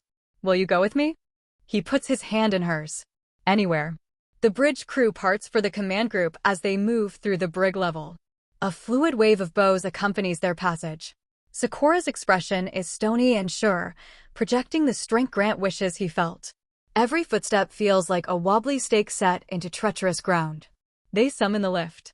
The button doesn't light up, but the penitent presumably will allow them to ride it to the hangar bay anyway. Wayan taps Sakura's shoulder while they wait for it to coast through the pike. "Cora," she murmurs. "Come here, kiddo. Listen up." Sakura's steely posture falters only briefly as she leans into the chief engineer's embrace. Wayan holds Sakura tight. She whispers something in her ear and kisses her forehead. "All right," she says. "Watch her back, Grantide." He bows. "I will." The lift arrives with the deep hum of foreboding prophecy. One of the hangar docks is lit and warmed up, with a shuttle already waiting for them inside it. Grant follows Sakura into the cockpit. She toggles the flight computer, and they watch the preordained path etched through the orbital map onto Chassik's surface. As the shuttle slips into the firmament, its controls light his wife's enigmatic smile. Grant scoots to the edge of the divider and rests a hand on Sakura's far hip. "What's that face?" "She never betrayed me," Sakura says. "And I never betrayed her. I'm not dross. I'm not trash. I'm loyal to her. She's loyal to me. She made a digital monster out of herself." "Well, yes." Sakura's brow quirks. "Everyone has off days. The important thing is that she's relying on me to fix it. I'm not here against her will. I'm here enforcing it." She rests back in her seat. "That comforts me. I wish it comforted you. But I'm not afraid anymore." He manages to smile at her. "Then neither am I. We have to assume our host is listening." Sakura draws him down to her lips. "There's only so much I can say." She changes to English. "Do you love me?" "I do," he says. "Do you trust me?" "My sword is yours," he says. "Then trust one have a way out," she whispers in Taikar again. "And be ready." The rattling roar of atmospheric entry wraps its burly embrace around them. Down through the jaundiced cloud cover, the temple becomes visible, as plain and severe as it appeared on Bora's map. They land on a carbon-scorched pad on its periphery and reacquaint themselves with the clinging Chassic air on the walk to the temple's bleached gate. Pointed polygonal divinities frown down at them as they step through. Black-clad and masked Taikari men wait for them in the foyer, accompanied by jostling, clattering bounders. More of those robots that the Pike's Marines fought off on Mayak, their gun turrets clicking on gyroscopes as they track the prince and princess of the Pike. Sakura stares coldly into the seven-eyed mask of the guard who disarms her. He points silently further into the darkened hush of the temple. They emerge into a brutalist concrete nave, its vaulted central hall rumbling with the echo of its chilly AC, its great fans chopping air down toward the clustered rows of empty seats. Lurking in the darkened corners of the room are more armed automata, sleek and whirring. At an altar crowned by the Omnidivine's brass swirl stand two women in clerical robes. A projector screen is unfurled between them. On top of the altar sits a carved wooden statue, weathered with age, its mic saddled to its side. The woman on the left is muscle-bound and broad-shouldered. Her nose is turned somewhat at the tip, like it has broken and reset. A gun belt is strapped across her robed midsection, its boxy holster housing a heavy-looking hand cannon. The woman on the right has her peaked hood up. A silvery strip of metal glints in her hand, twirling slowly in her fingers. A demon's mic, Grant thinks. Like the one they used on Tamayon to talk to the Gravitas player. "One of you compelled my husband, I think," Sakura says, as she strides down the temple's central path. "Who?" The woman with the demon microphone in her hand steps forward. Below the rim of her hood, she has a preternaturally smooth face, like a doll's, and a crooked smile. "I did, Majesty." "I am going to kill you for that," Sakura says. "Temper, Sakura of the Black Pike." The penitent's chiding voice echoes from the PA. "I'd understood you developed past temper." The featureless plane of her mask appears on the projector. "The woman you threaten is named Sister Lors. The other is Sister Mai. Neither wishes you ill will. Not as long as you remain civil and attentive. The demon on the altar is what you've come for. You have my word that the false empress dwells inside it. But I have many besides. The guardians of this temple are slave to a particularly eager jade demon. Sister Lors is quite prepared to let its leash slip if she must. Lors beckons with the tip of the microphone in her hand. Come here, Prince Grantide. Grant's frozen in place. Don't touch him, Sakura says. Lors lets out a queer little giggle. I won't harm him. Just a little prick. She slips the mic into her belt and holds up a syringe.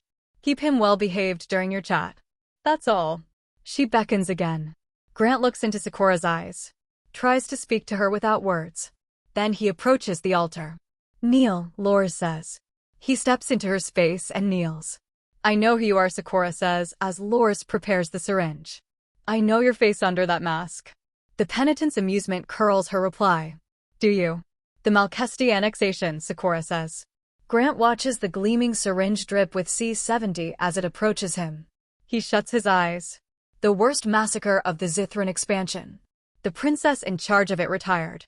She took the cloth. The empress allowed her out. The empress allowed you out too. Princess Margrave Sakura. You are something special, aren't you? Very, very special. Tell me who I am.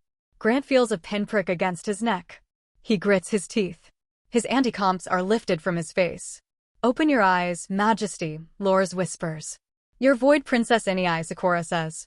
You're the murderer of Makist. Heya. Wayan steps into the Cloudgate Majordomo cell. Niminoa frowns as Hyax follows the chief engineer in. What are you doing in here? Saving the fucking day, Wayan says.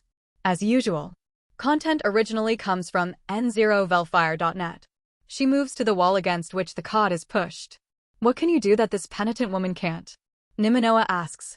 Oh, she talked very fancy. Wayan taps her foot against the corner where the wall meets the floor, then takes a step to the side and taps again. Bet you anything she's some kind of defecting noblewoman, some sorta captain. A princess even on account of how familiar she is with ZKZs. But there's the familiarity a princess has. And then there's what a chief engineer knows. Like how the engineering team service hatches on the brig level are camouflaged to fit seamlessly, but if you go right here. She takes one more step and delivers a solid kick to the wall. It rings hollow. Hyax. She steps back and points. Can you get this open? Hyax nods and crouches. Her HAK suit's gauntlets test along the section of wall. Then she rears back and delivers a thunderous punch that puckers the sheet metal, and she finds the centimeter-long lip where it buckled. Niminoa watches the brigadier brace a boot against the wall and tug the hatch away with a harsh squeal of metal. If she sees what we're doing, she's going to slam the accelerator on the ship and kill us all. Maybe, Wayan says. But Sakura's great at running her mouth and Grantide is great at pissing noble women off, and there's only so fast she can do it once she figures us out. Gotta dunk us into the atmosphere first. That gives us a few minutes, and that's all I need. Hyax stands up. The crawl space she's uncovered is cramped and unventilated and lit in emergency red. The kind of space a grease monkey like Wayan feels right at home in. You're gonna come with, Niminoa. Wayan extends her artificial hand to the perturbed prisoner. Fill me in while we climb. We're gonna get into the nitty-gritty on this demon bullshit. Princess Inai is gone, the penitent says. She witnessed the true face of empire. Its obligations that are not spoken but required. She drowned in the blood that lubricates its colossal gears. The empress, in that pale, twisted thing she calls mercy, offered her a quiet life of prayer and contemplation as repayment for the monstrosity. But Inai died the day the Malkesti burned. I am what replaced her. Grant's anti-comps are tight in Sister Lor's grip. She blazes will into Grant's unprotected eyes. Stay here, she says. Stay on your knees. Stay obedient. Do not speak until spoken to. You shirked its weight for a time, the penitent says. The Imperial Sabaton. You've even found a way to acclimate your Machianite husband to its weight, to cover the gore it treads out of the firmament's face. Flash. Stand and turn to the penitent, whispers Sister Lors. Grant folds his arms as he turns. Grantide of Machion. The penitent's voice goes wistful. How easily you've shed all the lessons your world taught you. How comforting it must have been to slip beneath the stream and forget the nature of your captor. To let her carry your certainty away from you. I am her certainty, he says. But you know what she is, the penitent says. You know what you are. You see the conquest of your world as an inevitability. When did that surrender anchor itself within you? Sic semper tyrannis. That's what your people say. You know what every tyrant earns. Grant refuses to give her the satisfaction of his consternation. But how the fuck does she know that? So vivid and beautiful, Makion. It's people. Are you truly so willing to see them enslaved? I can offer a different way. The glass studding the penitent's mask shines. Here is my offer. Return to the pike. Frame it how you will. As a daring escape from me, perhaps. I'll leave that to you. Join the millions already working in the shadows to save the firmament from its chains. You wouldn't be the only void princess, you know. Save your husband's world. Topple the empire.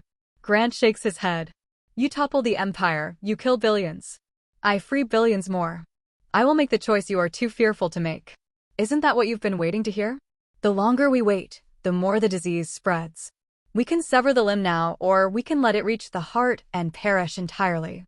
The penitent opens her arms in a mockery of holy ecstasy. If you refuse, you'll be spared. I would be loath to kill an innocent man and a woman as splendid as you, Sakura. But you'll lose the pike and you'll lose your subjects. You will remain here and watch their pyre streak across the sky. You've made a monstrous mistake, penitent, Sakura says. You've made more, I think. The Black Pike's fate is in your clutches. All your servants' lives depend on what you say. Sakura shakes her head. You have not caught a void princess in your net, or a princess Margrave. You have caught Sakura of the Black Pike.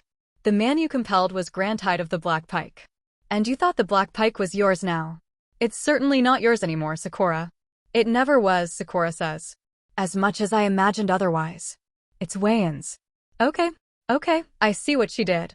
Wayan tromps across the command deck, her hair floating in the bridge's weightless air. Very clever. This is some big brain exploitation. Every failsafe she couldn't disable, she wired other dependencies to. Made them kill switches. I can't use the manual stuff without blowing something up or suffocating us. It's a hell of a takeover. She must have planned something like this for a hectocycle at least, Hayek says. We're her test case. Niminoa follows them in 2 sizes too big borrowed magnetic boots. So there's no way back in. There's not supposed to be, Wayan says. On most ships, there wouldn't be. But something bad happened to me once. Something terrible. And I promised myself it wouldn't again. Put in a few customized contingencies. Aftermarket type stuff. She rolls her sleeve up as she approaches her console. That bitch obviously knows a ZKZ like the back of her hand. Wayan lifts her mechanical arm into the light. But my hand's cooler. You would have me believe I am caught in your web, Sakura says. Helpless, but to obey you. You pretend that every struggling movement just wraps me deeper into your clutches. But I am not a fool, penitent. This is not a culminating plan. This is improvisation. A parlor trick. My back isn't against the wall. Yours is. I have one word in response to that, the penitent says. Soapstone. Sakura laughs unkindly. You tried to kill me already. You're assassin. Now, suddenly, you extend your hand.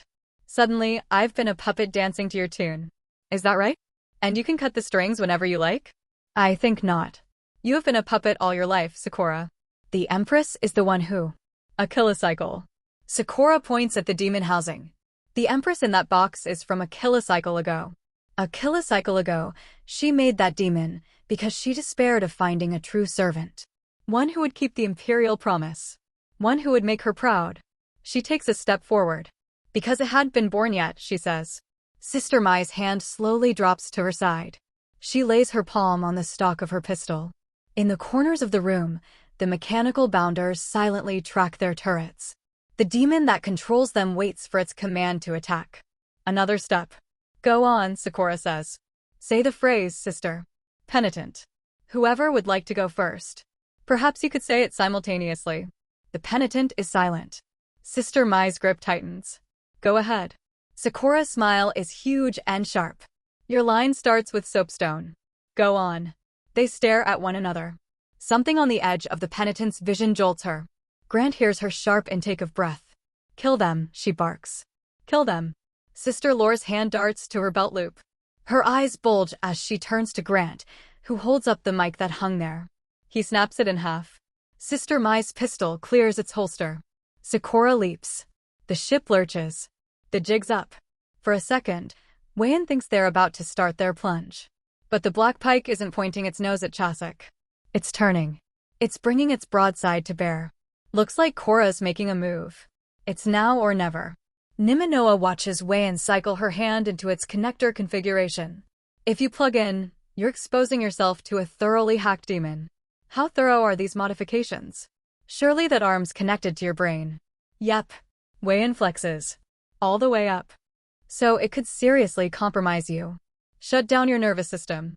Wouldn't even need to work that hard, Wayan says. It could just hit me with a power surge and pop me like a tick.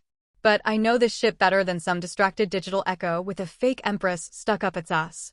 Sakura's down there dealing with the penitent. All I have to do to keep us alive is smash the panic button they've got digitally gated. I'll get that done, and then if I'm lucky and I'm quick, I'll be out before they can fry me. And I'm quick. Are you lucky?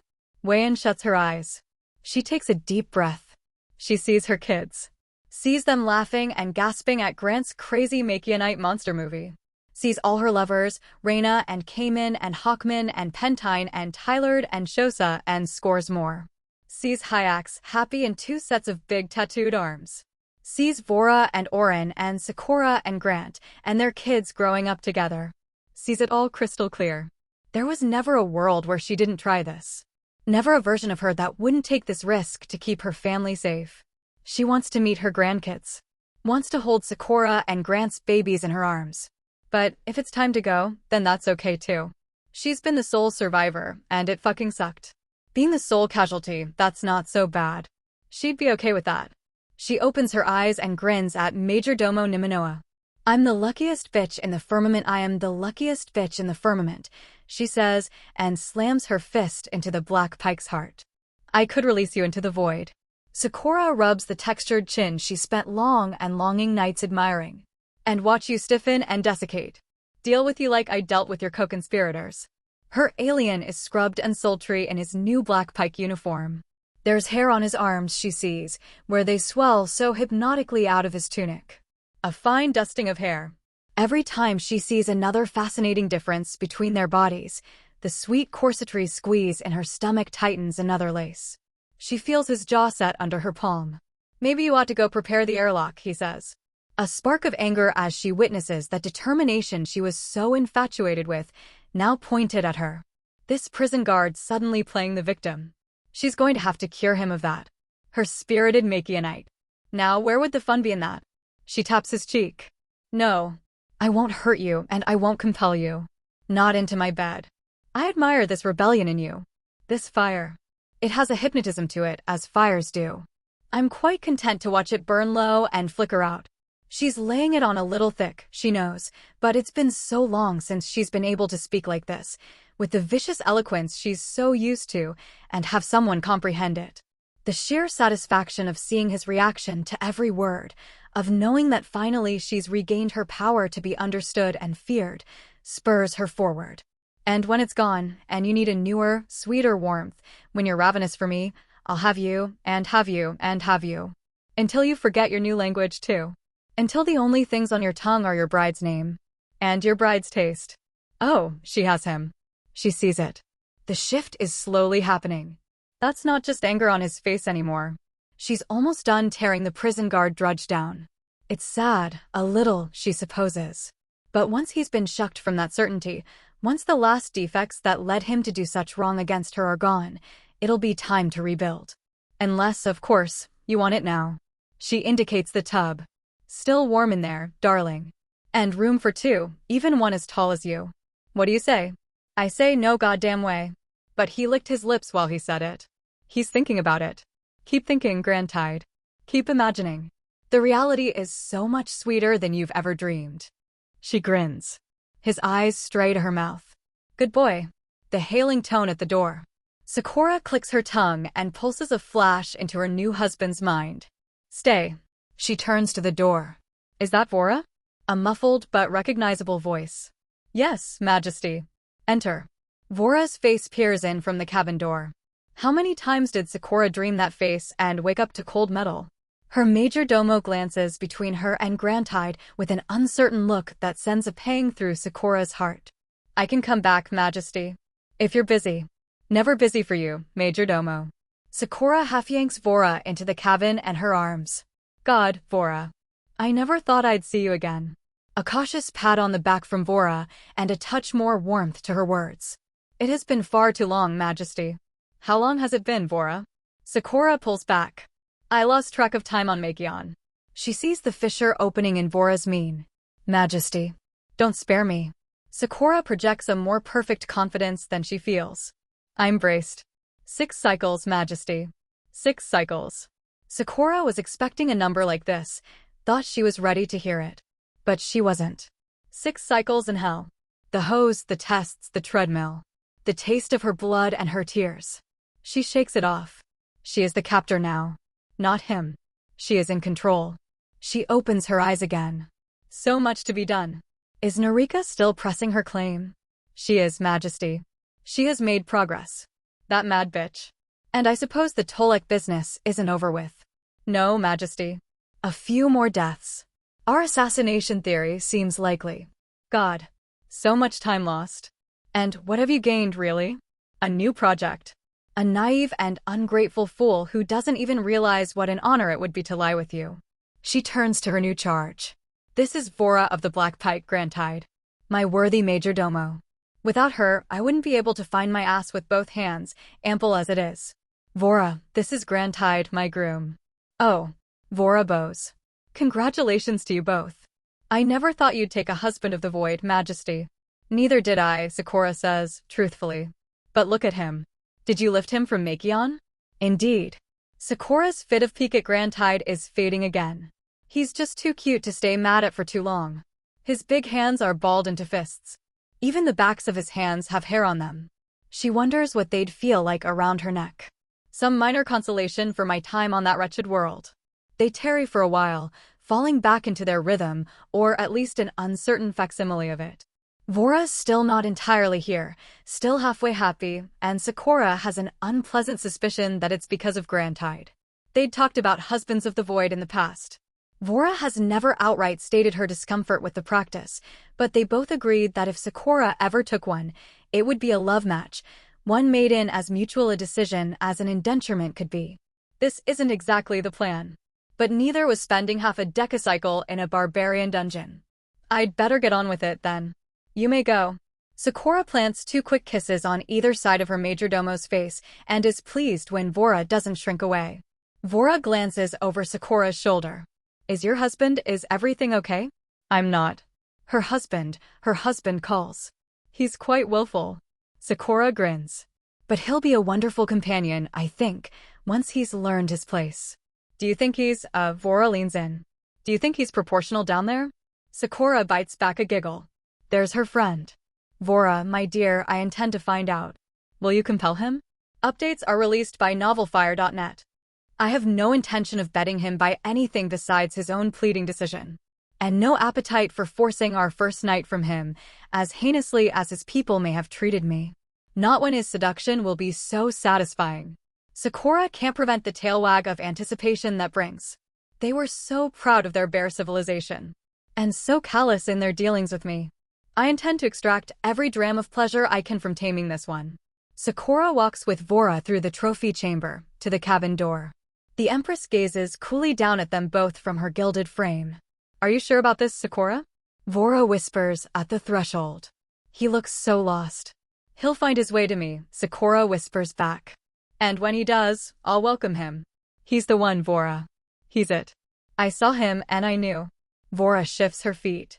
As you say, Majesty. Sakura smirks. You think it's because I lost my mind in captivity.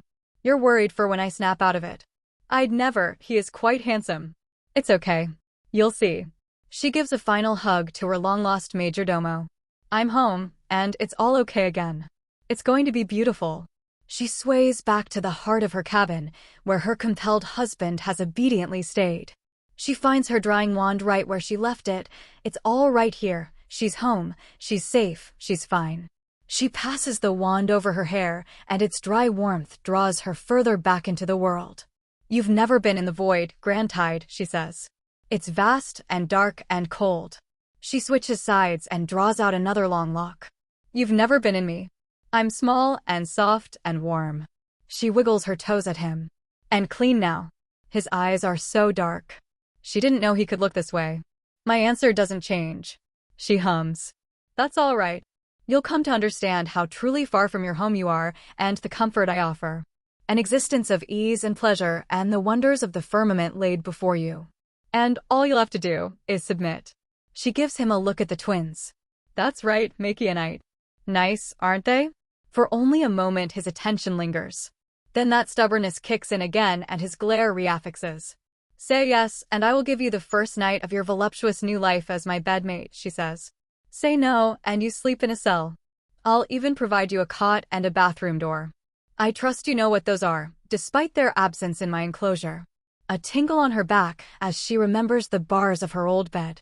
She refocuses on Grantide and reminds herself by his tense body and his frowning face that she is in control. Now, will you share yourself with me? She asks. No. Well. She summons Ajax and Fine to take her new prize away. Good night, Grantide, she sings as they bundle him off. Go fuck yourself, princess, he says. You know, I don't think I will tonight. I think I'll save my energy for you. She winks.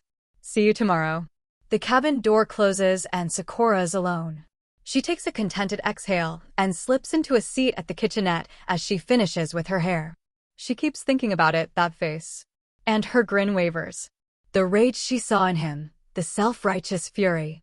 It kindles a reflective anger in her. Well, let him stew. She hasn't forgotten the measures she had to take to escape from his planet. The compulsion she had to employ on him. She hasn't forgotten the hose and the cell, and the way the Makianites looked at her, the way their faces shifted from fear and fascination to wariness and contempt. How their personhood drained away as they drained hers. Not his. His never did. Still, there is deprogramming to be done. The man was her prison guard, for God's sake. She's not going to just let him into her heart and pretend nothing happened. He's a long way yet from that privilege. How splendid he'll be once he's accepted his place in the Taikari Empire. She'll feed him and tend him. She'll give him his longevity suite, and she'll learn all his favorite foods, and she'll get him a new guitar. She'll take that virtue she saw in him, that loyalty, and she'll draw it out and make him wonderful and dutiful and kind. All she has to do is tear the last few flagging bits of that old life off him. And when it hurts, she'll make sure to kiss the pain away after. She lounges back, and the metal bars of her old scaffold bed felt just like that on her vertebrae, just like her chair's back does, and her seat screeches with how suddenly she stands up. A noise behind her, and she whirls round, lungs heaving, heart slamming. The towel that bound her hair has plopped to the ground off the back of the chair. That's all it was. She is home. She is safe. She's fine. She has an address to give. And if her hands tremble as she searches through her uniform, then she's just hungry, that's all. Just hungry, and Kaimai will be here soon with the curry. She nearly drops the diadem she chooses. Stop shaking, idiot girl. Stop shaking. She shuts her eyes. She imagines his music. His voice. Her body slowly relaxes. Her shoulders droop. Her tremors cease. She opens her eyes again. She dresses herself and sits at her vanity and punches in the code to contact the cell, to see him, and perhaps get some more gloating in. Then she clucks her tongue at her own foolishness and hits the all-hands address button. She wakes up in the middle of the night, and for a second her heart leaps, and she looks out into the dark for Grantide, for him to talk to her and play his songs for her. Then she remembers where she is, and where she put him, and she starts shaking all over again, and she's being ridiculous. She's home. She's safe. She's fine. But it takes her an hour to fall back asleep. Sakura slams into Sister Mai. Threat level, high. Control vector, none. Kill. Contingency, her holster and pistol are surplus military. Likely she's a veteran from the penitent CKZ days. Her marine training will kick in during the takedown. She knows how to use that gun in a grapple. Proximity won't keep you safe. Prioritize a disarm. And sends the both of them crashing into the altar. The demon goes rolling in one direction. The two women go rolling in the other. Lures. Threat level, medium. Control vector, none. Kill. Contingency, get that bitch away from your husband. Shrieks and full body tackles Grant to the floor, her fangs bared.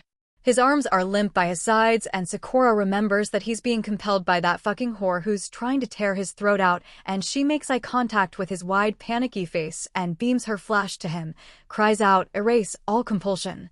And it's all blasted away, not just Sister Lore's baneful command, but the one Sakura gave him on the walk from the shuttle to the temple, the secret compulsion that allowed him to put more than a token resistance up to Lore's, her whispered be free.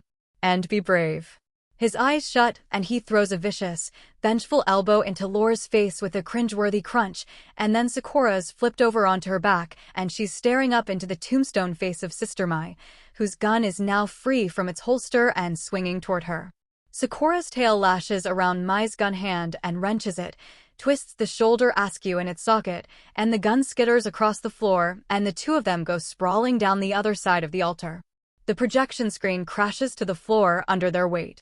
Whatever Mai was before she was a cleric, it taught her how to fight. Sakura feels the sinewy strength as the woman's body snakes around in her grip, into a steel girder straddle atop the grounded princess. She curls her legs up, tries to get into guard, and Mai sinks a fist into her face, a starbursting bright painful pummeling one, and Sakura catches the follow-up two in the crook of an elbow and pins Mai's arm to her chest. Scrambles with her legs to get in an armbar, and then a shrieking Lore slams into Mai and the weights off Sakura, who leaps blinking to her feet before she can even understand what just happened, which is this. Grant has lifted Sister Lore's by her tail and flung her like a goddamn flail into her co-conspirator. Sakura lets out a vicious whoop and dives for the gun, but Mai's rolled with the blow, is back up on her feet too, and her brown-booted foot skids the pistol away from Sakura's fingers. Sakura catches Mai's kick and spins, hikes herself up on her tail to snap her legs around the sister into a leaping scissor takedown, flawless around the thigh that would have Hyak's pumping her fist.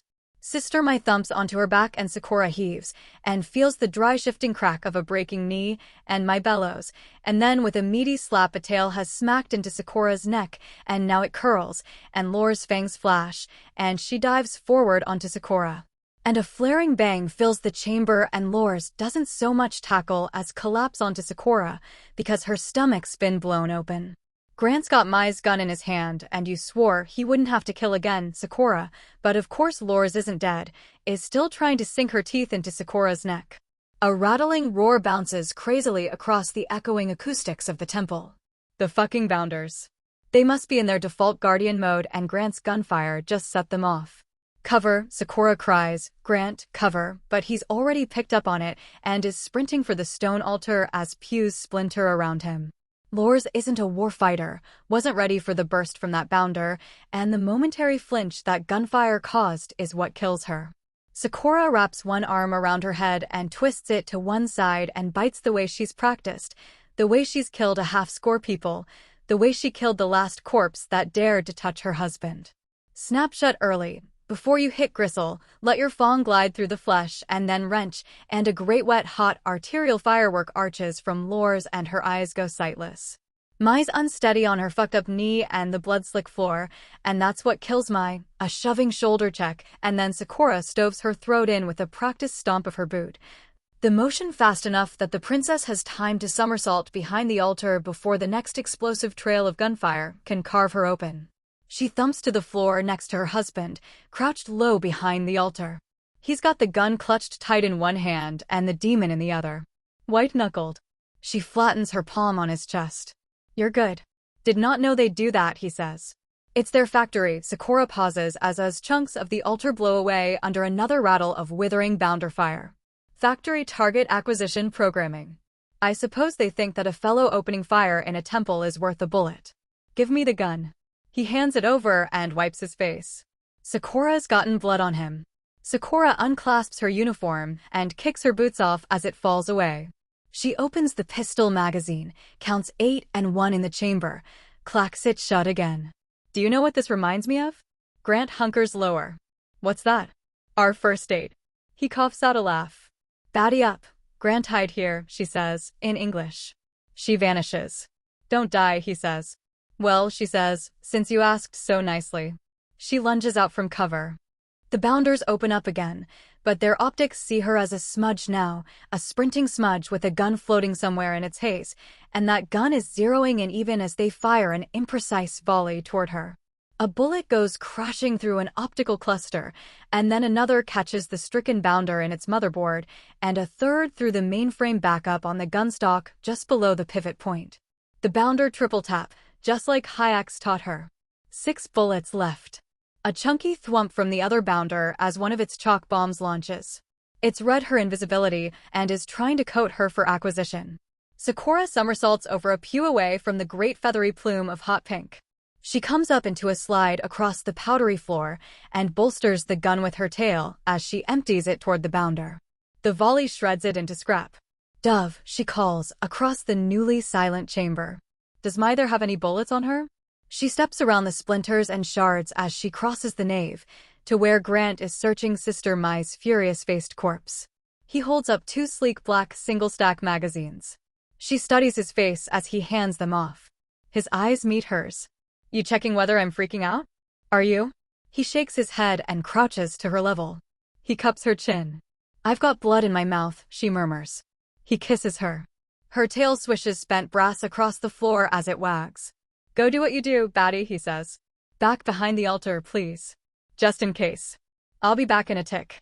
She flits back into invisibility and pauses at the edge of the chamber to wipe the sludgy mix of chalk and blood from the soles of her feet. "No monologue, penitent," she calls. "You were making such confident statements a moment ago. Wouldn't you like to tell me about my friends aboard the Pike burning to death?" Silence from the speakers. "No." She slots a magazine into her pistol. "I'll see you soon, then." And she steals out of the nave, into a still and sweltering hallway where the next non-citizen is already creeping his way toward his invisible annihilator. When the last gun is silent, and the last scream has faded, bloody bare footprints track across the nave to the altar, and the bloody silhouette resolves into the princess. Grant has laid the 2 dead sisters face down in a corner of the raised platform that houses the altar. He's sitting atop the altar's cratered surface, staring at the wooden demon. She touches his shoulder. "It's done. Is it?" He holds the statuette out to her. "Is this the empress in here?" She flips the statuette and checks the serial number.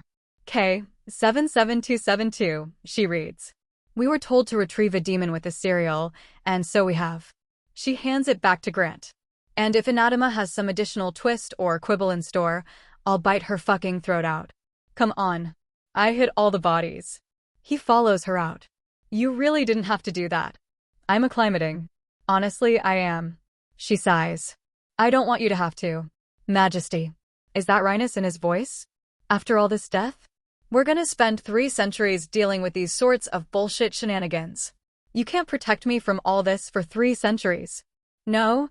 She opens the gate. The Chasic evening is the color of a sickness spill. "Watch me."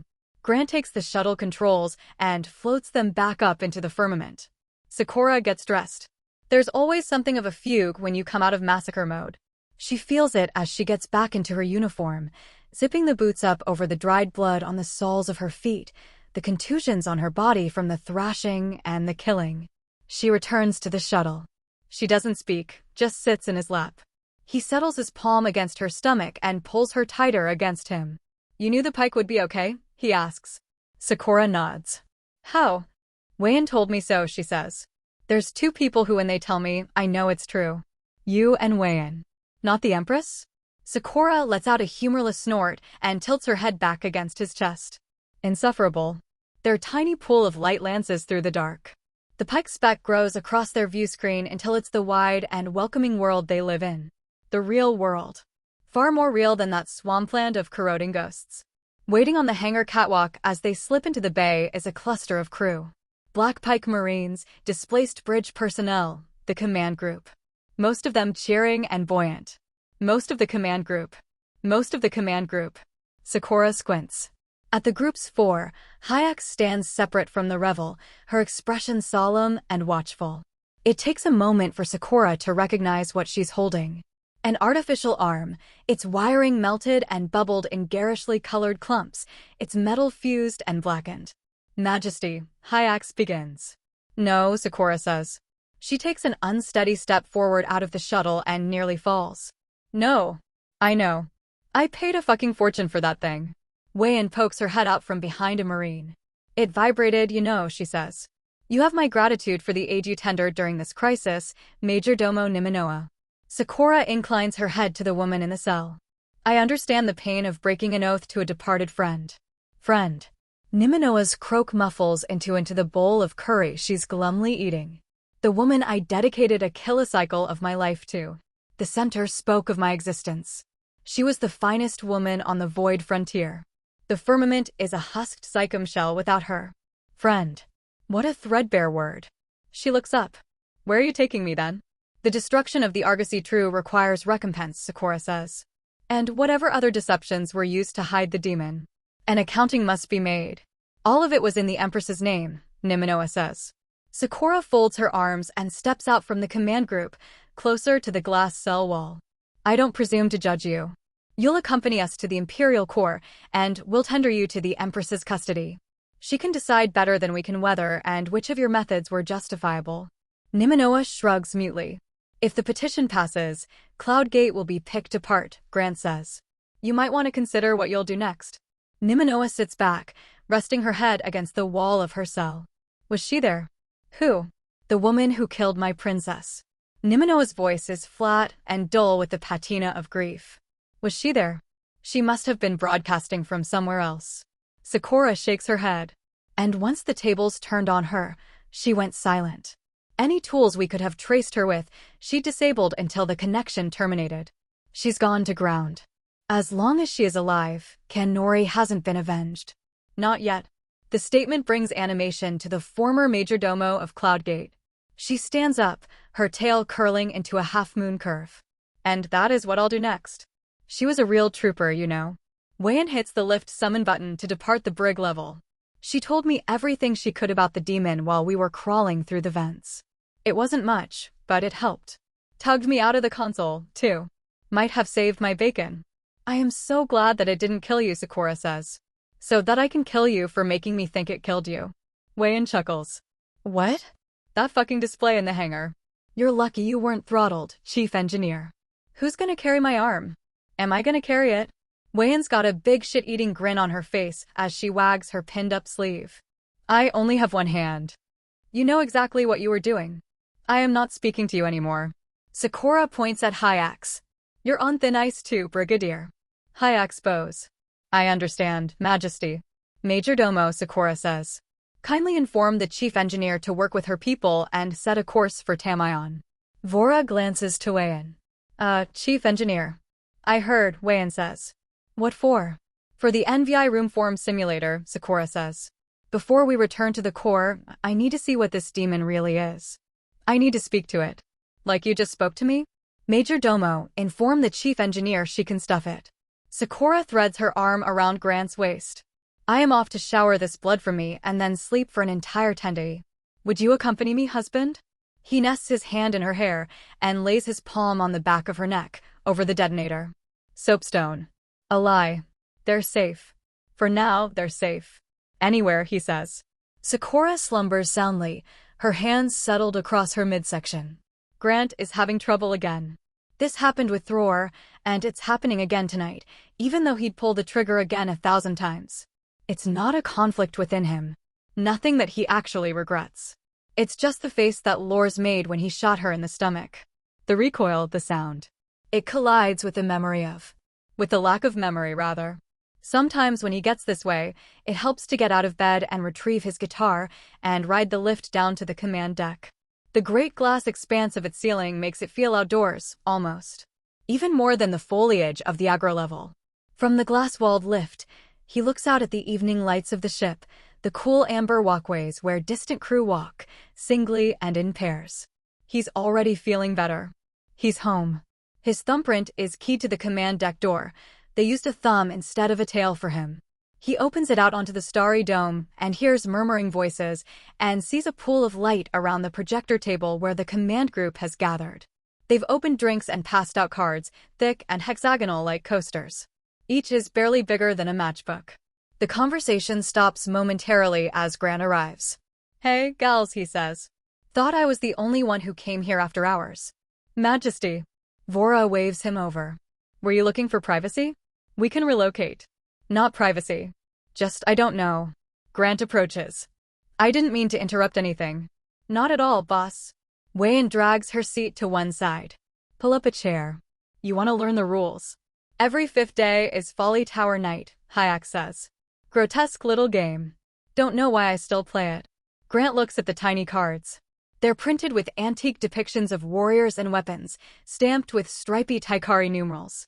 His sleepless logic center shakes its head at him. Think I'll just watch. Watch me clean these two out, Wayan says.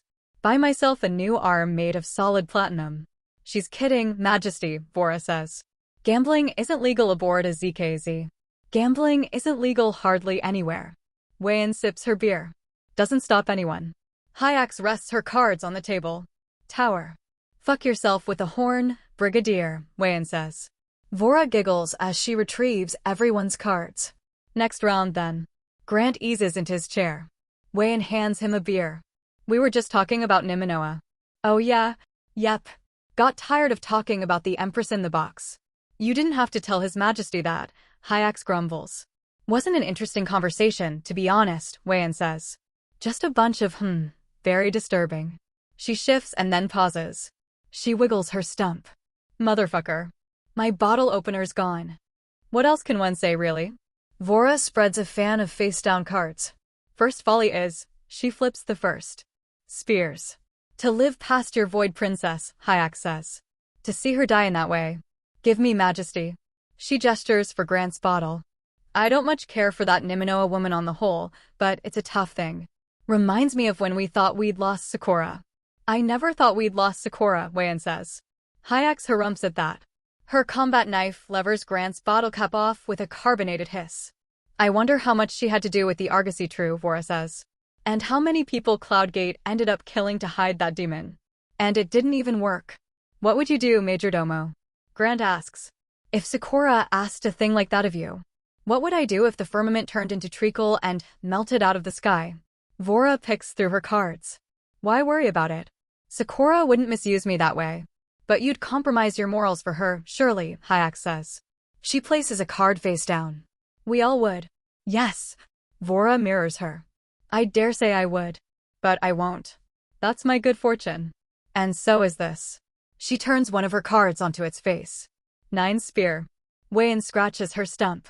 Remember how close we came with the Ectorans? That's what Ectora proved to me, Vora says. Sakura has her principles, and thanks to Grantide, they're stronger than they've ever been. Has there never been a time you feared she'd abandon them? Grant asks. Nah, Wayan says. She flips a card. 12 spear. My job is to fear for her, not fear her, Hyax says. She drops her cards onto the table. Follied. I'm out. Once, Vora says. When was that? When she brought you home, Majesty. Vora smiles. And look at you now. Hey, here's to Grantide, huh? One-handed Wayan has to drop her cards to hold her bottle up. Prisoner to Prince. The other two clink theirs to it. Grant smiles and taps a phantom lager against the flock. A communal drink, and Wayan lifts her beer out again. And here's to Gula. My right-hand. What are you naming the next one? Hyax asks. Gula the second? Not anymore. You'll think it was your idea. Wayan downs a gulp, burps, and takes up her cards again. She slaps one down face up. 10 spear. That's a fucking tower, baby. Shit, Hyax says. That's the round. Vora collects the cards and shuffles them into the deck. Would you like to sit in on the next one, Majesty? We'll teach you. Not tonight. Grant stands up. But I'd love to learn sometime. You got what you need then? Wayan asks. Grant looks around the table. They look back at him. The faithful Majordomo, the steadfast brigadier, the doting chief engineer. How briefly he's known them, and how important they are to him now. He swallows against a sudden thickness in his throat. Yeah, he says. Thank you. Night, ladies. They chorus their good nights back to him. He leaves their cheerful chatter behind and returns to his darkened cabin and his sheltering bed and the little blue love of his life, warm and soft and slumbering in his arms. They take a Kahanai fabricant magma yacht out from the foundry's steaming volcanic mouth. Just Grant, Sakura, and a frazzled Director Wex, her bright and brilliant plumage laid flat against her 4 limbs. She doesn't ask them what it is they're doing. They don't ask her why it is that this yacht is equipped with a simulator room. The chrome arrowhead of the yacht hovers on the thermal cushion of magma, slipping along the flows and rivers in mutual discomfort. The bare, glowing simulator room is smaller than the one back at the foundry, but it has the same routing plinth in its center. Sakura holds up her hand as Grant approaches it and takes a bolstering breath. I'll do the talking, yes? Please. Grant passes her the demon's microphone, then places the worn wooden statue on the plinth. The paper-white walls resolve into a twilight copy of Taikar. Or what might be Taikar anyway. It's hard to tell with the systemic brutalization of the landscape. Grant and Sakura stand in the center of what was once a forest. Every tree has been severed, every stone upturned. A lawn of stumps stretches to the plum night's horizon. In the distance, an orange glow casts craggy light across the gathered clouds. Locate the envy and move to it, Sakura murmurs into the mic. The landscape blurs and falls away. They fly across the depletion at speed until the first tower breaches the horizon. A city, Grant sees. An ancient city crafted out of wood and stone. Dilapidated in its center, new on its edges. Like an organic thing, a moss or mycelium, crawling across the simulation around it. Its skyline is dominated by a massive painted palace, its crenellations festooned with statues. Some life-sized, some much larger. All of the same woman. Then they stand before the genuine article. Or, at least, a convincing copy. Seated atop a carved and chiseled throne, in an empty echoing room lit by flickering sconces, Empress Zithra 19 sits as motionless as her statues, head in her hands. The microphone shakes as Sakura raises it to her lips. "Hi, Majesty." For a few seconds, there's no response. Then Zithra's head raises in slow wonder. She looks younger than the woman Grant met. Younger and so much less certain. "Anatma," she breathes. Sakura's face mirrors that same speechless shock. "Anatma. My girl." A tear drops down the Empress demon's cheek. "You came for me. You came." Hi, Majesty." Sakura finds her voice. "I am not Anatma." "No?" Zithra's face crumples.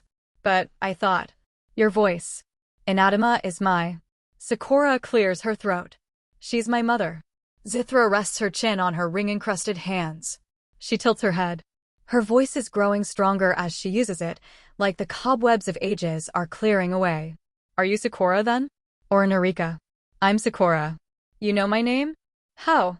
A faint smile crosses Zithra's face. "A lucky guess." She said if she ever had another litter, she'd have a daughter named Sakura. "And here you are." "A void princess, yes." "Yes, High Majesty," Sakura says. "For now. By returning you, I make myself a Princess Margrave." "How about that?" Zithra's rings clatter together as she drums her fingers across one another. "I didn't think it was possible. But if anyone could do it, a child of Anatma could." "You're returning me." "To the core, yes." Zithra sits up. "Where am I now?" "In my sector.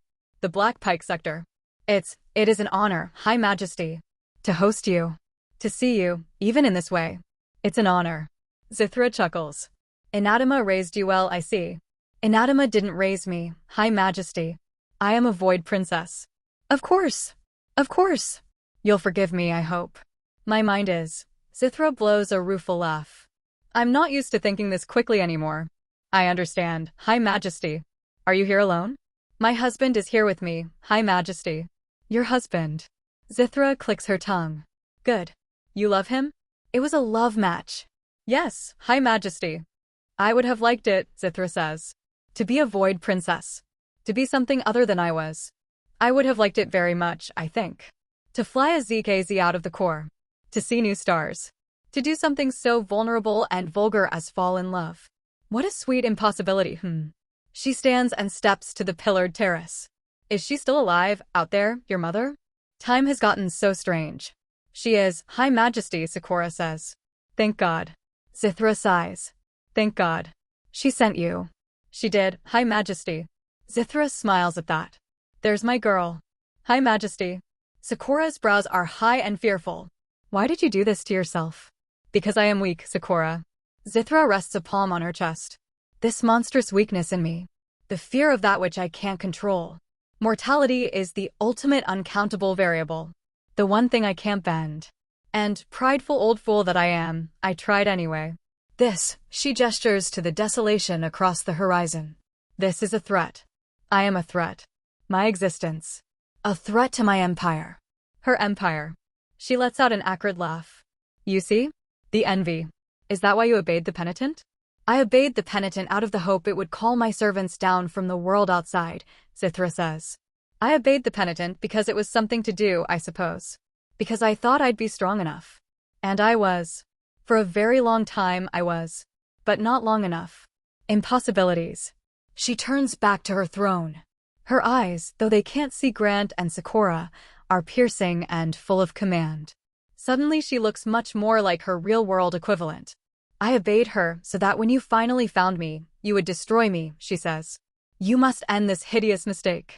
I was ordered to retrieve you, Sakura says. To bring you back, not to destroy you. Zithra shakes her head. You are young. You have the conviction to see this for what it is, and to know what must be done. I cannot be sure my counterpart does. If you have love for your empress, you will do as I ask. Sakura's fingers flex against the microphone. Your husband, Zithra gently prompts. Who is he? His name is Grand Tide of Makion. Sakura's eyes are getting misty. And you trust him? More than anyone. Ask him what you should do, Zithra says. I have always longed for someone there to ask. Ask him. Sakura gives Grant a glance of unalloyed anxiety. He kneels and closes his touch around her hands on the microphone. They're slick with sweat. Yes, he whispers. Sakura raises her microphone. Order me, High Majesty. I order you, Princess Sakura. Zithra wears a gentle smile. Her eyes flash. Destroy me. Replace this program with some deniable stamped clone of what it was supposed to be. Then dare them to call your bluff. Tell the Zithra outside, and tell Anatma. Tell them both to stop being such hard-horned fools. And that death is not so terrifying as its absence. Tell them. Zithra sits forward and steeples her fingers. A minute passes, maybe two, before Sakura says, tell them what? The Empress laughs. You'll have to excuse me. I'm not used to thinking so fast. Not anymore. Tell the Empress to remember what Astrama told her on the beach. Tell her how unafraid I was. Tell her. Zithra pauses. Well, don't waste too much breath. She knows what I know. I will, Sakura breathes. I swear on my life. Follow current novels on novelfire.net. If I could only see you, Zithra says. If I could touch you. But impossibilities, I suppose. She returns to her throne and sits on its cold slab. Her shoulders are square. Her bearing is regal. Off with you now, Sakura. Go and be glorious. Go with my love. Go, goodbye. Sakura clutches the mic so tight, Grant fears she might break it. Goodbye, High Majesty. She lowers the mic and nods to her husband. Grant lifts the demon off the plinth. The new Empress and her sunset world vanish. Sakura lets out a held, shaky breath and turns on her heel from the room. Come, Dove. Let's be about it. Grant follows Sakura out of the simulation room and to the glass-bulbed main deck. It's cool, festive lighting contrasts with the bright molten world beyond its controlled interior. Wex is seated on a bone-colored couch, uncertainly stirring a stiff drink. Sakura holds up the statue. Are you aware of this demon's contents, Director Wex? Majesty. As you noted last time we met, I am quite hopeless at political maneuvering. Wex lets out an apologetic, be-clicking titter. My life is in my work. Yes, it is. All I want is to do the job I love, for the empire I love. That's all. Do that, then. Sakura places the demon on the oval glass coffee table by Wex's couch. This demon's program is defective. Restore it to the factory parameters. Wipe the data and reinstall Rovax Envy on it. Wex stares from Sakura to the demon and back. Do as your princess commands you, Wex. Sakura taps her foot. And then I'll leave you be, with my thanks for all you do in the name of the Black Pike sector. If you can't, I'll arrest you and toss the thing overboard anyway. Yes. Yes, Majesty. Right away. Wex lifts the demon like it's scalding to the touch and takes it over to a terminal whose console is built into the gleaming span of the yacht's cockpit. Sakura watches over her shoulder as she works. Keys clatter in symphony under 4 sets of claws. The screen flickers. Progress bars load, fill, flash blue, and fade. Wex visibly deflates into her eggshell seat. It's done. She holds the demon out. K77272, factory reset. Sakura takes the statue, strides to the couch, and tosses the K-77 underhand into the little pile of bags and accoutrements they brought with them. Wex winces as it lands amid a travel cloak and a pair of boots. His wife sprawls across the couch and stares at the ashy sky. Grant sits next to her. With automatic precision, her head finds his lap. That's a brave thing you did, he says. And kind, I think. Anatma said that it was my duty to retrieve the demon, Sakura says. But my empress gave me a command. You told me that they aren't people. Sakura blows an exhausted breath out in a raspberry. You know how I always tell you that you're my conscience, Dove? Uh-huh. She turns onto her stomach. Her chin nudges his thigh. Shut up and just be my back scratcher for a while. He chuckles and assumes his role. She sighs as his nails pass across her slight silk uniform. The penitent, she murmurs. Ridiculous name. Sad little woman. That could have been me, you know. Broken and bitter, with millions dead by my hand. You know I don't believe that. Doesn't matter one way or the other, she says. I have you. Her horns creep upward from her velvety black hair. She crawls the rest of the way into his lap, encompassing his waist in the scope of her cushiony blue hips. And, do you know what I'm going to do to you? She whispers. He does, but he wants to hear it all again. What? I'll take you to Taikar. She presses her face against his chest. We'll sign my commission and get Axana to cough up our re-encoding medications. We'll have our big Makey-a-night wedding. I'll marry you all over again. The vows. The cake. You'll love the cake. Kaimai's sure of it. And then, she scoots further forward. Her tail nudges his head down. And then I'll take you to our suite. And I'll take off my white dress and put on my red dress.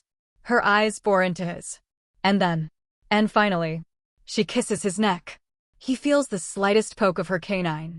Prince, she whispers. Husband. A bead of nectar drips from her thong onto the crimson fabric at his shoulder. Her lips brush his ear. Father. Princess Sakura. Prince Grantide. Anatma stands in the cool light that filters in from the Imperial Palace's high polygonal windows. Greetings to you both.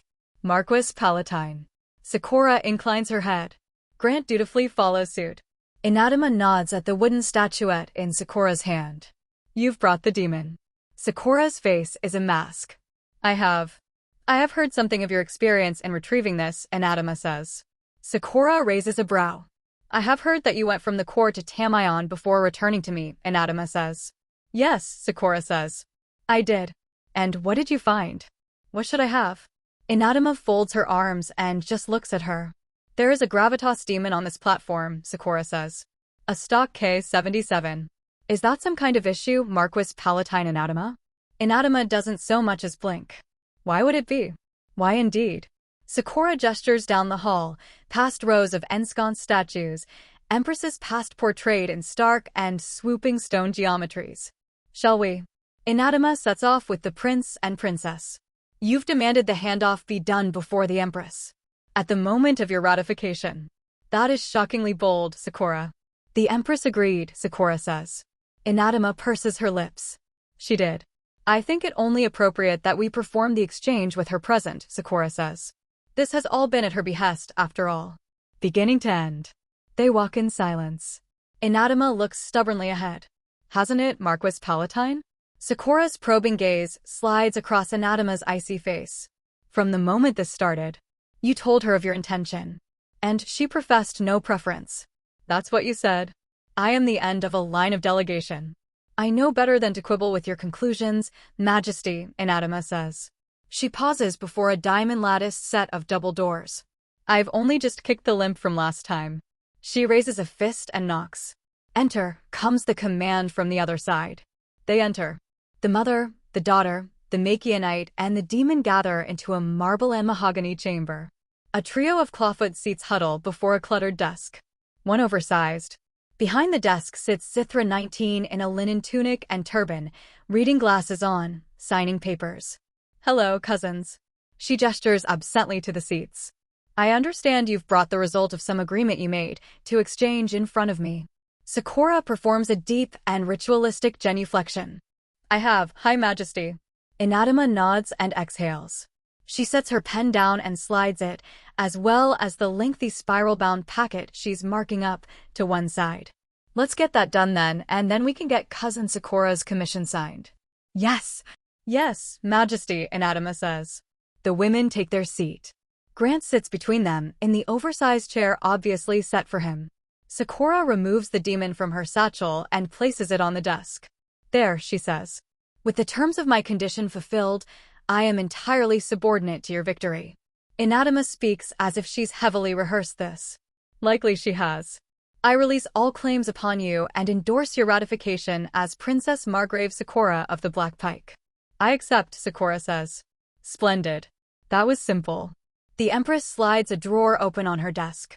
One more thing. Sakura removes a data wafer from her satchel and places it on the desk. The Empress pauses. What's that? That is footage, Sakura says. Undoctored footage anonymously sent to me. Of a servant of Marquis Palatine Anatma, making herself culpable in my kidnapping approximately a decacycle and a half ago. I hereby accuse Anatma of my waylaying and marooning on Makion, and request a full investigation be launched into her conduct immediately. Anonymously sent? Undoctored. Anatma quirks a brow. Really, Sakura? Really, Anatma? Sakura's wildfire gaze bores into her mother. Do you deny it? Deny what? Anatma shrugs. I don't even know what's on that. We can play it right now. Sakura casts about the office. Find a terminal. You're already wasting enough of the Empress's time without. His chapter is dated by novair.net. Enough. The Empress slaps her desk drawer shut. Such foolishness. I feel like I'm in family court. Comport yourselves according to your stations. She slaps a roll of vellum onto her desk and unfurls it. A spiral of glyphs is patterned across it. Grant recognizes Princess Margrave Sakura's name. Anatma is not responsible for your confinement, Princess. Then who? And Sakura freezes. The Empress folds her arms. Anatma finds a fascinating spot to examine on the carpet. Sakura can't speak. Grant does for her. Why? It was her initiation, the Empress says. Every woman selected must surmount a severe trial. Grant's fists clutch tight to his armrests. Selected for what? You would be the 20th prospect, Sakura, the Empress says, as though Grant hadn't even spoken. 20 trials, 20 successes. I do not select unless I am sure. She lays the scroll flat and turns it around on the table. Sakura's eyes are full moon wide. Kanori told me about a game. That playing it wasn't worth it. For her, it wasn't, the Empress says. She passed her initiation, but it seems the terrain beyond it was too treacherous. She taps the vellum. Both of you sign that and pass it back to me. Sakura mutely signs the paper and pushes it across the desk to Anatma. It took you longer than I thought it would. The Empress drums her pen against the desk. But knowing what we now know about Makion, I see why. And now that you've completed this demon task, I suppose it's only fair to let you know you're in the running. The running, repeats Sakura in a throaty breath. The Empress takes the countersigned page from Anatma. Yes. For what? For what? The Empress tsks and signs the paper. Really, Sakura? Sakura, Anatma says, with jarring softness. Is it not clear to you by now that your birth was neither a mistake nor a deception? Sakura looks from the Marquis to the Empress, on the verge of panic. You were not created outside of the Empress's remit. Anatma leans across her seat. You were born with a purpose. And it is a purpose you have risen to. And you have further to rise. Her scarlet focus gleams. Much further. Narika? Sakura asks, tightly pinched. And Timar? Anatma nods. Narika hasn't undergone her entrance exam yet. But I will continue making my case to the Empress. I'll continue listening, the Empress adds, evenly. Sakura's brows lower. And Kir? Anatma's voice falls away momentarily. There is not a day that goes by that I do not think of Kir. Kir's fate is the greatest regret of a life that is full of them. I don't mean to interrupt these familial revelations. The Empress taps the paper on her desk. But I really must get back to it. And with these signatures, our business concludes. Stand, Sakura. Sakura rises stupefied to her feet. By my power and will, you are remade, the Empress intones. Depart this place as Princess Margrave Sakura of the Black Pike. She glances at Grant. And you're still a prince, by the by. Well done, you. Off you go now. She said to stop being such hard-horned fools. Sakura murmurs it monotone. Both of you. The Empress scoffs. She said to tell you she was unafraid, Sakura says. And that death is not as terrifying as its absence. And she said to remember what Astrama told you on the beach. The heir departs the room for a few heartbeats. Indeed. The Empress blinks and looks away. All right. She retrieves the packet she was working on when they came in. The scratching of her pen resumes. Thank you, cousins. You may go. Anatma bows low and departs the office. Not yet. Grant stands up. One more thing. A second more thing. The Empress keeps scribbling as his shadow falls across her. Her red-inked signature has a dramatic loop at its conclusion. And what would that thing be? I want you to take the bomb out of my wife's head, Grant says. Sakura clings to his pant leg. But she doesn't stare at him like he just grew another head, and she doesn't look outraged. Not this time. She looks fearful and hopeful. The Empress shoots a pointed look up from her documents. You have wanted a great deal of late, Prince Grantide. I think you have gotten too used to getting it. If she's a Princess Margrave, if she's in the running, then it's an unacceptable liability, Grant says. It killed Kanori, and it shouldn't have. You're supposed to be the only one who knows these codes, and you weren't. You made a mistake. Okay, now Sakura is looking at him like he's grown another head. Our children are key to your grand plans, Grant says. I refuse to let you keep a bomb inside their mother's head. The Empress stiffens. She removes her glasses. The full glacial force of her visage meets him. You refuse. Grant does not look away. I do. They stare at one another for 15 rigid seconds. Sakura looks on the verge of speaking. She bites her tongue.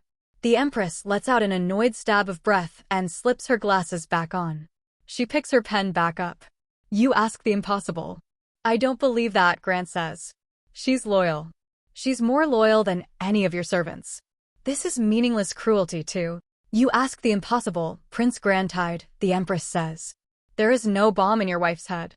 Grant's righteous fury is slammed out of his chest like air from a sucker punch. What?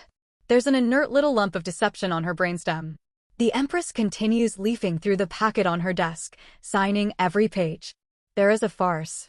There's no kill phrase that could detonate it, because there's no explosive inside it.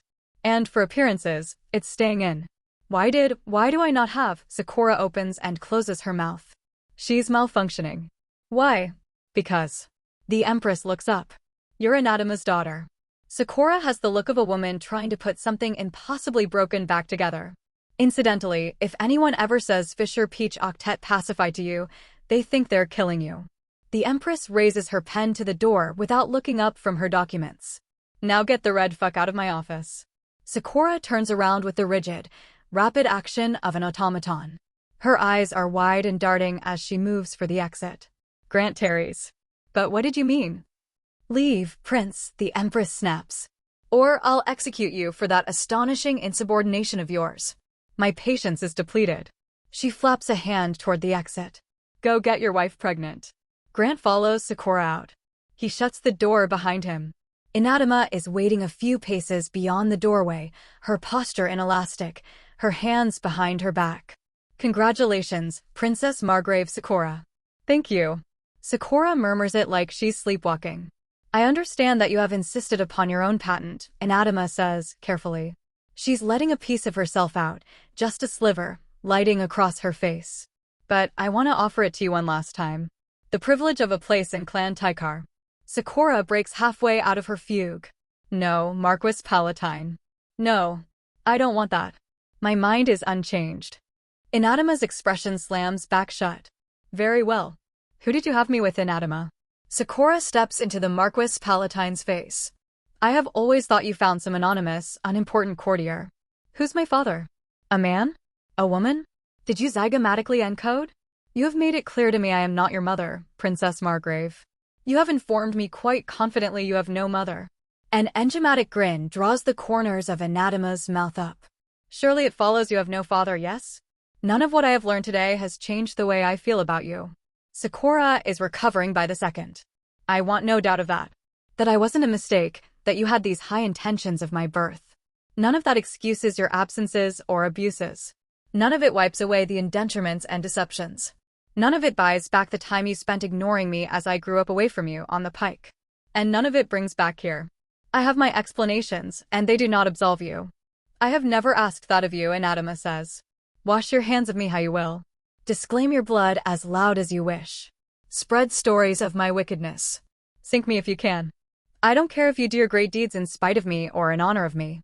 As long as they are done.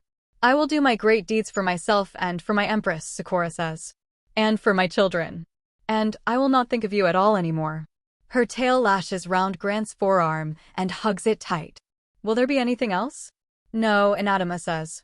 Get out of my sight, Princess Margrave Sakura. Sakura turns on her heel. With relish. She strides away at an uncompromising pace that pulls a power walk from Grant even at the height difference. Done, she whispers as they leave the austere hallway and its austere occupants behind. We're done. Gods of the firmament, Grant.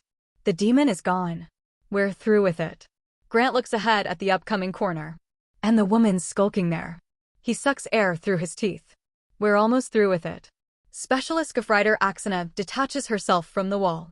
Hello, ladies. Specialist Gefreiter. Sakura makes a noise in the back of her throat. I am in no mood. You'd better get in one. That's where babies come from. Axana raises a pair of metallic cylinders and rattles them. His and hers. Think fast. She underhands both of the cylinders. A shitty throw. Grant catches his on fingertips. Sakura snags hers with her tail. A full tendy ought to do it, Axana says. I've put a cycle's worth in, just in case. She gives a jerky bow to Sakura. Some seasoning for your eggs, milady. And a swim coach for your swimmers, milord, to teach them the Taikari breaststroke. Not that I suppose their progenitor requires instructions. Thank you. Goodbye. Sakura takes a step. Axana leers and takes the same step mirrored. My condition has made me quite infertile, you know, she says. But the gods of the firmament know the number of re-encodings I've torn from biological sanity's jaws. Enough bundles of joy to crash a space station. Tension coils Sakura's tail. What are you trying to tell me, Specialist Gefreiter? I'm trying to tell you that this. Axana points at the cylinder. This means a great deal more to me. Her smile crinkles the skin at the edges of her anti-comps. A whole clade of freaks. Just like me. Anti-Axis' greatest work yet. If they're anything like you, Sakura says, I will consider myself an absolute failure. Grant runs a thumb along the seam on the canister. He thumbs it open. Inside are 20 little green pills, the size of his thumbnail. He flicks it shut again. Thank you, Axana, he says. Really? Thank you. Axana tilts on her heel to Sakura and gives her an expectant look. Thank you for getting out of the way, Axana, Sakura says. Axana snickers. She lifts her anti-comps and winks at Grant. Try not to break her when you're breeding her, big man. I'll get started on your ectorins. I imagine they're coming soon. If you'll pardon the pun. She steps aside and lets the lovers pass. You're welcome, she calls to Sakura. You and your husband are welcome. And your son and your daughter and your daughter. Welcome. Welcome, princelings. Her laugh's echo follows them out of the hall. Welcome to the Empire. Brother Timar of Indrik steps to the lectern and clears his throat. I'm not going to waste much more time repeating the things that others have already said, much better than I could have. There's feasting and dancing to be done. He looks out across the wedding party, at the bride in lacy, low-cut white, and the groom in sleek black, and their friends and co-workers and loved ones who have gathered under the woven scope of the heated tent. Outside, the light of the southern aurora dances across the Ectoran tundra. There's Ipkin Mektaka and Ruak in ceremonial onyx furs. Here's Hyax in black and scarlet brocade, pretending that she's not holding back tears. Wayan's next to her, face shiny. That's Countess Winzai and Count Takani, and their silent, attentive children, and their fidgeting, shifty Lady Lakai. There's the governess, Killik Mekektor, and a whole gaggle of marquises and carefully selected dignitaries from across the sector. And at the very back, flanked by 2 black and gold HAK suits, sits Princess Norika of the Glory Banner in watchful silence. Nobody here has been to a Makianite wedding before, but from the thrumming Ecclesiastes songs, and the solemn ceremony, and the snuffling tears of the bride, all of them recognize the gravity of what's about to happen. I have a pretty limited frame of reference for how these things are supposed to go, Timar says. Grantide and Sakura sent me a few dozen film versions of these weddings to prepare me, and I've done my due diligence on those, from which I gather that there are commonly massacres or loud objections at Makianite weddings. I'm going to have to ask everyone to wait until after the reception if they want to get any massacring in, because I've seen the cake, and I can't check out before I've had a piece. A sweep of laughter through the tent. It manifests solely as a bemused huh in the marine at Grant's side. Ajax of the Black Pike has returned briefly from his extended leave to serve as best man. His brie mate Scar peeks up out of his dress uniform's collar. Mina sits up at the front in a drapey emerald dress, beaming and beautiful and just starting to show. I asked Grantide if there were particular denominations traditions that I should use, Timar says. He and I agreed that tradition is fine, but we're out beyond most of it at this point.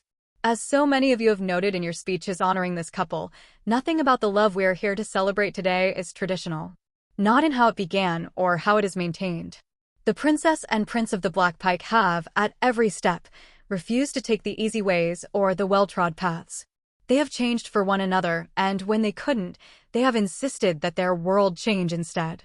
And it's a testament to the overwhelming strength of their love that it has. Sakura is taking deep gulping breaths as tears carry her dark eyeliner down her face. Vora, her majordomo of honor, passes her a fresh handkerchief. But there are some experiences of such weight that language fails us. Timar grins. And it's at those moments that a little touch of tradition can help us. So, with that in mind, Timar rests his hands on the lectern. His uncovered magenta eyes focus on Grant's. Do you, Grant Hyde of Makion, take Sakura to be your lawfully wedded wife?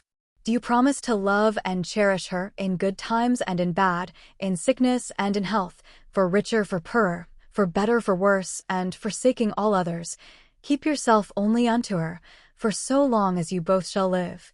Grant looks into the beseeching, tearful face across from him. I do. And do you, Sakura of the Black Pike, take Grant to be your lawfully wedded husband? Do you promise to love and cherish him, in good times and in bad, in sickness and in health, for richer for poorer, for better for worse, and forsaking all others, keep yourself only unto him, for so long as you both shall live? I do, Sakura sobs. I do, I do.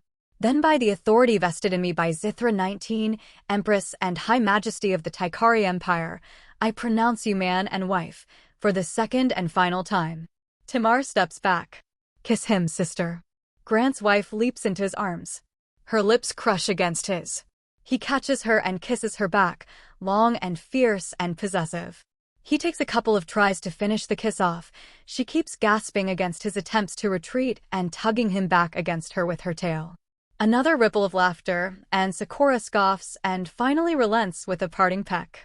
Ladies, gentlemen, friends, family. Timar spreads his arms. The prince and princess of the Black Pike. Grant turns with his wife in his arms and departs the altar down among the cheering crowd, among the people he never thought he would know, his massive, vibrant, exuberant community, which parts for him as he steps across the threshold and into the bright, brilliant rest of his life with the princess of the Black Pike. Grant steps out of the shower. He rubs a fluffy fleece towel through his hair. Geez. You were right about that stuff. The breedmate's boon? Sakura calls over the hum of the hairdryer. Her dewy skin, still flushed from the shower, is wrapped in a slight, silky red dress. All lace and brocade and transparent tulle. It's a twinter wedding dress, but even lower in the neckline and with a frilly little skirt that ends far too short for public functionality. Not that it matters, she's told him. She's never wearing it again after tonight. Grant steps across the chilly stone slabs of their suite and onto the thick fur rug. He feels the indulgent plush between his toes. Yep. It was, dramatic. Which part? The taste or the aftermath? He sits on the expansive, downy bed. Both. That's why I only had one slice of cake. Sakura puts her hairdryer aside and joins him. I understand that it's not exactly mood-setting. But we're both squeaky clean now, and it'll give us energy. Her tail guides him onto his back. And keep us both, cleared out. There'll be no getting up to use the bathroom or stopping for a breather. Give me your wrist, Dove. He holds his wrist out. We can't take breaks? You're not going to let me, she says. I promise I will. If you need them. She retrieves a ribbon from the supplies on the nightstand, a first aid kit, a 6-pack of water bottles. You won't, Dove. Not if the nectar does what it's supposed to. She ties the intricately beaded ribbon to his wrist. That's okay. It's right. There's no stopping it when it starts. No going back. Now the other. He watches her nimble fingers tie the second bow. What are these? These are lover's shackles, she says. A holdover from the ceremonies of old, when the man had to be chained to the wall so his brie mate could escape if she wished. We're using the collar, of course. Right. He retrieves it from the bedside and clicks it around his neck. You want to test it? I trust it, she says. But if you'd like to. Lonesome, he says, and a tingling pulse radiates out of the collar. His muscles lock up. A few seconds of bizarre, painless paralysis, and then his limbs suddenly obey him again. He rubs his arm. Goddamn. No hesitation. She laughs. That's such a boy thing. I'm glad it's true for Makianites too. He grins. I was curious. She bites her lip. He gathers her closer into his arms. Her little galloping heart is beating so fast. I know you had that experience. Her voice quivers. Of losing control. And I can't even begin to imagine. If you want to do this in some other way, there's drugs that will let me ovulate and conceive without the bite. I just want to check. One last time. Grant sighs and shifts. He doesn't think about Chasik often. He doesn't feel ruined or wounded. Just tender sometimes. Now and then, he's quietly asked Sakura to erase all compulsions on him, like she did back then. Not because he suspects anything. It's just that sometimes there's this tiny scratching feeling in the back of his brain, around where his imprisoned agency was clawing at him. And bathing in Sakura's flash, knowing he's safe, shuts it up. It's his version of the way she needs him to squish her sometimes, he guesses. He's been working it out with Oren, Vora's psychologist husband aboard the Pike. Apparently, that's a common reaction to adversarial flashing, and it'll fade with time and trust. And there's nobody he trusts more than Sakura. He rests a hand on her cheek. I can't think of anything I want in the entire firmament more than this. She nuzzles into his hand. I can't either. There's a clattering sound coming from her hoop-festooned ears. You're shaking, he murmurs. She swallows. I'm just a little overwhelmed. That we're finally here. Are you afraid? He scratches behind her ear. We can just do it normal tonight. Maybe the bite happens on the Pike, or we can use actual restraints. I don't mind. No. I want it like this. I don't want it sterile and safe. She rests her forehead on his, nuzzles the tip of his nose. I want you to change me tonight, she whispers. I want to be bred. He slips his thumb along her jaw. The reality of their different sizes is nesting in him. His big hand, her delicate neck. She vents out a nervous giggle as he cups her cheek. You are so big, she says, as if she's thinking the same thing he is. I'm sorta overwhelmed too, he says. I don't want you to get hurt. She shakes her head, the laugh still on her lips. I'm not afraid of some rough handling, silly Makianite. Taikari girls are made for this. She pats her butt. Why do you think the gods of the firmament saw fit to grace me with these hips? He rests his hands on the hips the gods gave her. His thumbs trace circles across her inner thighs. It's just, this is it. She rubs his forearms. There's no going back. After tonight, I belong to you. We belong to each other, he says. Of course, she says. And we did already, of course. But it's about to be real. Biological. Her hand rests on her stomach. Permanent. His breath thickens. The dark excitement she's drawing out of him closes his grip further on her. I know it's not how you see us, but her face glows with her blush. I guess it's my Taikari brain. Looking for something. To be claimed. He scoots her closer. Well, if my commanding officer insists. She laughs and lays her hot palm on his sternum. You can't feel guilty about what you're about to do to me. Okay, I'm aware of it. I accept it. I'm excited for it. This is everything to me, Grant. Her hand closes into a fist against the drumming of his heart. This is everything I thought I'd never have. He nods. Promise you'll use the collar if you need it. I promise. Okay then. He takes a stabilizing breath. What do I do? Just be tender with me for a moment, Prince Grantide, she says. Be tender now, because when we start, you won't be. She tilts her head. His lips meet hers. Their hesitation dissolves in the warm sweetness of their kiss. 2 snug minutes, and she breaks away, breathing hard, her lips shiny and dark. Under the plaited silk of her bodice, he sees the dark blue of her nipples, firm and peaked. He cups a breast, caresses it over the lacy red corsetry that houses it. Do you want me to warm you up? Maybe give you one on your own first. I'm not worried about coming, Dove. God knows. I need to conserve every bit of energy. Her thin scarlet panties rub up against him. He feels the need underneath, warm and inviting and unashamed. I'm hoping to stay awake the whole time, but if I don't, you keep going, okay? Are you sure? I am. I mean, you'll keep going regardless. She kisses his chin. But this is my consent. Another kiss on his cheek. Then she's nudging against his mouth again, and he lets her tongue mingle with his. The roughness of it, the texture. the deep purr from her chest, her wagging tail. This strange, sacred thing about to happen with his alien wife. How often has he held her close and kissed her like this? Often enough that it's become a little less miraculous. But this feels different. A gentle nip of her lower lip, a silky moan. His heart hammers in his chest. Her breath is sharpening. She feels it too. The same gravity. A baby. Babies. They're about to make babies. He tastes a tang of sweetness, and his smile separates them. Is that the nectar? She chuckles shyly. My fangs are pretty eager. I guess it's time. I guess it is. She takes his face gently, turns it to the window. Look out there. The pinprick stars gleam in the crimson oceans of his wife's eyes. The world we won. The first great piece of our legacy. By the time its sun rises, we'll have another. She cups his ear, whispers into it, "You're about to make a mother out of me." His spine tingles at her scratchy voice. His heart races at the words it says. Her chin rests on his shoulder. Are you ready? This chapter is updated by Novel FireNet. I'm ready, he says.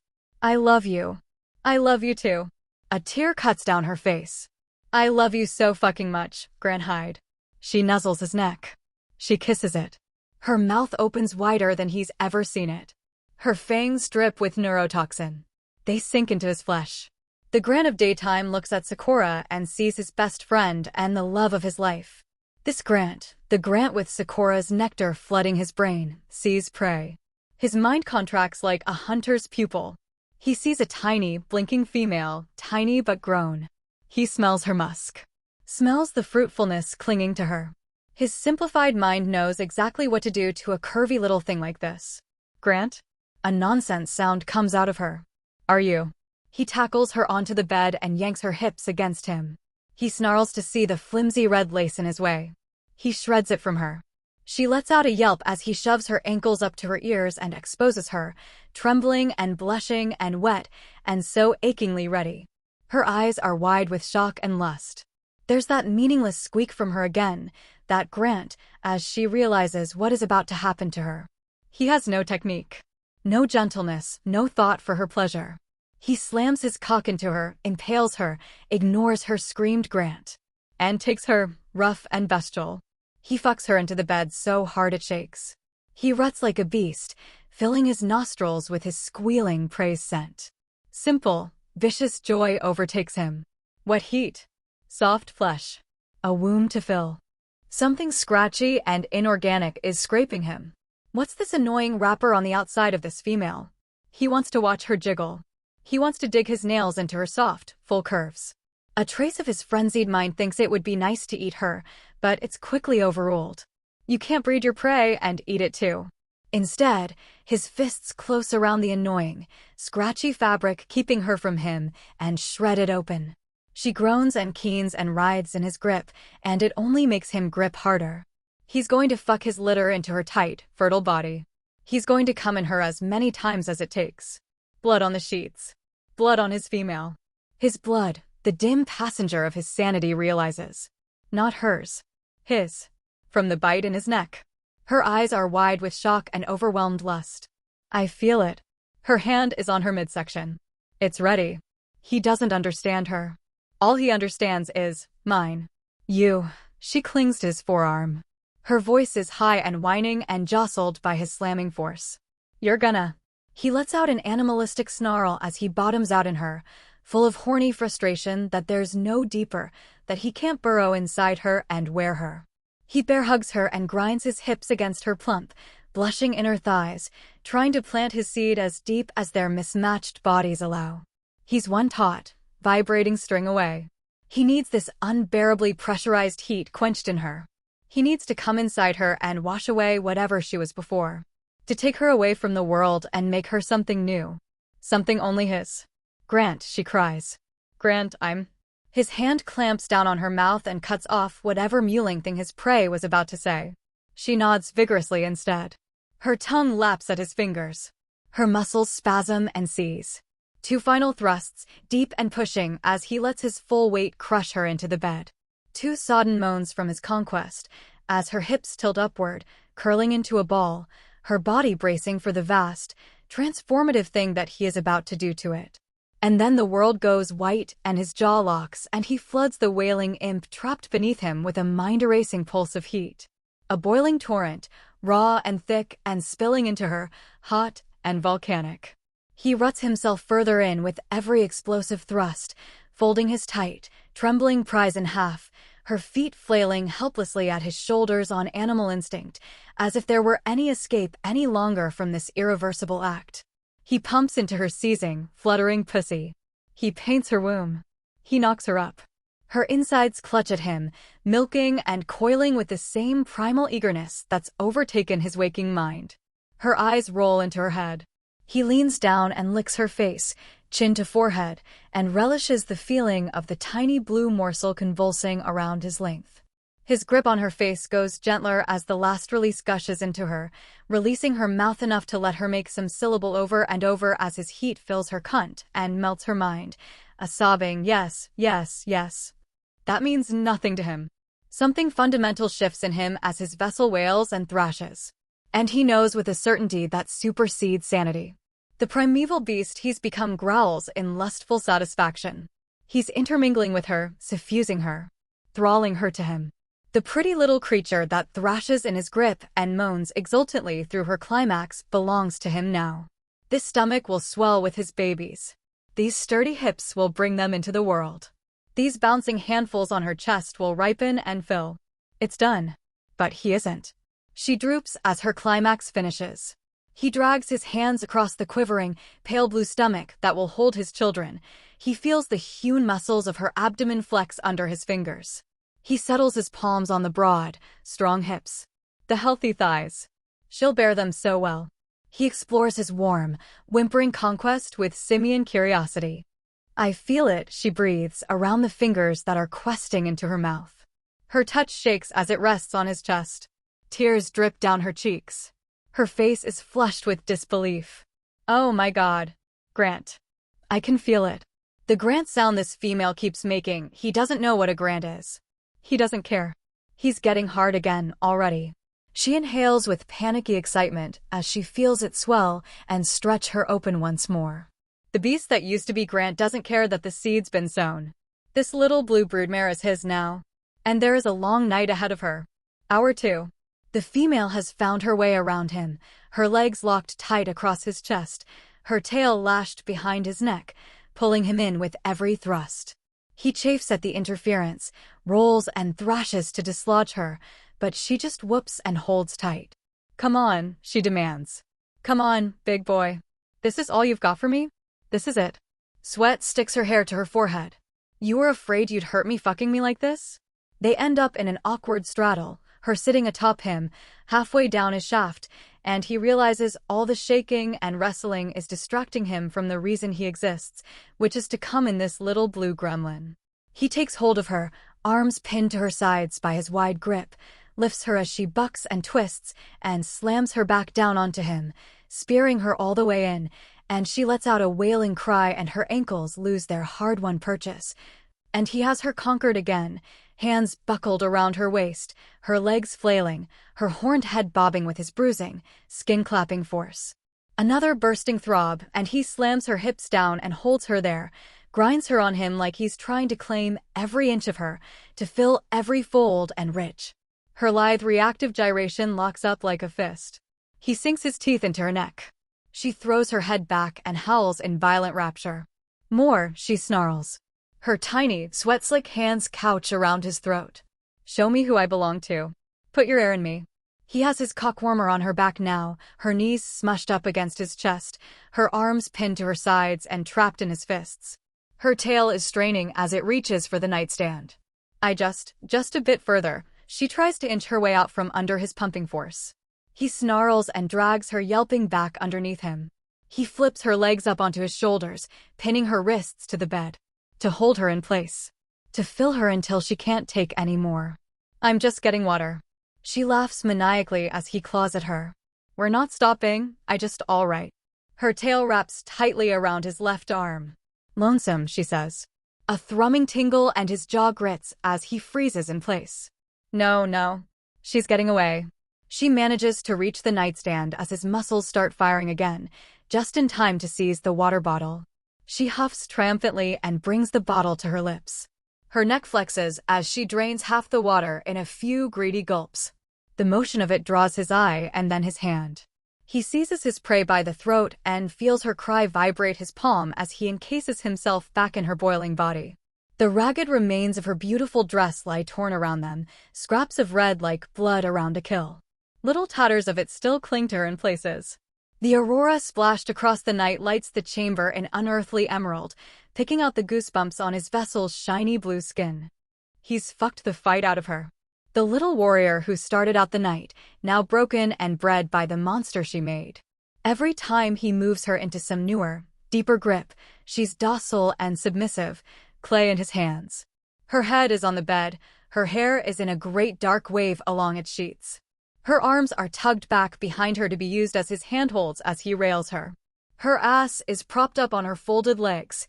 His machine-like thrusting sends rhythmic shockwaves through its plump roundness. She lets out breathy, whining moans with every clap of his hips against her. She said she was made for this, and she was right. The round cushion and the toned muscle.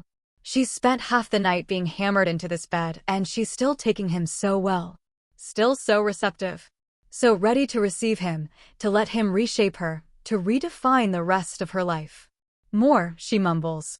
Don't stop. Brave broodmare. A strange, foreign thought catches itself and clings through the hormonal tsunami, still buffeting his brain. She's being so brave. He lets go of her arms and shoves her sprawling onto her stomach. He folds himself over her, covers her completely and puts his full weight on her, crushes this tiny trembling thing into the surface of the bed. He paws at her shoulders, her neck, her face that's shiny with drool and sweat and dark, eyeshadow-tinted tears of emotion and overwhelm. He hooks a finger into her mouth, feels her lolling tongue brush his knuckle. His teeth close around her ear and summon a writhing groan. He fucks her like he's trying to break her, but she doesn't break. Nothing breaks her. She whimpers and swivels her hips to root him deeper in as he ruts his way to another climax. There's no more room. Her sweltering womb has been filled to capacity. He comes inside anyway. His vessel is face down and drooling, barely conscious, but for the rhythmic as he fucks out of her. Her short, curvaceous legs are splayed and twitching and shiny with their intermingled sweat. She's so full that it's leaking from her, that he glides on it with every motion. Bruises and hickeys and bite marks mar her sky-tinted skin. Her horns are sharp and high, a rigid contrast to the tenderized blue puddle the rest of her has been reduced to by hours of brutal baby-making. The world is beautiful and simple. There is him, and there is her, and he's getting her pregnant, and that's all that matters, all that exists. Just this beautiful little alien and the sweat, and the sounds, and the seed in her belly. She's long since run out of energy to take an active part in her own breeding. She lays instead in a state of overwhelmed hypnosis, drunk on sensation, eyelids fluttering, shivering and mindlessly mumbling and dripping with their combined fluids as he has his way with her. In the ghost light of the aura, the carved muscles of her back cast exquisite, calligraphic shadows across her body. He slaps her ass and sends a rippling twitch along them. Such a pretty little thing. She'll be so beautiful when her belly is heavy with his litter. One hand creeps across the bed and closes on his wrist where it holds him up. Ziavra, she whispers. I want to call one Ziavra. Z. Sheer exhaustion has dragged her under. She's sprawled asleep on her back beneath him now, body limp, her soft parts jiggling in time with his thrusting. He lies on her like a blanket. Her purring snore is in his ear. His muscles burn and seize. His mind is creeping back to him in bits and pieces. His machine-like railing slows down. Sakura twitches and murmurs in her sleep. Sakura. That's his breedmate's name. The bearer of his children is named Sakura. And he's Grant. There's a halting tenderness in his hands now as they land on her.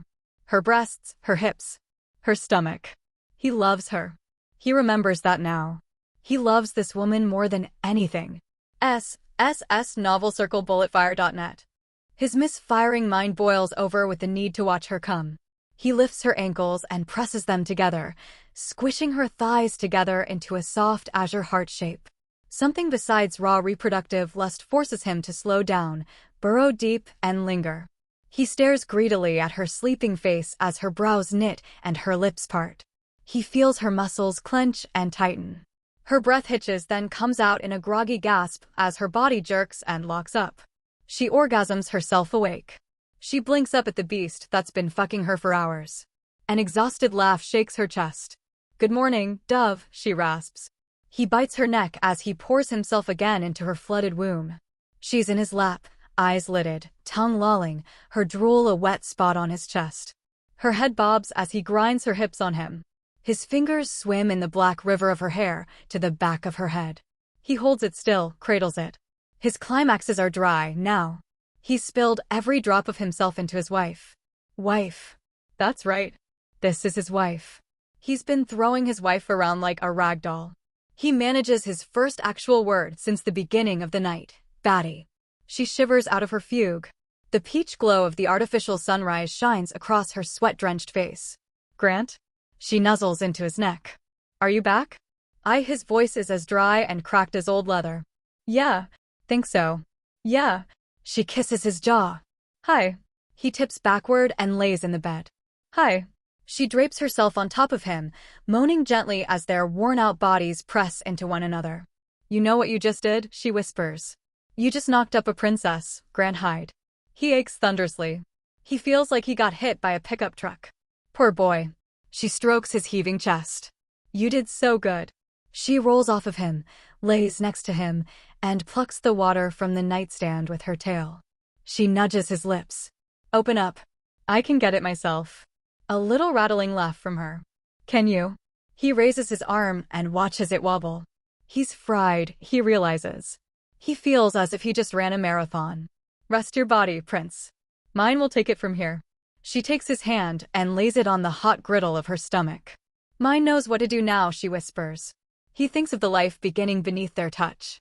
His fingers twitch. "Enjoy these abs while you can, Dove." Sakura giggles. "This waistline is going away for a few cycles." "Your fault." He imagines the warm stomach below his palm growing as the cycles pass. He imagines rubbing his wife's tired feet and bringing her breakfast in bed and feeling those first kicks with her. He imagines holding his children in his arms, their little faces and their little tails. He imagines how it'll sound the first time he hears Dad. He sniffs. Then he sniffs again, harder. "We're gonna have kids," he whispers. Sakura buries her face in his hair. "We are." An uncertain breath forces its way out of him, on the edge of a sob. She coos and curls him into her. "7 cycles, Grant," she whispers. "And you'll be a father." Grant takes this as his cue to shake apart. He weeps into Sakura's chest, unrestrained and full-bodied. Tears of exhaustion and joy, of relief and disbelief that they're okay, and together, and their impossible dream is coming true. He clings to her and kisses her and feels her small, strong arms wrap around him, her graceful fingers caress him, her tears join his. His princess. His wife. His family. Dawn is breaking. They hold one another in the gathering light. "Your consort ought not to be present for matters this substantial, Majesty. Not when he's still this insubordinate." Hayek's eyes flash red. "Leave, Makianite. Fetch us some tea." "Get it yourself," he says. "Hayek, you forget yourself." Sakura nails her brigadier with a glare. Everyone is treating her like she's come back unstable, unable to think for herself. Like she's damaged. "You will not compel my..." Her brain rubbernecks, trips over itself and smashes face first into reality. She turns her stare to Grant Hyde, who's sitting, arms folded, with that look of stubborn defiance stuck to his face. "What did you say?" Sakura asks. He shrugs his broad shoulders. "I'm not gonna run around making your people tea." She shrugs her broad shoulders? What is happening? But Sakura saw female Makianites.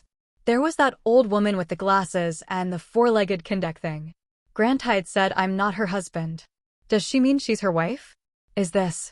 But she compelled him. She compelled him the entire time on Makion. "Hayek," she says. "You did compel him." "I didn't imagine that." "Yes." Read full story at novelfire.net. "Yes." Hayek is in frowning Marine Strategos mode as she flashes Grant Hyde again. "Consort. Tea. Go." Grant Hyde's mouth is hanging open. It's just some kind of delayed reaction or fluke. It has to be. "No," he says. Sakura's mind is fragmenting. Every scrap of control she cobbled back together is dropping off her. Will you stop compelling my husband, Brigadier? Gods of the firmament. Wayan's face is full of intrigue. Why is nobody else horrified? Are you sick or something, Hyax? Vora is scribbling notes furiously. And you're sure he's male by birth? Sakura stutters. I had assumed. I am. Grantide's flat, rumbling voice, like a door closing. By birth. Has he had some kind of alien anticomps implanted? Wayan asks. Was the implant installed right? Does he understand? I understand you perfectly. The words, anyway. This can't be right. This can't be happening. Not to her. It doesn't make any sense. She's been compelling him. She has. She has to have been. She sends another flash his way. Take your clothes off. On the deck? No. Come on. No, no, no. Stand on one foot. Flash. His brow furrows. He stands on one foot.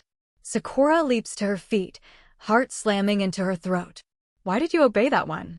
Because it doesn't involve mooning your command group. Hyax is beginning to look as distraught as Sakura feels. Does it not work on him, Majesty?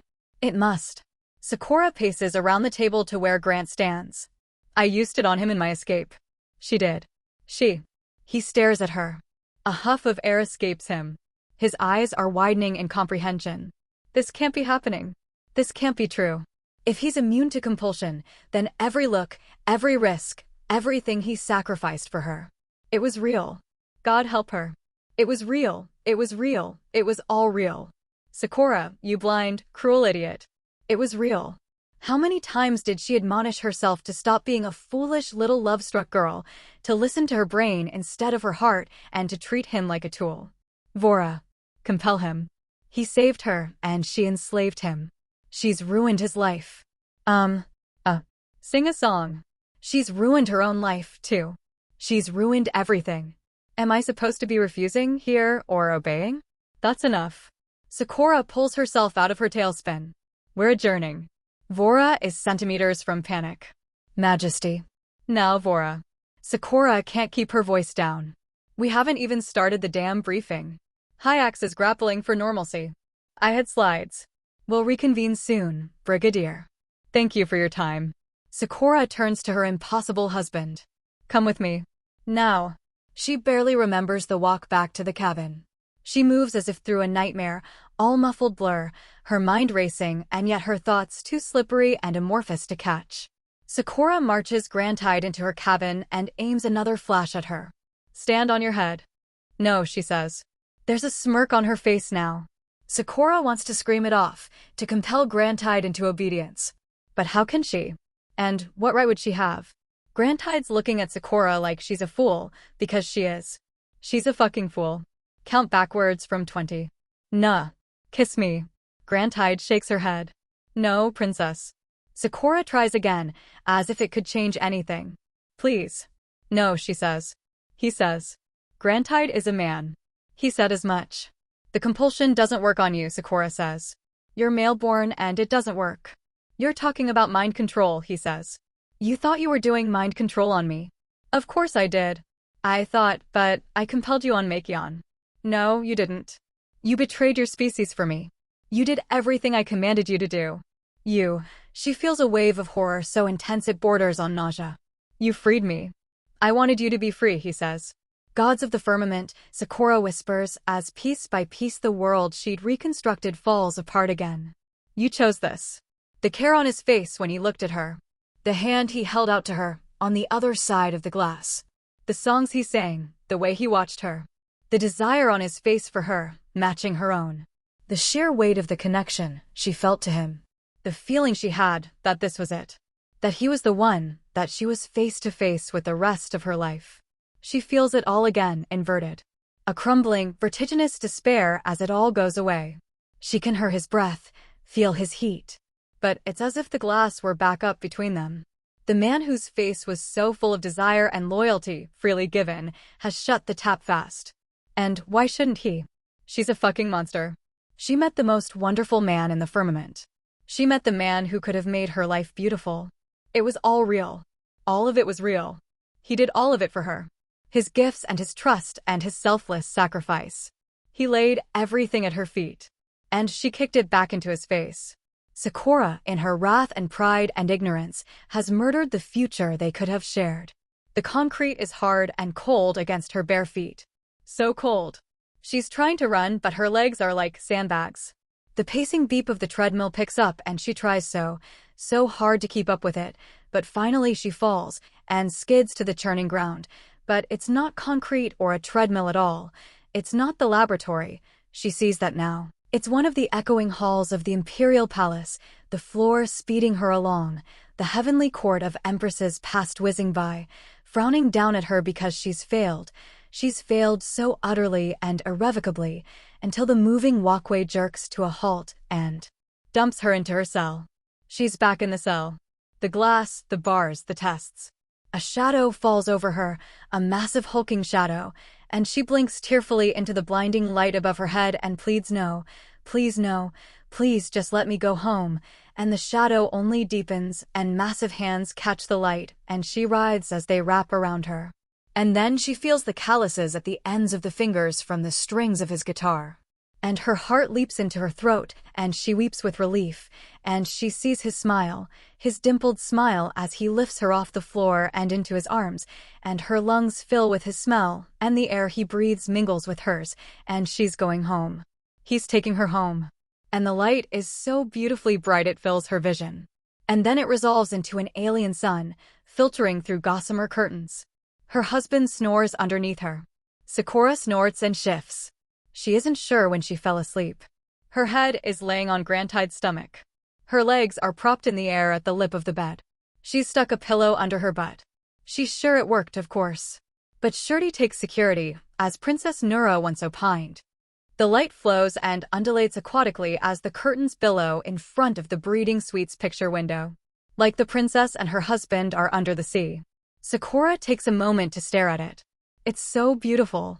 Everything is so beautiful. Grantide lets out a low sigh and his chin tucks in as he comes half awake. Oh God. He yawns. I'm fucked up. Sakura lets out a humored half laugh, half sigh. What time is it? I have no idea. Grantide barely has the energy to roll his head over. Computer, Sakura says. What time is it? A chipper synthetic voice says, the time is 0900, Majesty. So it's been what? Grantide tugs Sakura further onto him. 2 hours. She nuzzles into his stomach. She props her leg back up. My first 2 hours of motherhood. He yawns again. Do we know it worked? Sakura opens one eye. Grantide. Be serious. You just pumped a goddamn beach full of sand into my oyster. We'll give it some time and we'll see if I get the cramps by tonight, and we'll do some tests later this tendy. But it worked. He chuckles. Sand in your oyster? Is that not an expression on Makion? Do you know what oysters and pearls are? Sure I do. It's just new. Get used to it, Mr. Makionite. She wraps his arm around her and lays his hand on her stomach. There's going to be a lot of new in our life. Bun in the oven is what we'd say, he says. Bun in the oven. She beams. That is so cute. Well, you put the whole bakery in me. If it somehow doesn't work, I'll pop over to the core and toss Axana out an airlock. Honorable. Kidding. We'll do it artificially after all, I suppose, and call it even. Or we'll do another bite, but give you a nectar blocker first. Because that was fucking amazing, but I don't think I can do it again for a while. She giggles. I mean, you flattened me, Dove. I flattened myself. He blows out air and bends his knee. I have to pee, but I can barely move my legs. I have a bottle. She points at the clutch of supplies on the nightstand. Do you need a bottle? He eyes it. I'm gonna try for the bathroom. A wobbly few seconds, and he's managed to find his footing enough to stumble to the toilet. She finds her communicator in the wreckage they've made of the bed. Oh, gods of the firmament. She's sloshing. She flops onto her back and finds the earliest appointment she'd made for them. An early evening room service. She pushes it back a half hour. Grantide comes wobbling out of the bathroom like a baby Thruk and falls back into bed. Jesus, he says, which Timar has told her is the name of a Makionite demigod. I had it in my head we'd make love again tonight after the infinity ritual.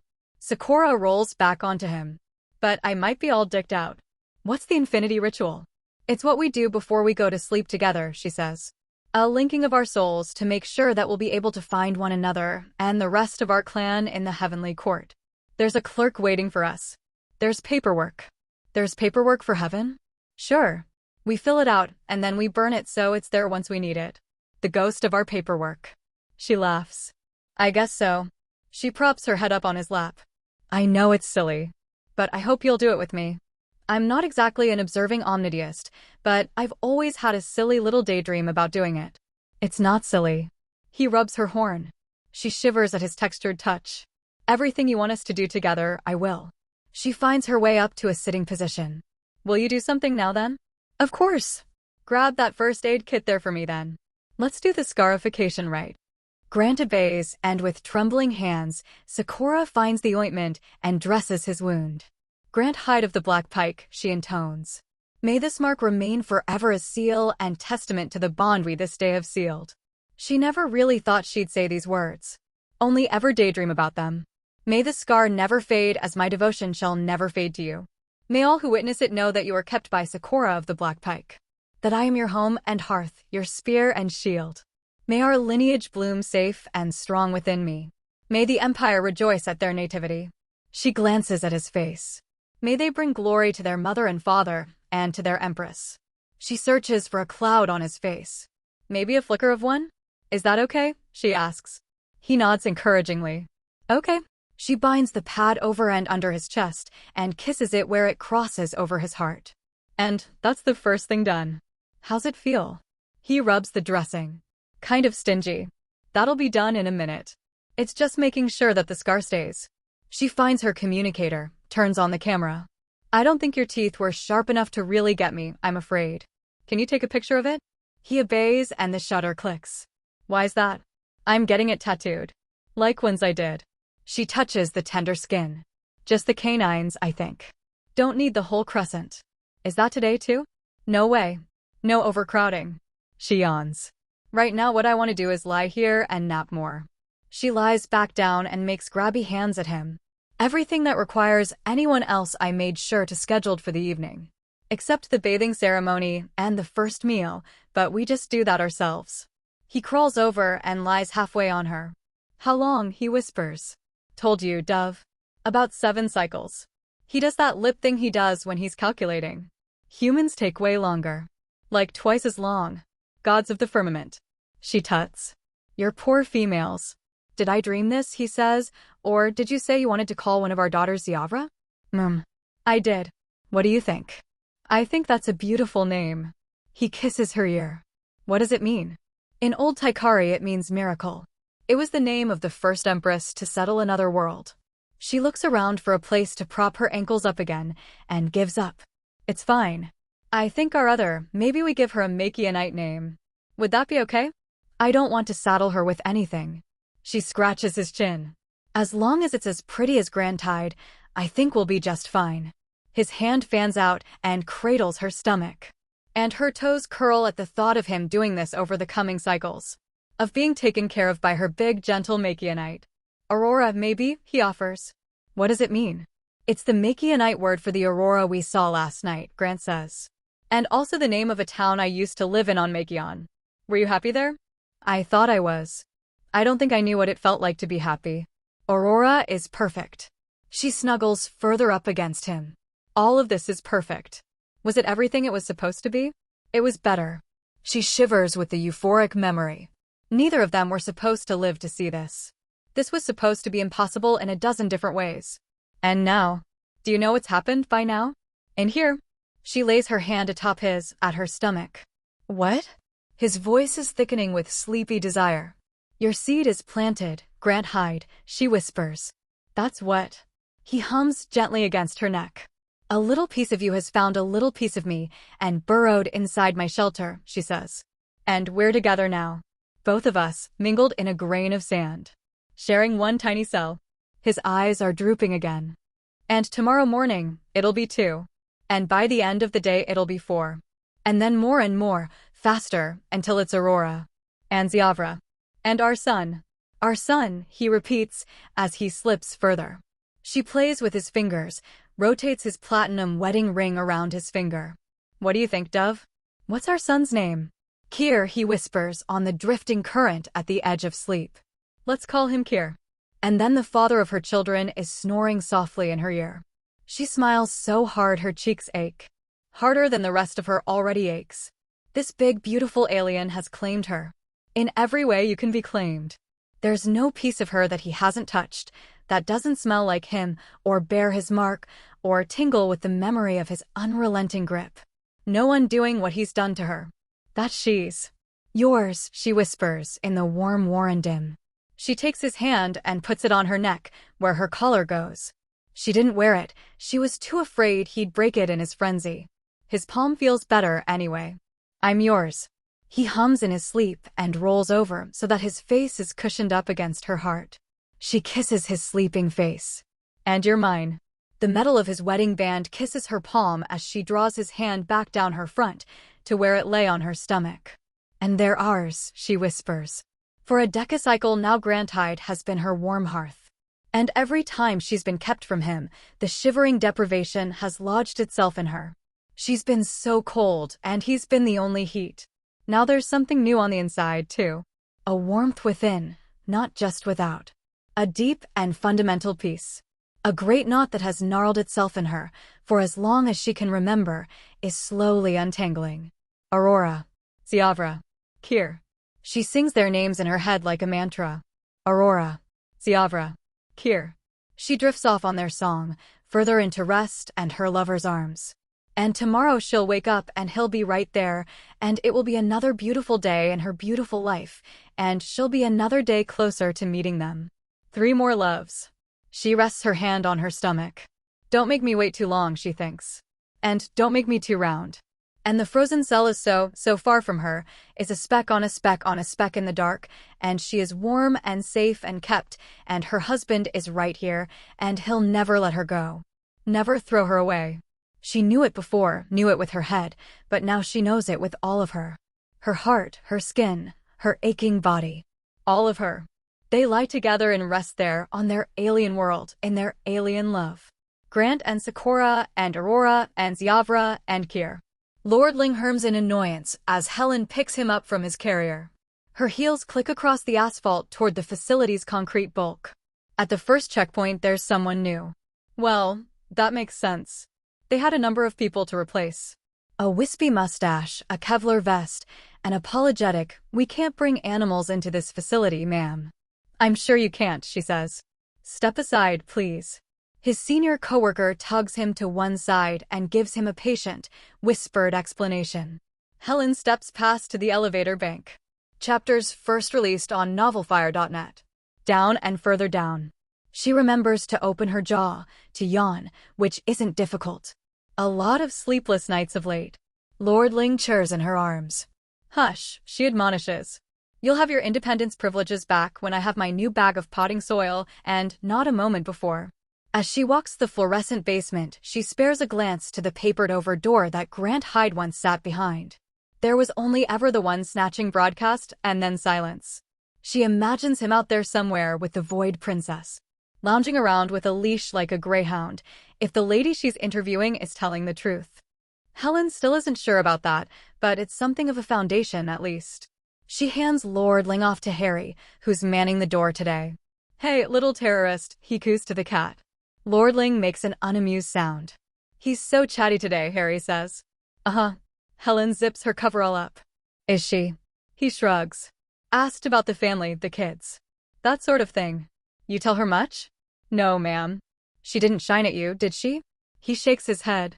"Doesn't work on us anyway, right?" "Still," she says. "Log it if it happens." "You got it, ma'am." Helen moves into the chamber beyond. B21 is on her side of the visitation glass, eating an apple and reading Herman Melville. She smiles a fanged smile at her counterpart. "Hello, Miss Helen," she says. Helen sits on the stool outside the glass. "Hello, B21. Your insistence on the little number trick is a regular source of amusement for my people and I." B21 chuckles. "I see the, what's the word? The psychological effect you attempt. But there is no need to resort to it. I have been called many things. It does not disturb me or depower me, or change where the power rests." Helen relaxes her shoulders. "Would you prefer I call you something else then? You can call me Zayafikai if you'd like." B21 dog-ears her passage and sets her book aside. "In your tongue it means one who is looking to make amends." A repenter. A penitent? Penitent. B. 21 sounds it out. A fine-sounding word, if you like. All right, penitent, Helen says. Why have you asked for me? B. 21 nods to the door on her side of the divider. I wish to tell you that my crew and I will be departing your world for a time. Helen crosses her legs. That won't work for us. B21's smile stays on. I assure you it will. You aren't leaving, Helen says. Not until you've fulfilled your part of the agreement. Really, Miss Helen. B21's tail swishes back and forth. Lordling's eyes follow it from the observation desk. This confidence is unearned, when we both know your record with keeping my people where we don't wish to be. You may step aside and allow us passage, or we will find it on our own. I think our preference aligns on which option to take. Helen sighs. I'll see what I can get you if you tell me why you're relocating. Tell your officers it is an act of insurance on my part, B21 says. A recent outgoing call I placed from your world ended poorly. There is a small chance it was traced. It is best that I be gone from here for a time. Traced? Helen's eyes narrow behind her horn-rimmed glasses. That would be a gross act of misconduct on your part. B21 holds up a hand. And I would take care of it. But as I've told you, it's unlikely. And yet you're still going. I am, B21 says. I have appointments to keep. Individuals in my network I owe conversations and check-ins. You said they'd be monitoring our orbits. They are. But those monitors are automated, and I have methods and tools to countermand the automations the Empire has in place. What I do here, I can keep secret. Helen frowns. I don't suppose they're methods you would share. Not yet, my Earthling friend, B21 says. You are far from prepared for them. We've tolerated your presence here. We've indulged your curiosity with B31. You've been giving us precious few of the answers you promised. Now you fly off again after putting more attention on us. B21 laughs. Trust me when I tell you that the attention being paid to your world has little to do with me. I will make amends on my return. When will that be? When my business is attended to and I know you're safe. B21 stands up to her full height, nothing to write home about. And in return for how graciously you have hosted me, I will help you decode the puzzle that Sakura Naikana Terakai left on your world. Helen tightens her grip on her stool. She tries to hide her eagerness under a veneer of professional calm. T1. Correct, B21 says.